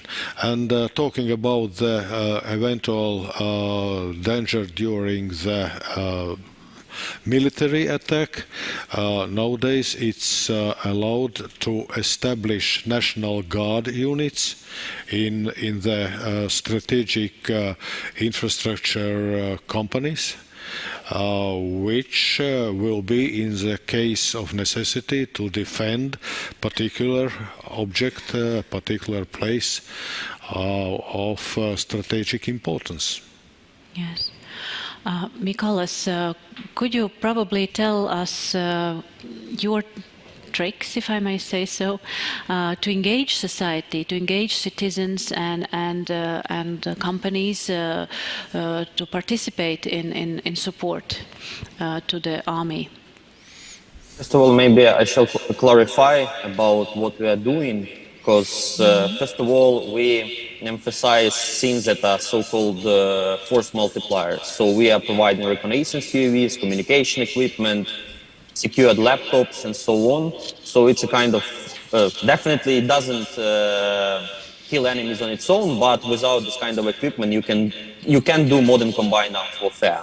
As we see, but yes, we have a major success story, because we got the license for export-import operation to buy weaponry, and yes, we managed to buy on our own from Baykar Makina a set of Bayraktar TB2 for main intelligence directorate. So they made a request and we do it, and yes, we have a kind of ambition to broaden the scope of our work and also to provide military with hardware to do its job. As to what you said, well, everything changed on the 24th of February 2022. So before, definitely it was very difficult to sell to the people the need to invest in national security and defense. I think it's natural.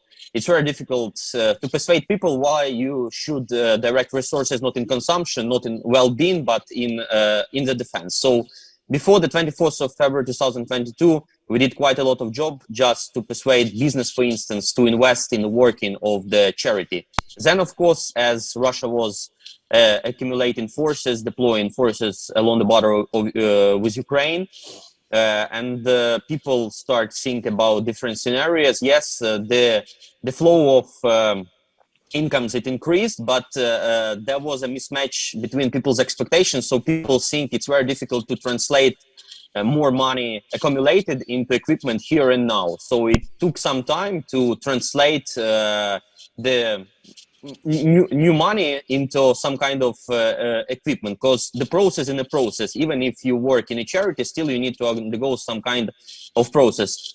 Now we more or less synchronized everything, so it's done in a balanced way. So we are contracting the proper equipment. There is no shortage. There is no this gap between people just donating their money and waiting too much.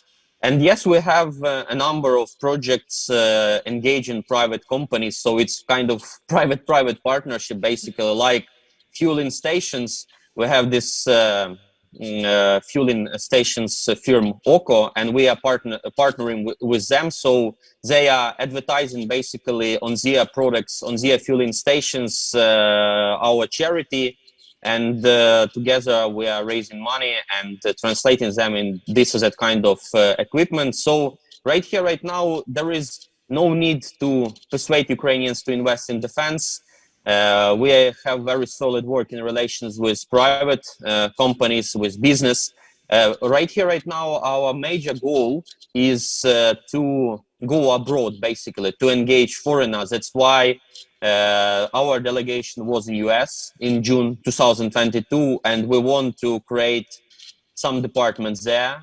So it's our next goal to engage not only Ukrainians or foreigners who are already aware on the Comeback Alive, but to engage wider audience as much as possible to make case abroad. And basically that is the reason that I appreciate this opportunity to make a case for Comeback Alive here. So that's our major goal, major ambition in the nearest future, to engage as much as possible wider audience. And I think we would be successful because, as I said, we are 100% transparent, we are competent, and people can see where their money is going, and they can see it basically from the situation on the front line, because without assistance provided by Comeback and Alive in terms of equipment I mentioned, Ukraine won't be as successful in both defense and offense. So it's a good kind of investment. We are quick in reaction and we are trustworthy. We have transparent reporting and so on. So our major ambition is to engage wider international audience. Very good. I think there's one more lesson what Mykola is giving to us, and you notice that basically previously we have been donating for social needs, for cultural needs, but right now NGOs are in to support defense. And the second thing is probably that NGOs in Latvia, at least till now, they cannot get import-export license for strategic products. So that was one of the first challenges when Latvian NGOs wanted to support Ukraine. They could not get these licenses, and then we had good support from our Ministry of Foreign Affairs to help us out, and it was like a few weeks and government made a decision to change this regulation. Yeah, you mentioned going out and reaching out for people, and last week I also had a great opportunity to be at AUSA annual meeting and to see the challenges what American Army is facing and the way how they are approaching resilience issues, and it was also quite mind-shifting for me because there was much larger openness when we have been talking probably in Latvia about things which we haven't done, which we haven't reached, threats we haven't assessed. So there is usually this attitude that if state institution will open up and say that, oh, we haven't done something, we haven't identified some kind of risks, so that there will be a negativity from society. But mainly I see that we could reach, and especially nowadays using this momentum, reaching understanding from society so that society can really step in and accumulate resources for those really important needs. And therefore, yeah, regarding this engagement and openness and trust, what you also mentioned, how UK is dealing with this. So I think it is aspiring to deal with it, which is the first stage of dealing with it. It is really hard to build that trust between independent companies and governments. We made quite a lot of progress on cyber. We set up a national cybersecurity centre, which was designed specifically to be a point that was between government and businesses. We have a Centre for the Protection of National Infrastructure, which has been there for many years, and we're really trying as well with this experimentation on the technical side to get new tech which has defence capabilities, and that's where we are still struggling because we are too big and we are too slow, and as is NATO. I mean, NATO is too big and it is too slow because the investment cycle of the young tech companies, as you both know, is very short and very quick, and national defence programs are very long and very slow. So we need to recognise that what happens next, there's always an arms race. So what happens next will not be met with what we've already invented. We have to see what's happening now and invent the new thing. And that's the bit which really does rely, as Mikola was saying, on the breaking of the existing structures and finding a way to bring in young technical innovation. And I just want to say something about protection of infrastructure. And we're seeing a fantastic example of the problem of this in Norway at the moment. Norway supplies now, it is the largest supplier of oil and gas to Europe. The Norwegian oil companies, oil and gas companies, own the platforms. They don't necessarily, there's a whole set of third parties involved, so it becomes very, very complicated. They don't necessarily control the pipelines, and they're dependent on the Norwegian state for the investigation and the real protection of that infrastructure. And I don't know whether you saw this week, but there have been rapidly increasing number of Russian drones over oil and gas installations. The 7 Russians arrested recently. The Norwegian Prime Minister has come out and said, you know, foreign intelligence agencies are trying to undermine our infrastructure. That's a really important change, actually, and a recognition that the oil and gas companies and that the state are mutually dependent, but so that you can't protect all that subsea infrastructure unless you have state capabilities under the sea to protect it as well. And I'm sure you know far more about that than I do. Yeah, and especially on I think also Ukraine case shows that sometimes you have to be just very, very innovative to fight. Yeah. And it's not always those classical platforms which are helping us out. And I think this has been basically an amazing platform for Latvian companies also to test their new technologies. And I see that also the Latvian mobile telephone is doing a lot, so offering its support to the public sector. Maybe you could share some of your experience. Yeah, that's right. So the military environment is quite conservative. There are objectives behind that, because this is a huge system with a lot of people, a lot of ammunition and equipment and weapons and so on. It's not so easy to make changes. However, the cooperation with the private sector, with the business and R&D sector is nowadays giving some positive movements.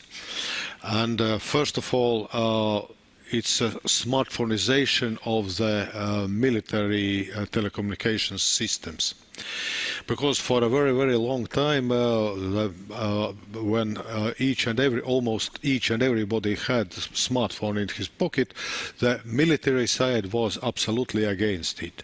There were some reasons, and one of the reasons were mentioned quite often, that, for example, when year 2014 and later the Donbas was occupied, and when the phone calls were made from the front line, immediately after that there were coming the strikes on that place. So there was quite a simple technological explanation, because the Ukrainian and this Donbas, Donetsk area mobile telecom networks were connected to the telco equipment which was placed in the territory of Russia. And of course, all the calls were under the supervision and under control of Russians. So when this connection was cut off, this stopped to happen. And smartphonization is an excellent way how to replace big, for instance, Harris radio equipment and some other. Because what is the best way? Where to hide the stone between other stones. And if in some cities there is a lot of telephones, you cannot identify which is military used on which is a regular civilian's phone. And with that, it's quite hard to identify the phone. Another direction which is nowadays very important is the development of new technologies, the 5G technology. And 5G technology, by definition, it's industrial. It's not for the private people, but mainly it's for industrial purposes. And what we are doing together with military forces, creating the environment in close to Riga, in Ādaži military base, 5G testbed, where it is possible to test different solutions in the military area based on 5G technologies.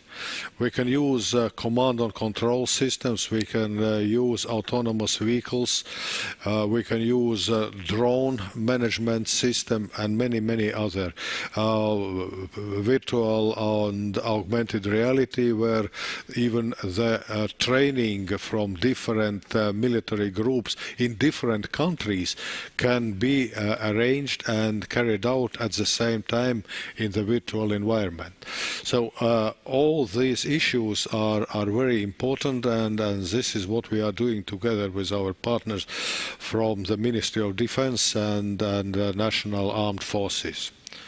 Yeah, it's like investing in innovation and in creating a level field for other small and medium-sized companies to test the technology, and not only on Latvian level but also on a NATO scale. And that's. I can add that this smartphoneization or 5G usage for the military purposes is also recognized on the top level by NATO, and this NIAG group, NATO Industry Advisors Group, is setting up the research projects how to all around the alliance to investigate and to research how these technological solutions can be used on the top level for all the NATO countries.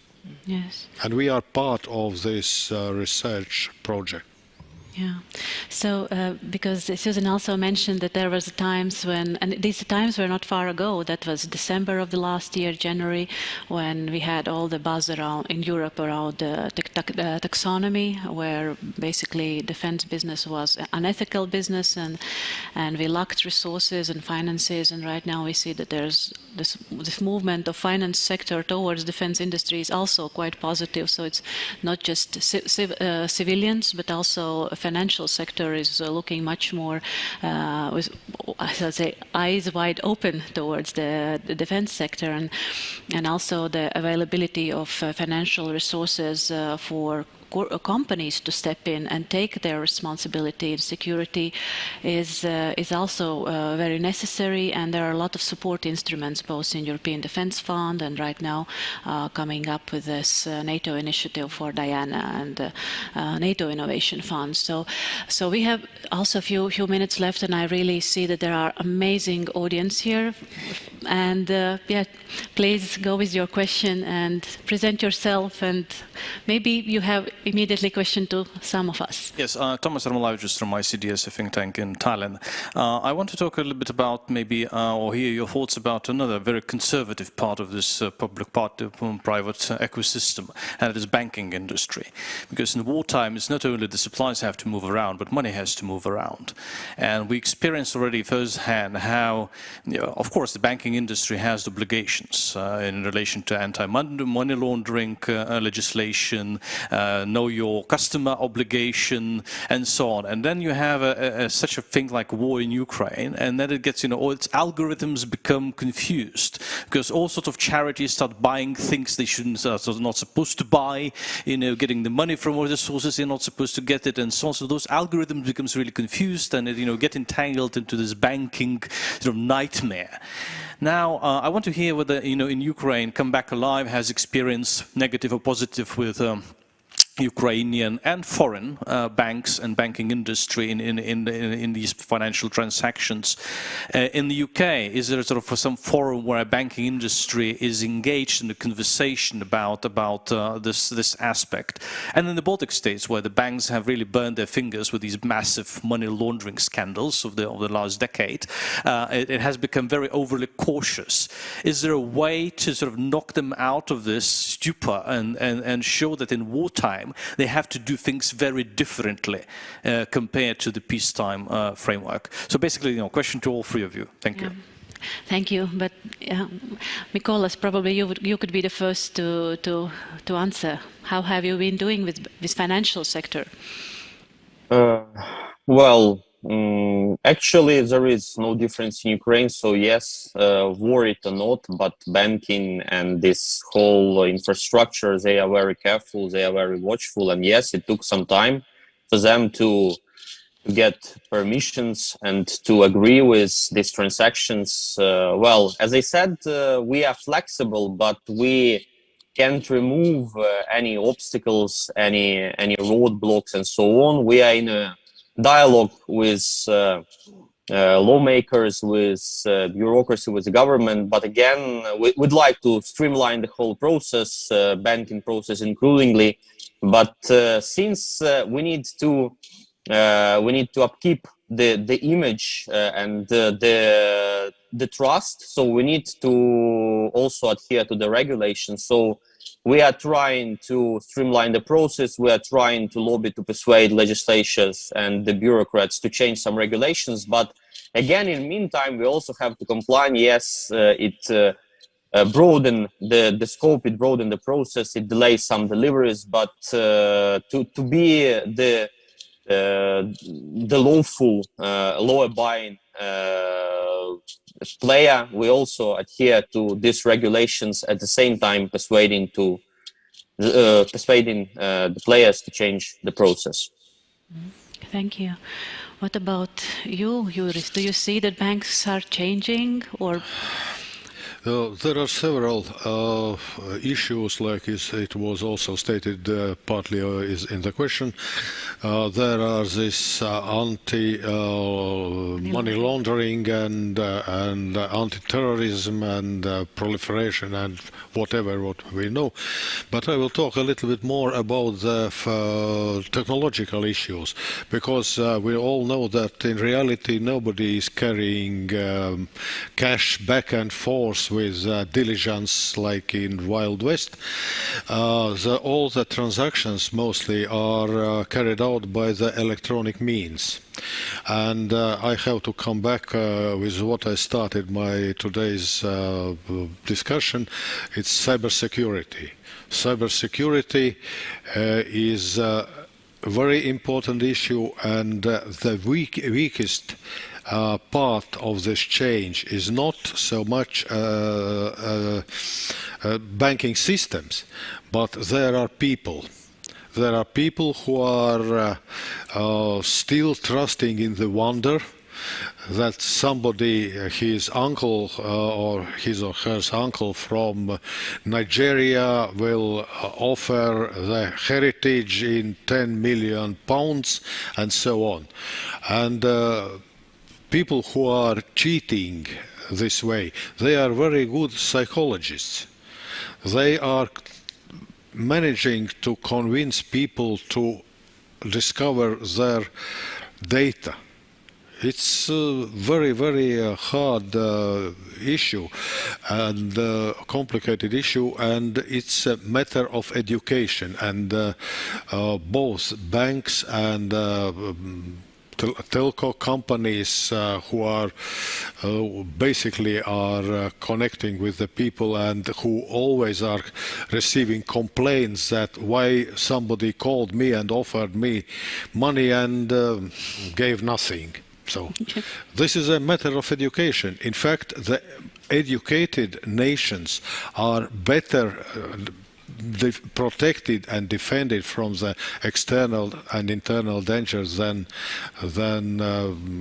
nations which are not smart and trained.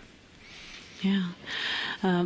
Going a little bit to this issue, I would say that of course everybody would love to have LMT as a client from banking sector, but of course, Thomas, we have faced these issues in our companies. In even May and even in September, I have had to intervene and support companies to solve issues with the banks, because some of the banks have even not ready for those anti-money laundering procedures, so they do not trust themselves and they do not trust the clients. So basically, that's the only opportunity for us to communicate with our Ministry of Foreign Affairs to support and educate each other.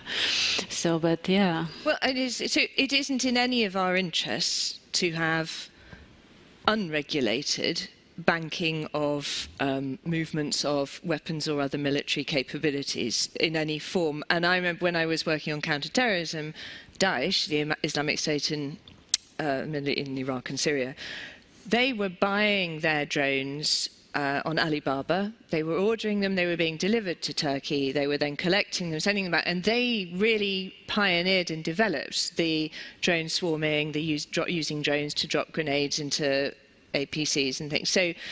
So that's what happens if we don't police the system. It is, though, really important. This comes back to the partnership like never before, because it is really important that the tech companies, the arms companies, the legitimate business is able to speak to governments and to finance houses so that all involved understand that this is desirable business, exactly as you were saying. Yeah. So there was like one more question from you, please. Yes, thank you very much. Yep. John Rain from IISS. I also happen to be an advisor non-executive for a bank, so I'm going to pick up on that comment. First of all, just to say that it was fascinating to see banks react in Russia, where they move from, I think, a position of caution to a position of self-sanctioning very quickly.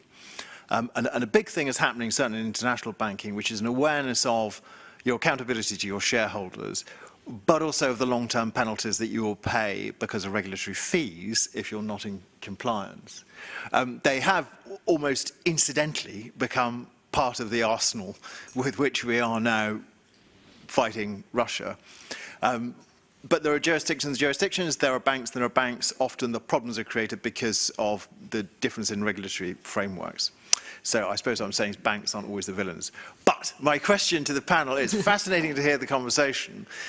A lot of you are talking really about a real shift in the concept of national defence, away from something that we leave to the military to something which the citizenry do.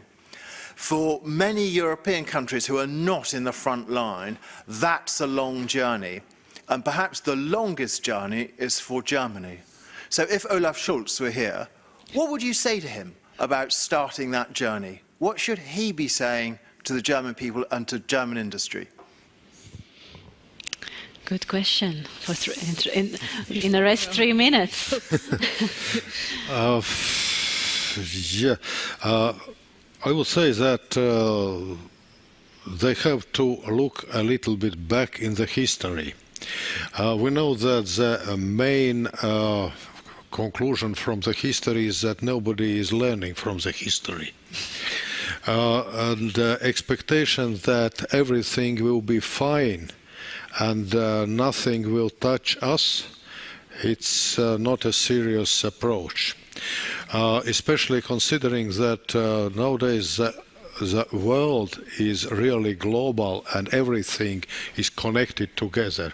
As mentioned, banking systems are global. Airplanes, flights are global. Telecommunications are global. ICT industry is global. So, and it means that in each and every country there are vulnerable places which can be attacked not from inside but from outside. And if you are not prepared for that, don't imagine that it will not touch you. It's a wrong approach. You have to be prepared for that. Yeah. You? well, I completely agree with you. I suppose my reflection would be that Germany is still a new country. It's only been unified for 30 years. And sometimes we forget that. And that fracture is really evident, I think, even today, in the way that people who live in different parts of Germany approach things. I think it is going through a process of realizing what it means to be a modern nation state that has to fight to defend democracy. And I hope that he is able to become a leader of young Germany, in a way, and to sell that vision to his people about their role in that fight. Great. Mykolas, what you would say? Well, Ukrainians are consistent in our message. So on the one hand, we appreciate what we received, because we received quite a lot from Germany if we compare with other European countries.